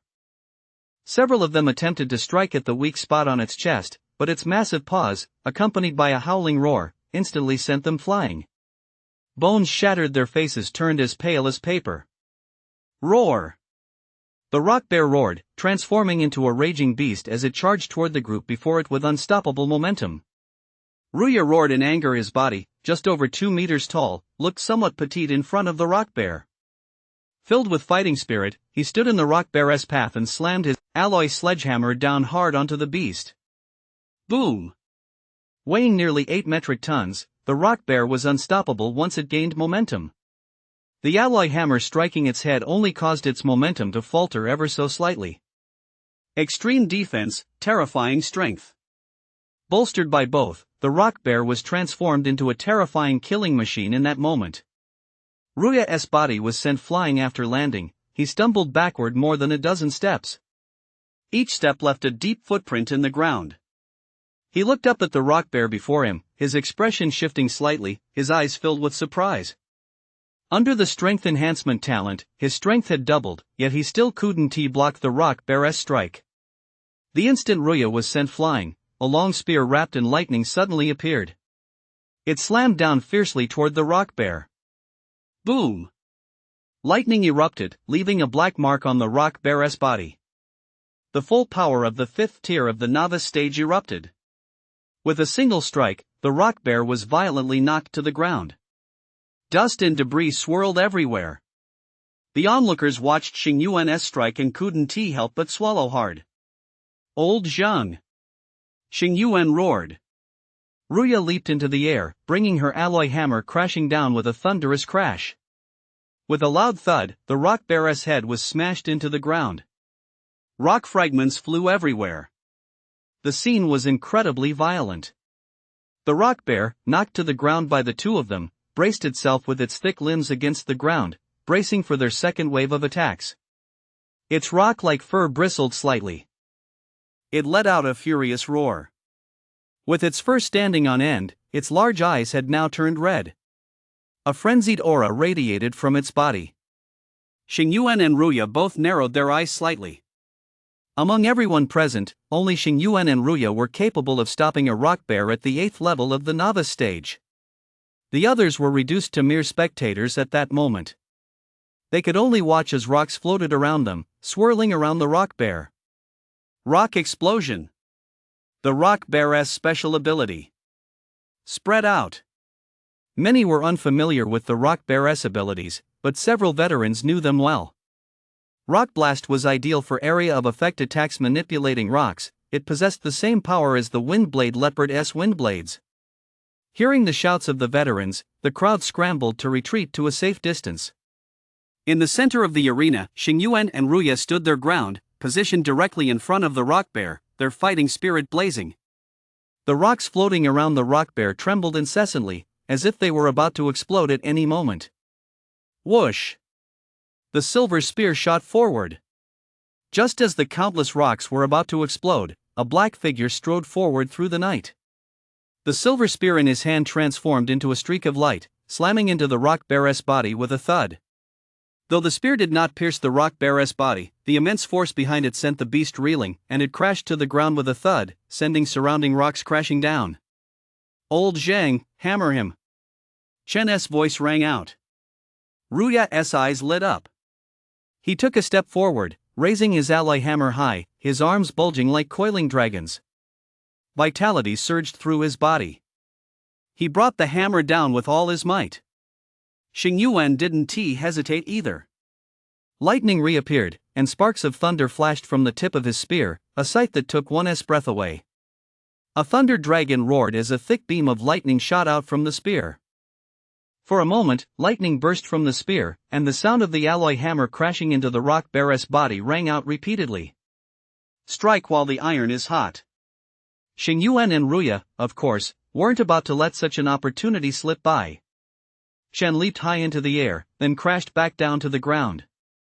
He grabbed his silver spear. Without a moment's hesitation, he moved like a ghost, closing the distance to the rock bear in just a few short strides. Boom! The alloy hammer struck the rock bear once more. A massive crater had already formed on the ground beneath it. Under the relentless barrage from Xingyuan and Ruya, even the rock bear with its astonishing defenses was beginning to show signs of strain. The rock bear let out an agonized roar. Every hammer blow and thunderous attack subjected it to unprecedented pressure. It struggled desperately, trying to get back on its feet. But each time, Xingyuan's spear and Ruya's alloy hammer would forcefully knock it back down again. Ruya was panting heavily, his face slightly pale. His current strength was only at the 5th level. Going head-to-head with a rock bear at the 8th level of the novice stage was draining him more than ever before. In such a short time, every move he made was a full power strike. Xingyuan, standing nearby, was in the same situation.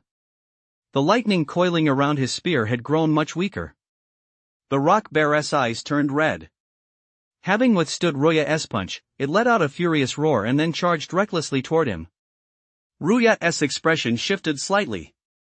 Exhausted and significantly slowed, he tried to dodge the rock bear. Xingyuan raised his spear once more, stepping in front of Ruya. Boom! Both figures were sent flying by the rock bear's charge. The sudden turn of events caused everyone present to turn pale. Wang Er, Xuanyan, and the others could no longer hold back. They rushed toward the two men with reckless abandon. Save them! At that moment, Zhang Yan finally snapped out of it and shouted anxiously. Boom! Chen was faster than anyone else. The moment Xuanyan, Wang Er, and the others began to move, he was already standing before the rock bear. His eyes narrowed slightly as he gave his silver spear a quick twist in his hand, then hurled it at the rock bear before him. A dull thud echoed, and a trail of blood appeared on the rock bear's body. It was knocked to the ground once again. Chen didn't pause. Gripping the spear by the shaft, he charged straight at the rock bear. The silver spear thrust forward violently, a glint of cold steel leading the way. Clang! Its claws blocked the thrust. Chen snorted coldly, his hand gripping the spear, trembling violently as he channeled power from the soles of his feet, transmitting it through every joint. An immense, fierce force surged to the spear's tip. The rock bear's paws were instantly knocked downward by the impact of the spear tip. At that very moment, the spear tip, which had been trembling, suddenly snapped taut. The silver spear, swift as lightning, plunged into the white patch on the rock bear's chest. But no sooner had it penetrated 3 inches than the rock bear's paws clamped down on it, its pair of red eyes filled with human-like panic. Can you stop this? Chen's indifferent voice rang out as he kicked the butt of the spear. Thud! The silver spear pierced through its chest, pinning it to the ground. Novice Stage, Level 8 dead. Chapter 55, S-Rank Battle Report. Now that this operation is over, you should be able to break through to Novice Stage, 7th tier of the Novice Stage. Ruya smiled helplessly. As an A-rank talent, his cultivation progress was actually slower than Chen's an E-rank archer. Thinking about how Chen was about to break through to the 7th tier while he was still stuck at the 5th tier of the Novice Stage, he felt like picking up the phone to demand more resources. Wang Er, Xuanyan, Zhao Zhixin, and the others exchanged glances as they listened to Chen's words, then smiled bitterly. When they first enlisted, everyone thought they were geniuses, or at the very least, that they D-rank among the top. Xingyuan SA rank Thunder Talent, Ruya SA rank Strength Enhance, Zhao Zhixin SA rank Earth Element, and Wang Er and the others B rank and C rank. You beast! Hearing that Chen was already close to breaking through to the 7th level of the Novice Stage, Wang Er, Xuanyan, and the others exchanged glances and blurted out their complaint in unison. Chen smiled indifferently. Resources, he'd always been short on them. From the earlier recruit competition assessments up to now, he'd consumed far more resources than Wang Er and the others. Not counting Xingyuan and Ruya. Those two had used quite a lot of resources, and Chen had noticed that many of the resources they used required a significant amount of money. Two rich guys. Although they hadn't said anything, Chen could already tell that they were no ordinary people. Jiang Yan walked behind them, watching Chen and the other two ahead with a complex expression. He had never accepted his defeat at Chen's hands, believing that he had lost solely because of his own carelessness. Chasing after the strange beast had led them into danger. The appearance of Chen, Xingyuan, and the others had reignited hope in his heart, which had already been on the verge of despair. He never imagined that it would be Chen, Xingyuan, and their group who would come to their rescue when they were in such dire straits. The image of Xingyuan charging forward, arrows whizzing past his body as he cleared the obstacles before him, still lingered in his mind. He gazed at Chen and his group ahead, his eyes filled with mixed emotions. Chen's team was completely different from his own. One was bound by unshakable trust. The other was in a state of panic when faced with a desperate situation. Perhaps I really am no match for him, Jiang Yan sighed softly to himself, a bitter smile playing on his lips. Behind him, several veteran soldiers also fixed their gaze on Chen and his group. Having fought in numerous battles, they'd seen many rookie teams. But never had a rookie team left them so deeply shaken. Fighting spirit. An indomitable, unyielding fighting spirit. Normally, such a powerful fighting spirit would never be found in a rookie team. Yet when they saw Chen's team, they were all momentarily stunned. This team didn't look like rookies, rather, they resembled a unit that had weathered numerous battles. No fear, no trepidation, no retreat. There was only an unstoppable momentum and that soaring fighting spirit. All of this emanated from those three. Xingyuan's individual prowess was beyond question. His rank thunder talent made him seem like the god of thunder descending onto the battlefield. Once Ruya's strength enhancement was activated, he was like a reincarnation of the god of war. With every swing of his ally hammer, the beasts howled in agony.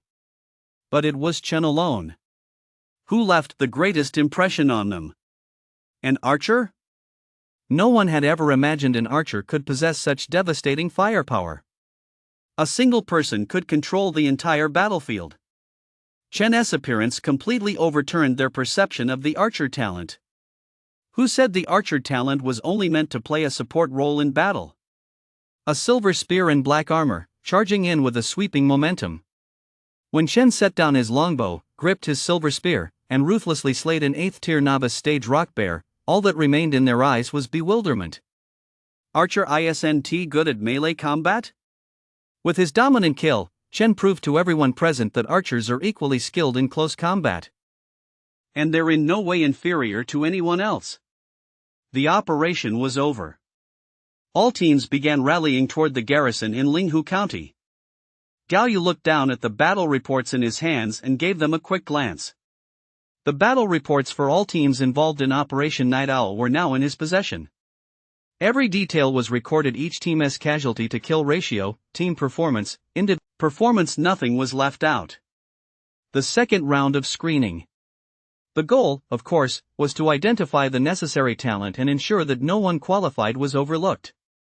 Grade B, Grade C. He flipped through them briefly. Most of the evaluations he saw were Grade B or C. This one looks promising. Gao Yu raised an eyebrow slightly, a hint of a smile appearing on his face. An A rank evaluation was surprising enough for him. He continued reading. B rank. A rank. A moment later, the battle report for Chen's team appeared before his eyes. Team rating, S rank. 23 casualties, 117 beasts slain. Holy shit! Gao Yu stared at the battle report in his hand, completely stunned. A 50-person team had killed 117 beasts while suffering only 23 casualties? A 5-to-1 casualty ratio? He paused for a moment, suppressing his shock, and let his gaze fall on the names listed in the report. Xingyuan, Battlefield Performance, S. Ruya, Battlefield Performance, S. 2 consecutive S-rank battlefield performances made Gao Yu's eyes widen. These 2's performance was practically on par with the top tier. He witnessed many rookie evaluations, but S-rank ratings were rare. Only true geniuses were capable of earning an S-rank evaluation. These two were quite impressive. His gaze continued downward, but the very next second, he froze in place as if struck by lightning. Chen, Battlefield Performance, SS. Holy crap, a double S rating. The S-level performances of Xingyuan and Ruya alone had already been surprising enough.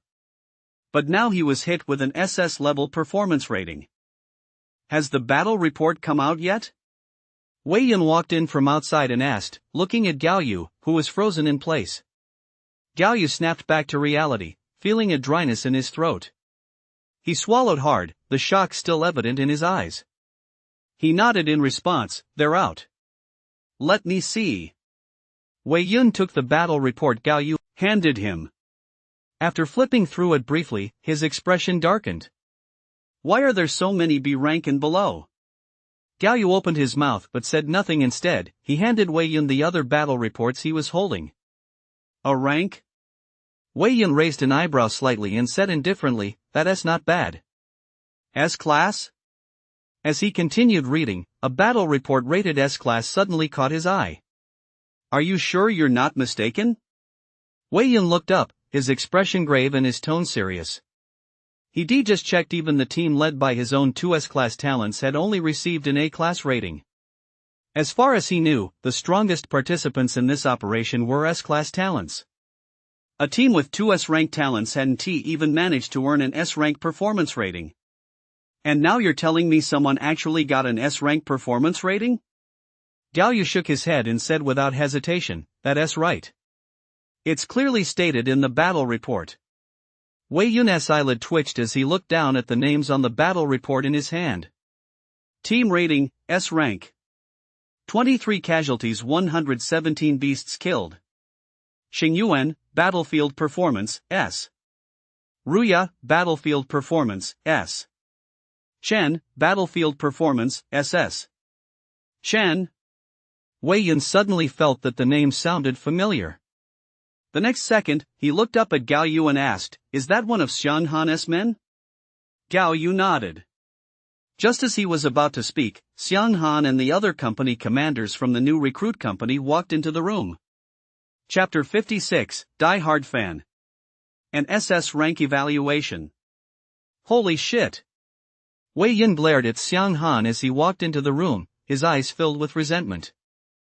"Are the battle reports out?" Seeing the battle report in Wei Yun's hand, everyone asked with a smile. Wei Yun nodded slightly, his expression complex, and handed the report to the group. Then, like a wronged wife, he said to Xiang Han, "You just had to hide it, didn't you?" "Huh?" Xiang Han was taken aback by Wei Yun's sudden move. What the hell? Was this kid looking for a beating? Before he could think it through, a gasp rang out. An S-class battle report?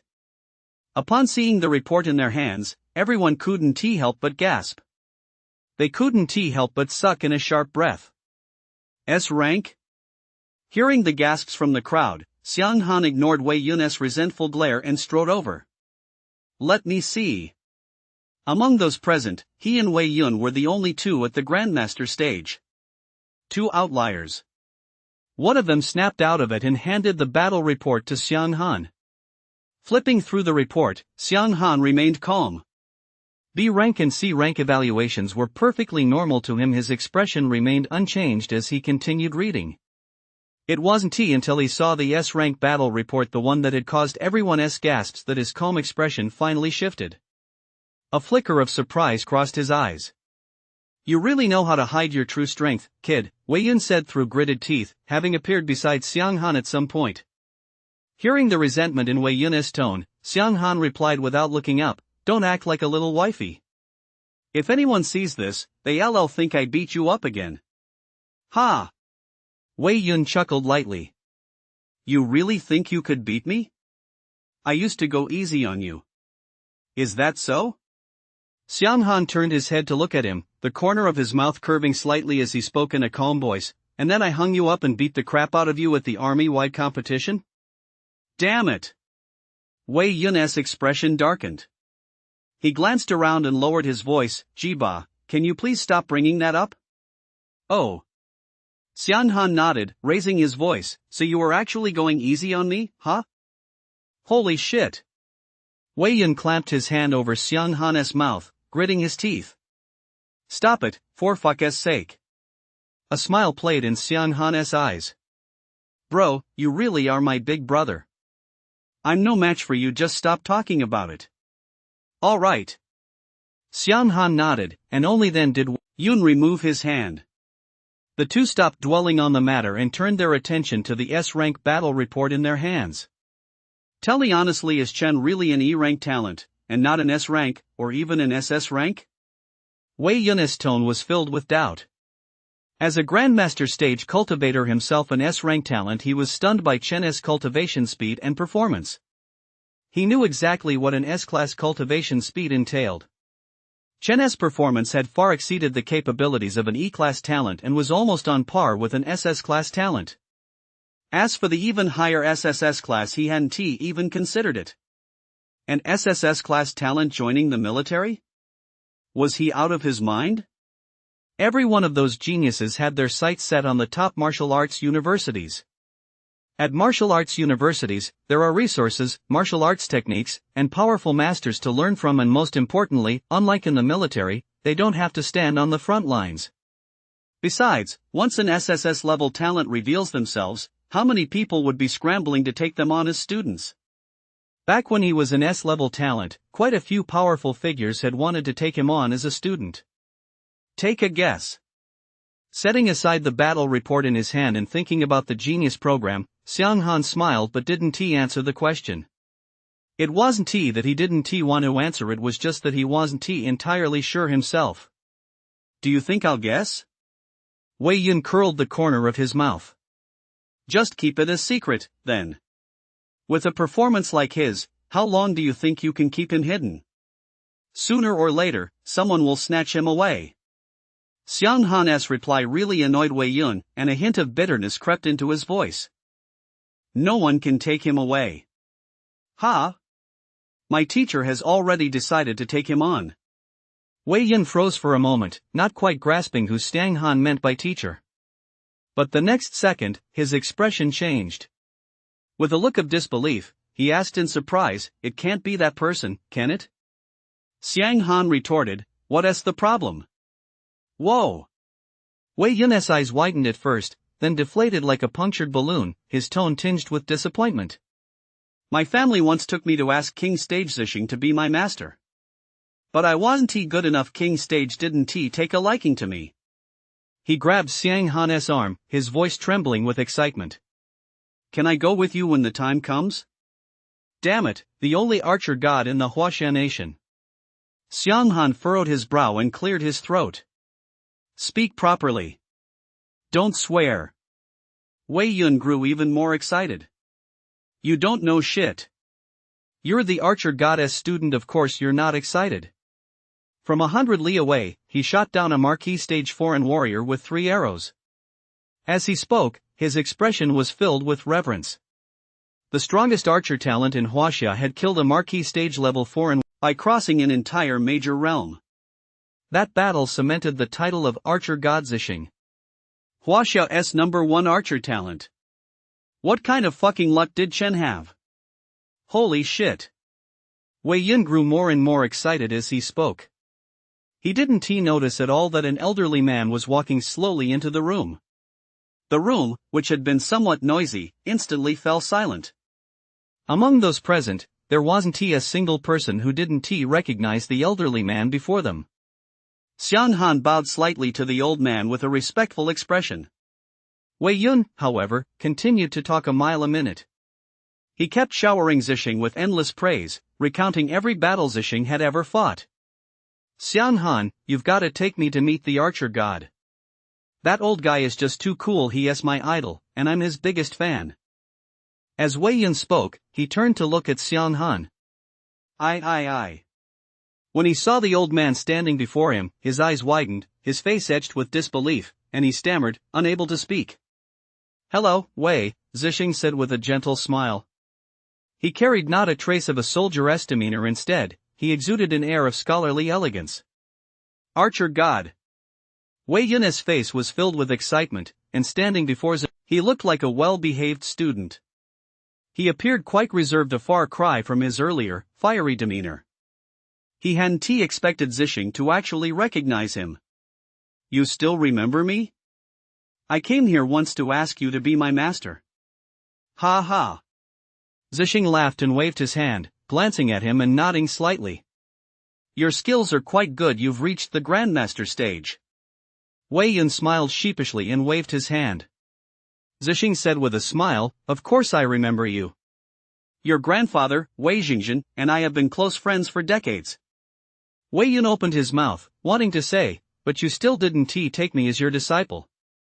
"The battle reports are in, right? Let me take a look." Zixing said no more, instead turning his gaze towards Xiang Han. "They're out," Xiang Han said as he handed the battle reports to Zixing.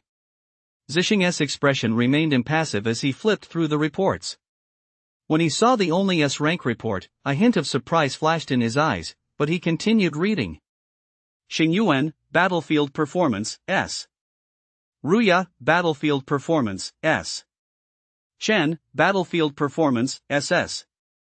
At the very top of the battle report, the three individuals' battlefield performance stood out strikingly. The room fell silent. All that remained was the sound of breathing. A moment later, Zixing set down the battle report. A gentle voice rang out, "When will the operation end?" "In an hour." "I'll go meet this kid first." "Yes, sir." By the time the battle report was released, the Beast Warden's commander had already arrived at the outpost. Chapter 57, Beast Warden's Commander Tiger. The outpost was shrouded in night. The team that had participated in Operation Night Owl had returned to the outpost. Before Operation Night Owl began, it had already been made clear that there would be no guarantees of safety. It would be a completely real-world combat exercise. Casualties accompanied every squad.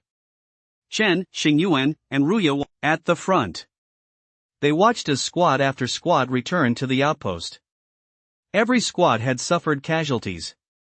One squad, which had originally consisted of 50 people, had suffered so many casualties that nearly only 10 remained. Even the squads with the fewest casualties had lost around 10 people. The three let their gaze sweep over the returning squads, taking in the expressions of pain, helplessness, bewilderment, and excitement. Each person's expression was different. Watching the squads pass by, the trio felt a heavy weight in their hearts. During this Operation Night Owl, Chen's squad had suffered over 20 casualties, a casualty rate of nearly 50%. Cruel. For the first time, Chen truly understood the meaning of that word. Having never served in the military, he had never imagined that while civilians lived in peace and prosperity behind the front lines, the soldiers on the front lines faced such cruelty. A single small beast horde had already exacted such a heavy toll on each squad. Just how terrifying, then, must the beast horde have been that had previously inflicted such heavy losses on the 3rd Legion? 10,000? Or 20,000? Or even more? Ruya noticed the look on Chen's face and said softly, "Chen, this is war. Death is inevitable. With the beasts running rampant, someone has to step up. I'm lucky to be one of them." As he spoke, Ruya's eyes sparkled with pride. Glancing to the side, Chen saw that although Xing Yuan hadn't spoken, his gaze told Chen that he felt the same way. Chen lowered his eyes, watching the troops march past him, and said thoughtfully, "To be honest, I never used to think there was anything to be proud of in joining the army. Back when I was at the military high school, everyone's goal was to get into the military university. Joining the military wasn't even an option for them. I was kind of forced into it. Once, on a bus, an older woman told me, 'It's an honor to serve in the military.' You might not believe me when I say this, but at the time, I thought it was just a polite thing to say. But today, I feel like I've truly come to understand what that word honor means." Ruya and Xing Yuan listened to Chen's heartfelt words and both chuckled softly. Xing Yuan spoke up, "Someone has to be a hero. Why can't it be you, or even us?" Wang Er, Xuanyan, and the others listened to their conversation and laughed, saying, "Being a hero is such an honor." Zhao Zixi nodded, "My family isn't well-off. People back home aren't very wealthy. But when they heard I was joining the army." Hearing Xuanyan's outlandish remarks, the others could no longer hold back and spoke up one after another. Xuanyan, don't even think about it. With your skills, the most you'll get is a passing mention in some corner of your family tree. You've got some nerve, you bastard. Today you're dreaming of a dedicated page in the family genealogy, tomorrow you'll be dreaming of getting into the county annals. Put. Do you really think that kind of opportunity would ever come your way? I'll be the first one there, damn it. You piece of shit, don't even think about that. Leave it to me, I'm way more badass. Xuanyan's words drew a chorus of laughter and jeers from the crowd. Hearing the crowd's laughter and jeers, both Zhao Zixin and Xuanyan couldn't help but laugh out loud. This was an honor. An honor belonging to the entire clan. At that moment, Jiang An completely let go of the resentment in his heart.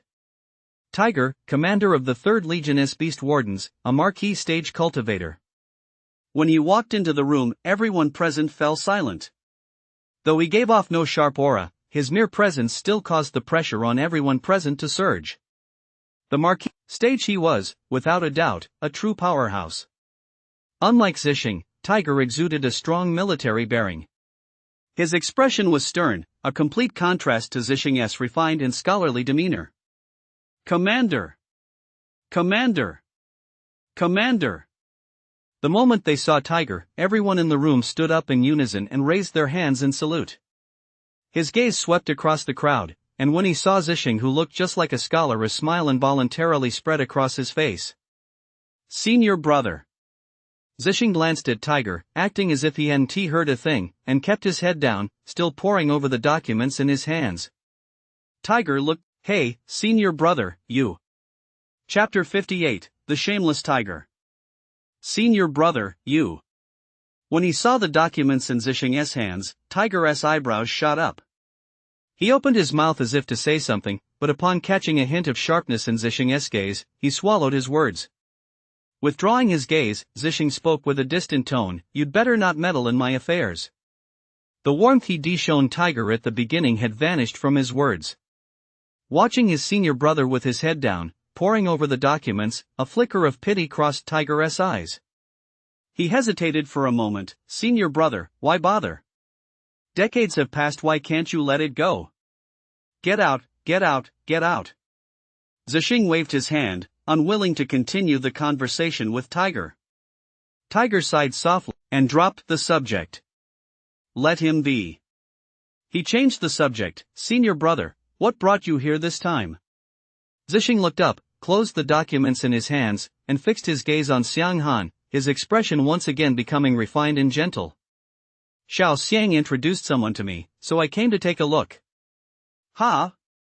Tiger looked puzzled as he turned to Xiang Han and asked with a smile, Xiao Xiang, could it be that there are some promising recruits in this batch? Facing Tiger, a marquee stage powerhouse, Xiang Han's expression turned serious. He saluted and replied, Commander, we've indeed found some promising recruits among this batch. The person the master mentioned earlier is one of the new recruits in this group. Where are the files? Let me take a look. A recruit who had prompted Zixing to come and see for himself was certainly worthy of his attention. As he spoke, Xiang Han handed Tiger the files on Shen's squad. Each individual's personal file detailed their battlefield performance across 2 engagements and their overall evaluation, down to the finest details. Tiger flipped through the files on Chen, Xingyuan, and Ruya. Grade A Thunder, Grade A Strength Enhancement. Ha! Why is there also an E-rank archer talent here? Tiger let out a soft and looked up at Zixing, asking in confusion. Senior brother, which of these 2 are you planning to take on as a student? 2? What 2? Zixing glanced at Tiger and said indifferently, I'll only take 1. Tiger nodded slightly and thought for a moment. This kid named Xingyuan has a decent talent at rank Thunder and his progress is pretty good too. That's not bad at all. Being taken on as a student by senior brother is quite a stroke of luck for him. Xiang Han opened his mouth, about to explain. Zixing rolled his eyes and said irritably, who said I'm taking a Thunder talent? Oh, could it be Ruya? That kid has talent isn't bad either, though it hasn't reached S class. Just shut up, Zixing said, exasperated. The one I'm taking is the third one. Ha? Tiger glanced down at the documents in his hand, his expression freezing for a moment. He looked up at Zishing and asked in surprise, "Senior brother, you're not planning to take on this E-rank talent, are you?" "Yeah." Zishing nodded, sounding a bit annoyed. "What's the problem?" "It's not that." "Senior brother," Tiger immediately panicked and glanced at Xiang Han and the others. "You guys, step outside for now." "Yes." After Xiang Han, Wei Yun, and the others had left, Tiger looked at Zishing with deep concern. "Senior brother, what are you doing? You absolutely mustn't give up. I've already heard that the alien race might have something that can heal your injuries." Upon hearing Tiger's words, Zishing's face darkened. The next second, he kicked Tiger in the chest, sending him reeling. He became even more certain of his suspicions. "Senior brother, you absolutely must not give up. Even if I have to die, I'll find a cure for your injuries." This time, Zishing was so furious he actually burst out laughing. He pointed a finger at Tiger, unable to speak for a long moment. "Who the hell said I was giving up?" Zishing cursed, his normally refined and easygoing demeanor completely gone, replaced by a fierce, aggressive aura. "It's not like I'm dying. What kind of bullshit are you spouting?" Tiger's expression froze. He gave an awkward smile, leaned in close to Zishing, and asked cheerfully, "Senior brother, you really aren't just here to make your last will and testament, are you?" "Get lost." Zishing gave Tiger the cold shoulder. Tiger didn't take offense, continuing to smile as he asked, "Senior brother, when you said earlier that you were going to take on that E-rank talent kid, you were joking, right?" "Who's joking with you?" Zishing grabbed the battle report lying nearby and tossed it to Tiger. "Take a look for yourself." Tiger caught the report, shot Zishing a puzzled glance, and, seeing that he wasn't joking at all, began reading the report in his hand. "Huh," he murmured. His gaze fell on a line written on the report. "Chen, Battlefield Performance, SS. What's this?" Tiger looked up abruptly, his eyes wide with surprise. "SS Class Battlefield Performance? Keep reading." Zishing stood up, stretched slightly, picked up the water cup beside him, took a sip, and said casually. Tiger's eyes still wide with surprise, he lowered his head to continue reading. "Team report, 23 casualties, 117 beasts slain." After reading the entire report, Tiger's breathing had grown somewhat heavy. He hesitated for a moment, then said with a smile, "Senior brother, I'd like to discuss something with you. How about letting Chen become my student?" "Ha!" Zishing let out a cold laugh and said indifferently, "Do you think that just because I'm at the spirit stage now, I can't handle you anymore?" "Ahem. That's not what I meant. I mean, since you're not feeling well, you should rest properly. Teaching students is hard work anyway, and as your junior brother, I'm willing to take on that burden for you." Tiger was utterly shameless. He didn't look the least bit like a military commander. He was clearly just being shameless. Zishing couldn't be bothered to waste any more words on him. "I've already decided to take Chen on as my student." "Senior brother," Tiger stood up, walked in front of Zishing, and said earnestly, "there is too much at stake with the Prodigy Initiative. You know how many people you've offended over the years. They can't touch you, but once Chen becomes your student and joins the Prodigy Initiative, those people will definitely try to suppress him." Listening to Tiger's words, Zishing narrowed his eyes, a faint glimmer of murderous intent flashing across his face. "I don't mind if they go after Chen fairly. A gem must be polished to shine. But if that bunch resorts to underhanded tactics, I won't hesitate to take out a few of them to show them whether I've lost my touch with the longbow." Tiger's eyelid twitched violently. His expression shifted slightly. Others might not know what kind of man Zishing used to be, but he knew all too well. Don't be fooled by Zishing's current refined and affable demeanor. That's just the facade he wants people to see. Once he sheds that veneer, the Zishing hidden behind it would undoubtedly send shivers down their spines. A man who once stood on the very threshold of the marquee stage. Had it not been for the sudden passing of a close friend, Zishing would likely have already reached the marquee stage, or even surpassed it. "All right, let us go check on that kid." The flash of murderous intent vanished in an instant, and Zishing resumed his refined and easygoing demeanor. Tiger's expression was complex. He sighed softly and nodded. The two walked toward the exit. Chapter 59, Xuanyan, the loose-lipped one. Assemble. A booming voice rang out. The various squads stationed at the outpost gathered in the square. Every squad had suffered casualties. Fewer than 60% of their original numbers remained standing. The expressions on their faces were no longer as spirited and battle-ready as they had been upon arrival. Chen scanned the surrounding squads, his expression somewhat complex. He recognized quite a few of them. Jiang Yan and the others, as well as members of the other squads. By now, night had quietly fallen.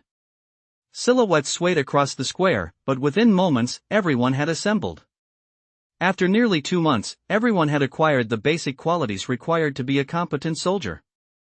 The ranks were deathly silent, broken only by the sound of the night wind. Xingyuan and Chen exchanged a glance, their eyes conveying unspoken questions. Then they looked away. A flicker of excitement crossed Ruya's eyes. A moment later, footsteps echoed. Looking in the direction of the sound, they saw Xiang Han, Wei Yun, and the other company commanders of the new recruits walking toward the group. As he passed by Chen and the others, Xiang Han slowed his pace slightly, nodded at them, and then continued onward. Wei Yun, walking beside him, let his gaze linger on the three of them for a moment before finally settling on Chen. He nodded with a smile, gave him a thumbs up, then caught up with Xiang Han and strode forward. Do you know him? Xingyuan looked at Chen, his eyes full of questions. Chen was momentarily taken aback and shook his head. How could he possibly know Wei Yun? Of this group, he only knew Xiang Han. Ruya's eyes flickered, and Xiang Han gave him an almost imperceptible nod. Wei Yun flashed a bright smile, winked at him, and then walked away with a laugh. Only Chen noticed this exchange. The corners of his mouth turned up slightly. Ruya, that kid. What does that mean? Could there be a follow-up operation? Xuanyan whispered to Wang Er. Wang Er paused for a moment, shook his head, and signaled that he didn't know either. Not far away, Liu appeared. He walked straight up to Chen and the others. Looking at the group standing tall before him, he smiled and patted Chen on the shoulder. After glancing around at everyone, he said cheerfully, "You guys did a great job this time." Smiles spread across their faces. Xuanyan, who was a bit of a slacker, asked with a grin, "Class leader, since we did so well, surely there's got to be a reward, right?" Liu gave a mysterious smile and said meaningfully, "There is a reward, but I'm afraid you might end up crying when the time comes." "If there is a reward, why would I cry? Surely it can't be asking me to take down a soldier stage beast, can it?" Xuanyan tilted his head back nonchalantly and said with a grin. "You'll find out in a moment."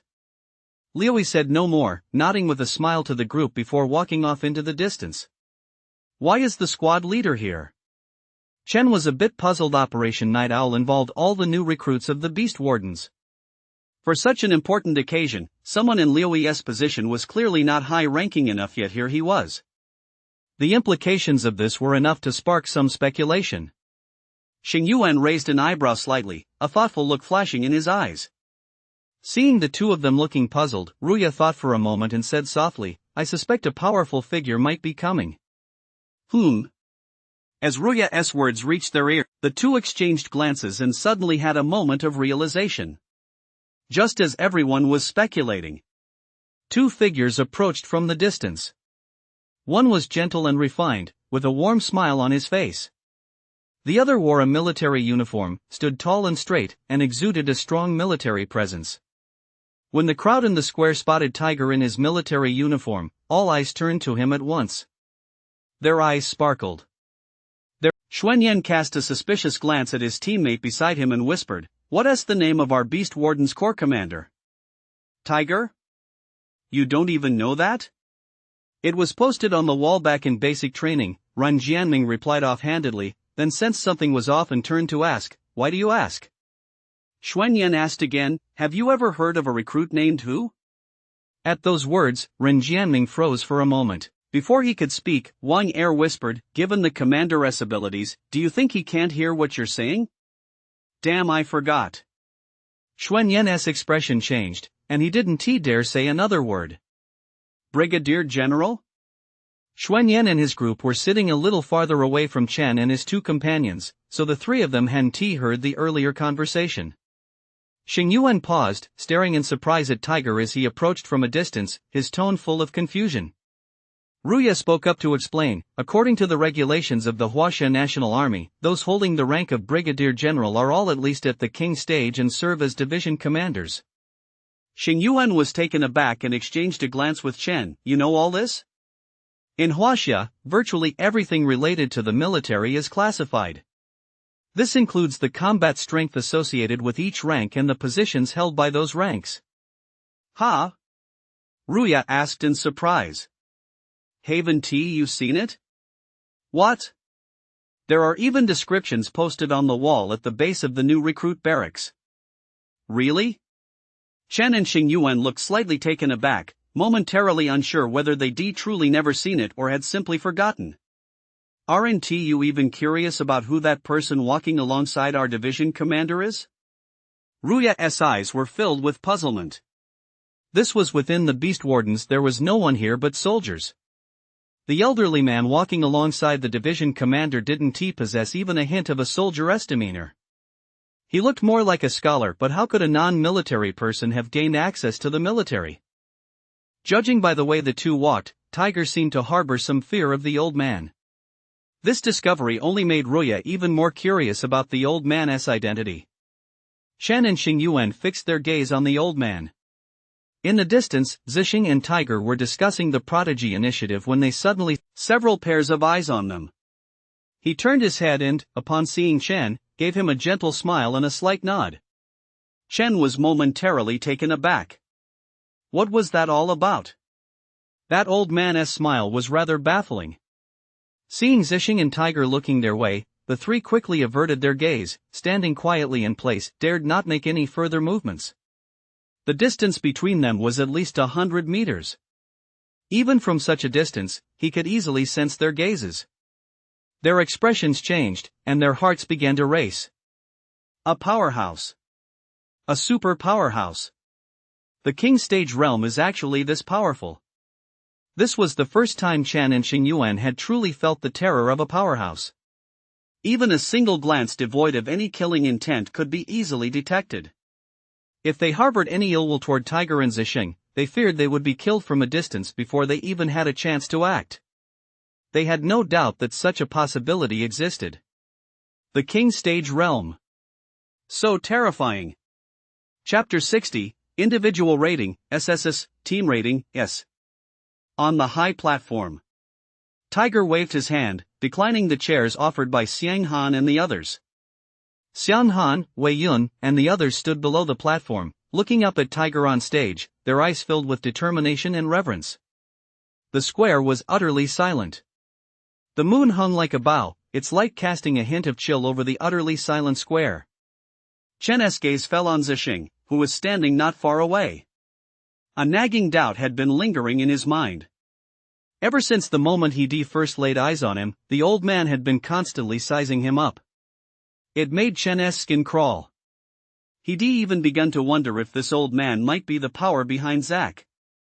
But the very next second, he banished that absurd notion from his mind. Come on, anyone who could walk alongside Tiger must be of exceptionally high standing. Even if Li Yinian were at the Grandmaster stage, he certainly didn't have the strength to rub shoulders with a powerhouse of that caliber. Not far away, Zixing had formed a favorable impression of Chen. However, he'd have to wait until they came down and got to know him better to know for sure. For now, he'd wait until Tiger finished speaking. Dressed in military uniform, Tiger wore a serious expression as his calm gaze swept over everyone below the podium. The Beast Wardens have a history spanning over 140 years. Tiger's voice wasn't loud, but it reached the ears of everyone present. Over the past 140 years, the Beast Wardens have fought countless battles and repelled countless beast hordes.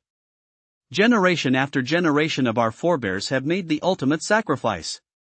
Hearing the earnestness in Tiger's tone, everyone present couldn't help but grow solemn. From the moment you put on this uniform, your identity has quietly changed. You are no longer ordinary people, you have become warriors standing at the forefront. This uniform is not something to be worn lightly. Once you put it on, you have taken on the responsibility of protection.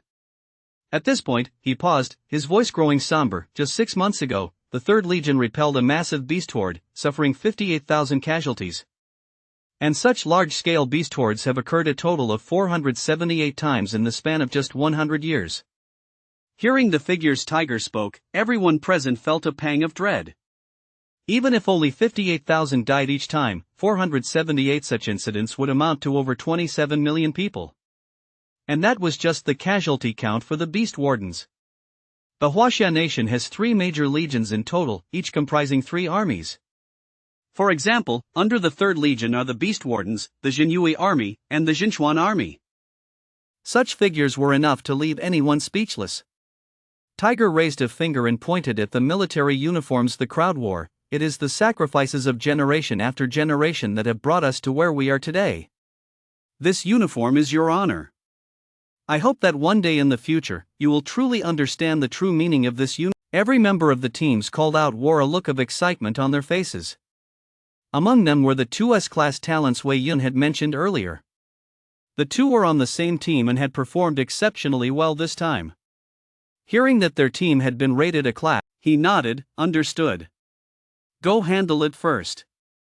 With that, ignoring the crowd below, he walked over to Tiger and relayed the message the man had just given him. After listening, Tiger narrowed his eyes slightly, nodded, and said nothing. He returned to the podium. How could that be? An SSS class individual rating. Could it be that he is actually an S-class talent? And yet, the Team S overall rating was only S-class. Even they, with 2 S-class talents on their team, had only received an A. As people who had witnessed Chen S' team firsthand, they weren't the least bit surprised by the result of their S-rank evaluation. It would have been a surprise if they hadn't been rated S-rank. An SSS rank individual evaluation. Chen is truly terrifying. Someone marveled, gazing at Chen S' back not far ahead, their eyes brimming with envy. Wow, that S Chen for you in SSS rank evaluation. That's just insane. If Chen hadn't been rated SSS, that would be been the real surprise. He truly deserves it. Those people just don't get it. They have no idea how terrifying Chen is, or just how powerful this team is. Jiangyan listened to the exclamations and praise from the crowd, feeling quite calm, even a little pleased. The moment he let go of his desire to, with Chen, he had already accepted Chen's superiority. Before, he had always been unwilling to admit that he lost to Chen because he simply wasn't strong enough. But now, he could openly admit that he was no match for Chen. When someone is stronger than you, you feel jealousy. But when that person is so far above you that you can't even hope to catch up, that jealousy fades and turns into admiration and envy. That was exactly how Jiangyan felt now. In the square, the crowd buzzed with discussion. Chen's SSS evaluation and the Team SS rank performance had shaken everyone present to the core. Liu's eyes flickered as he glanced at Chen, who stood not far away. He thought to himself, I had already asked earlier that Chen's individual performance rating was SS, but just now, Xiang Han actually raised Chen's individual rating from SS to 3S. Major contribution? The next second, he seemed to realize something, and his gaze toward Chen was filled with shock. It wasn't just Liu who was surprised that Chen, originally rated SS, had suddenly been elevated to 3S. Feng Quan, too, was deeply shaken upon hearing Chen's evaluation. SSS. He had been in the military for over a decade, yet he had never heard of anyone in the military being rated SSS. Chen, he murmured softly, his eyes filled with confusion. Wei Yun froze for a moment and glanced at Xiang Han on the podium. A flash of murderous intent crossed Xiang Han's eyes, sending a shiver down Wei Yun's spine. As if he had realized something, his expression turned grim. He remained silent. Quiet, Xiang Han's authoritative voice rang out. As soon as the words fell, the entire crowd fell silent. Tiger slowly stood up, his calm gaze sweeping the area. He spoke in a measured tone, if you have any issues, contact your company commander and have him come speak with me. With that, he turned and walked away. Xiang Han took over. Those whose names are called next, stay behind. The rest, you are dismissed. Chen, Ruya, Xing Yuan. 20 people including those two S-class talents, the rest were all A-class talents. Moments later, everyone else had left the square, leaving only 20 figures standing tall. Xiang Han stepped down from the platform and approached the group. A gentle smile spread across his face as he nodded. Follow me. What's this about?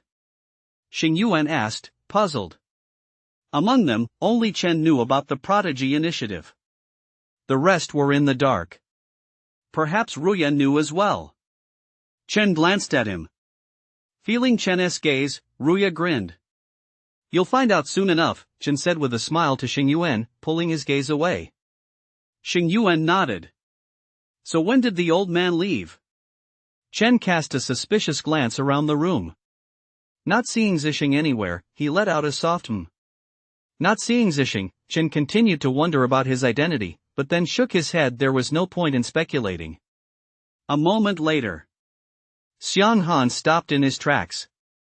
He smoothed out his military uniform, stepped forward, and knocked on the door. Come in.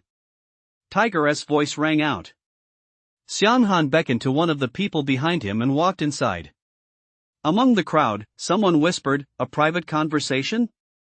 That sounded like our division commander just now. Could it be that the division commander wants to speak with us privately? As the words fell, the rest of the group's hearts raced. To be able to get up close to Tiger, such an honor would be enough to remember for a lifetime. The corps commander was at least at the king stage. To be in close proximity to a king stage powerhouse while only at the novice stage. What if Tiger thought he had potential? Wouldn't that mean his career would skyrocket? Many harbored such thoughts. Chen stood by the corridor, listening to the crowd's chatter, and couldn't help but find it somewhat amusing. Their speculation was perfectly normal. Admiring the strong is a natural human instinct. It's just that they were likely in for a disappointment. One by one, the 20 of them were called into the office. Soon, it was Xing Yuan's turn. Xing Yuan, come in, Xiang Han's voice rang out. Xing Yuan stood tall and replied in a clear voice, yes. Good luck, Xing Yuan, Ruya said, pumping her fist at him. Chen nodded with a smile and whispered, good luck. Smiling and nodding back at them both, Xing Yuan strode into the office. Bang! The office door slammed shut. The crowd waited anxiously. Chapter 62, Prodigy Initiative, Corporal Xing Yuan. Xing Yuan walked into the office. The first person he saw was Tiger, seated behind the desk. Beside him, Zixing was leisurely sipping tea, with a document resting within arm's reach. Xing Yuan didn't know what it was, nor did he dare to look too closely. Earlier, all three of them had already sensed Zixing's terrifying might. An absolute powerhouse. Commander! Xing Yuan saluted.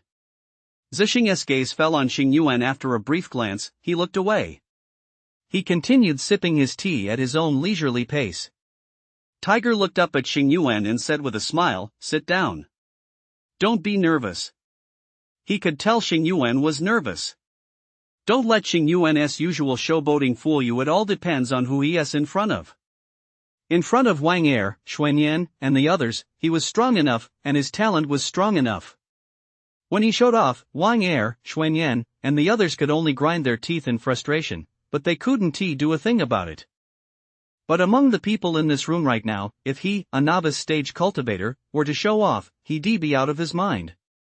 Leaving Zixing and Tiger aside, Xiang Han alone was already a grandmaster stage powerhouse.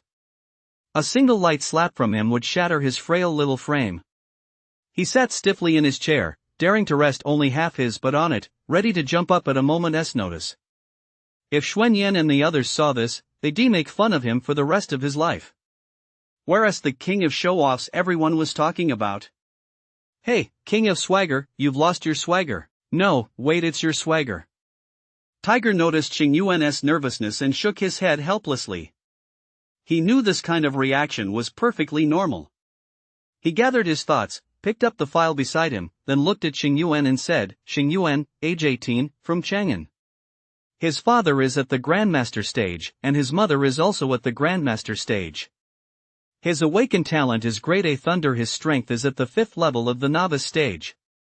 He attended Chang'an's first martial arts high school and performed outstandingly in the new recruit competition, earning a Grade A rating. Xing Yuan listened quietly as Tiger read out the information.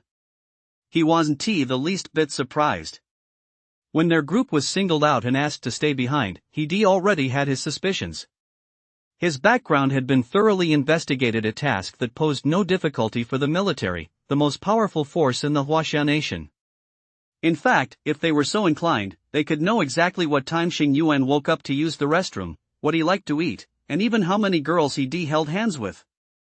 Tiger set down the file, leaned back slightly in his chair, and wore a faint smile.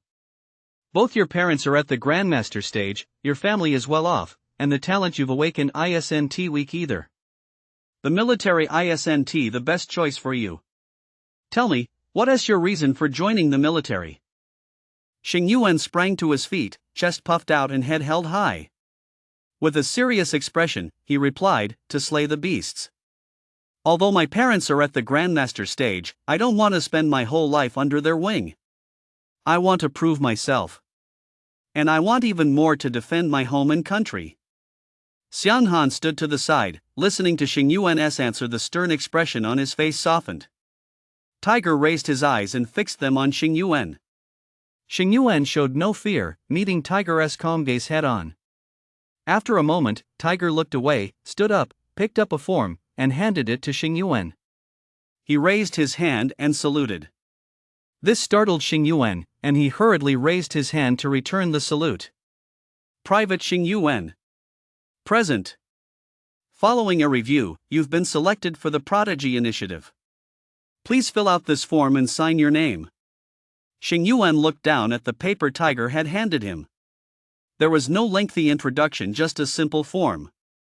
It covered everything in minute detail, from combat ability to family, contacts, and family background. It also included various confidentiality requirements. Your evaluation for the recruit competition was Grade A, and for Operation Night Owl, it was Grade S. Tiger sat back down in his chair, raised his hand to signal Xing Yuan to sit down, and continued, you performed exceptionally well in both operations and meet the selection criteria for the Prodigy Initiative. Commander. Just as Xing Yuan was about to stand up, Tiger waved him down and sat back down. After a moment's hesitation, Xing Yuan asked, may I ask what the Prodigy Initiative does? Upon hearing Xing Yuan's question, Xiang Han couldn't help but smile. None of the others who had come in before had asked that question. Perhaps the pressure of facing Tiger was too great, and they didn't dare to voice any doubts. With his marquee stage strength, even a single glance was enough to put immense pressure on a novice stage rookie. Simply standing quietly before Tiger was already a sign of strong mental fortitude. Tiger explained with a smile, since you've been selected for the Prodigy Initiative, you're entitled to know a few details. He leaned forward slightly, folding his hands on the table. The Prodigy Initiative, as the name suggests, is designed to select the various talents we need. This includes a wide range of criteria, from personal talent to battlefield performance, evaluation results, combat prowess, family background, education, and more. The goal is to cultivate a team composed of geniuses to handle various internal emergencies. As he spoke, his tone grew somber. The situation with the monstrous beasts is growing increasingly dire. Your goal is to grow rapidly. You'll learn the specifics once you join the Prodigy Initiative. Before you officially join the Prodigy Initiative, you still have one final assessment. Only after passing this assessment will you truly become part of the Prodigy Initiative. Xing Yuan was shaken to the core. He stared at Tiger in disbelief. He had heard those words clearly just now. The Prodigy Initiative, they were currently just reserves. To truly join the Prodigy Initiative, there was still an assessment to pass. To handle various internal emergencies? Could it be that there were other emergencies within the country? Xiang Han interrupted his thoughts at that moment, speaking in a solemn tone, Private Xing Yuan. Present. Xing Yuan sprang to his feet. Due to your outstanding performance during basic training, you are hereby promoted to corporal ahead of schedule. His private's shoulder insignia was removed. The corporal's shoulder insignia featured a silver border with a short dagger at its center, simple and sharp, flanked by a sparkling star. All right, you may go. Tiger nodded with a smile. Yes, sir. After saluting both men, Xing Yuan turned and walked out of the office. Senior brother, are you really not going to take this kid under your wing? Once Xing Yuan had left, Tiger turned to Zixing standing nearby and asked with a chuckle. No, I'm not. I'm not Thunder Talent, why would I take him on? Zixing waved his hand, then paused for a moment, though, I do think there's one person who'd be quite suitable. But we'll have to see if he's willing to take him first.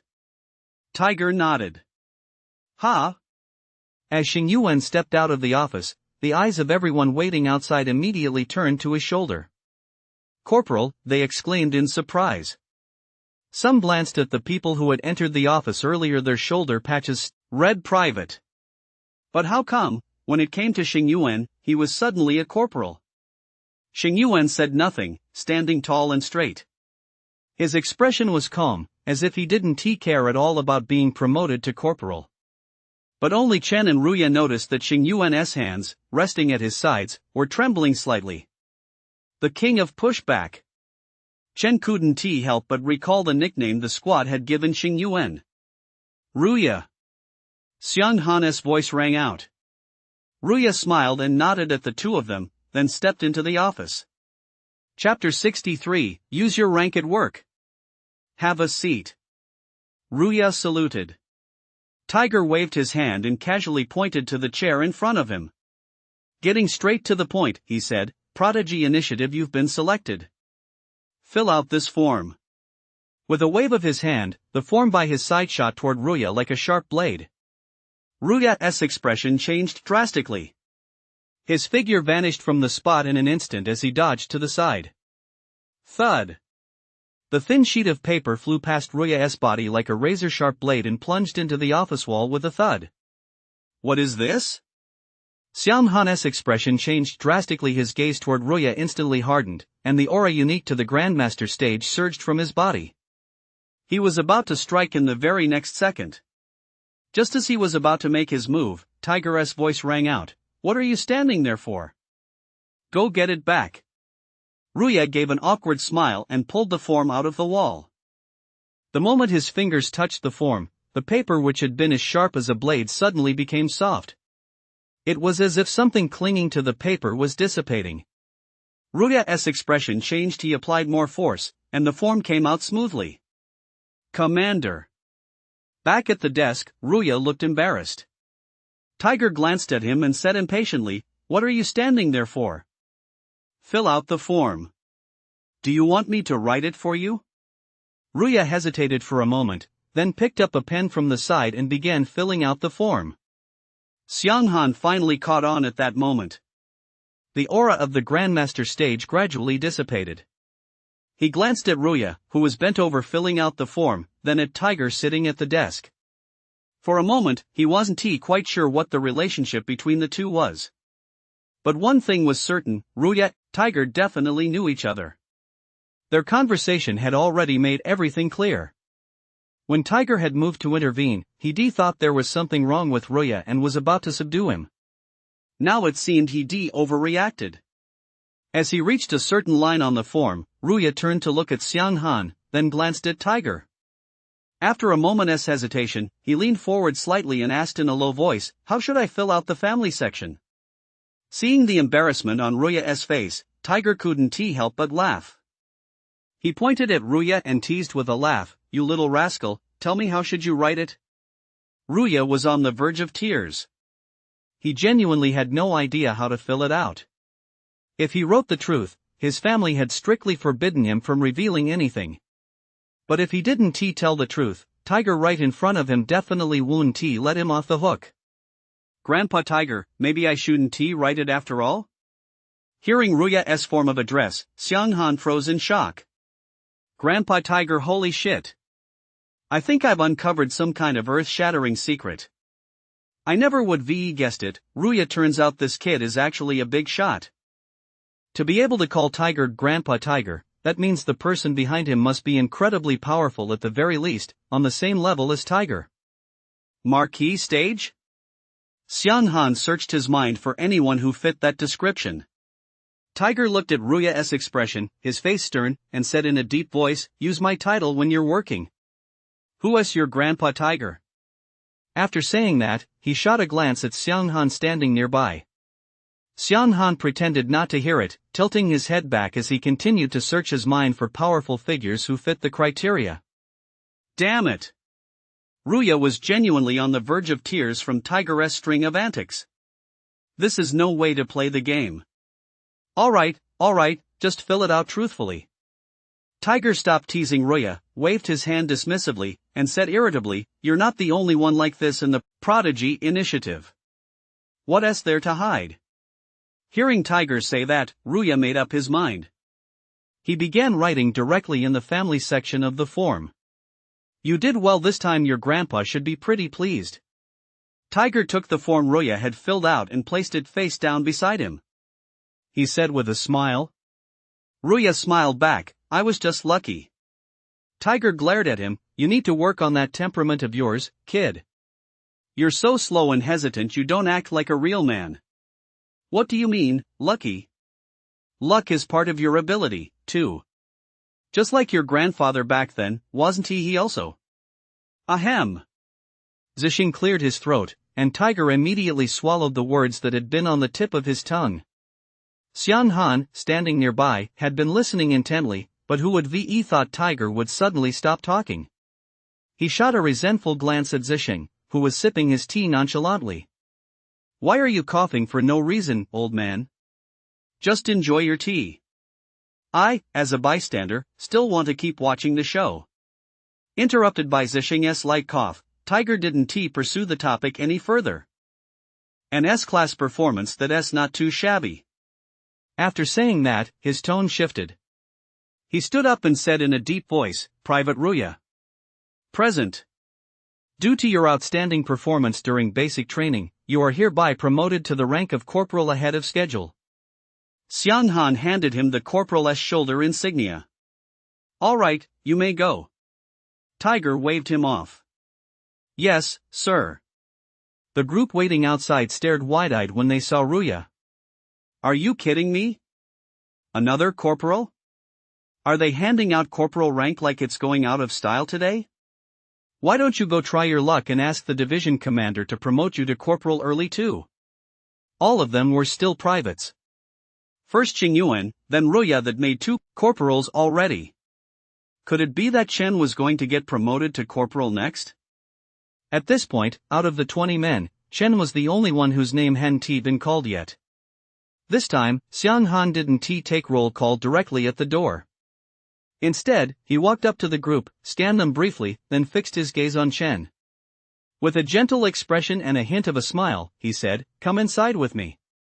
Chen stood up straight, "Yes, sir." The others were speechless. Are you kidding me? Is this how they're treating people differently? None of them had ever received treatment like Chen's. Xiang Han kept a stern face toward everyone else. Good attitude. Keep learning. Yes, sir. After saying that, both of them couldn't help but laugh. They were both wondering what rank Chen would be given. Inside the room, Tiger and Zhang Zishang sat to one side, sipping tea. They saw Chen walk into the room. Tiger smiled and nodded, looking approachable. Zixing held his teacup and said to Chen with a smile, "Come, sit down and let us talk." Chapter 64, He won tea give it, you won tea give it. Are you expecting me to? What is this?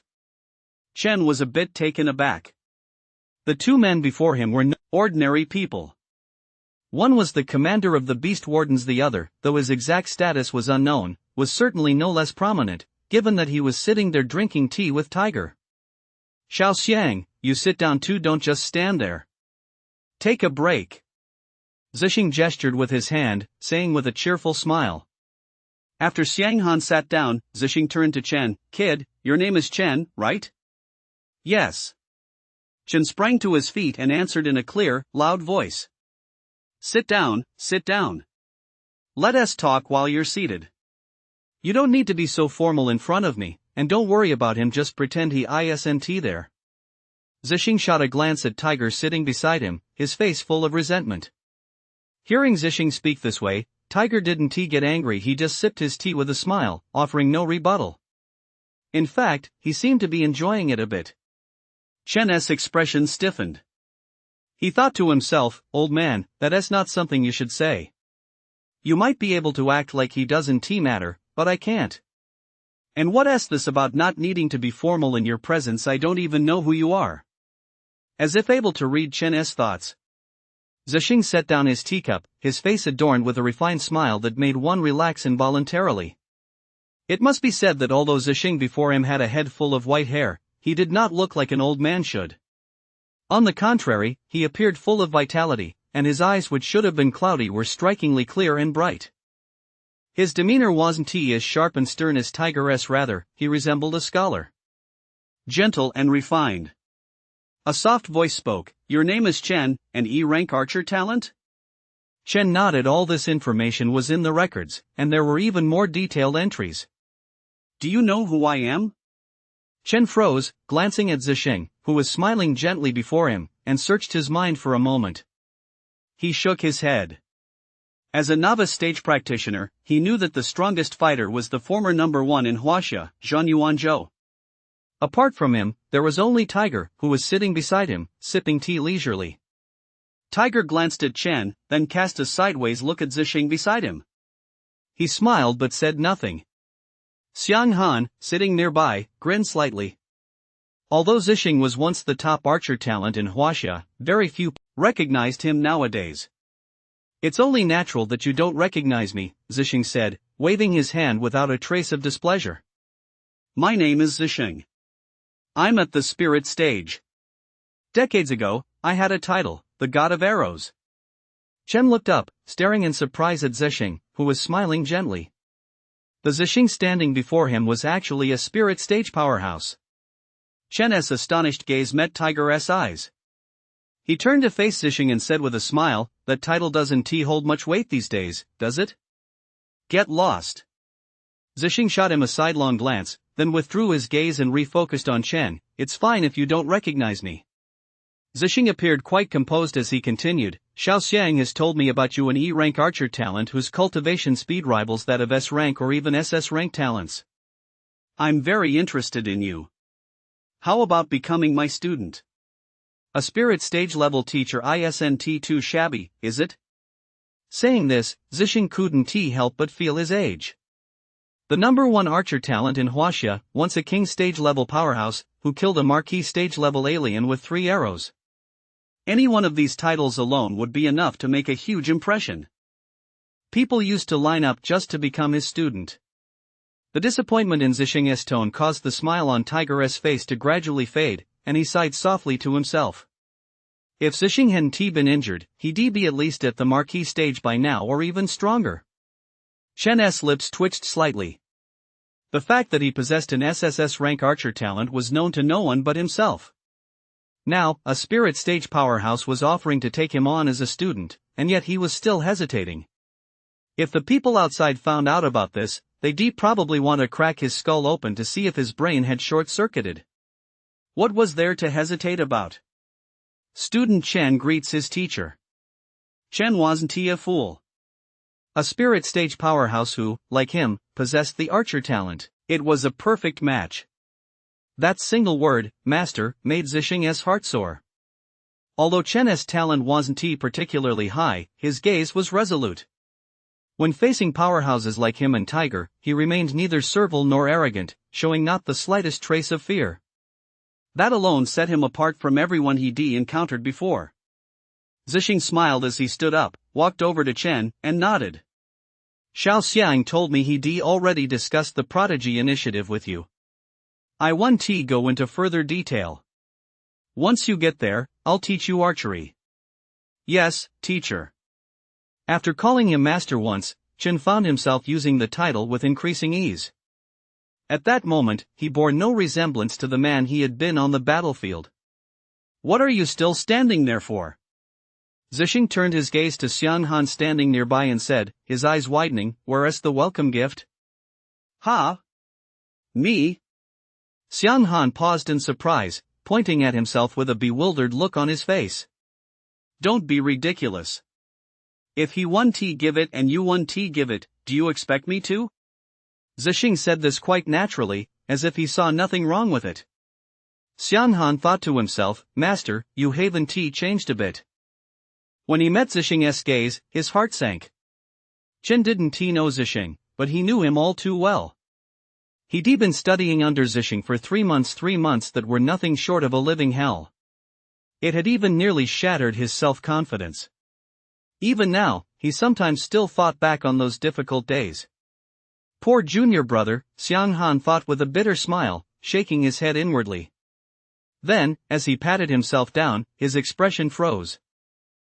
Junior brother, I don't have anything on me right now, he said sheepishly. I'll make it up to you later.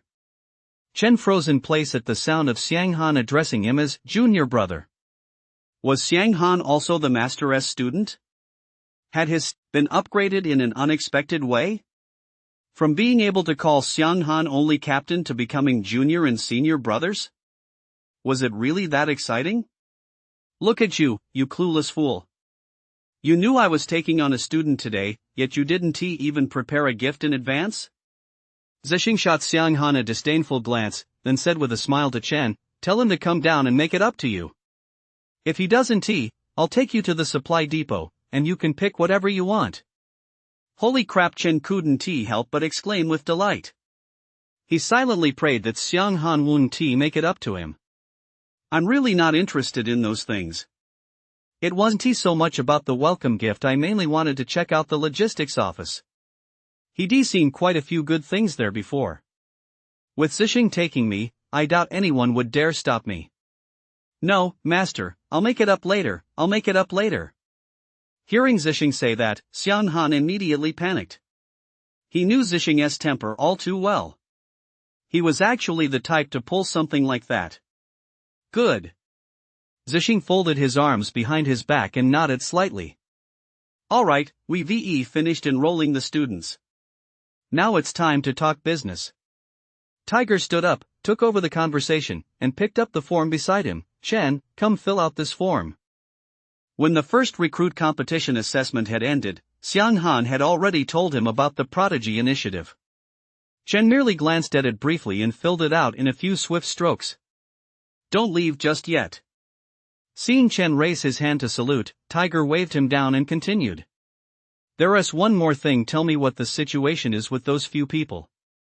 As soon as Tiger finished speaking, the temperature in the room seemed to drop several degrees. Order!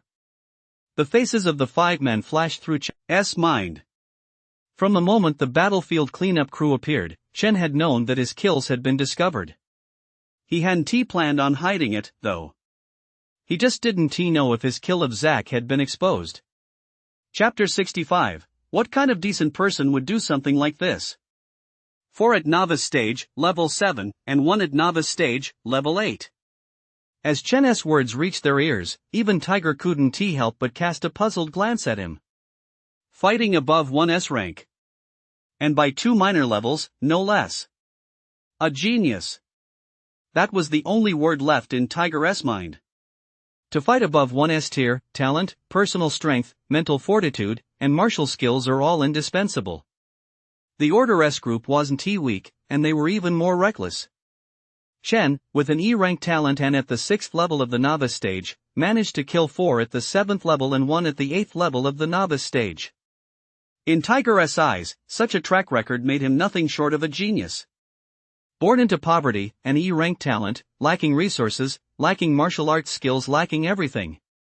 Given all these factors, reaching the 3rd level of the novice stage would already be considered quite an achievement. Yet Chen had transformed himself into a 6th level novice stage practitioner in such a short time. Tiger marveled inwardly. Standing nearby, Xianghan looked at Chen with a look of deep astonishment. The cleanup crew at the battlefield hadn't told him anything about the strength of those individuals, they only mentioned their identities. There were arrow wounds and marks left by a spear. All of this pointed directly to Chen. Xianghan was well aware of the strength of each team involved in Operation Night Owl this time. He immediately confirmed that Chen was the one who had acted. I don't consider myself weak, I'm even on par with Wei Yun, an S-class talent. But even so, it would be extremely difficult for him to achieve a feat like Chen S at this level of strength. Faced with a desperate situation, he didn't back down. Instead, with the strength of a novice stage, level 6, he killed 5 people. Xiang Han looked dazed and somewhat bewildered. Could it be that Chen is some kind of freak? An E-class archer talent whose cultivation speed rivals that of a dual S-class talent. Not only that, but he turned the tables and killed 5 people even when his enemies were far stronger than him. And it looked like he hadn't even been injured. He had already automatically pushed Zack's death to the back of his mind. If order could kill Chen, surely it could kill Zack as well? Zixing looked at Chen in astonishment. Then he smiled with satisfaction. The more outstanding Chen was, the more satisfied he became. Taking on a student meant passing on his legacy. Decades had passed, and his own strength had declined to the current spirit stage. The time left to him was growing ever shorter. A sense of urgency constantly lingered in his heart. Taking Chen as a disciple felt more like ensuring a legacy would remain after he was gone. After a long moment, Tiger said with a sigh, "Chen, I seem to see your master's former self in you. A genius, fearless, resilient." Chen glanced at Zixing, who was smiling, then smiled back without saying a word. He didn't know what Zixing had been like in the past. After speaking, Tiger shook his head with a smile, as if musing over something. Then, his expression turned serious as he said, "Those people from the order are all mad. Those people must have told you about the principles of order before, right?" Chen nodded. He couldn't help but recall the words of that handsome young man at the 8th level of the novice stage. "Our goal is to establish a new order." "Those people are crazy," Xiang Han said. Order was not something Chen, in his current state, should be getting involved with. He was far too weak. That group is very skilled at manipulating people's minds. And the members within are no slouches either. "This information must not get out," Xiang Han said, his expression grave and his tone extremely serious. "Their primary target is the geniuses of the Huaxia nation. In the past, they only operated outside the military, but I never expected they'd dare to strike at people within the military now. You must be careful. If you ever encounter anyone from order again, under no circumstances should you try to fight them head-on. Calling for backup is the right choice." "Got it." Chen nodded. Judging by Tiger and Xiang Han's descriptions, this order organization seemed very powerful. "All right, don't worry about the order. It's not something you can handle at your current level." "Private Chen." Tiger raised his hand to interrupt Xiang Han. This topic was no longer appropriate to continue. For Chen to even join this conversation, he'd need to be at least at the Grandmaster stage. His novice stage strength was simply too weak. Chen stood up straight and answered in a clear voice. "Present. You've performed exceptionally well during your basic training and made significant contributions to Operation Night Owl. After comprehensive consideration, you are hereby promoted to the rank of Staff Sergeant ahead of schedule." Chen froze for a moment, then realized what was happening, and his eyes lit up. Sergeant First Class. A monthly salary of 13,000. His parents' combined monthly income was only 5,000. With his promotion to Sergeant First Class, this was already equivalent to 2 months' income for his entire family. With a salary like this, the financial pressure on his family would be significantly reduced, and his younger brother and sister would be able to buy some low-tier elixirs. His private shoulder patches were removed. Tiger personally pinned the Sergeant's exclusive shoulder patches onto Chen. Unlike the silver-bordered patches of a corporal, the Sergeant's patches were predominantly black, and at their center, the short sword from the corporal's patch had been replaced by a warhammer.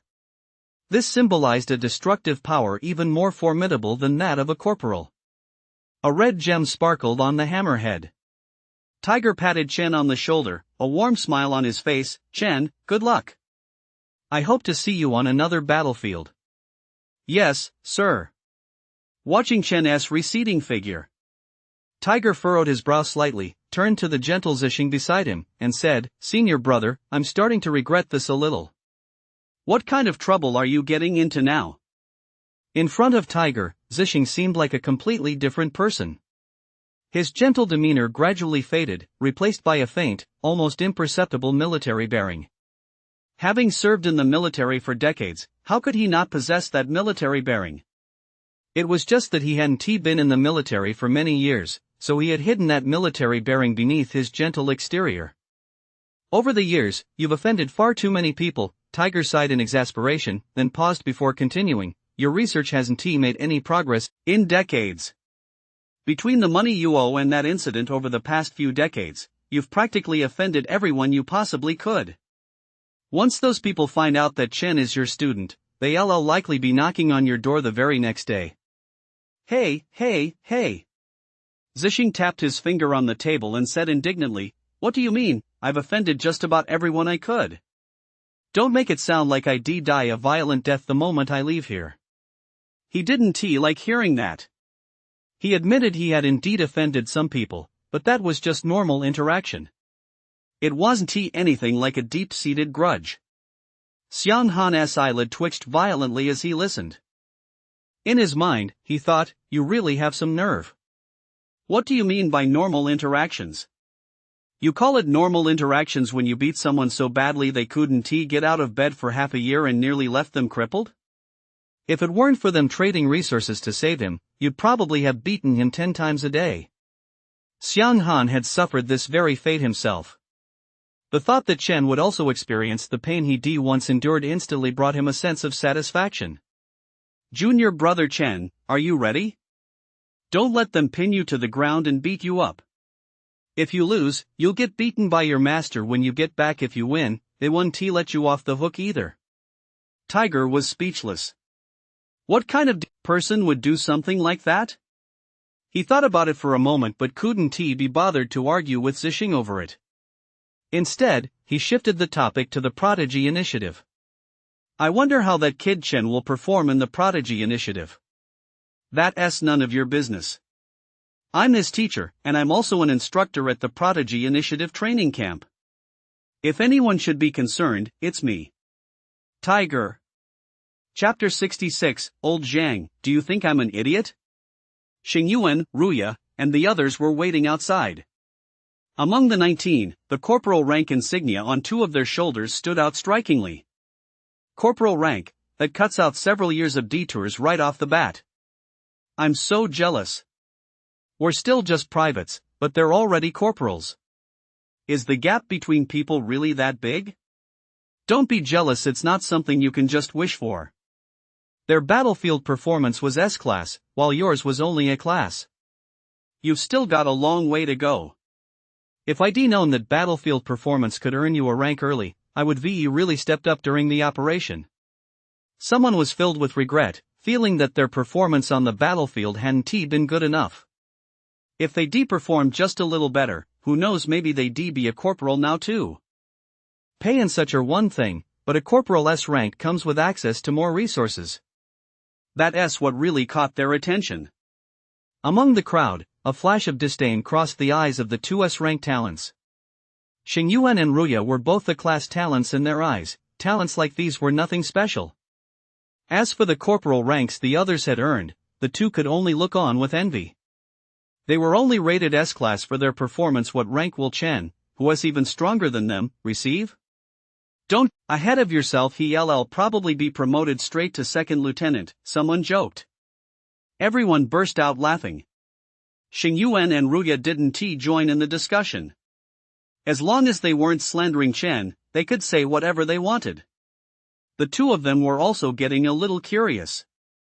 Ruya remarked with a sigh, we were awarded the rank of private first class early for our S-class performance. Chen's SSS class performance surely can't be any lower than ours, right? Although he came from a well-connected family, he had never once used his family's connections while in the military. He had only a tiny bit of resources at his disposal. The new recruit competition, Operation Night Owl, everything including his early promotion to corporal was earned through his own hard work. And that was precisely why he admired Chen even more. To dominate everyone with an E-rank archer talent and achieve an SSS level performance. Ruya sometimes wondered, Could it be that she really wasn't a match for Chen? Chen was already beginning to pull ahead of the rest of them. Hearing Ruya's musings, Xingyuan's expression shifted slightly. He had a rather carefree nature, but deep down, he was still quite proud. With parents who were both grandmaster stage powerhouses, and having grown up in such an environment, Xingyuan's standards were naturally high. Back in martial arts high school, he had many friends, but very few were friends he truly recognized as such in his heart. He was very clear-headed. Destiny is sealed the moment a person is born. Some come from well-off families, while others are born into aristocratic lineages. In the years that follow, there are only a handful of opportunities to change one's destiny. The awakening of a talent is one such opportunity. Awakening to become a powerful talent that is the chance to alter one's destiny. Chen, someone who had merely awakened an E-rank talent, was already making Xingyuan feel exhausted just trying to keep up with him. Don't let Xingyuan's usual cheerful demeanor fool you behind the scenes, he puts in far more effort than anyone else. He tugged at the corner of his mouth, it'd be a miracle if his rank were any lower. There was a of bitterness in Xingyuan's tone, and Ruya sensed it. He chuckled, Xingyuan, what do you think the Prodigy Initiative is like? No idea, Xingyuan shook his head. Today was the first time he'd even heard of the Prodigy Initiative. It was practically impossible for him to know any inside information. After saying that, it dawned on him. His eyes flickered as he looked at Ruya and asked in surprise, don't tell me you know something else about the Prodigy Initiative, kid? Ruya cleared his throat and nodded sheepishly. I asked a few extra questions earlier, and the commander told me a bit more. Damn. Xingyuan was speechless. Ruya's words had actually made him laugh. He gave Ruya a light punch in the chest and gritted his teeth, saying, Old Zhang, do you think I'm an idiot? Ruya hesitated for a moment, immediately earning himself a second punch from Xingyuan. You're actually hesitating about that? Way to go, Ruya. Do you really think I'm an idiot? No. Ruya wasn't upset. He just continued, the Prodigy Initiative covers a very broad scope. It's not just about military recruitment. The martial arts university and the prominent clans are involved too. The Martial Arts Education Bureau takes the lead. The military is just one of the parties involved, and the other two are the same. Xingyuan was taken aback. He thought the Prodigy Initiative was a military program. He hadn't expected the Martial Arts University and the noble clans to be involved as well. He furrowed his brow and said, if that's the case, then the scope of participants in this Prodigy Initiative is quite broad. There'll be no shortage of geniuses. The pressure seems a bit intense. Ruya smiled and teased, what? Is there a day when even the king of bullshit feels afraid? Me, afraid? Xingyuan snorted derisively. They're all just crumbling like earthenware. One shot and they're blown away. Seeing Xingyuan like this, Ruya felt reassured. The king of bullshit is still the king of bullshit. Born with the bully constitution. She was also curious how come no one had ever awakened the bully king talent? Though that talent didn't seem to be of much use anyway. Ruya was lost in her own thoughts. Xingyuan gazed into the distance, exuding pure bully aura. Dismissed. Xiang Han stepped out of the room and issued the order to disperse. Everyone looked puzzled. They were being dismissed before Chen even came out? Just as they were wondering, Chen, following behind Xiang Han, appeared before them. All eyes turned to Chen's shoulders at once. At first glance, everyone froze in unison. Black-rimmed glasses, a warhammer, a ruby. Holy shit, Sergeant First Class? Someone's eyes widened in disbelief as they stared at Chen. Are you kidding me? He's already a staff sergeant? Everyone's faces were filled with disbelief. Upon seeing the staff sergeant rank on Chen's shoulder, a hint of surprise flashed across Ruya's eyes. He had originally thought Chen's rank would be sergeant at most. To reach staff sergeant, one needs both combat prowess and significant contributions. Chen clearly didn't have enough combat prowess. A staff sergeant needed to be at least at the master stage. That left only one possibility, contributions. He suddenly recalled what Xiang Han had said earlier. Someone had made a major contribution. It all seemed to make sense now. Xing Yuan's eyes flickered, and he raised his hand to salute. Chen raised his hand in return. Not bad, kid. You're my superior now? Xing Yuan said with a grin, his tone free of any jealousy. The two had been through so much together, they were brothers in arms. He could trust Chen with his back without a second thought, so naturally he had no ulterior motives, though a fleeting glimpse of disappointment flashed in his eyes. Luck, just luck. Chen explained with a smile. Then, turning to Xing Yuan and Ruya, he said, "You two aren't half bad either, corporals." Xing Yuan turned to look at Ruya and asked in confusion, "Old Zhang, do you smell something?" "What?" Ruya froze, sniffed the air, but didn't he detect any scent? The smell of someone showing off. Ha ha, ah. Chapter 67, The Old Man is Awesome.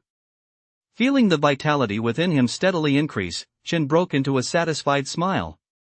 Like a small stream, his vitality boosted by the resources had now swelled to the magnitude of a mighty river. Novice stage, 9th tier. Vitality, 220. Strength, 5,500. Speed, 60-second. In such a short time, he had broken through 3 levels in a row. That pace was nothing short of terrifying. And what Chen had sacrificed was nearly all the rewards for first place in Operation Night Owl.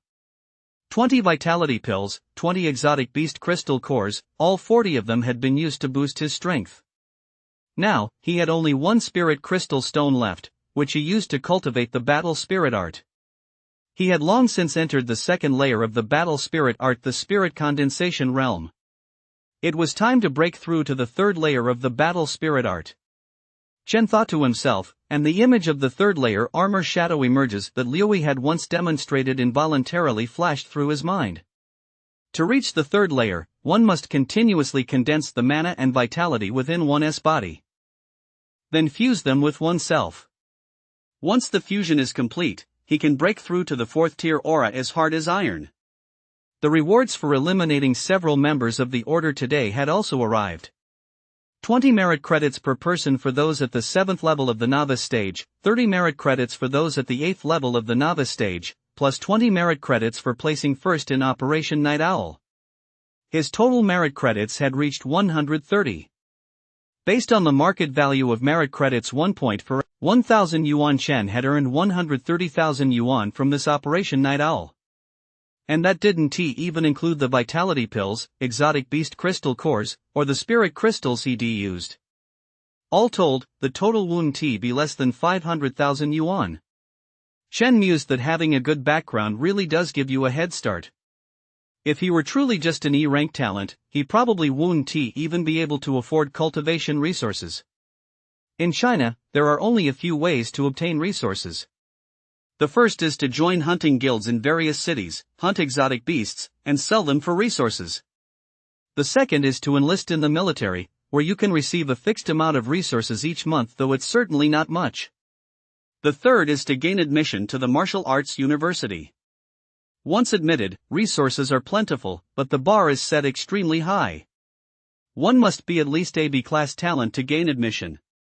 In other words, the martial arts university is a gathering place for Huaxia's geniuses.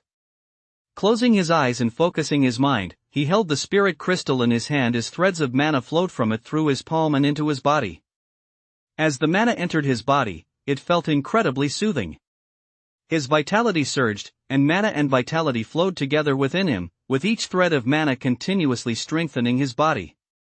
At the 9th level of the novice stage, the maximum power one can normally unleash is 5,500 kilograms. This is without activating talent skills. For someone like Ruya, who naturally possesses a strength enhancement talent, that talent allows her strength to double instantly.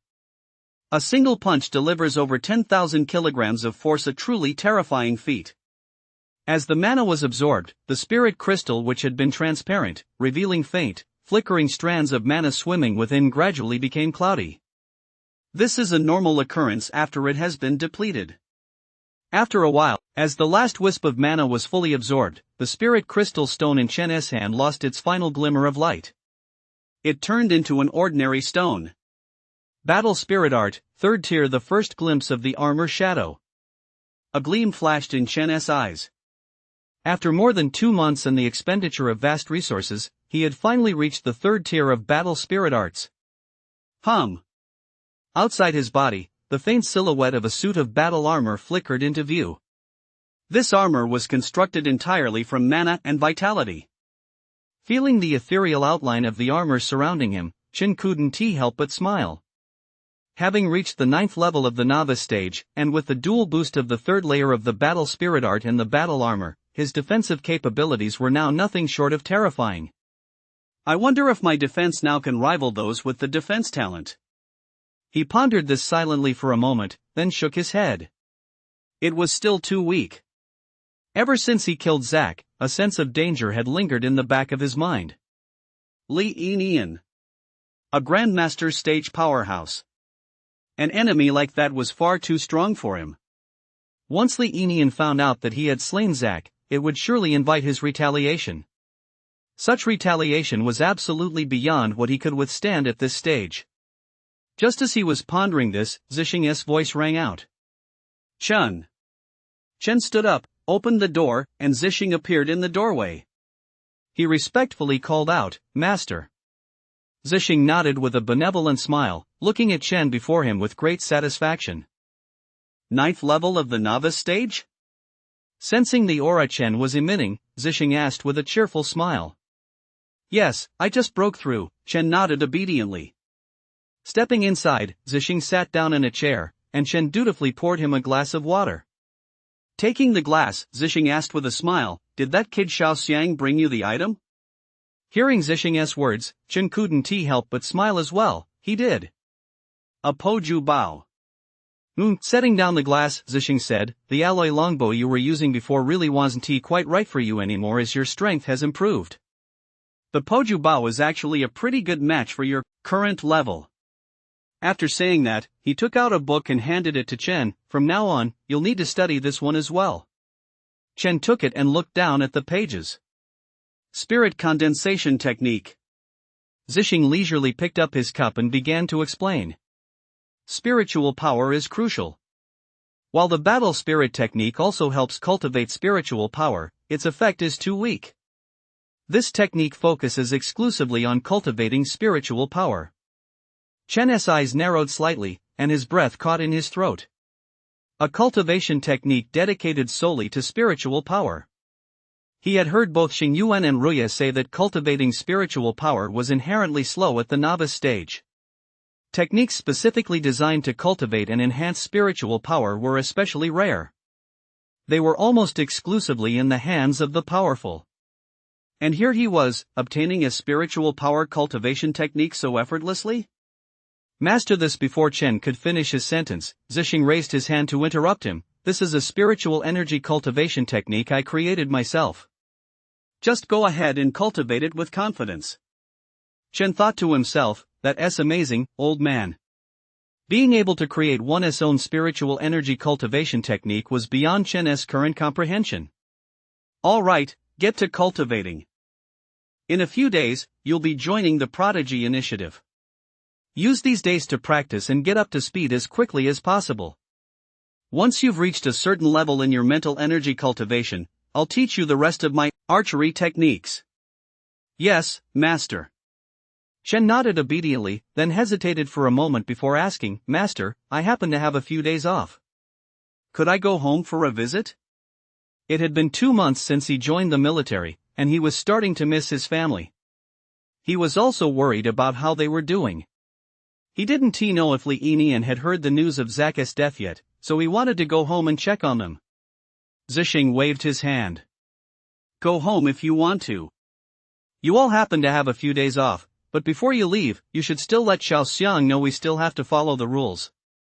"Okay, sir." Zhixing laughed, and Chen took a deep breath. He looked at the light panel in front of him. Name, Chen. Realm, Novice Stage, 9th Tier.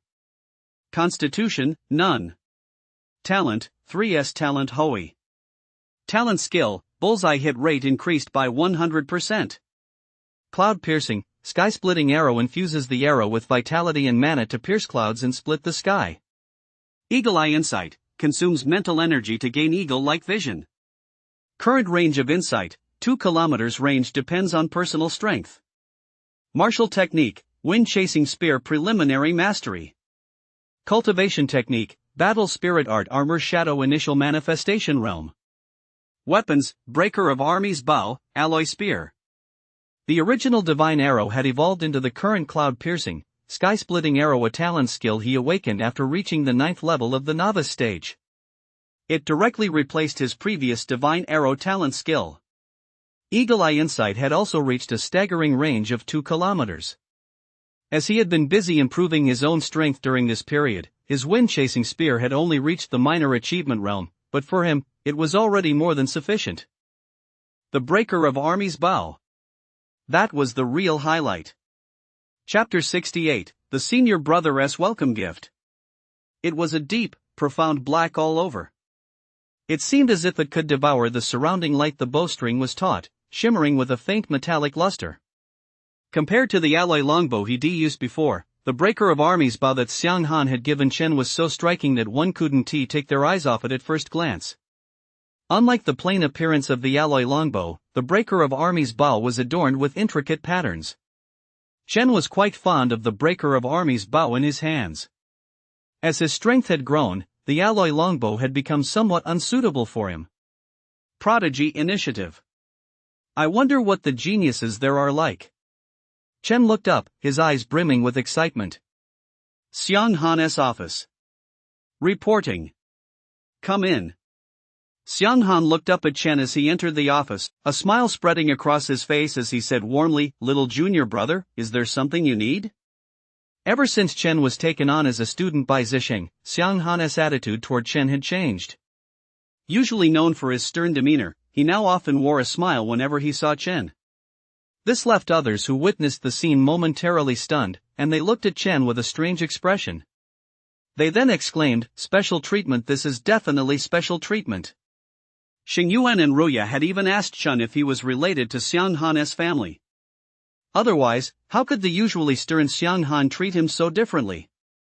Chen tugged at the corner of his mouth but chose to ignore the two of them. Now, Xiang Han gestured for Chen to sit down, his demeanor warm and friendly. It was a bit embarrassing for Chen that a company commander of a new recruit company was being so friendly toward him, a mere staff sergeant, even knowing they were now brothers in arms. Company commander, I'd like to go home for these few days of leave. That's a good idea, Xiang Han nodded. Operation Night Owl is over, and you guys happen to have some leave right now. Once it's over, you'll be heading back there to endure the hardships, so you should definitely go home and see them. After saying that, he seemed to remember something. Then he said to Chen, "Little brother, you have younger siblings at home, and I don't really have anything to give you."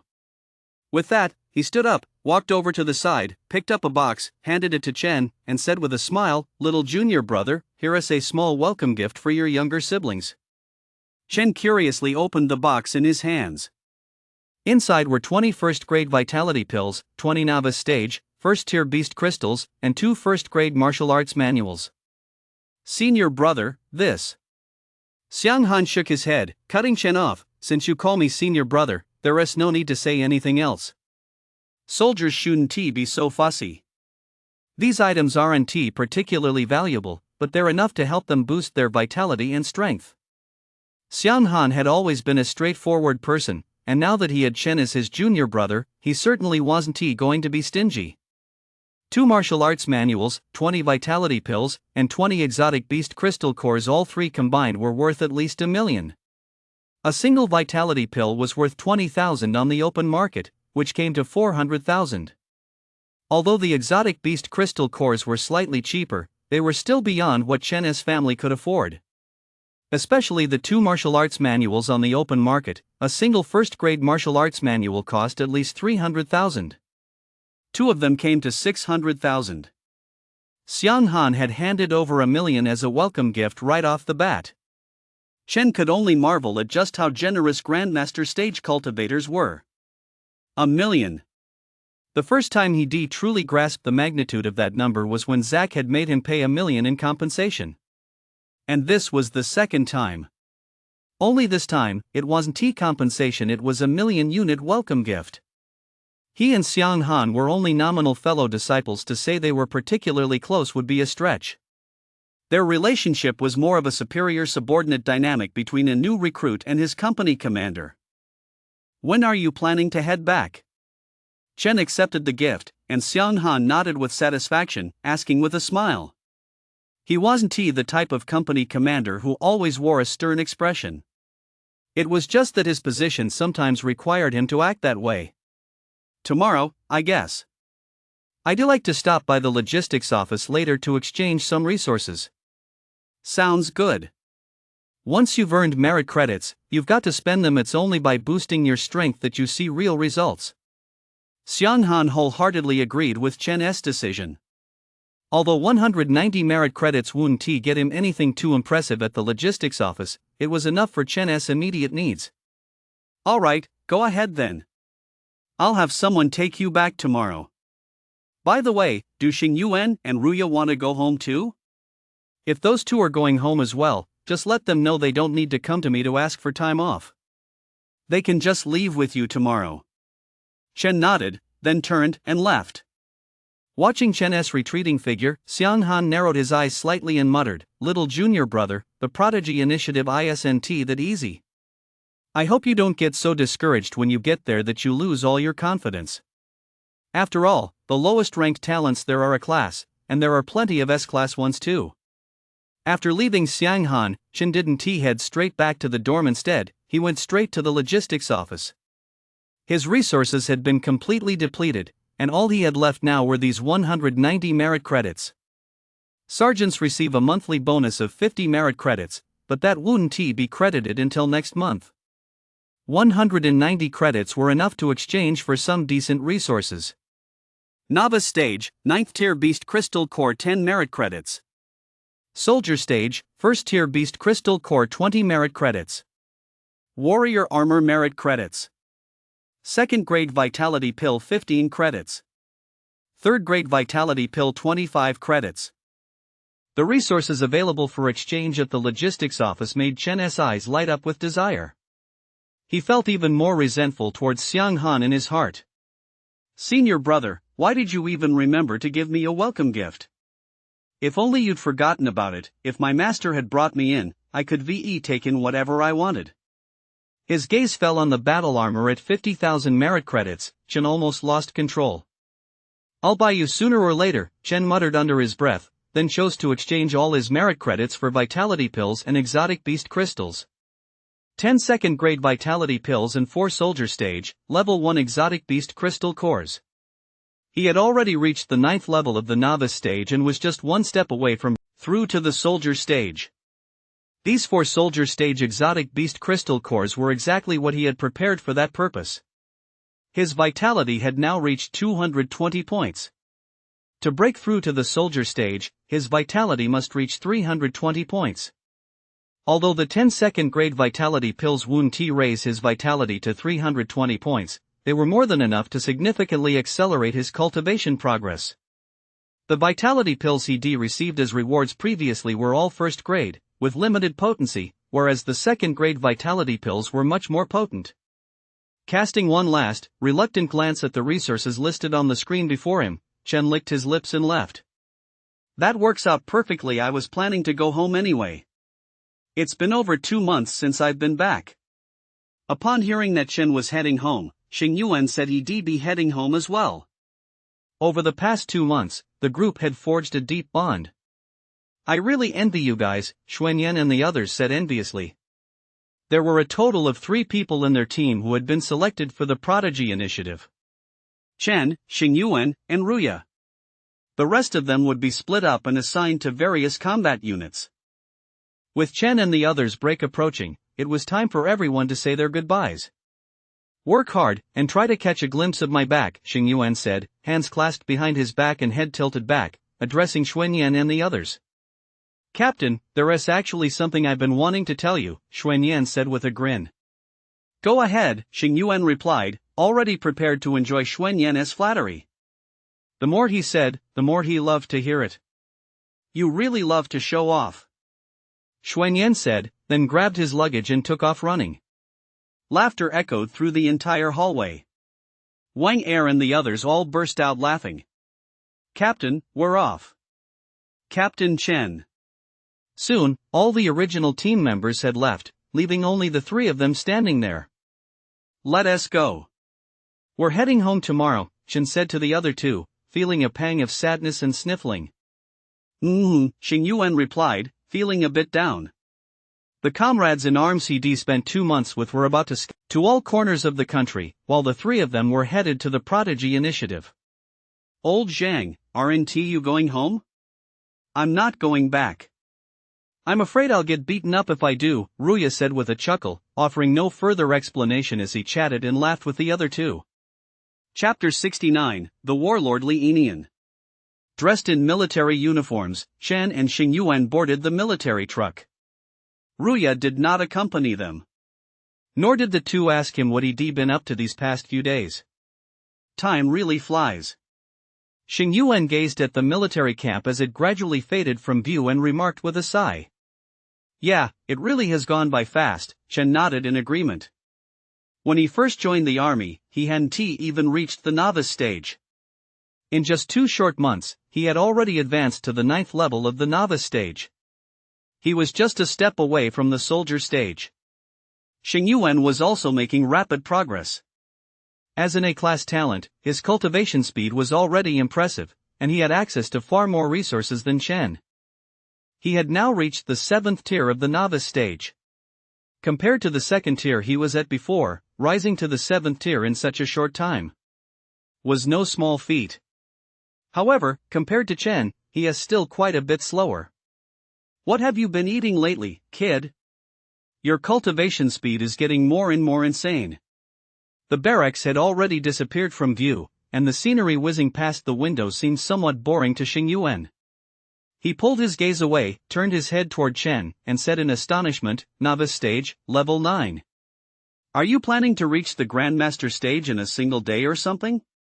Hearing the astonishment in Xing Yuan's voice, Chen smiled and shook his head, leaning back against the chair. Now that he was no longer in the military, he couldn't help but relax. I'm still too weak. I haven't even broken through the stage in 2 months. That casual remark, however, struck a nerve with Xing Yuan. When he first joined the military, Chen had been a green recruit who hadn't even reached the 1st level of the novice stage. Yet in just 2 short months, Chen had surpassed everyone, transforming into a novice stage, 9th level practitioner. He had even been promoted to staff sergeant ahead of schedule. Both he and Ruya considered themselves extraordinary. Logically speaking, kids raised in families like theirs with solid foundations and no shortage of resources should progress much faster than Chen, an E-class talent. But Chen was the exception. He earned an A++ rating in the recruit competition and defeated Jiangyan, an A-class talent, in a head-to-head match. This had already begun to put Chen on the map. Operation Night Owl, however, was what truly cemented Chen's reputation in the military. His SSS level performance on the battlefield completely outshone everyone else. Forget it, I'm not even going to bother talking to you. You're even better at putting on a show than I am. I think you're the one who has a natural show-off. Xing Yuan shot Chen a withering glance, then leaned back in his seat and closed his eyes, deep in thought. As the vehicle sped along, Chen leaned back in his seat, watching the scenery rush past the window, his thoughts wandering. The name Li Yinian had always weighed heavily on his mind. When he said his speed was too slow just now, it wasn't just him showing off, he genuinely felt his speed was too slow. Unless he reached the Grandmaster stage, he would ultimately be unable to resolve this crisis. What did you say? A mansion somewhere in Jincheng. Li Yinian's eyes were red as he glared intently at the man in military uniform standing before him, gritting his teeth and asking, say that again? The man in military uniform sensed the Grandmaster stage aura emanating from Li Yinian. He couldn't help but furrow his brow. With a stern expression, he repeated, Zack was unfortunately killed in action during Operation Night Owl. Impossible, impossible. As the man in military uniform repeated his words, Li Yinian felt darkness wash over his vision. He staggered back 3 steps, his whole body trembling. The aura of the Grandmaster stage erupted from him with full force. Boom! The man in military uniform, whose strength was only at the soldier stage, was instantly swept away by Li Yinyan's Grandmaster stage aura. You! The man slammed into the wall, his entire body feeling as if it were about to fall apart. His eyes were filled with sheer terror as he looked at Li Yinyan. Had Li Yinyan gone mad? I don't believe it. I'm going to call and confirm. Without even glancing at the man in uniform, Li Yinyan took out his phone and dialed Yang Guang's number. How did my son die? As soon as the call connected, Li Yinyan cut straight to the point. Yang Guang's voice came through. Hearing Yang Guang's answer, Li Yinyan nearly crushed the phone in his hand. But remembering Yang Guang's status on the other end of the line, he forced himself to change his tone. So that's how it is. He hung up the phone. Li Yinyan turned his gaze to the man in military uniform standing nearby and said, his eyes red-rimmed, I lost my temper just now. I'm sorry. It's fine, the man shook his head. The two exchanged no further words. Li Yinyan accepted the Medal of Honor and the urn containing Zak's ashes that the man in uniform handed him. Without saying a word, he turned and went back inside. Sitting on the sofa, Li Yinyan regained his composure and dialed another number. My son died in the military. I need to know everything that happened to him during that time. 100 million, plus a spirit stage level 1 beast crystal core. The person on the other end quoted the price. Li Yinyan narrowed his eyes and said, I'll give you 200 million and a spirit stage level 1 beast crystal core. But I'll only you half a month. We'll see. The other party hung up. Yang Guang, Li Yinyan's eyes were filled with a cold glint. Yang Guang had personally promised me that Zak wouldn't be involved in any dangerous operations. Yet in just one short month, Zak had died in the military. Glancing at the medals of honor laid out before him, a fire began to burn in Li Yinyan's heart, growing ever brighter and fiercer. Bro. His younger siblings, Chen Yao and Chen Hao, saw their older brother appear in the doorway. Their eyes lit up, and they called out excitedly. His younger sister, Chen Yao, threw her arms around Chen. Her longing for him needed no words. His younger brother, Chen Hao, silently took the luggage from Chen's hands. Chen stood to the side, smiling as he watched the two of them. All right. You're grown-ups now, aren't you embarrassed? Having not seen his family for 2 months, Chen savored his younger sister Chen Yao's embrace for a moment before patting his younger brother on the shoulder. Xiao Hao, did you miss your big brother?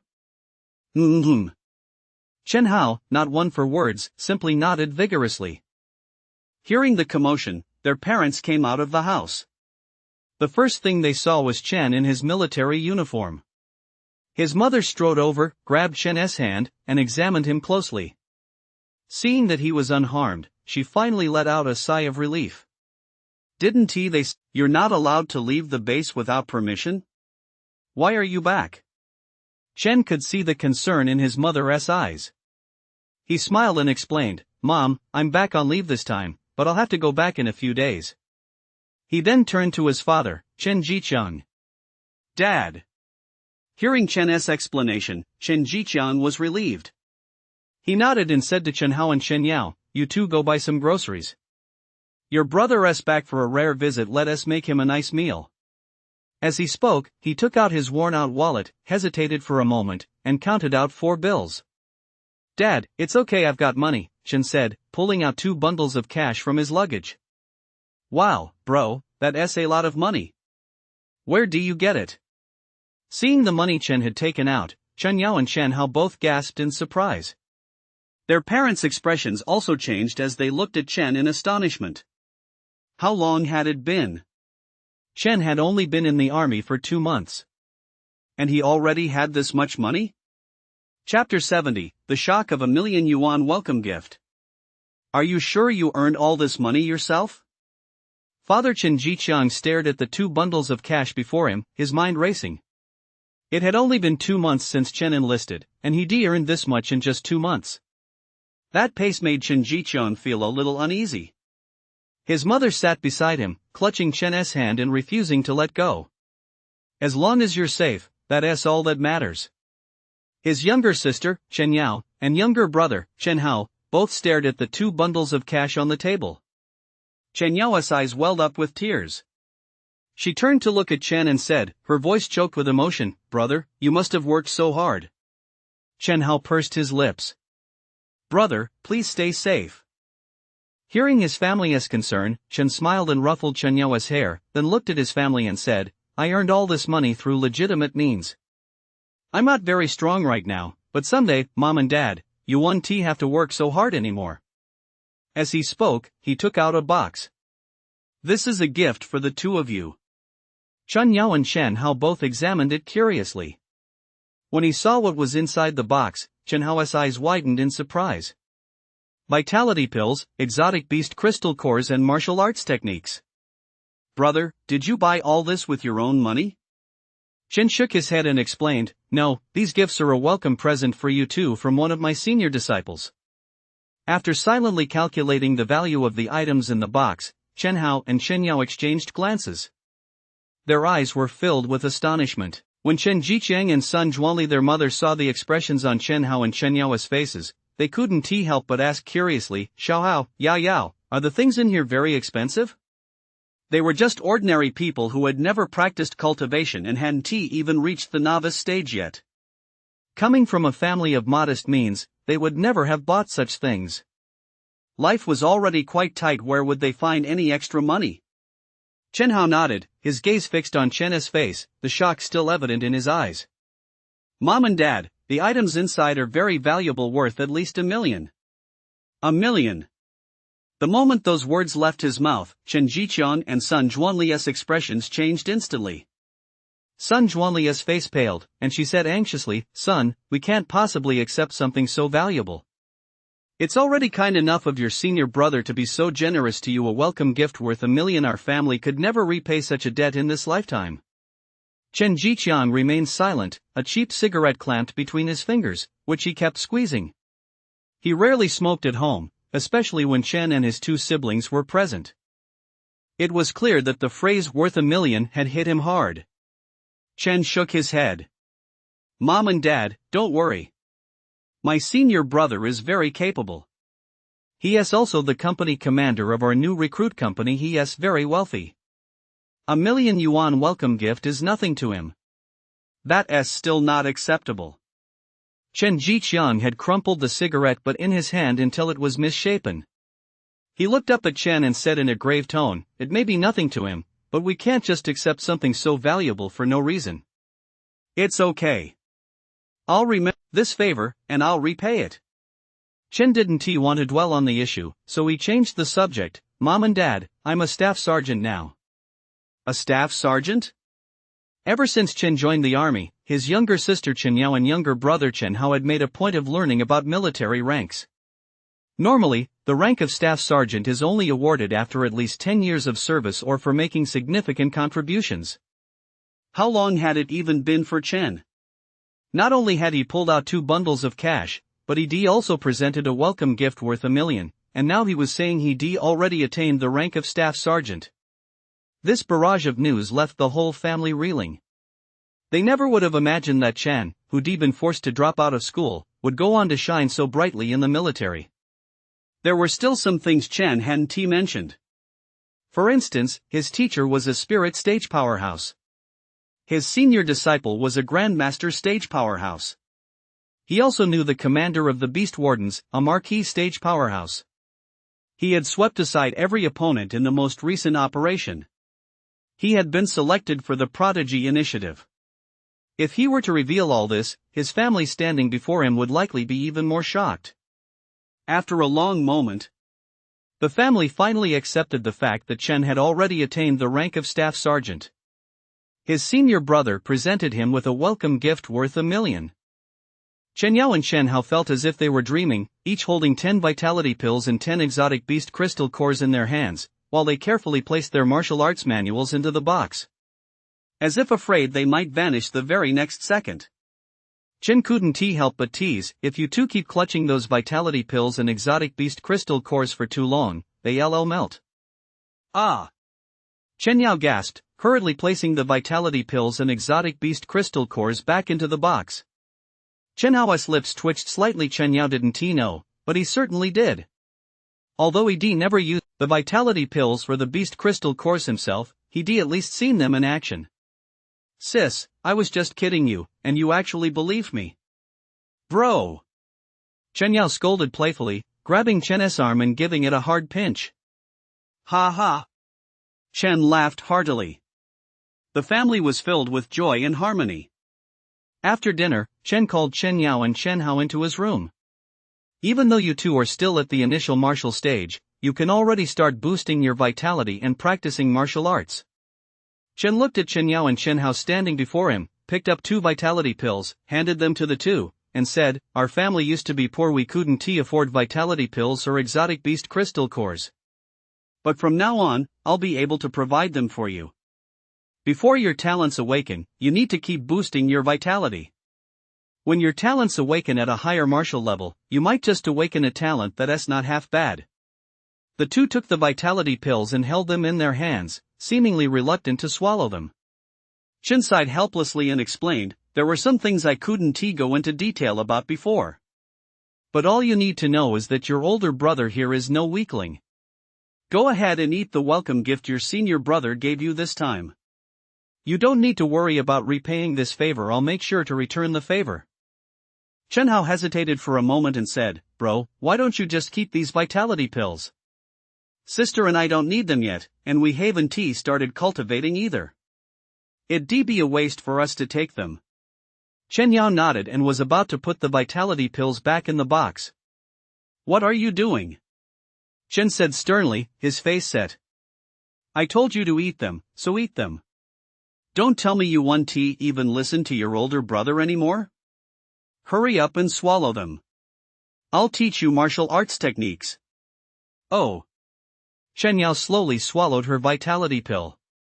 Seeing this, Chen Hao had no choice but to swallow the one in his hand as well. That single pill was worth 20,000. Seeing the two of them swallow vitality pills, Chen's expression softened. It wasn't that he didn't have any vitality pills now, in fact, his were even better than the ones they'd taken. The reason he hadn't given them the vitality pills he'd traded for was that neither Chen Yao nor Chen Hao had even awakened their talents, let alone reached the novice stage. The potency contained within a second-grade vitality pill was simply too much for them to handle at this stage. One misstep, and they could get injured. Progressing step by step was the correct way to cultivate. After all, not everyone possesses an absorption rate as absurdly fast as his. Eating vitality pills is like eating candy. Chapter 71, A Late Night Chase. It was late at night. Chen closed his eyes and concentrated. In his hand were the vitality pills and the exotic beast crystal core he had traded for this time. The medicinal power contained in a second-grade vitality pill was significantly greater than that of a first-grade one. Even with his SSS tier talent, it still took him a full minute to fully absorb a single second-grade vitality pill. Out of the 10 second-grade vitality pills, he had already absorbed 5 in a short span of time. After absorbing the medicinal power of the 5 vitality pills, his vitality had risen to 222 points. An increase of 2 points in vitality. Feeling the increase in vitality within his body, Chen slowly opened his eyes. He furrowed his brow slightly. The second-grade vitality pills were boosting his vitality far too little. Only a 2-point increase from 5 pills. Now that his strength had reached the 9th level of the novice stage, his demand for resources seemed to have grown. No wonder they say scholars are poor while warriors are rich. Chen shook his head. Such consumption was simply beyond the means of an ordinary talent or an ordinary family. He took out 2 more second-grade vitality pills and was about to pop them into his mouth. But, just then, a loud shout rang out from the distance. Jin Chang, who had been fast asleep, was suddenly startled awake. Chen narrowed his eyes slightly, walked to the window, and gazed into the distance. 1 kilometer away from where he stood, several figures were moving at incredible speed. The one in the lead swung his battle axe violently backward. With a clang, sparks flew as he twisted the axe slightly in his hand and slashed at the throat of the person in front of him at an eerie angle. How dare you? The leader of the group behind him, upon seeing the move, his pupils contracted sharply as he roared in anger. Whoosh! Moving at blinding speed, the battle axe instantly sliced across the throat of the man behind him. His movements froze, and his body collapsed lifelessly to the ground. The man let out a cold laugh, turned, and fled at breakneck speed. They're from the Marshal Security Bureau. Chen recognized the identities of the men behind him immediately.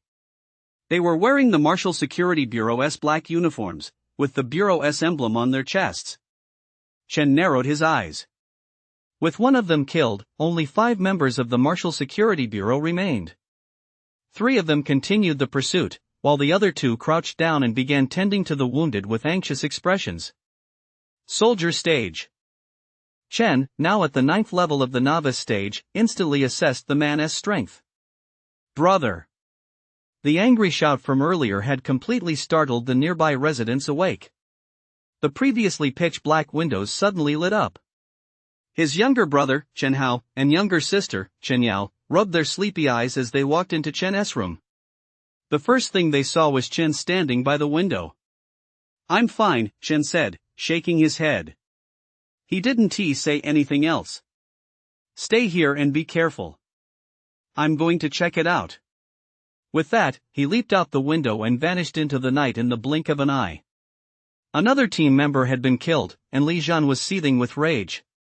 As the squad leader, he was no slouch. He had already reached the 1st level of the soldier stage. The figure fleeing ahead was a member of the order. Tonight's mission was specifically to eliminate this person. But what they hadn't expected was that the enemy, who according to intelligence was only at the 9th level of the novice stage, had suddenly unleashed the power of the 2nd level of the soldier stage. 2 of their men were killed on the spot. Of the 10-member squad that had been chasing him all this time, almost no one could keep up with his speed anymore. Huff huff, the team members behind him were gasping for breath, completely exhausted. As a novice stage, level 5 fighter, he was already pushing his limits just to keep going. Stay here and wait for backup. Li Feng had no time to say more. After tossing out that single sentence, he took a single step forward and was already dozens of meters away. Boom! He swung his blade, sending a crimson blade aura hurtling toward the figure ahead. The figure ahead seemed to have sensed the attack in advance. Just as the blade aura was about to reach him, he instantly darted to the side. The blade's glow struck a car by the roadside, instantly splitting it in 2. Humph! Li Feng snorted coldly, his movement unbroken. If I hadn't wounded him earlier, I'd probably have lost track of him by now. Earlier, the 10-person squad had all attacked the enemy simultaneously from the very start. And he, with his strength at the 1st level of the soldier stage, had taken advantage of the chaos to wound that man. One in front, one behind, a game of cat and mouse. In the cover of night, a figure flashed by like a streak of light. He came to a halt, and his military uniform quietly transformed into a set of black armor. A black hood shrouded him. Chen stood on the rooftop of a residential building. His gaze swept the surroundings, instantly locking onto the figure moving at breakneck speed. Li Feng pursued relentlessly. His amber eyes flickered slightly, firmly fixed on the figure ahead. In a flash, he vanished from where he stood. The deep black of the Pojubao blended perfectly into the night. Clad in black battle armor, Chen seemed to have completely merged with the darkness. Li Feng, you're asking for death. The figure ahead dodged yet another blade beam flying from behind, then spun around to face Li Feng, who was hot on his heels. His eyes were filled with madness. Li Feng caught his breath for a moment. In such a short time, the two had already chased each other for over 10 kilometers. They were now in the old town of Jincheng, the very district where Chen's family lived. Run, you damn order, keep running. Damn it, even if I have to risk my life today, I won't let you get away. Li Feng stood up straight. He had a military background. After losing an arm on the battlefield, he chose to retire from the army, return to Jincheng, and join the Wuan Bureau. Hearing Li Feng's curses, a cold glint flashed in the man's eyes as he suddenly swung his battle blade. He took a step forward, slashing straight at Li Feng. The blade's glow flickered, like the breath of a venomous snake. Li Feng let out a cold laugh. Without further words, the two plunged into a fierce melee. Although Li Feng was only at the first level of the soldier stage, his more than a decade in the military had given him immense combat experience, and his fighting spirit soared. His moves were incredibly cunning. The man from Order was no different. He was at the second level of the soldier stage, but having been wounded by Li Feng's sudden attack, his strength was somewhat compromised. Still, he was no match for Li Feng. With Li Feng hot on his heels, he could no longer contain the murderous intent boiling within him. He wasn't afraid of Li Feng, rather, he feared attracting someone even stronger. If that happened, he would have absolutely no chance of escape. As the two fought fiercely, at a window in a room several hundred meters away, Chen, clad in black armor, was watching Li Feng and the other man intently. "Big brother, why haven't you stepped in to help that uncle yet?" Just as Chen was looking for an opening, a childish voice rang out from behind him. Turning his head, he saw a 3-year-old child who had dragged a stool over and was now leaning against the windowsill, gazing curiously into the distance. "I'm waiting for the right moment. You should go to sleep." Chen never would have imagined that he'd simply chosen a random window to slip in through, just to conceal his presence. He'd assumed it was late at night and almost no one would still be awake. But who would have known that the moment he stepped into the room, a pair of clear eyes would appear right before him. They were curiously examining Chen, who had suddenly appeared in the room. "Oh." The child seemed to understand, letting out a soft "oh," then continued staring into the distance. "Can you see over there?" Chen gazed into the distance and asked curiously. "I can't see it," the child shook his head. "Then how do you know it's an uncle?" Chen was taken aback. "If you can't see it, why are you still standing here watching? Go to sleep, you have school tomorrow." "I guessed," the child replied. Though only 3 years old, he was quite clever. Chen's lips twitched slightly, but he said nothing. Instead, he simply gazed quietly at the battlefield in the distance. The broken army bow was clenched in his hand, and a jet-black arrow silently appeared on the bowstring. Chapter 72, Arrow of Vengeance Soldier Stage. Two battle blades clashed. Sparks flew in the darkness. Li Feng now had a long gash across his chest, deep enough to expose the bone. If he hadn't reacted quickly just now, that single strike would have been enough to take his life. Feeling the pain in his body, Li Feng gasped for breath. Though their exchange had been brief, the man from Order was a minor realm higher than him. Even with an injured hand, he was no match for him. Compared to Li Feng, the man from the Order was clearly in better condition. But he, too, bore injuries. He stared at Li Feng, whose chest was gushing with blood, and said with a savage grin, "Li Feng, the next strike will finish you off." With that, a blade-esque glow burst forth from his sword. He took a step forward, and in an instant, he was right in front of Li Feng. The blade, glinting with a cold light, reflected the man's maniacal grin. "Li Feng, no one can save you today." Li Feng's heart sank. He let out a wild laugh. "Even if I die, I'll never let you, you piece of trash, get away." With that, he gripped his battle axe tightly. Clang! The battle axes collided. Li Feng's body was sent flying several meters away, slamming into a nearby wall with a thud before crashing heavily to the ground. Blood gushed from his mouth. "You!" Staring at his enemy, who still gripped the battle sword, Li Feng hadn't even finished his sentence before the man cut him off. "Did you think I was alone tonight? You fool!" The man grinned savagely as he walked slowly toward Li Feng, looking down at him on the ground and snickering. "Jincheng's Wuda University has quite a few promising young talents this year. There are real targets this time." Hearing the enemy's words, Li Feng's heart sank. With the speed of a soldier stage practitioner and those useless Wuan bureau agents you're with, where do you think they are right now? As the words fell, a look of despair flashed across Li Feng's face. He'd been too careless. He hadn't expected that this soldier stage, second-tier enemy had been setting a trap for him all along.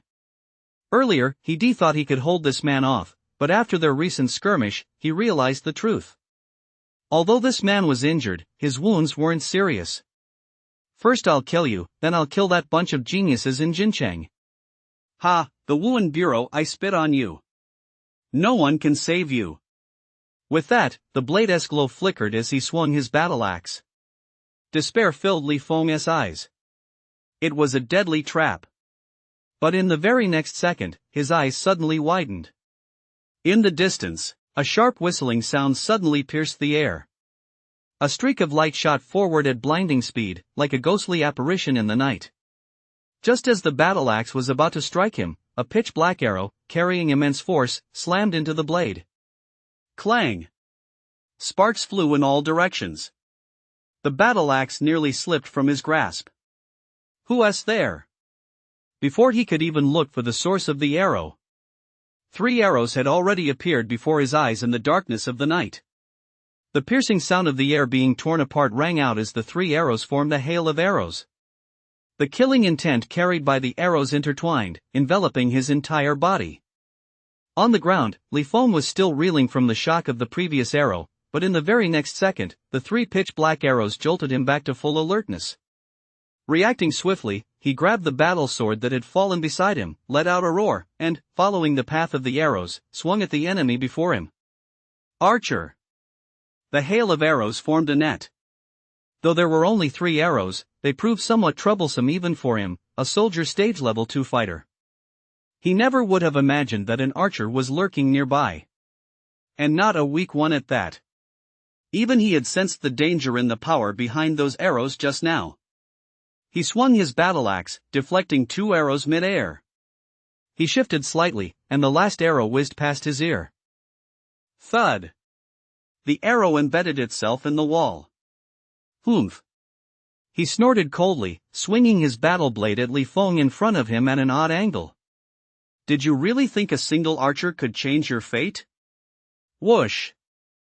3 more arrows appeared. The reappearance of the arrows made him raise an eyebrow. He unleashed a punch, knocking the battle axe that had been thrust toward him flying away. He swung the battle axe in his hand, once again deflecting the arrows. A worthless archer actually dares to think he can join the fight? His gaze flashed like lightning. In the distance, Chen, clad in black armor, had failed to land a hit on both previous attempts. A smirk played at the corner of his mouth. He drew the bowstring once more, and this time, it was still 3 arrows. Hum!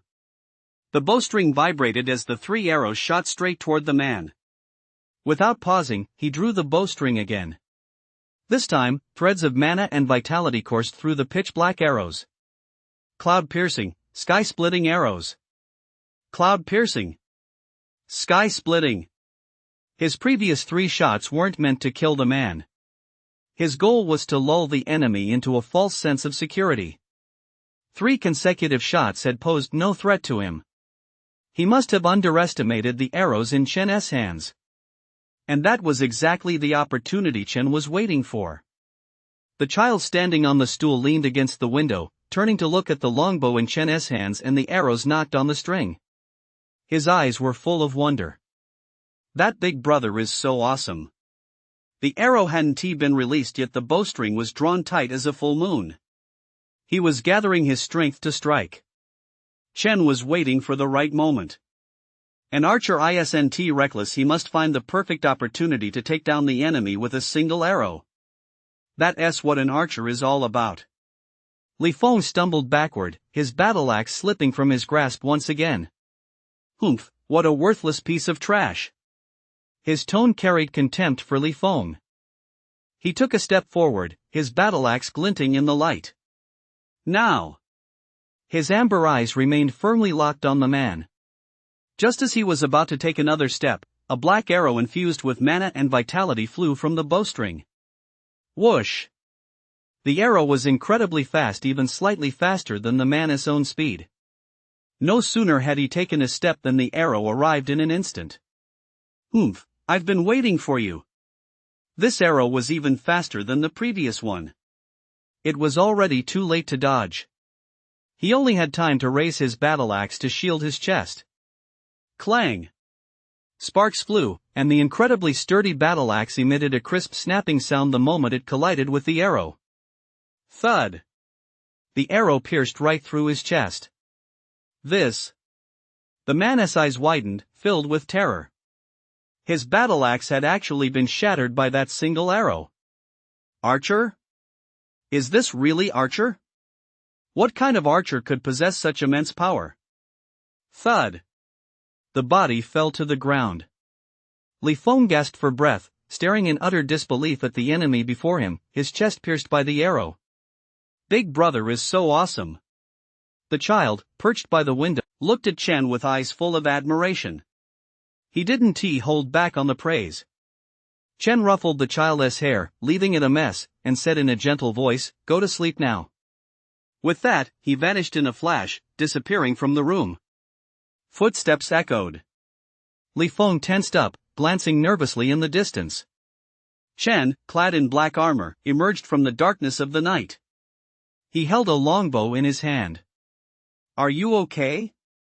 His gaze fell on Li Feng's chest, where the wound was deep enough to expose the bone. Blood flowed ceaselessly. "You." Looking at Chen in the black armor before him, Li Feng's eyes were filled with confusion. Chen smiled, and his black battle armor shifted, revealing a military uniform.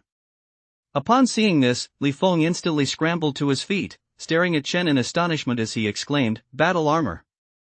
Which military unit are you from?" He was breathing slightly heavily, but his nervous expression vanished, replaced by excitement. Beast Wardens Chen. Chapter 73, The Shock of the Wuandiro Members. Beast Wardens? Li Feng's eyes lit up suddenly, and he said with a smile, "I used to be in the Jingyue army." Chen nodded with a smile, then looked at the wound on his chest and asked, "Do you want to treat your injury first?" "I'm fine." Li Feng shook his head, pulled a green pill from his robe, and swallowed it in one gulp. A faint current of medicinal energy flowed through his body. The bleeding from the wound on his chest quickly stopped. But the wound hadn't healed. It seemed this was a hemostatic pill. Chen immediately figured this out and fixed his gaze on the corpse at his feet. "Someone from order?" Li Feng nodded and said through gritted teeth, "Those bastards." After speaking, he took a few deep breaths, then said to Chen, "Brother Chen, thanks for today. If it weren't for you, I'd probably be dead right here by now." "No problem." Chen shook his head. Li Feng nodded. "These guys are targeting the students about to enter Wuda. Brother Chen, I'm heading out." With that, he turned to leave. Chen's voice rang out. "I'll go with you." Well, Li Feng paused, then hesitated before saying, "Brother Chen, you're an archer talent. This kind of fight might not be the best fit for you. Even if you were an A-class talent, it wouldn't be the best fit." Chen smiled. "It's fine. I know a thing or two about shooting." Looking at Chen in his military uniform, Li Feng thought about what might happen tonight. Without time to say much more to Chen, he paused for a moment, then said, "All right.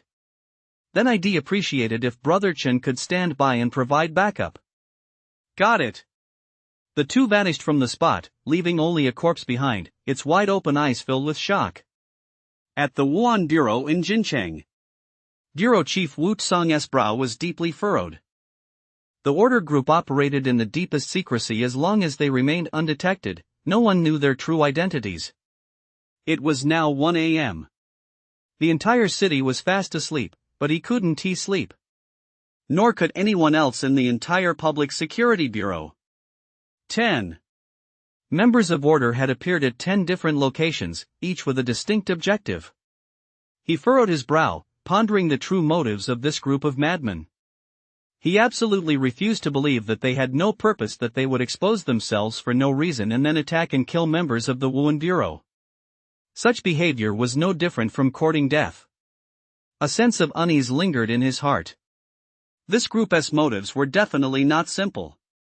But what their true motives were, he couldn't figure out just yet. The entire Wuan Bureau building was ablaze with lights and bustling with activity. The same was true for all major hospitals. Beep, beep. Wu Tsang's phone suddenly rang. Li Feng? His eyes flashed, and he answered immediately, "Speak." "Director, this group's true target is the students at Wuhan University. Focus on geniuses rated A level and above. Hearing this, Wu Tsan could no longer contain himself. He sprang to his feet and relayed the information to each squad leader. Then he strode out of the office in a flash. He vanished into the night. General Stage, Second Realm. With a single stride, he covered 100 meters, moving like a ghost. Brother Chen, be careful. Li Feng vanished from sight. Chen's eyes flashed. He bent his knees slightly and leaped into the air, appearing high above in just a few strides. Killing members of the order earned military merit credits. And for those operating outside the military, the rewards were just as generous, in no way inferior to those within the military. The deep black pojabao was slowly drawn in Chen's hands. His amber eyes locked onto a spot 700 meters away. There, several figures in Wuhan Bureau uniforms were surrounding and attacking two members of the order. The Wuhan Bureau agents were clearly far weaker than the two order members. Both order members were at the first level of the soldier stage. Among the Wuhan Bureau agents, the strongest was only at the 9th level of the novice stage. In a matter of moments, 4 of them had been blasted away, their chests caved in and their faces deathly pale. They were already seriously injured.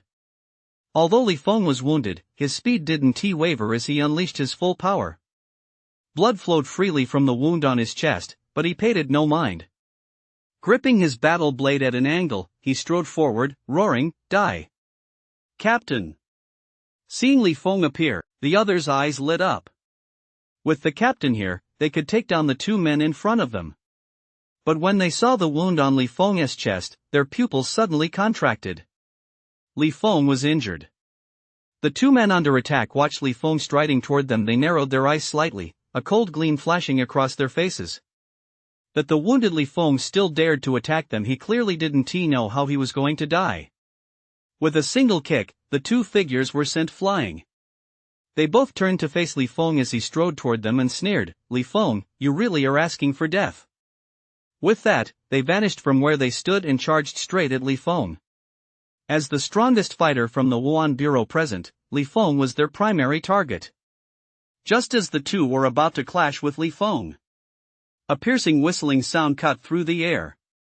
A black arrow, like a specter in the night, pierced one of their necks before they could even react. Thud! The arrow's immense force dragged the body backward, pinning it to the ground. A single arrow had killed a soldier stage level 1 fighter. Li Feng's eyes suddenly flashed with intensity. A battle aura surged from his body as he roared, "Die!" As the blade's glow erupted, the 2 battle blades clashed together. The sudden appearance of the arrow sent a chill down the spine of the sole remaining attacker. His eyes were filled with terror. Since when did the Wuhan Bureau have such a powerful archer? His thoughts raced, and he was momentarily dazed. Facing the slash Li Feng unleashed, he scrambled to defend himself. With a clang, Li Feng staggered, and blood began to flow once more from the wound on his chest. A flash of determination lit up the man's eyes as he struck like a bolt of lightning, his blade hurtling straight for Li Feng's throat. But just then, a second arrow was fired. The moment the battle blade and the arrow collided, the blade shattered. A streak of light pierced through his chest. 2 arrows had killed 2 soldier stage, first-level practitioners. This scene left everyone from the Martial Security Bureau present speechless. "Captain, does our Martial Security Bureau have such a powerful archer?" "Captain, who is this? He is insane. Could he be a soldier stage, 9th level powerhouse? Killing 2 soldier stage, 1st level practitioners with 2 arrows, it's like slaughtering chickens. Holy crap!" The crowd let out a collective gasp. Li Feng turned his head and saw Chen rushing toward them. When everyone got a clear look at Chen, they all froze in astonishment. So young, holy crap. He looks to be only 18 or 19. Could he be a prodigy from a top martial arts university? The crowd speculated about Chen's identity. Li Feng smiled and greeted Chen. "Sergeant, holy shit." Someone noticed the sergeant's rank insignia on Chen's shoulder and let out a gasp. Their eyes widened, filled with astonishment. The exclamation drew everyone's gaze to Chen's shoulders. "Damn, no wonder he is so strong. A sergeant this young, I've never seen anything like it in my life." A sergeant in his teens that's a real eye-opener. And an archer talent sergeant at that's just insane. Chapter 74, The Clever Wutsong.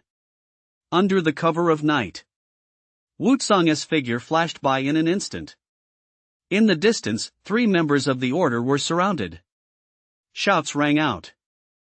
Some of the uniformed Wuhan Bureau agents were injured.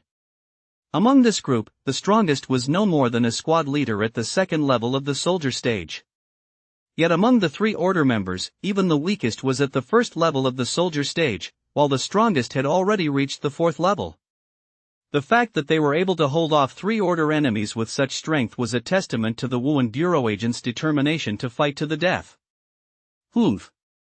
An angry snort rang out. Wutsong moved as if by teleportation the moment the sound faded. He had already appeared before the crowd. Order, you have some nerve. The aura of the general stage surged upward, and his eyes blazed with boundless murderous intent. Director! The members of the Marshal Security Bureau shouted excitedly. Wutsong was a powerhouse at the 2nd sublevel of the general stage. His arrival effectively sealed the fate of the 3 order members. Wutsong! The 3, of course, recognized Wutsong. As the director of the Jincheng Marshal Security Bureau, holding such a high position, how could they possibly not know him? Seeing Wutsong appear, the 3 knew exactly what their fate would be. You ants, die! With a single step, he appeared right before the 3 of them. With a single palm strike, the head of a soldier stage, 2nd-tier practitioner was forcefully smashed into his chest cavity. He became a headless corpse. Just one palm strike as simple as swatting a mosquito. This was the overwhelming superiority of the general stage over the soldier stage. A full major realm separated the 2. The strongest of the 3, a soldier stage, 4th level practitioner, tried to flee the moment he saw Wutsong strike. But the moment he moved, a blade of light flashed past. His body was severed cleanly at the waist. His entrails spilled onto the ground, and his lower body, propelled by inertia, flew a full 100 meters before crashing to the ground with a thud. As for the remaining soldier stage practitioner, Wutsong didn't even glance at him. His battle blade shot out from his hand. The man's head flew off, hitting the ground with a thud and rolling a long way away. Clean up the battlefield. Wutsong left those words behind, then vanished once more. Now that he knew the true intentions of order and his group, Wutsong had no more worries. He headed straight for the various battlefields. Before he knew it, the time had reached 2:30 a.m. More than 20 enemies had already fallen at Wutsong's hands. Li Feng, how is it going? Wutsong's voice reached Li Feng's ears through the internal communication system. At that moment, Li Feng and his team had just taken down 3 enemies. Hearing Wutsong's words, a smile involuntarily spread across Li Feng's face. He glanced at the arrows embedded in the corpses not far away and nodded. Director, I've taken care of things here. That fast? Li Feng had previously reported that there were 3 enemies at the 1st level of the soldier stage. Among their team, Li Feng was the strongest. But how could he possibly have taken down the enemies in such a short time all by himself? What about casualties? No casualties, Li Feng replied after a moment's hesitation. No casualties? Hearing Li Feng's answer, Wutsong couldn't believe it and asked again for confirmation. Tonight, every team dispatched by the Wuhan Bureau had suffered casualties. Wutsong even suspected that Li Feng was lying. Director, this isn't something that can be explained in a few words. Li Feng didn't know how to explain it either. He simply said, Director, I ran into a freak of nature. You'll see for yourself when you get here. After hanging up, Li Feng walked toward Chen with a smile. Meanwhile, on the other end of the line, Wutsong looked utterly bewildered. What on earth is that kid Li Feng up to? Shaking his head, he quickly arranged for the various teams to transport the wounded to the hospital and stepped up security measures, then sped off toward the location where Li Feng and the others were. Time was tight, and since the distance wasn't that far, he didn't even bother driving. Brother Chen, Li Feng said with a smile as he approached Chen, greeted him, and then remarked with a sigh, if I hadn't seen it with my own eyes, I really wouldn't have believed that Archer could have someone as unique as you. Chen paused for a moment, then smiled without saying a word. This was the first time he'd heard the term unique. He thought he'd first heard it from Xuanyan and the others. A sergeant major in his teens. I've been in the Jinhua army for over a decade and have never seen anything like it. Li Feng was still astonished that Chen held the rank of staff sergeant. His tone carried a sense of wonder. I've seen quite a few geniuses before. But I've never seen a genius as unconventional as you. An archer talent who can actually fight against higher tier opponents. A novice stage, 9th level archer taking down a soldier stage opponent. And his spear technique is already at the minor achievement level. It's simply beyond belief. As he spoke, he let out a wry smile, recalling what Chen had said earlier. A little knowledge? You call that a little knowledge? After his exclamation, he suddenly asked curiously, Brother Chen, may I ask what your archer talent is? It was E rank when I awakened it. As soon as the words left his mouth, Li Feng reacted as if his pants were on fire, exclaiming, Impossible! How could your talent possibly be E rank? The commotion drew the attention of the others, who all turned to look. Li Feng shook his head like a rattle, repeatedly muttering that it was impossible. The look he gave Chen grew increasingly strange. Chen, feeling helpless, could only shrug with a smile. He was telling the truth. The two chatted while the others cleaned up the scene. The Public Security Bureau rarely had such a heavy workload on a typical day. Usually, they'd at most apprehend petty thieves and the like. An operation like today's was a rare occurrence, happening perhaps once every few years. On top of that, the Order S group had struck suddenly, leaving the Public Security Bureau, who rarely experienced such situations, in a very passive position. They'd been led by the nose by the Order group for almost the entire time. If it hadn't been for Chen stepping in, Li Feng would have been killed by that man long ago. As the two were talking, a figure approached rapidly from the distance, as if teleporting. With a single stride, he was already 100 meters away. Director! Everyone called out in unison. Chen narrowed his eyes. The director of the Wu En Bureau? Li Feng, how is it going? Wu Tsang came to a halt, his gaze sweeping over the crowd before settling on the several corpses lying on the ground. He let out a sigh of relief. Seeing that Li Feng's team had suffered no casualties, he felt reassured. His gaze fell on Chen. Li Feng spoke up, Director, this is the demonic prodigy I was telling you about earlier. What is going on? Wu Tsang listened to Li Feng's explanation. At first, he didn't think much of it. But the more he listened, the stranger it sounded. By the end, his gaze toward Chen was filled with utter astonishment. A teenage staff sergeant, a novice stage, 9th tier, slaying a soldier stage. What shocked him most of all was that Chen was actually just an E-rank archer talent.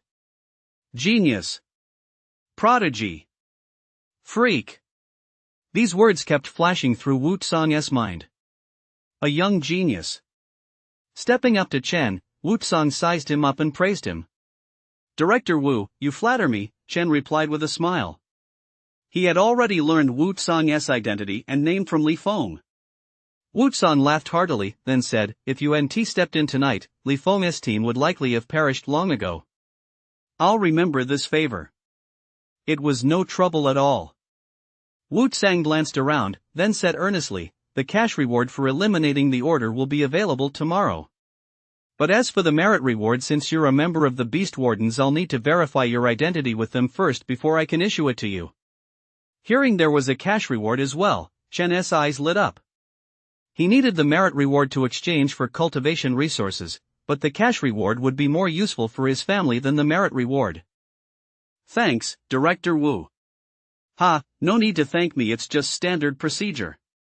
Wu Tsang waved his hand with a smile. In reality, cash rewards weren't usually dispersed that quickly. But after hearing what Li Feng had to say, and seeing the staff sergeant rank on Chen's shoulder, he had already changed his mind. Make an exception for this special case. Although Chen was only an E-rank archer talent, his actions tonight and the staff sergeant rank on his shoulder were enough to prove his extraordinary abilities. Befriend Chen. That was the decision Wu Tsang made the very moment he saw him. A hidden dragon.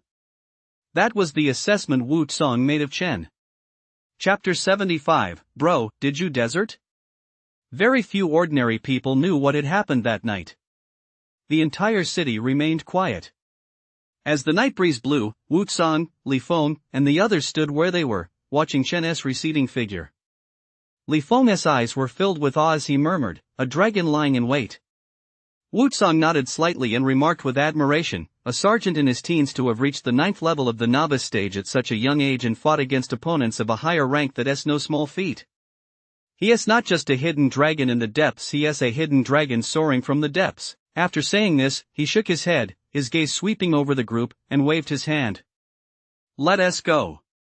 We're heading back." Although he had already dealt with the Order's men, there were still many matters that required his attention as the director of the Wuan Bureau. His figure flickered, and a gust of wind whistled past.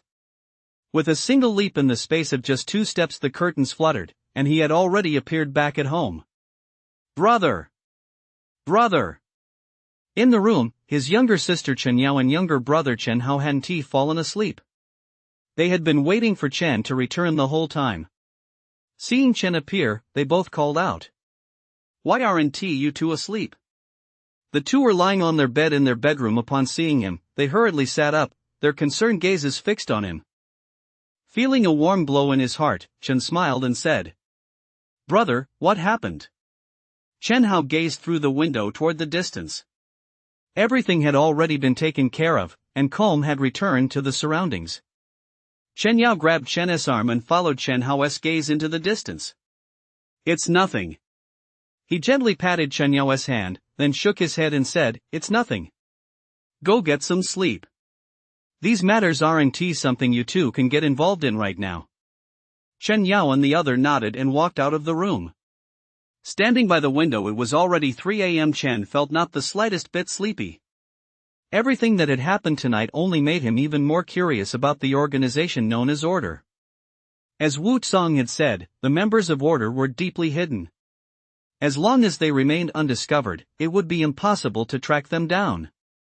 This was precisely why the Order organization had managed to survive for decades. This time, their targets were students from various martial arts universities. No one knew what their next target would be. They seemed to strike purely on a whim.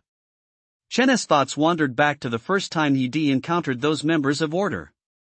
"Order," he murmured under his breath, narrowing his eyes. In the distance, figures flickered now and then. They were the Wuan Bureau's cleanup crew. He shook his head slightly, pushing those thoughts aside. He closed the window, and the curtains fluttered. 2 vitality pills appeared in his hand. Closing his eyes and focusing his mind, he immersed himself once more in his cultivation. Dawn was breaking. A ray of sunlight streamed through the window, playfully waking Chen from his slumber. Outside, many early risers were leaving their homes, ready to start their day's work. From outside the door, his mother Sun Zhuanli's voice rang out, "Xiao Yao, go wake up your brother." Big brother. Just as Chen Yao was about to knock, the door swung open. "Breakfast's ready, big brother," Chen Yao said with a smile. Breakfast was simple. Although Chen had brought home 2 bundles of money yesterday, his parents' lifelong habit of frugality hadn't changed. The only difference at the dining table was the addition of 3 pieces of exotic beast meat. After sitting down, she didn't see her father anywhere. Chen Jiqian usually got up very early to go out and wait for work. "Mom, is Dad out again?" Chen asked as he ate breakfast, dividing the strange beast meat in front of him among his younger brother and sister. His mother walked out of the kitchen, carrying some ingredients she'd prepared for the day, her forehead covered in beads of sweat. Wiping the sweat from her brow, she smiled gently and said, "Yes, he is out. You kids eat up. I'll be heading out soon, too." Sun Zhuanli's work wasn't easy. She had to go out early every day to secure a spot. If she was late, someone else might take it. As Chen Hao and Chen Yao ate their breakfast, Chen put down his chopsticks and said, "Mom, why don't you take the day off today? Someone might be coming to our house later." Sun Zhuanli paused and looked at Chen, "Who is coming over?" Chen Hao and Chen Yao exchanged glances, both instantly recalling the scene from last night when Chen had disappeared.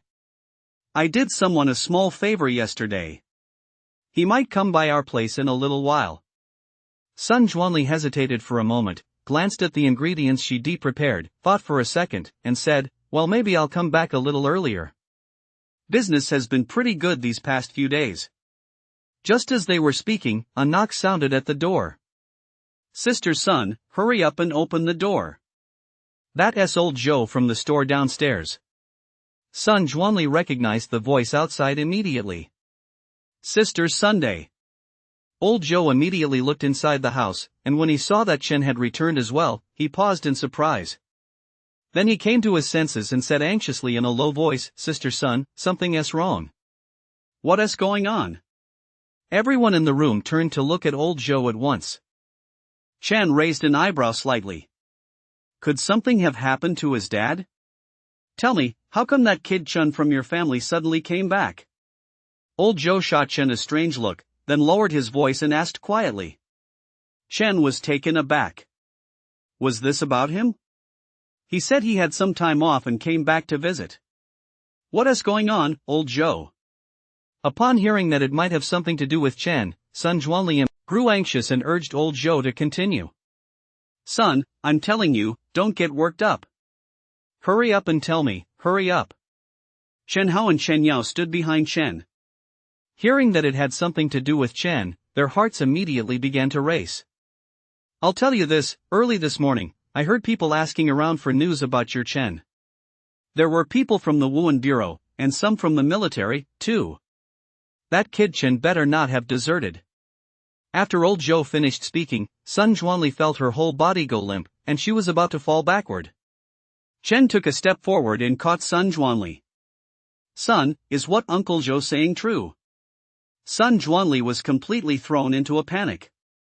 With people from the Wuhan Bureau and the military already at their doorstep, it seemed Chen really might have deserted and come back. As soon as she finished speaking, she ignored Chen and called Chen Jiqiang. "You son, how could you be so foolish?" Sun Juanli couldn't think of anything else. Tears streamed down her cheeks. Chen Yao and Chen Hao were also instantly thrown into a panic. Could their older brother really be a deserter? Chen felt like he didn't know whether to laugh or cry. He comforted his mother, Sun Juanli, then looked at old Joe with a helpless expression. "Uncle Joe, why are you spouting such nonsense? When did I ever become a deserter?" Old Joe also realized that what he just said didn't quite add up. "Then how come you're back now, kid?" "People from the Wuhan Bureau and the military have already come knocking on our door." "Bro, did you really run away and come back?" Chen Hao and Chen Yao were completely baffled at that moment. Chen Hao hesitated for a moment before asking. "Run away, my ass." Chen was so angry he burst out laughing. Just as he was about to explain, a series of footsteps echoed down the hallway. "This must be Chen's place, right?" a voice rang out. Inside the apartment, old Zhou, Sun Juanli, Chen Yao, and Chen Hao all turned pale instantly. "What do we do?" "Bro, they're here for you." Chen Yao had already started crying. Her mother, Sun Juanli, gritted her teeth and shoved Chen into the room. "Don't you dare come out. I'll hold them off. You find a chance to run." "Chen." "Why the hell would I run?" A knock sounded at the door. "Hello, this is the Wuhan Bureau." Chapter 76, Wu Tsang's Favor, the Medal of Merit. Outside the door stood Wu Tsang, director of the Wuhan Bureau, Li Feng, and 3 men in military uniforms. Hearing the voices outside, the people inside had already panicked. The Wuhan Bureau and the military had come knocking on their door. In their eyes, this meant Chen's status as a deserter had been confirmed. Chen's mother, Sun Juanli, gathered her composure and opened the door with trembling hands. Seeing the door open, Wu Tsang smiled but paused for a moment when he looked at Sun Juanli, whose eyes were red and teary. Then he nodded with a smile. "Hello, is Chen home? We'd like to speak with him." As soon as he finished speaking, Chen Yao couldn't hold back any longer. She burst into tears with a wail. Chen Hao supported Sun Juanli as he looked up at the group standing before them. Wu Tsang, Li Feng, and the others were all dressed in black uniforms. The Wuhan Bureau insignia on their chests clearly identified them.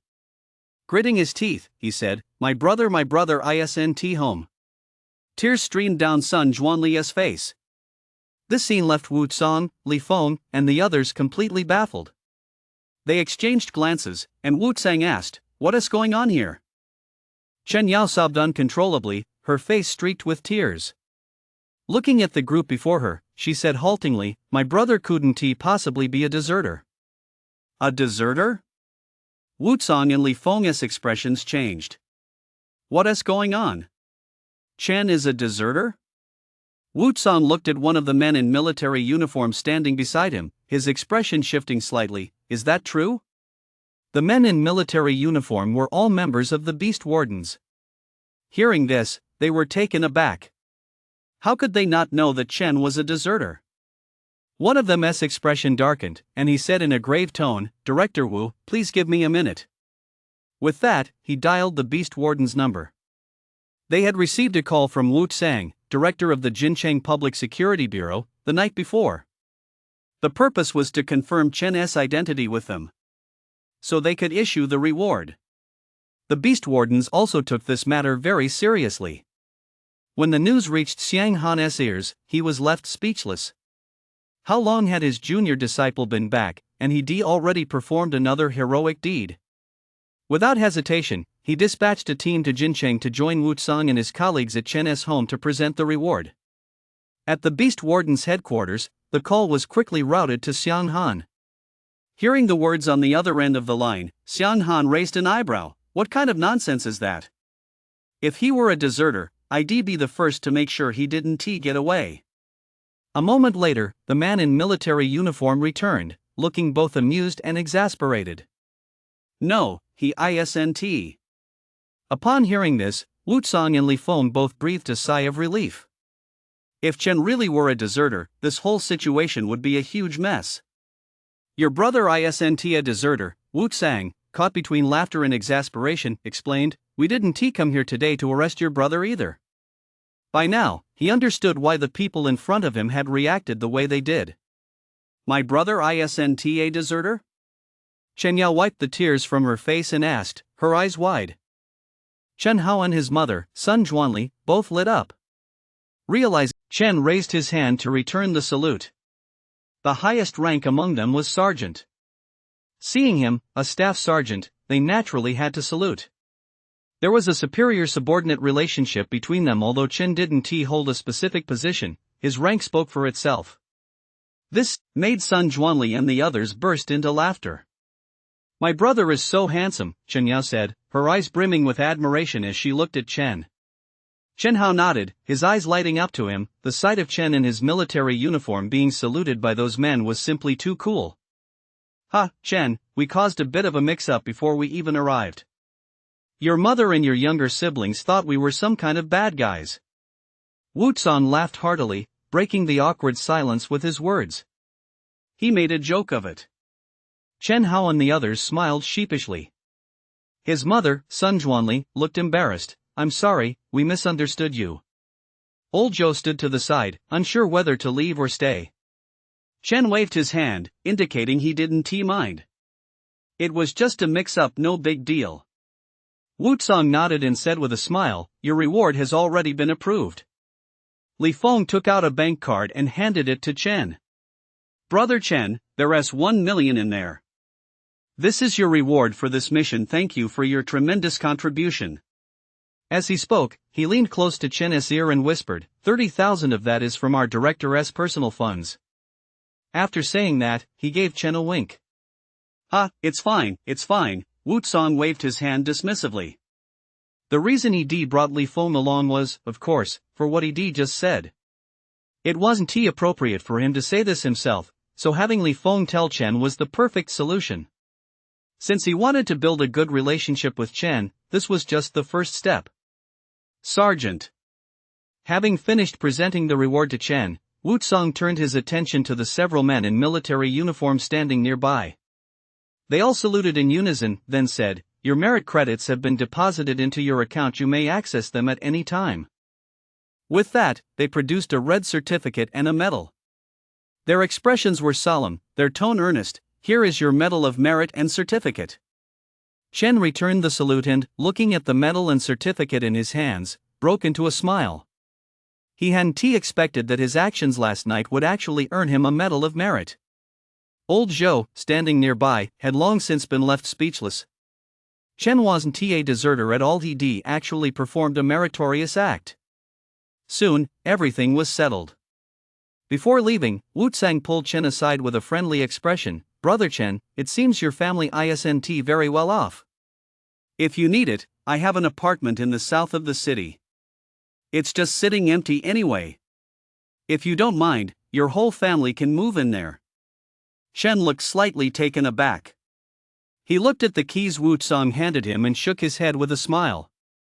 "Director Wu, I'll remember this favor. Let us talk about the apartment later. I'm still young, who knows what the future holds." Chen's words reached Wu Tsang's ears. He narrowed his eyes and laughed heartily. Without a trace of awkwardness, he put the keys away, nodded, and said, "You're right, you're still young. The road ahead is long. I suppose I was a bit presumptuous. Don't worry. While you're away, I'll look after your family for you." "Thanks, Director Wu." Their conversation ended there. Neither said much more, but everything was understood without words. Wu Tsang wanted to build a good relationship with Chen, and Chen knew it full well. Both were smart people, there was no need for further explanation. Watching Wu Tsang's retreating figure, Chen's lips curled slightly. Who knew what he was thinking? At that very moment, Chen Jiqiang returned home. As he gazed at the medals and certificates displayed in the living room, he froze in place. Chapter 77, Students of Yendu Military University and Yinghao Military University.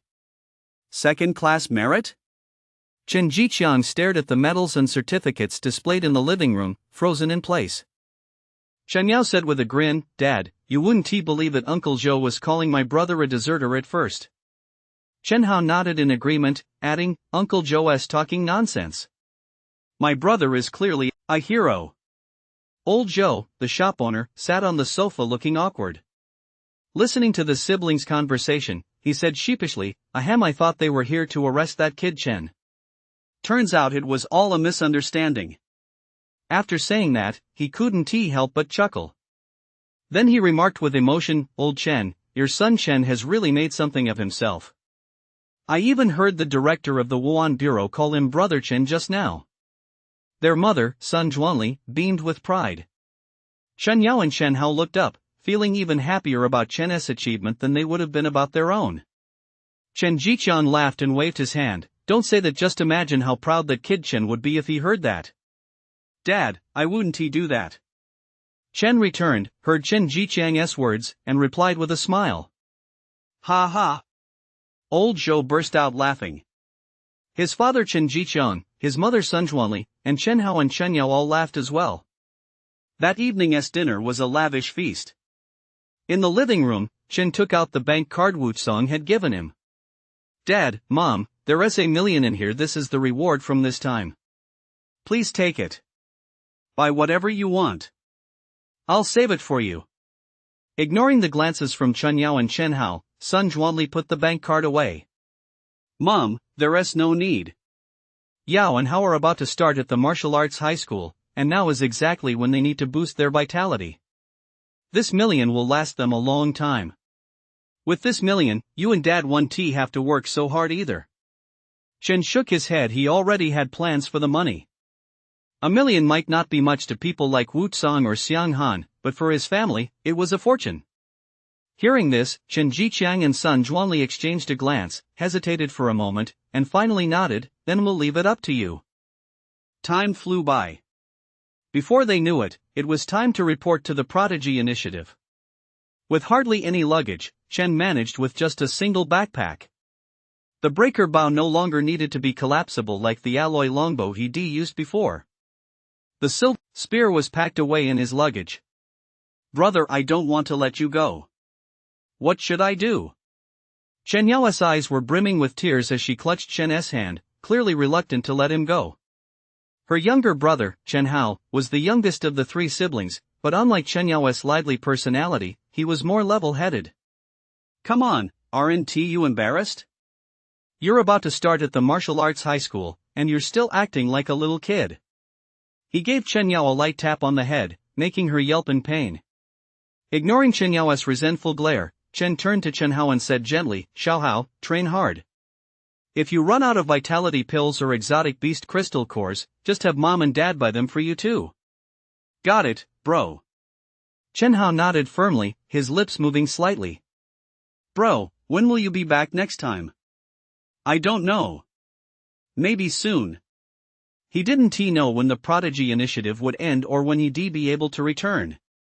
After saying that, he looked at his parents. Dad, Mom, I'm off. The scenery outside the window whizzed by.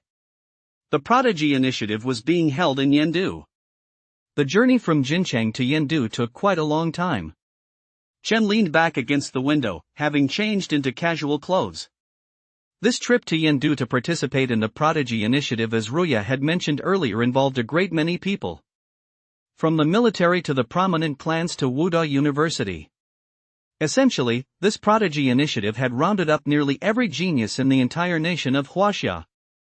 I wonder what kind of geniuses the people from Wuda University and the prominent clans will be. As he watched the scenery rush by outside the window, a hint of anticipation crept onto the corners of Chen's mouth. The train pulled into the station, and people began streaming in and out. The seat next to Chen had remained empty the whole time. A few young people boarded the train. 3 men and 1 woman. They knew each other, all young people, and started chatting as soon as they got on. There are quite a few standout students among this year's freshmen at Wuhan University in Yendu.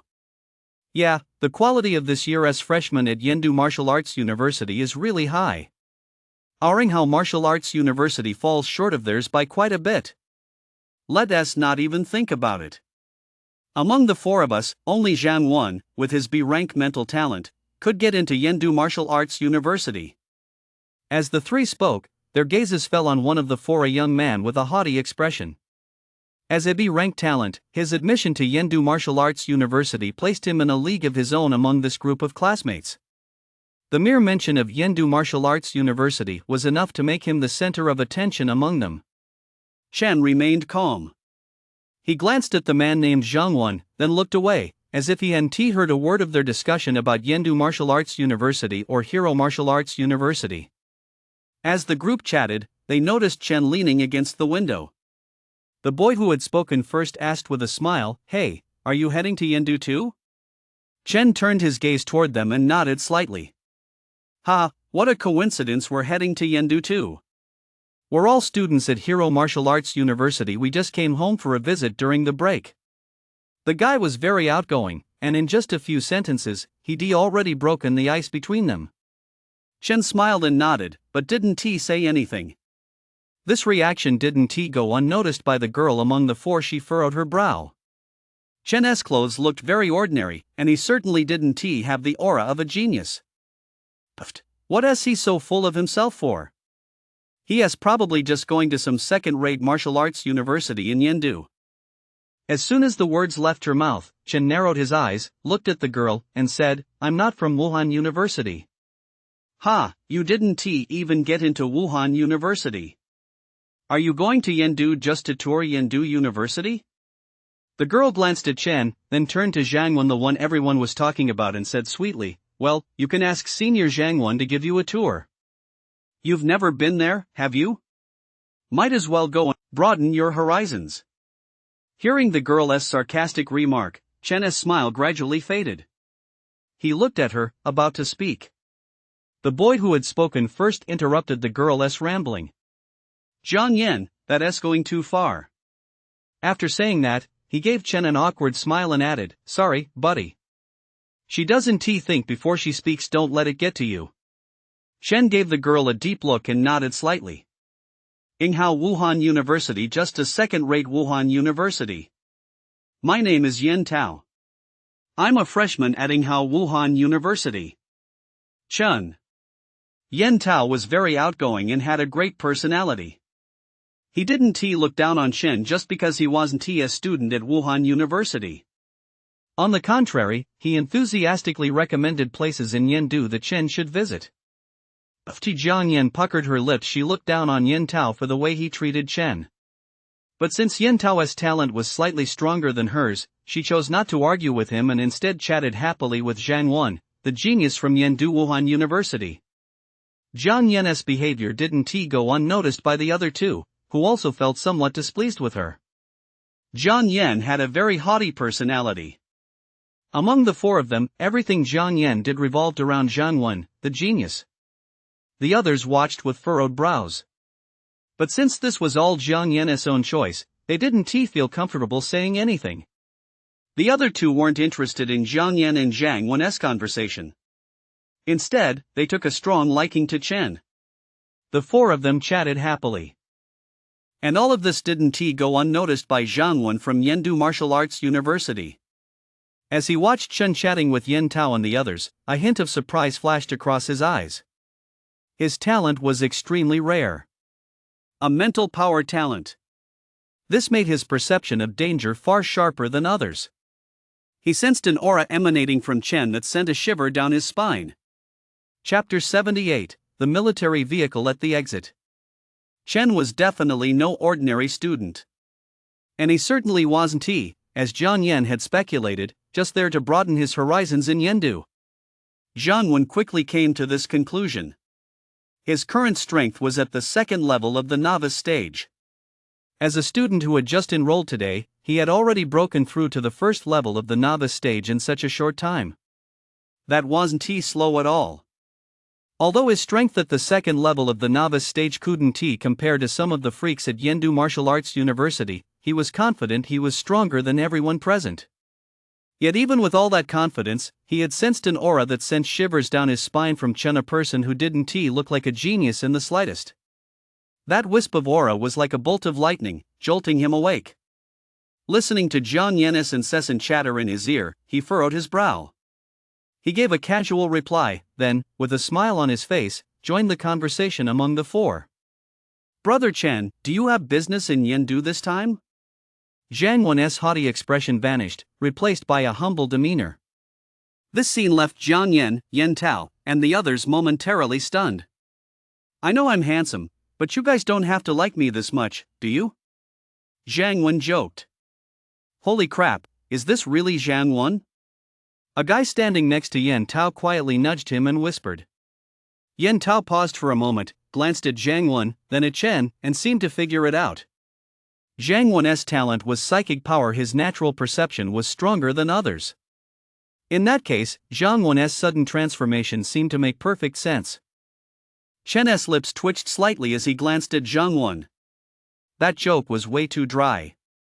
Yen Tao and the others gave an awkward chuckle, unsure how to respond. Zhang Yen, on the other hand, burst into exaggerated laughter. Covering her mouth, she laughed so hard her body shook. "Zhang Wen, why are you telling the truth? You're handsome and have a high talent. I wonder how many girls you'll sweep off their feet." "Damn it, that bitch." A guy gritted his teeth, cursing her fiercely in his heart. "You really are a total suck-up, damn it." Chen was at a loss for words with Zhang Yen, too. Just as expected, if you want to suck up, you can find all sorts of angles. It's enough to make you question your whole life. Zhang Wen gave an awkward smile, completely speechless at Zhang Yen's words. "Damn it, if you can't speak properly, just shut up." Was I complimenting myself? I was fucking trying to build a rapport with Chen.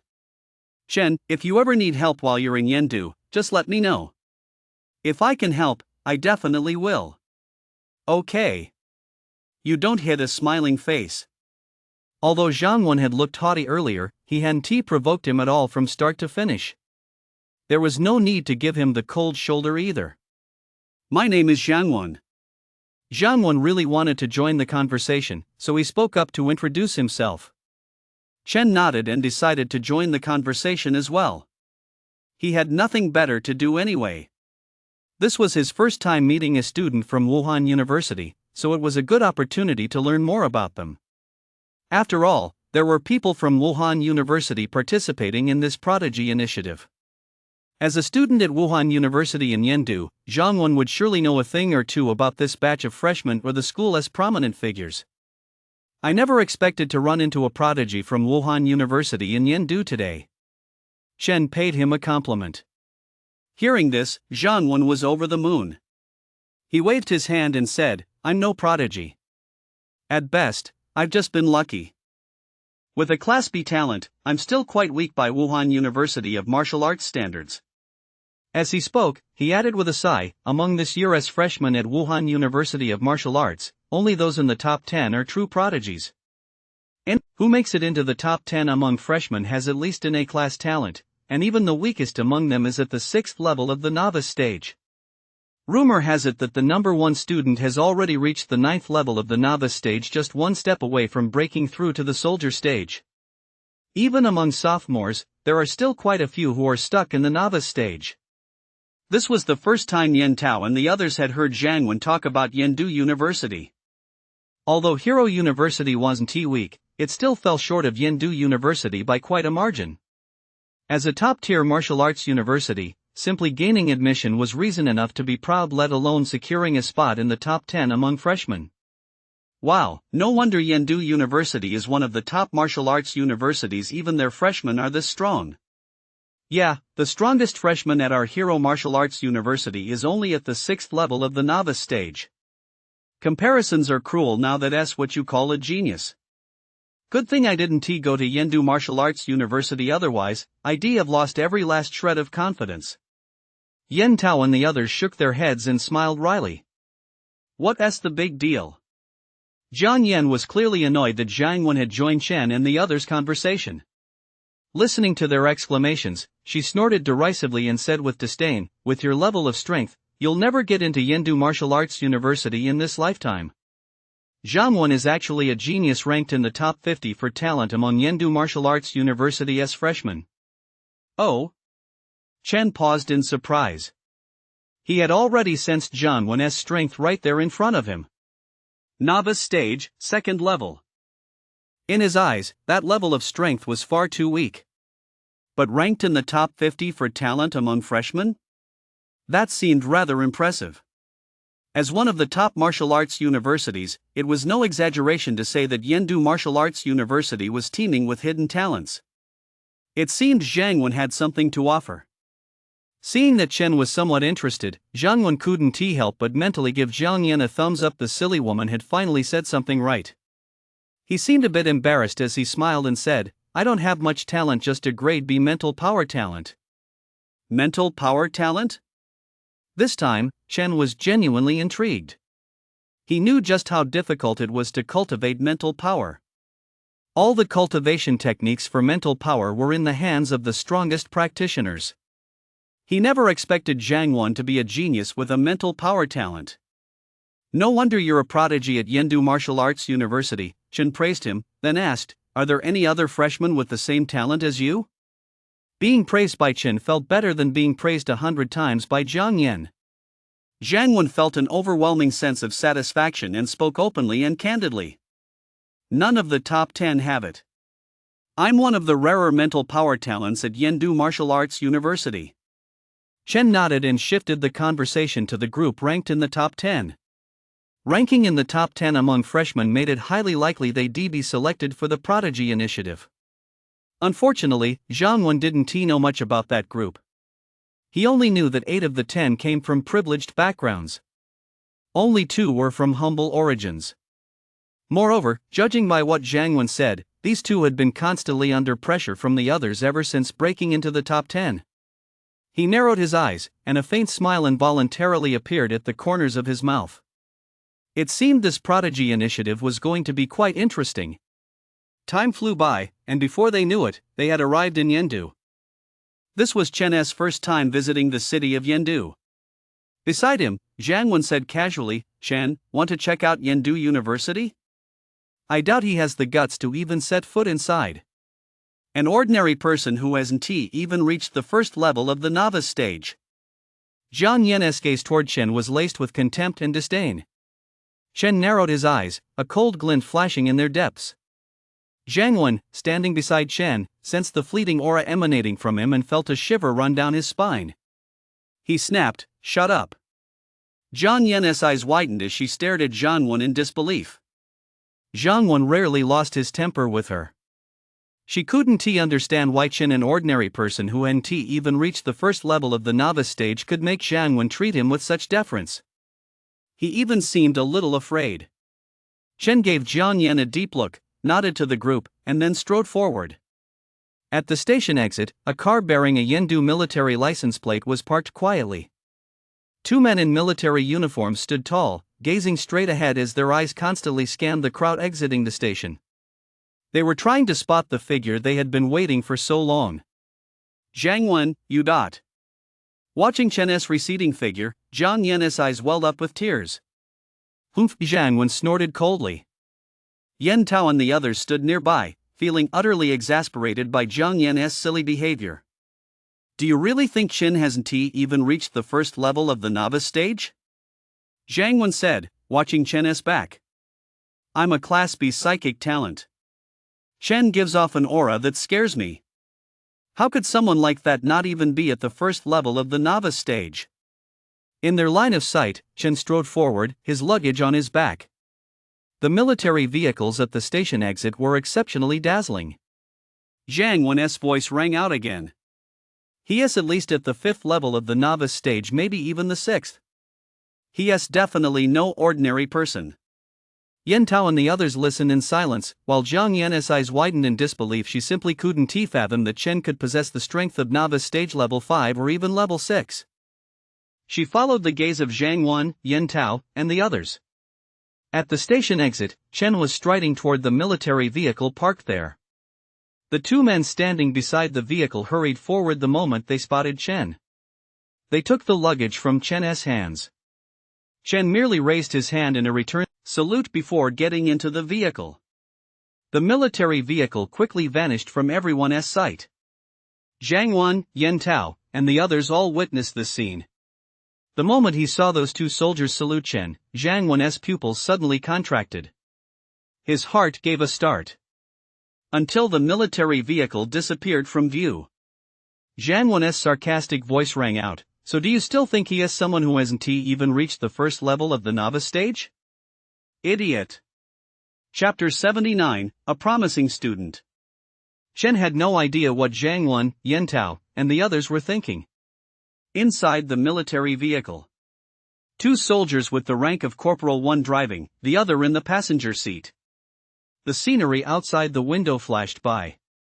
Chen gazed out the window. It was his first time in Yendu, and he was quite curious about the surroundings. But after watching for a moment, he lost interest. He turned his gaze back to the two men and asked, is the Prodigy Initiative located in the city? The area where they exited the station was located on the outskirts of Yendu. The scenery outside the window was clearly becoming increasingly bustling. Of the top martial arts universities in Huaxia, 2 are located in Yendu. The man in the passenger seat nodded the moment he first laid eyes on Chen. He'd been surprised by his age. He'd been assigned to pick up Chen and had reviewed Chen's file. An 18-year-old staff sergeant. Those words deeply shook him to the core. Hearing Chen's question, he smiled and explained. The Prodigy Initiative involves a wide range of personnel. It's primarily led by the Martial Arts Education Bureau, with participation from several other parties. So the location we chose is as close as possible to the Martial Arts University and the other participating parties. At this point, he paused briefly before continuing, since we in the military are on the front lines, we can't possibly choose a location that is too dangerous. As he gazed at the characters Chenlong, Chen's expression shifted slightly. He seemed to sense a sharp, menacing aura emanating from them. It was fleeting. By the time he tried to sense it again, it had vanished without a trace. Let us go. I'll show you in. A man walked up beside Chen and said with a smile. There was no one at the entrance, so they stepped through the gate. People were coming and going all around them, and the military vehicle with its identification plates hanging from it didn't attract much attention. Everyone in the vicinity was a student at Wu University.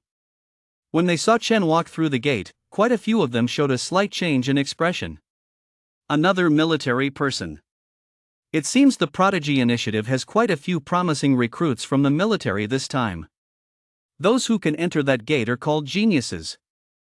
And those who ultimately walk out of that gate are the elite. A hidden dragon, will it sink into the depths or soar above them? The Prodigy Initiative brings together nearly all the geniuses in the country, all under the age of 18. He continued walking, heading further inside. Unlike other martial arts universities, the Prodigy Initiative has been allocated its own separate area. Your future studies and training will take place here. Chen looked around curiously. There were quite a few people here, and unlike at other martial arts universities, everyone present exuded an extraordinary aura. Upon seeing Chen and his companion, many people's eyes flickered briefly before they hurried past. Noticing their glances, Chen's lips curled into a smile. The soldier walking beside him also noticed the stares from those around them. As if he hadn't noticed, he kept walking without pausing. Chuckled softly, and said, "As I've mentioned before, the Prodigy Initiative covers an incredibly broad spectrum. Noble families, martial arts universities, people who appear here often draw peculiar glances from military personnel." After speaking, he gave a self-deprecating chuckle. After all, compared to martial arts universities and noble families, there are far fewer geniuses in our military. So those stares earlier aren't surprising at all. Listening to the explanation, Chen nodded slightly, then strode forward. The Prodigy Initiative was highly regarded. The designated area was vast. The two walked for over an hour before finally reaching their destination. A somewhat dilapidated 7-story building came into view. The walls were mottled, and even the door had faded. The passage of time was clearly evident on the building. 5th floor. No sooner had the knock sounded than a gentle voice came from inside. They pushed the door open and stepped in. Zixing was sitting behind his desk, looking down at something. Without looking up, he pointed to the black sofa in the office. "All right, you can go now." "Yes." The door closed, leaving only Chen and Zixing in the office. Seeing Zixing again, Chen noticed that he seemed to have aged somewhat. In such a short time, Zixing looked as if he had aged several years. Before, he had been gentle and refined, his silver hair meticulously groomed, and he had been full of vitality. But now, Zixing's silver hair was slightly disheveled, and he exuded a faintly sharp aura, though his voice remained gentle. Chen waited quietly while Zixing continued to flip through the documents in his hands. The room was unusually quiet. After a while, Zixing finally looked up, his gaze settling on Chen. A smile spread across his face, and his gentle voice rang out, "You've been waiting a long time, haven't you?" "Master," Chen said as he stood up. Zixing waved his hand, stepped away from his desk, and sat down beside Chen. Chen poured a cup of hot tea and handed it to Zixing. Zixing nodded with a smile. "You'd never guess he was a war spirit realm powerhouse." "How did you find the journey here?" "There are a lot of geniuses," Chen replied honestly. Zixing shook his head, took a sip of tea, and let the aroma fill the air, soothing his body and mind. "That's not what I asked. Everyone who makes it this far is a genius. There are no weaklings. I'm asking how you feel about those people." Zixing smiled at Chen, a gleam in his eyes. Chen hesitated for a moment, then said, "They have extraordinary presence and are quite powerful." "You're looking at me a bit strangely." Clack! The tea lid snapped shut, and Zixing's voice rang out, "Not bad." "That strange look. Do you want to know why?" Chen nodded. "Because of you." "Me?" Chen was taken aback. He'd only just joined the Prodigy Initiative. How could it be because of him? Setting down his fragrant tea, Zixing spoke in a gentle voice. "The Prodigy Initiative covers a vast scope, and those who ultimately gain admission gain access to immense resources and power." Chen nodded. He'd already considered that. That's just one part of it. The other reason is because of you. The Prodigy Initiative isn't just made up of your group. There are also the teachers. Each teacher has at least 50 students under their guidance. The weakest of these teachers are at the spirit stage, while the strongest have even reached the king stage, just one step away from the marquis stage. I've had some run-ins with all of them, so now you understand why they've been giving you that strange look, right? As he said this, Zixing's face was lit up with a sly grin. "Chen, Omega Omega. Master, are you saying I'm the one taking the fall?" Chen was stunned, unable to believe what he was hearing. You're a quick learner. Zixing smiled and nodded. Chen. You're making me take the fall right off the bat? Damn it. These are all my classmates and teachers, making me take the fall, you'll have to pay me extra. Chapter 80, There can be only one prodigy, but there can be many geniuses. A huge burden has fallen from the sky. And Chen had no choice but to take it. He just didn't understand he'd only just joined the Prodigy Initiative. How had the news that Zixing was his teacher gotten out? Don't worry about it. Zixing leisurely sipped his tea, and with that, his gaze burned as he looked at Chen. Chen, remember, you are my student, Zixing S. That group of people out there are nothing but stumbling blocks on your path of cultivation. What you must do is trample them underfoot. What else with these so-called prestigious clans and martial arts, university geniuses? No one can stand in the way of your cultivation. Chen nodded vigorously, narrowing his eyes. It had to be said that Zixing's words were deeply inspiring. In just a few short sentences, he had completely fired Chen up. Shaking his head, Chen's racing heart gradually calmed down. He was currently only at the 9th level of the novice stage. There were plenty of geniuses in the Prodigy Initiative. His current strength was likely no match for them. He hesitated for a moment, then asked, Master, how does one obtain cultivation resources in the Prodigy Initiative? Everyone has a set quota of resources, but there are 3 ways to get more. Zixing held up a few fingers. First, go and steal them. Ha! Chen's eyes widened. He never would have expected the word steal to come out of the gentle and refined Zixing's mouth. It felt just as messed up as if a well-known Good Samaritan suddenly told you he was actually a robber behind the scenes. Use your head. Looking at Chen's bewildered eyes, Zixing slapped Chen's shoulder in exasperation. With the frustration of someone disappointed in a promising student, he said, I'm not telling you to actually go out and rob someone, just be flexible. If someone challenges you, don't do it unless there is something in it for you. If they want to spar or challenge you, make them pay. If you win and they want to pay, take it, you've got every right to. If you lose, I'll beat the crap out of you when you get back. Holy crap! Chen was shocked. My dear teacher, I never expected the gentle and refined you to be this kind of person. I really love it. Master, isn't this a bit unethical? Chen's eyes flickered. He seemed to be genuinely considering the matter. Only he knew that he was an SSS talent. Based on what his master had just said, he'd offended quite a few people, and there were bound to be many who'd come to provoke him. In that case, securing resources seemed like a viable option. Zixing gave Chen a penetrating look. Then you'll have to hide. Hide in your room and don't come out. Chen shook his head. Second, Zixing dropped the subject and continued, climb the hidden dragon rankings. The higher your ranking, the more resources you'll get. The hidden dragon rankings? Chen paused in surprise. He'd just joined the Prodigy Initiative and hadn't had a chance to explore Hidden Dragon Academy yet. Hearing that term out of the blue, he couldn't help but raise an eyebrow slightly.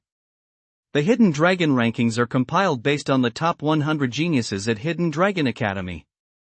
And above that, there's another list. What? Chen asked, puzzled. The Soaring Dragon rankings. Only the top 10 geniuses are listed there, and only the true geniuses of Hidden Dragon Academy can make it onto that list. Zixing's explanation made Chen's eyes light up. At this point, Zixing said with a smile, only those who make it onto the Hidden Dragon rankings and the Soaring Dragon rankings are considered true geniuses. As for the resources you want, you'll have to fight for them yourself. Chen nodded. Prodigy Initiative. Hidden Dragon Academy. Hidden Dragon rankings, Soaring Dragon rankings. The moment he set foot in Hidden Dragon Academy, this path had been laid out before him. As Zixing had said, to obtain resources, he would have to fight for them. In other words, this place didn't cultivate ordinary students, it cultivated only geniuses. Making it onto the Hidden Dragon rankings merely proved one's potential. But to make it onto the Soaring Dragon rankings, that was the mark of a true genius. Among them, the one who ranks first on the soaring dragon list is the celestial prodigy. The celestial prodigy must tower above everyone else. There can only be one celestial prodigy, but there can be many geniuses. If you want to obtain resources, you must constantly prove your abilities. Ignoring Chen's expression, Zixing continued, "Third, take on missions. Hidden Dragon Academy will issue missions from time to time. As long as you complete them, you'll earn the corresponding Dragon Academy credits, which you can exchange for resources." Noticing the flick in Chen's eyes, Zixing chose not to interrupt.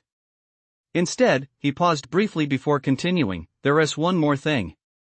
All of you are merely reserves within the Prodigy Initiative. You haven't been officially included in the program yet. There is something I can tell you. The moment you walk out of here, the inside information you've uncovered about the Prodigy Initiative will be enough to shake you to your core." Zixing offered no further explanation. What exactly is the Prodigy Initiative? What are the selected individuals supposed to do? No one knows.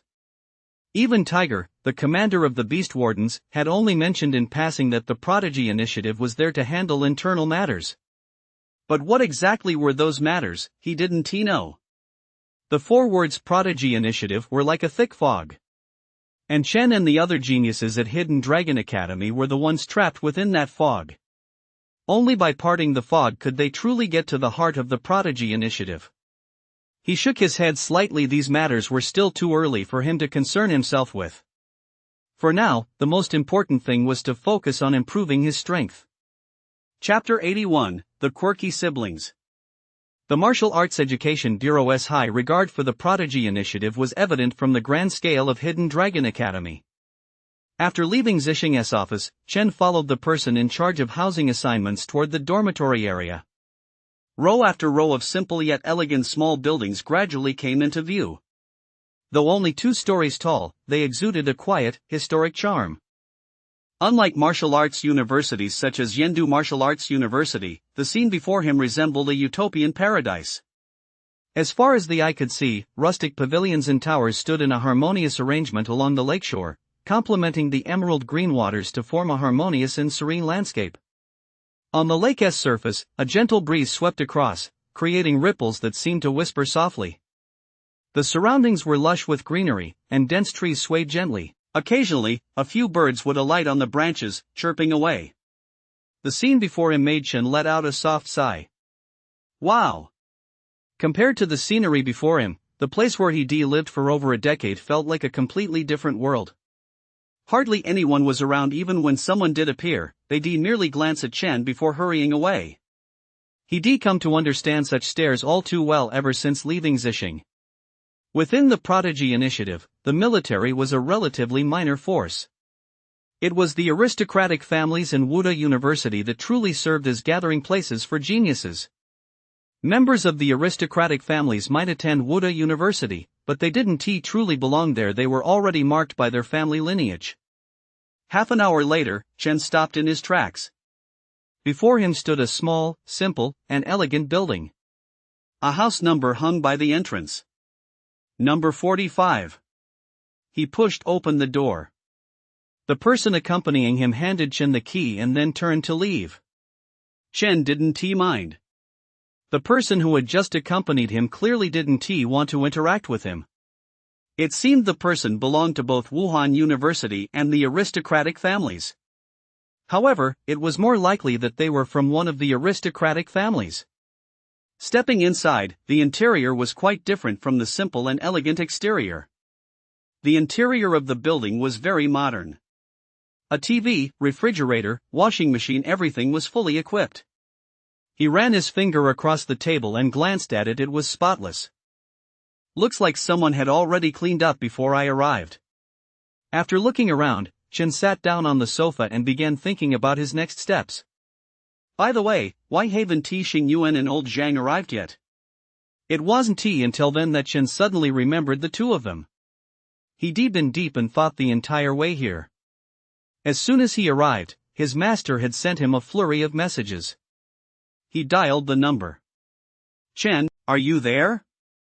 Ruya's voice rang out, her tone full of excitement. Chen nodded, then asked, aren't you guys here yet? Haha, I'm here. I ran into an old friend and got so caught up in chatting that I forgot to call you for a while, Ruya said with a laugh. Beside him, a girl who looked like a loli was staring at Ruya curiously. What's your unit number? I'll come find you. After Chen gave her the unit number, Ruya hung up the phone and said to the girl in front of her, come on, I'll introduce you to a genius. Peach asked curiously, is that the Chen you've been talking about all the time? Yeah, that's him. Is he handsome? If he's not, I'm not going. She sat cross-legged on the sofa, cradling a cartoon-themed pillow in her arms. Her long, fair legs were crossed, a sight to behold. He's handsome. Ruya nodded without hesitation. Although Chen didn't have Xingyuan's sharp eyebrows and starry eyes or that commanding presence, he had delicate features and was definitely a cute guy. Really? Peach's eyes lit up as she stood up from the sofa. At 1.6 meters tall, she barely reached Ruya's chest. She tilted her head back to look up at Ruya, her eyes seeming to sparkle like stars. Really? Ruya knew Peach all too well. A total superficial person. Everyone she knew was a heartthrob. He thought to himself that Xingyuan must fit Peach's aesthetic perfectly. Peach, an S-rank ice element talent, novice stage, 7th tier. 18 years old this year, she had a baby face that gave no hint that she was a genius at the novice stage, 7th tier. In the living room, after hanging up on Ruya, Chen dialed Xingyuan's number. There was some background noise. Chen, are you here yet? The noise died down a bit. It seemed Xingyuan had moved to a slightly quieter spot. Yeah, I'm here. Aren't you here yet? I just talked to old Zhang. Give me the house number. I'll be there in a minute. Sure. The call ended. Chen chuckled to himself. He heard the voice on the phone clearly. It was unmistakably a girl's. Could it be that this kid had gone out to have some fun? A knock sounded at the door. Ruya and Peach appeared before Chen. Chen, Ruya greeted him. Chen nodded back with a smile, his gaze shifting to Peach, who was walking behind Ruya. Standing at 1.6 meters tall, Peach trailing behind Ruya looked like a giant next to a child. Not bad, Peach said with a hint of disdain as she stepped out from behind Ruya and sized Chen up from head to toe. It seemed she wasn't entirely satisfied with the fact that Chen was a handsome guy. Chen. Ruya smiled and explained, this is Peach, an S-rank ice element talent. Chen smiled and nodded, saying, hello. The three of them sat down.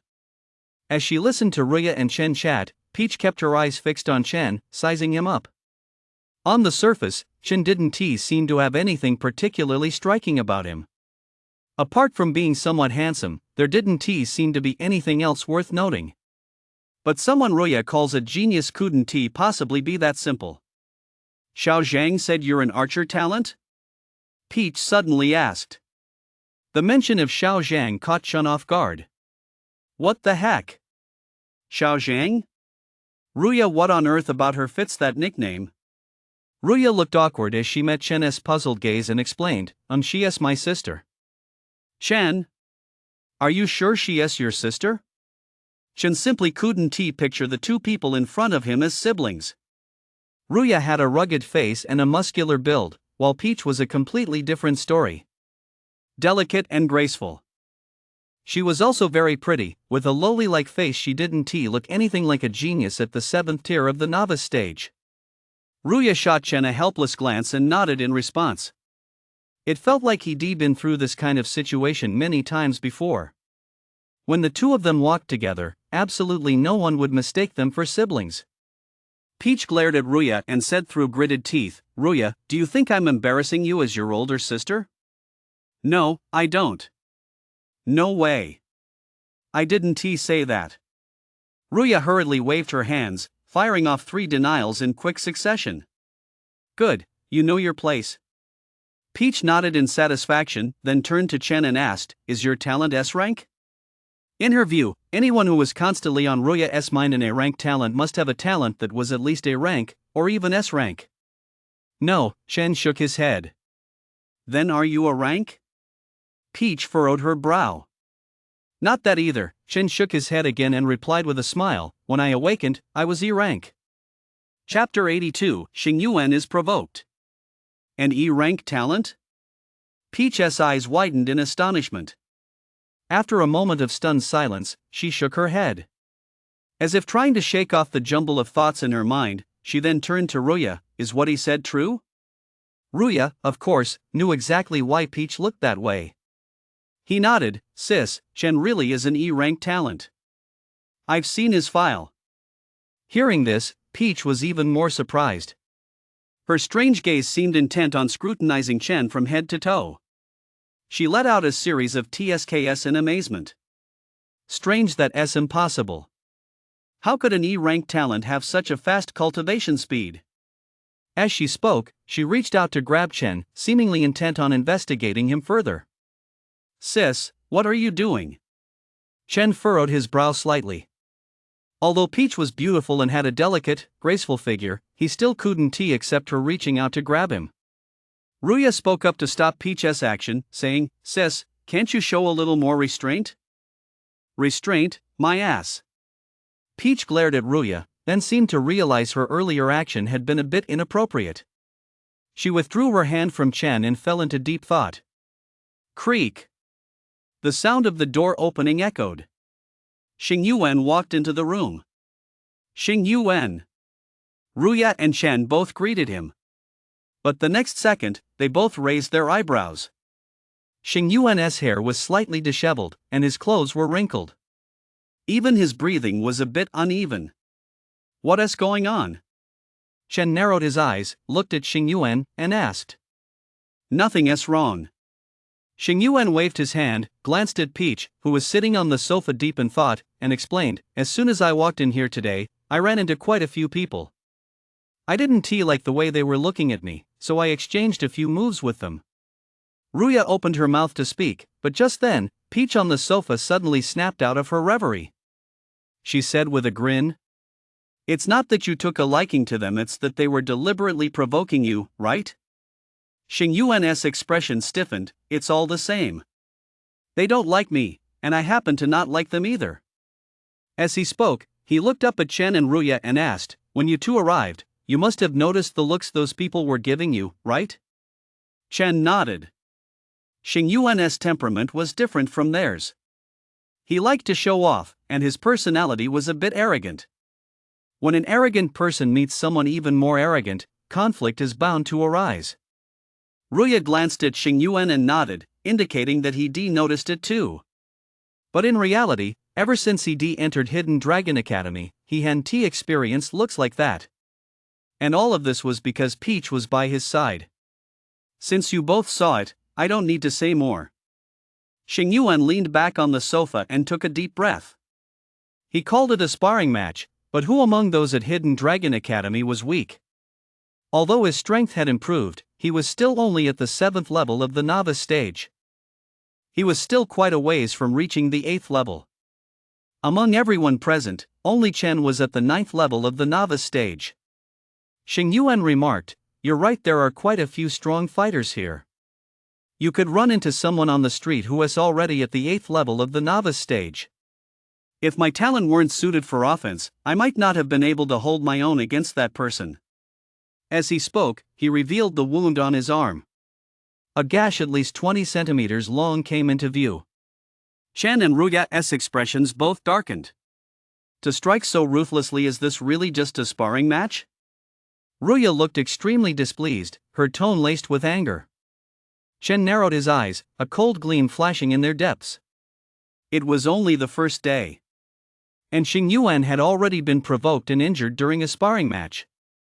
Blood had stopped flowing from the wound on his arm, but it still sent a chill down one's spine. Compared to Chen and Ruya, Peach, standing nearby, merely glanced at the wound on Xing Yuan's arm before looking away. She said casually, I didn't realize you weren't just good looking, your skills aren't half bad either. Xing Yuan grinned and was about to speak, but Peach's next words left him frozen in place. You're just too stupid. Who's that? Xing Yuan looked at Chen and the others, a look of confusion in his eyes. He hadn't had a chance to ask earlier, but now his gaze fell on Peach, casually sweeping over her long legs without giving anything away. Chen glanced at Ruya. My sister, Peach, Ruya introduced her.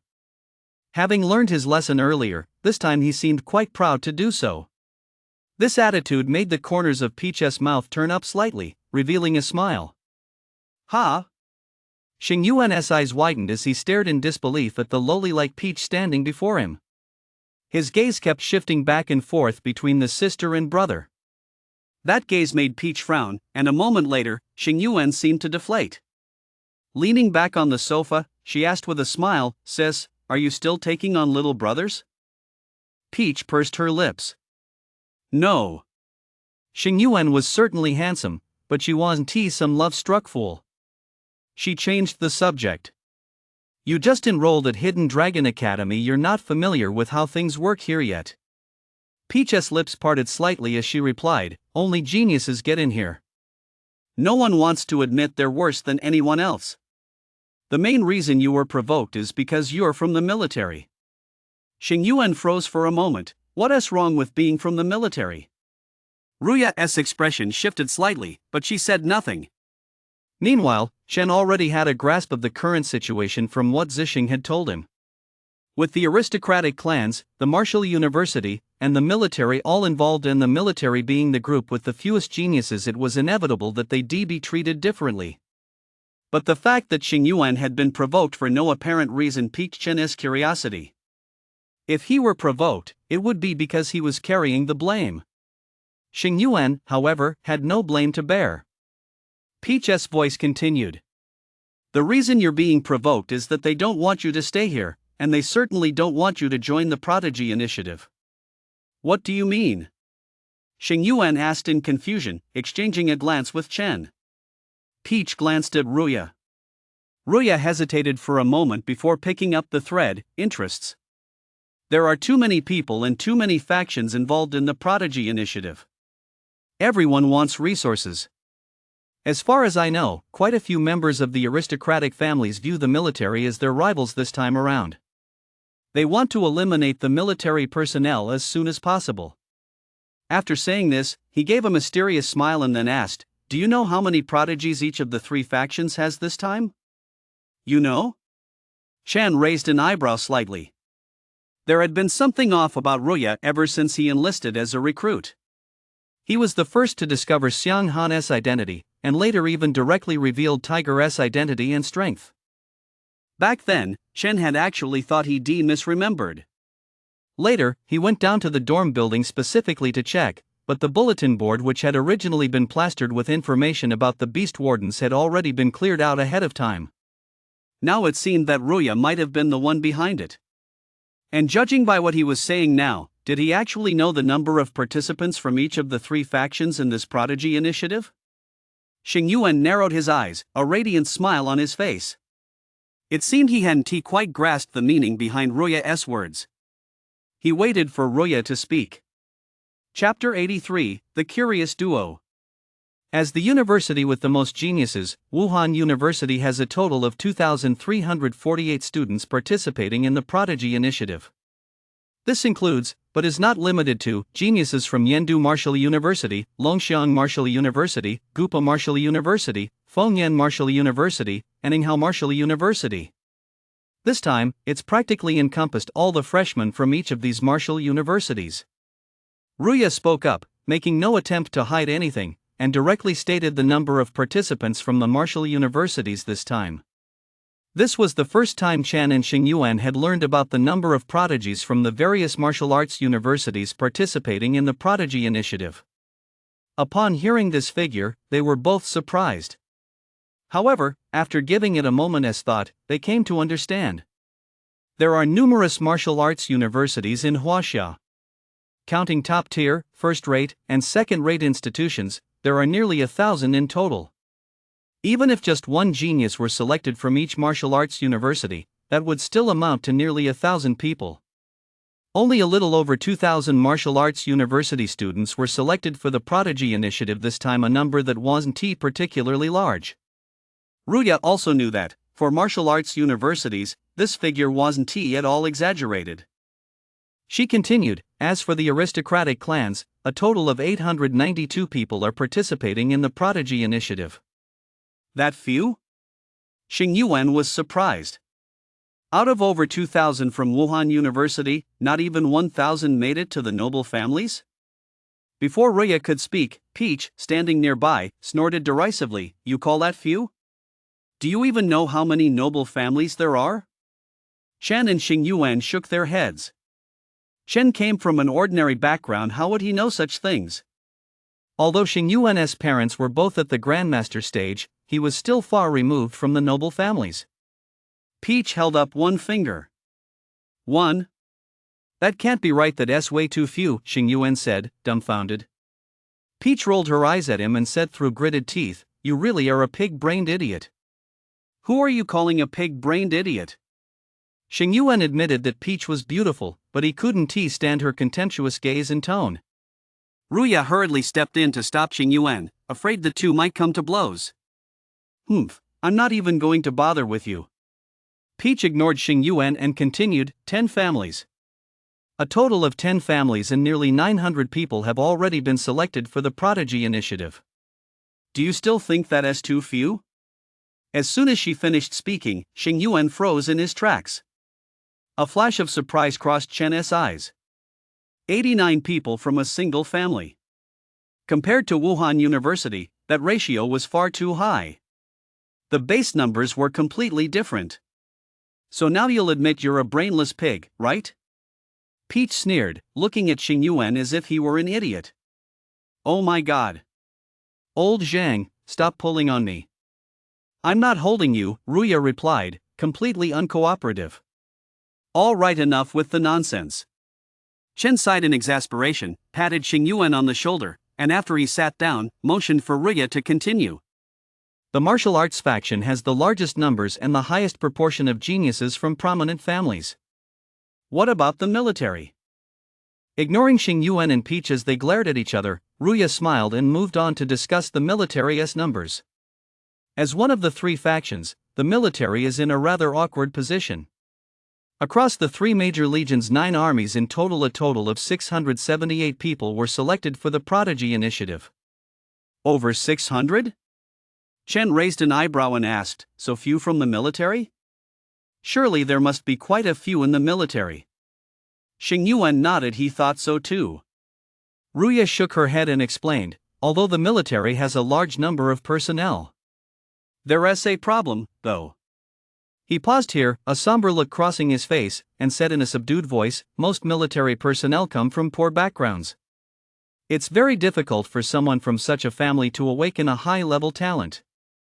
Even if they do awaken one, their first choice would be to enroll at the military university. As a result, there are very few geniuses among the military's new recruits.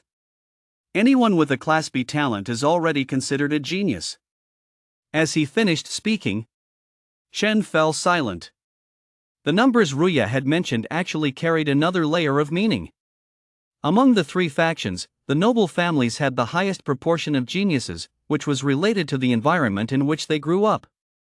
Martial University was the first choice for geniuses who had awakened their talents. Enrolling there provided access to resources, powerful instructors, and a safe environment. They can easily wait until they're strong enough before stepping onto the battlefield. The military, however, is the most dangerous of the three options. Soldiers must face beasts at all times, and the slightest misstep could cost them their lives itself, not an ideal place to be. As a result, although the military has a large number of personnel, the number of geniuses selected for the Prodigy Initiative is far fewer than those from the martial arts university or the aristocratic families. 600 people. That is far too few. I've always been curious, Chen said, looking up at Ruya and Peach. He continued, among the three factions, many from Wuhan University choose to graduate or enlist in the military early. Logically, the relationship between the two sides should be quite good. Why do people from Wuhan University also target those from the military? This question had been weighing on his mind. As he understood it, the three factions should be united against external threats. But now it sounded as if people from Wuda and the noble families harbored resentment toward them, those from military backgrounds. Peach shifted into a more comfortable position, placing a cushion behind her waist, revealing her slender figure. Then she said, "No one said that people from Woda are targeting those from the military. In other words, targeting military personnel is just the choice of a certain faction within Wuhan University. And those people are often from the aristocratic families. The people at Wuhan University actually occupy a neutral position. The aristocratic families have many geniuses, so they don't want to offend them, and while the military may not have as many geniuses, it has plenty of powerful figures. Since many Wuhan University students will eventually join the military, they naturally won't want to offend them either." A fence-sitter? Xing Yuan's eyes flickered. "You can't exactly call them fence-sitters, you should say they're good people." After saying this, Peach couldn't help but laugh. Good people. She'd just given the people at Wuda the good person label. After saying that, Peach suddenly remembered something. She warned the two of them, "At first, I didn't plan to tell you because you seemed so clueless you didn't even realize you were being deliberately provoked. But since little Zhang gets along well with you guys, tomorrow, there'll be a ceremony to formally accept a master. At that time, you need to keep an eye on one person." "Who?" Xing Yuan asked, taken aback. Ruya, standing nearby, had already figured out what Peach was talking about. Although he couldn't rely on his family's connections, he was still able to get his hands on some information. "You absolutely, positively must not choose an old man named Zixing." Peach's voice rang out again. "Remember, don't choose him under any circumstances. Unless you're confident you can outclass everyone at Hidden Dragon Academy, including those from prominent clans and the martial arts university." "Is that old man really that strong?" Xing Yuan's expression shifted as he asked excitedly. Among those present, Ruya and Peach were the two who knew the most. Chen, too, had sought out Zixing as soon as he entered Hidden Dragon Academy and had gathered quite a bit of information. Among everyone present, it was actually Xing Yuan, whose parents were both at the Grandmaster stage, who was the most clueless at that moment.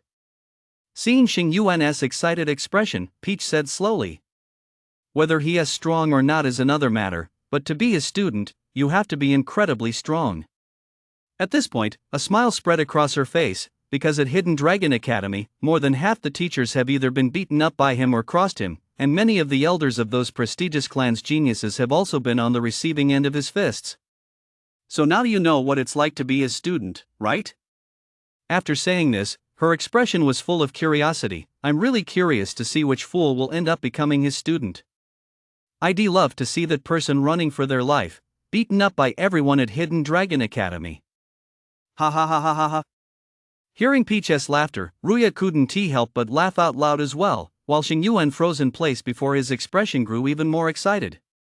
"A teacher who doesn't draw jealousy is a mediocrity. This is exactly the kind of teacher I want." Meanwhile, Chen, standing nearby, watched Ruya and Peach laughing heartily with a complex expression, sighing inwardly, "Master, you've led me astray." Chapter 84, The Big Idiot Who Was Out of His Mind. The vitality pill and the exotic beast crystal core had been completely depleted. His vitality had increased slightly once more. But he was still quite a distance from reaching the soldier stage. Exhaling a breath of stale air, his previously surging vitality gradually calmed down, flowing steadily through his body. Resources. In the living room, Chen Han Ti turned on the lights. Only faint streaks of light from the street lamps outside filtered in. His eyes lit up as he muttered to himself, then closed his eyes once more and began cultivating the battle spirit art. The battle spirit art absorbs mana to strengthen the body. As Chen's strength increased, he grew ever more aware of the art's benefits. The third layer, the armor's shadow, appeared. The stronger one becomes, the higher the demands on the body. If one only increases strength without strengthening the body, the full potential of that strength will be limited. Chen had already sensed this when he previously defeated a soldier stage opponent. Throughout the novice stage, vitality, mana, martial arts, physical constitution, and talent are all indispensable. As strength continues to rise, so too does one's ability to fully harness their talent. Unlocking more talent skills. A closed loop. On this path, neglecting even one of these elements would prevent one from ascending to the ranks of the elite. Meanwhile, while Chen and the others were training, in Zhixing's office, he was hunched over his desk, his silver hair disheveled, a hint of madness in his expression. His eyes shone brightly. On the paper before him, he was endlessly scribbling line after line of text. This was a theory he and a former close friend had devised. Talent. Physical constitution. These are the barriers limiting everyone's ascent to higher realms. Countless individuals once hailed as geniuses have all fallen at the feet of these two colossal obstacles. Among the myriad races, there was once a person whose body underwent a mutation, granting them a terrifying ability. Plunder. In just a few short years, he shot up like a rocket from the novice stage to the marquis stage. The sudden emergence of a marquis stage cultivator instantly drew the attention of all the races. The powerful all took action, and Zhixing also participated in that hunt. That was the battle where he killed a marquis stage cultivator with 3 arrows. Once they had the corpse, he, his close friend, and a group of powerful cultivators began their research. Their goal was to decipher the plunder talent. If they succeeded, no one among the myriad races would be able to stop the human race's advance. However, not long after the research began, his close friend was suddenly ambushed and killed by a member of another race. Time slipped by silently. Although Zhixing had slain Marquis Stage with 3 arrows in that battle, he had also been wounded. A strange energy had taken root within him, like a tick embedded in his flesh, constantly draining his vitality and mana. Decades have passed since that battle, and throughout those decades, his research into the plunder talent has never ceased. He had spent a fortune, yet his research into plundering talent continued to progress at an excruciatingly slow pace. The loss of his close friend had dealt him a devastating blow. Inside the room, only the rustling sound of writing could be heard. In the pitch-black room, Zhixing sat hunched over his desk, his eyes shining with an unusual intensity. After washing up, Chen pushed open the door. The breeze blowing in from the lakeside gently caressed his face. The air was laced with traces of mana and moisture. It felt incredibly refreshing against his skin. Taking a deep breath, Chen marveled at how dense the mana was at Hidden Dragon Academy. Compared to the military, the mana in the air here was at least twice as strong. Chen, let us go. Ruya, Xingyuan, and Peach with her lowly-like face were walking toward Chen. He, have you decided who you want to ask to be your teacher today? Ruya slung his large hand over Chen's shoulder and greeted him warmly. They had known each other the longest, having fought side by side on the battlefield. It would be no exaggeration to say they'd been through life and death situations together. Hearing the concern in Ruya's voice, Chen paused for a moment, about to speak. Peach shot Ruya a glance and said, "Little Zheng, ease up a bit, you'll crush Chen to death. With that scrawny frame of his, it's a wonder he has even reached the 6th tier of the novice stage." Oh. Ruya seemed quite intimidated by Peach. Perhaps that's just how sibling relationships are. He'd probably been beaten up by Peach plenty of times growing up. Xingyuan wore a faint smile on his face. This caused Peach to glance at him from time to time. A show-off is a show-off. He exudes that aura even while walking. Chen looked at Xingyuan and asked, "Xingyuan, who are you going to ask to be your teacher later?" Xingyuan raised his eyes, gazing at the swaying tree branches in the distance. He shook his head slightly, and his voice rang out. "Perhaps only Zhixing is qualified to be my teacher." Ruya paused for a moment, then grinned. This guy's putting on airs again. Peach, who didn't know Xingyuan very well, had a completely different view from Ruya. In her eyes, Xingyuan was just a good-looking but mentally deficient fool. Choose Zhixing? You're a pretty decent rank thunder user, but if you pick Zhixing, you're guaranteed to get beaten up 3 times a day.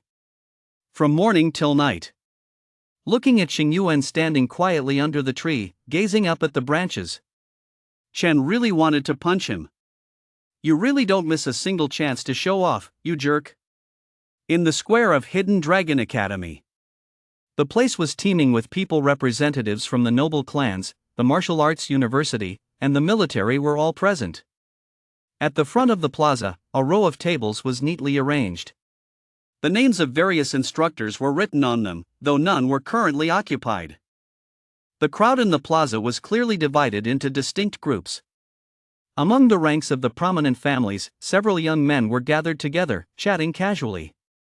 One of them looked at Lin Wei and asked with a smile, "Lin Wei, I heard you went head-to-head with someone from the military yesterday?" As soon as the words left his mouth, they instantly drew the attention of several people nearby, who all turned to look at a defiant-looking young man. Curiosity shone in their eyes. The man known as Lin Wei chuckled softly, nodded, and said, "Just had a little fun with him." "How did it go?" someone asked curiously. Lin Wei raised an eyebrow slightly, paused for a moment, and said, 50-50. 50-50? I heard that guy is only at novice stage, level 7.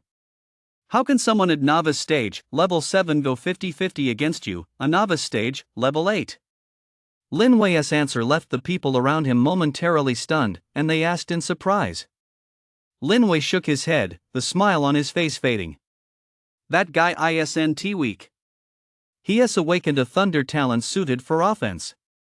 At the 7th tier of the novice stage, paired with a thunder talent, he is actually quite formidable. This is getting interesting. Lin Wei didn't make excuses. Instead, he gave a straightforward assessment. His talent wasn't an offensive one like Xing Yuan's. Instead, it was an earth element talent suited for defense. What's that guy's name? Someone asked curiously. The military faction at Hidden Dragon Academy wasn't particularly strong, and eliminating the military members from the academy first was a plan they set long ago. Xing Yuan. The group silently committed the name to memory. Since they were going to eliminate people anyway, why not start with this Xing Yuan? In the crowd, Chen and his group had also arrived. Glancing around, they noticed that the military contingent was noticeably smaller.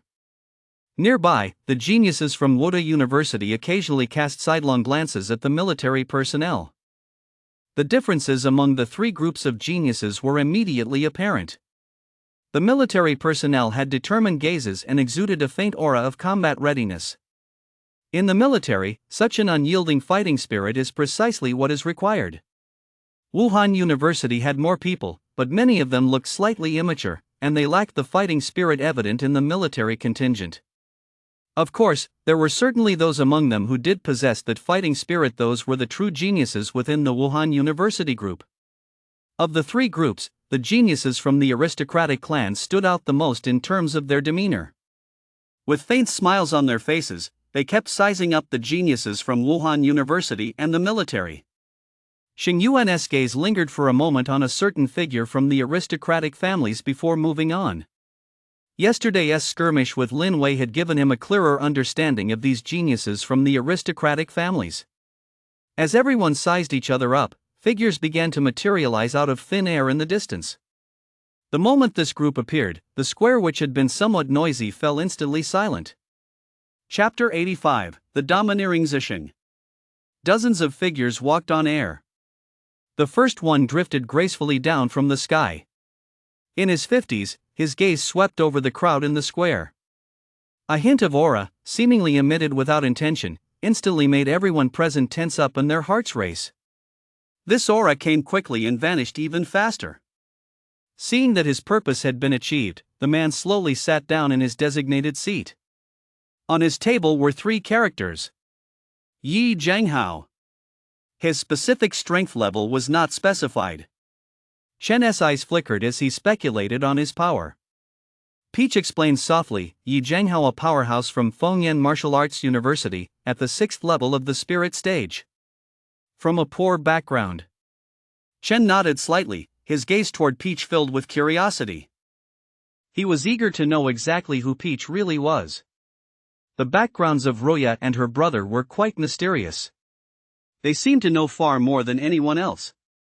Their backgrounds were certainly anything but ordinary.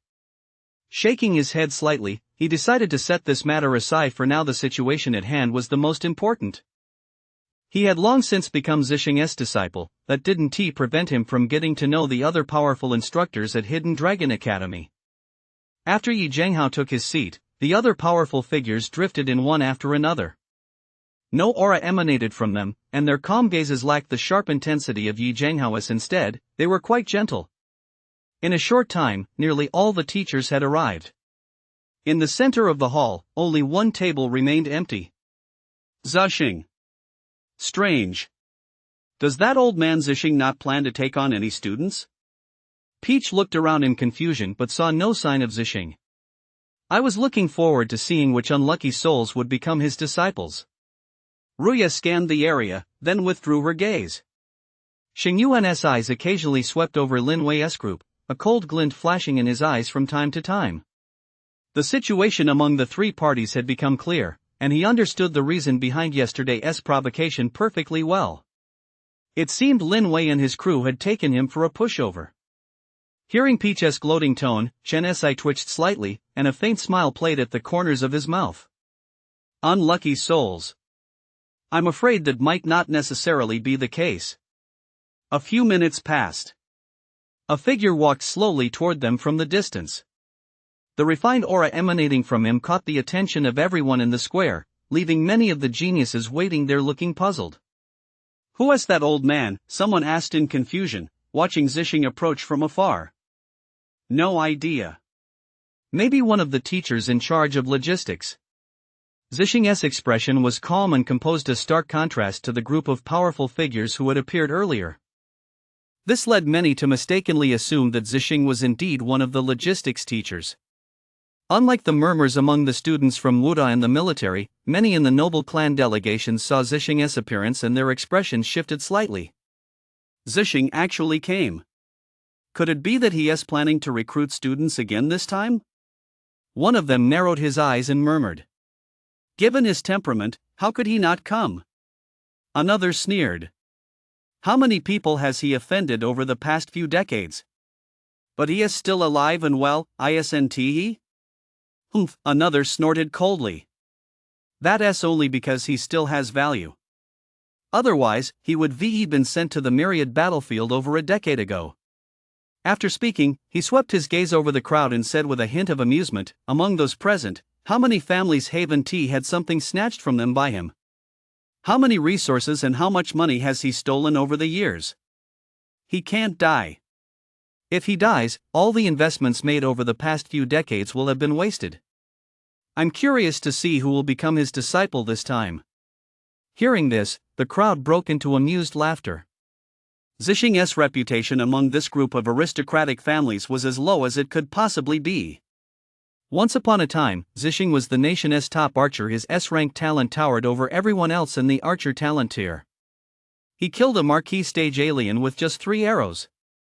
When news of this feat spread, he was instantly hailed as the archer god by all novice stage archers who had awakened their archer talent.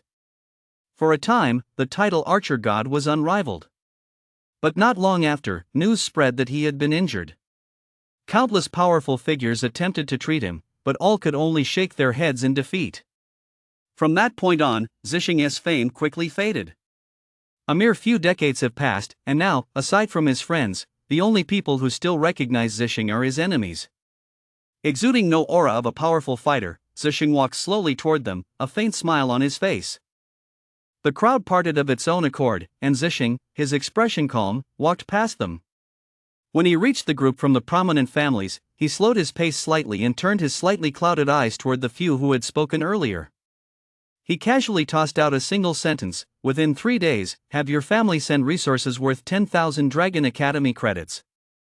Having said that, he paid them no further attention and continued on his way. As soon as his words fell, the expressions of the group changed simultaneously. Watching Zixing's retreating figure as he walked away, no one dared to utter a single word of refusal. Not only them, but even the powerhouses of their own generation from their respective clans standing behind them wouldn't dare refuse. All of this was simply because the one who spoke those words was Zixing. Those 3 characters alone carried immense deterrent power. Once, a certain prodigy had dared to call Zixing old man right to his face. The elder behind him brutally broke one of his legs. He also had to compensate Zixing with a sum of resources. Chen and the other 3 were in the crowd, and they had witnessed the entire scene, including what Zixing had said. Xing Yuan's eyes sparkled with admiration as he said, That old man is really cool. Ruya gazed longingly at Zhisheng's retreating figure, that's the archer god, Zhisheng. Peach's eyes sparkled. She had to admit that Zhisheng seemed completely different from other powerful figures.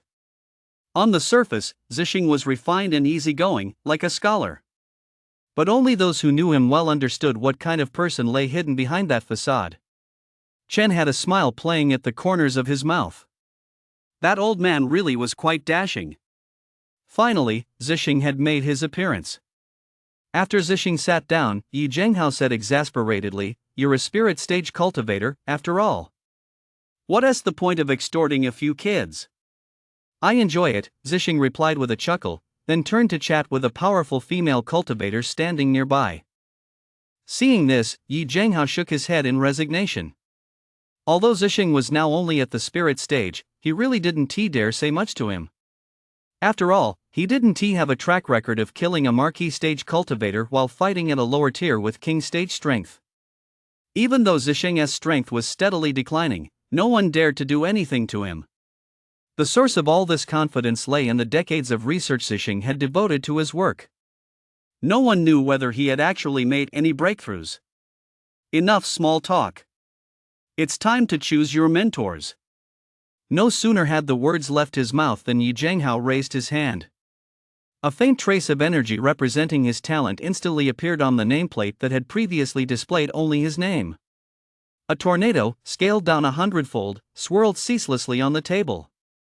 Immediately afterward, the other powerful figures raised their hands one after another, leaving traces of energy representing their respective talents on their previous nameplates.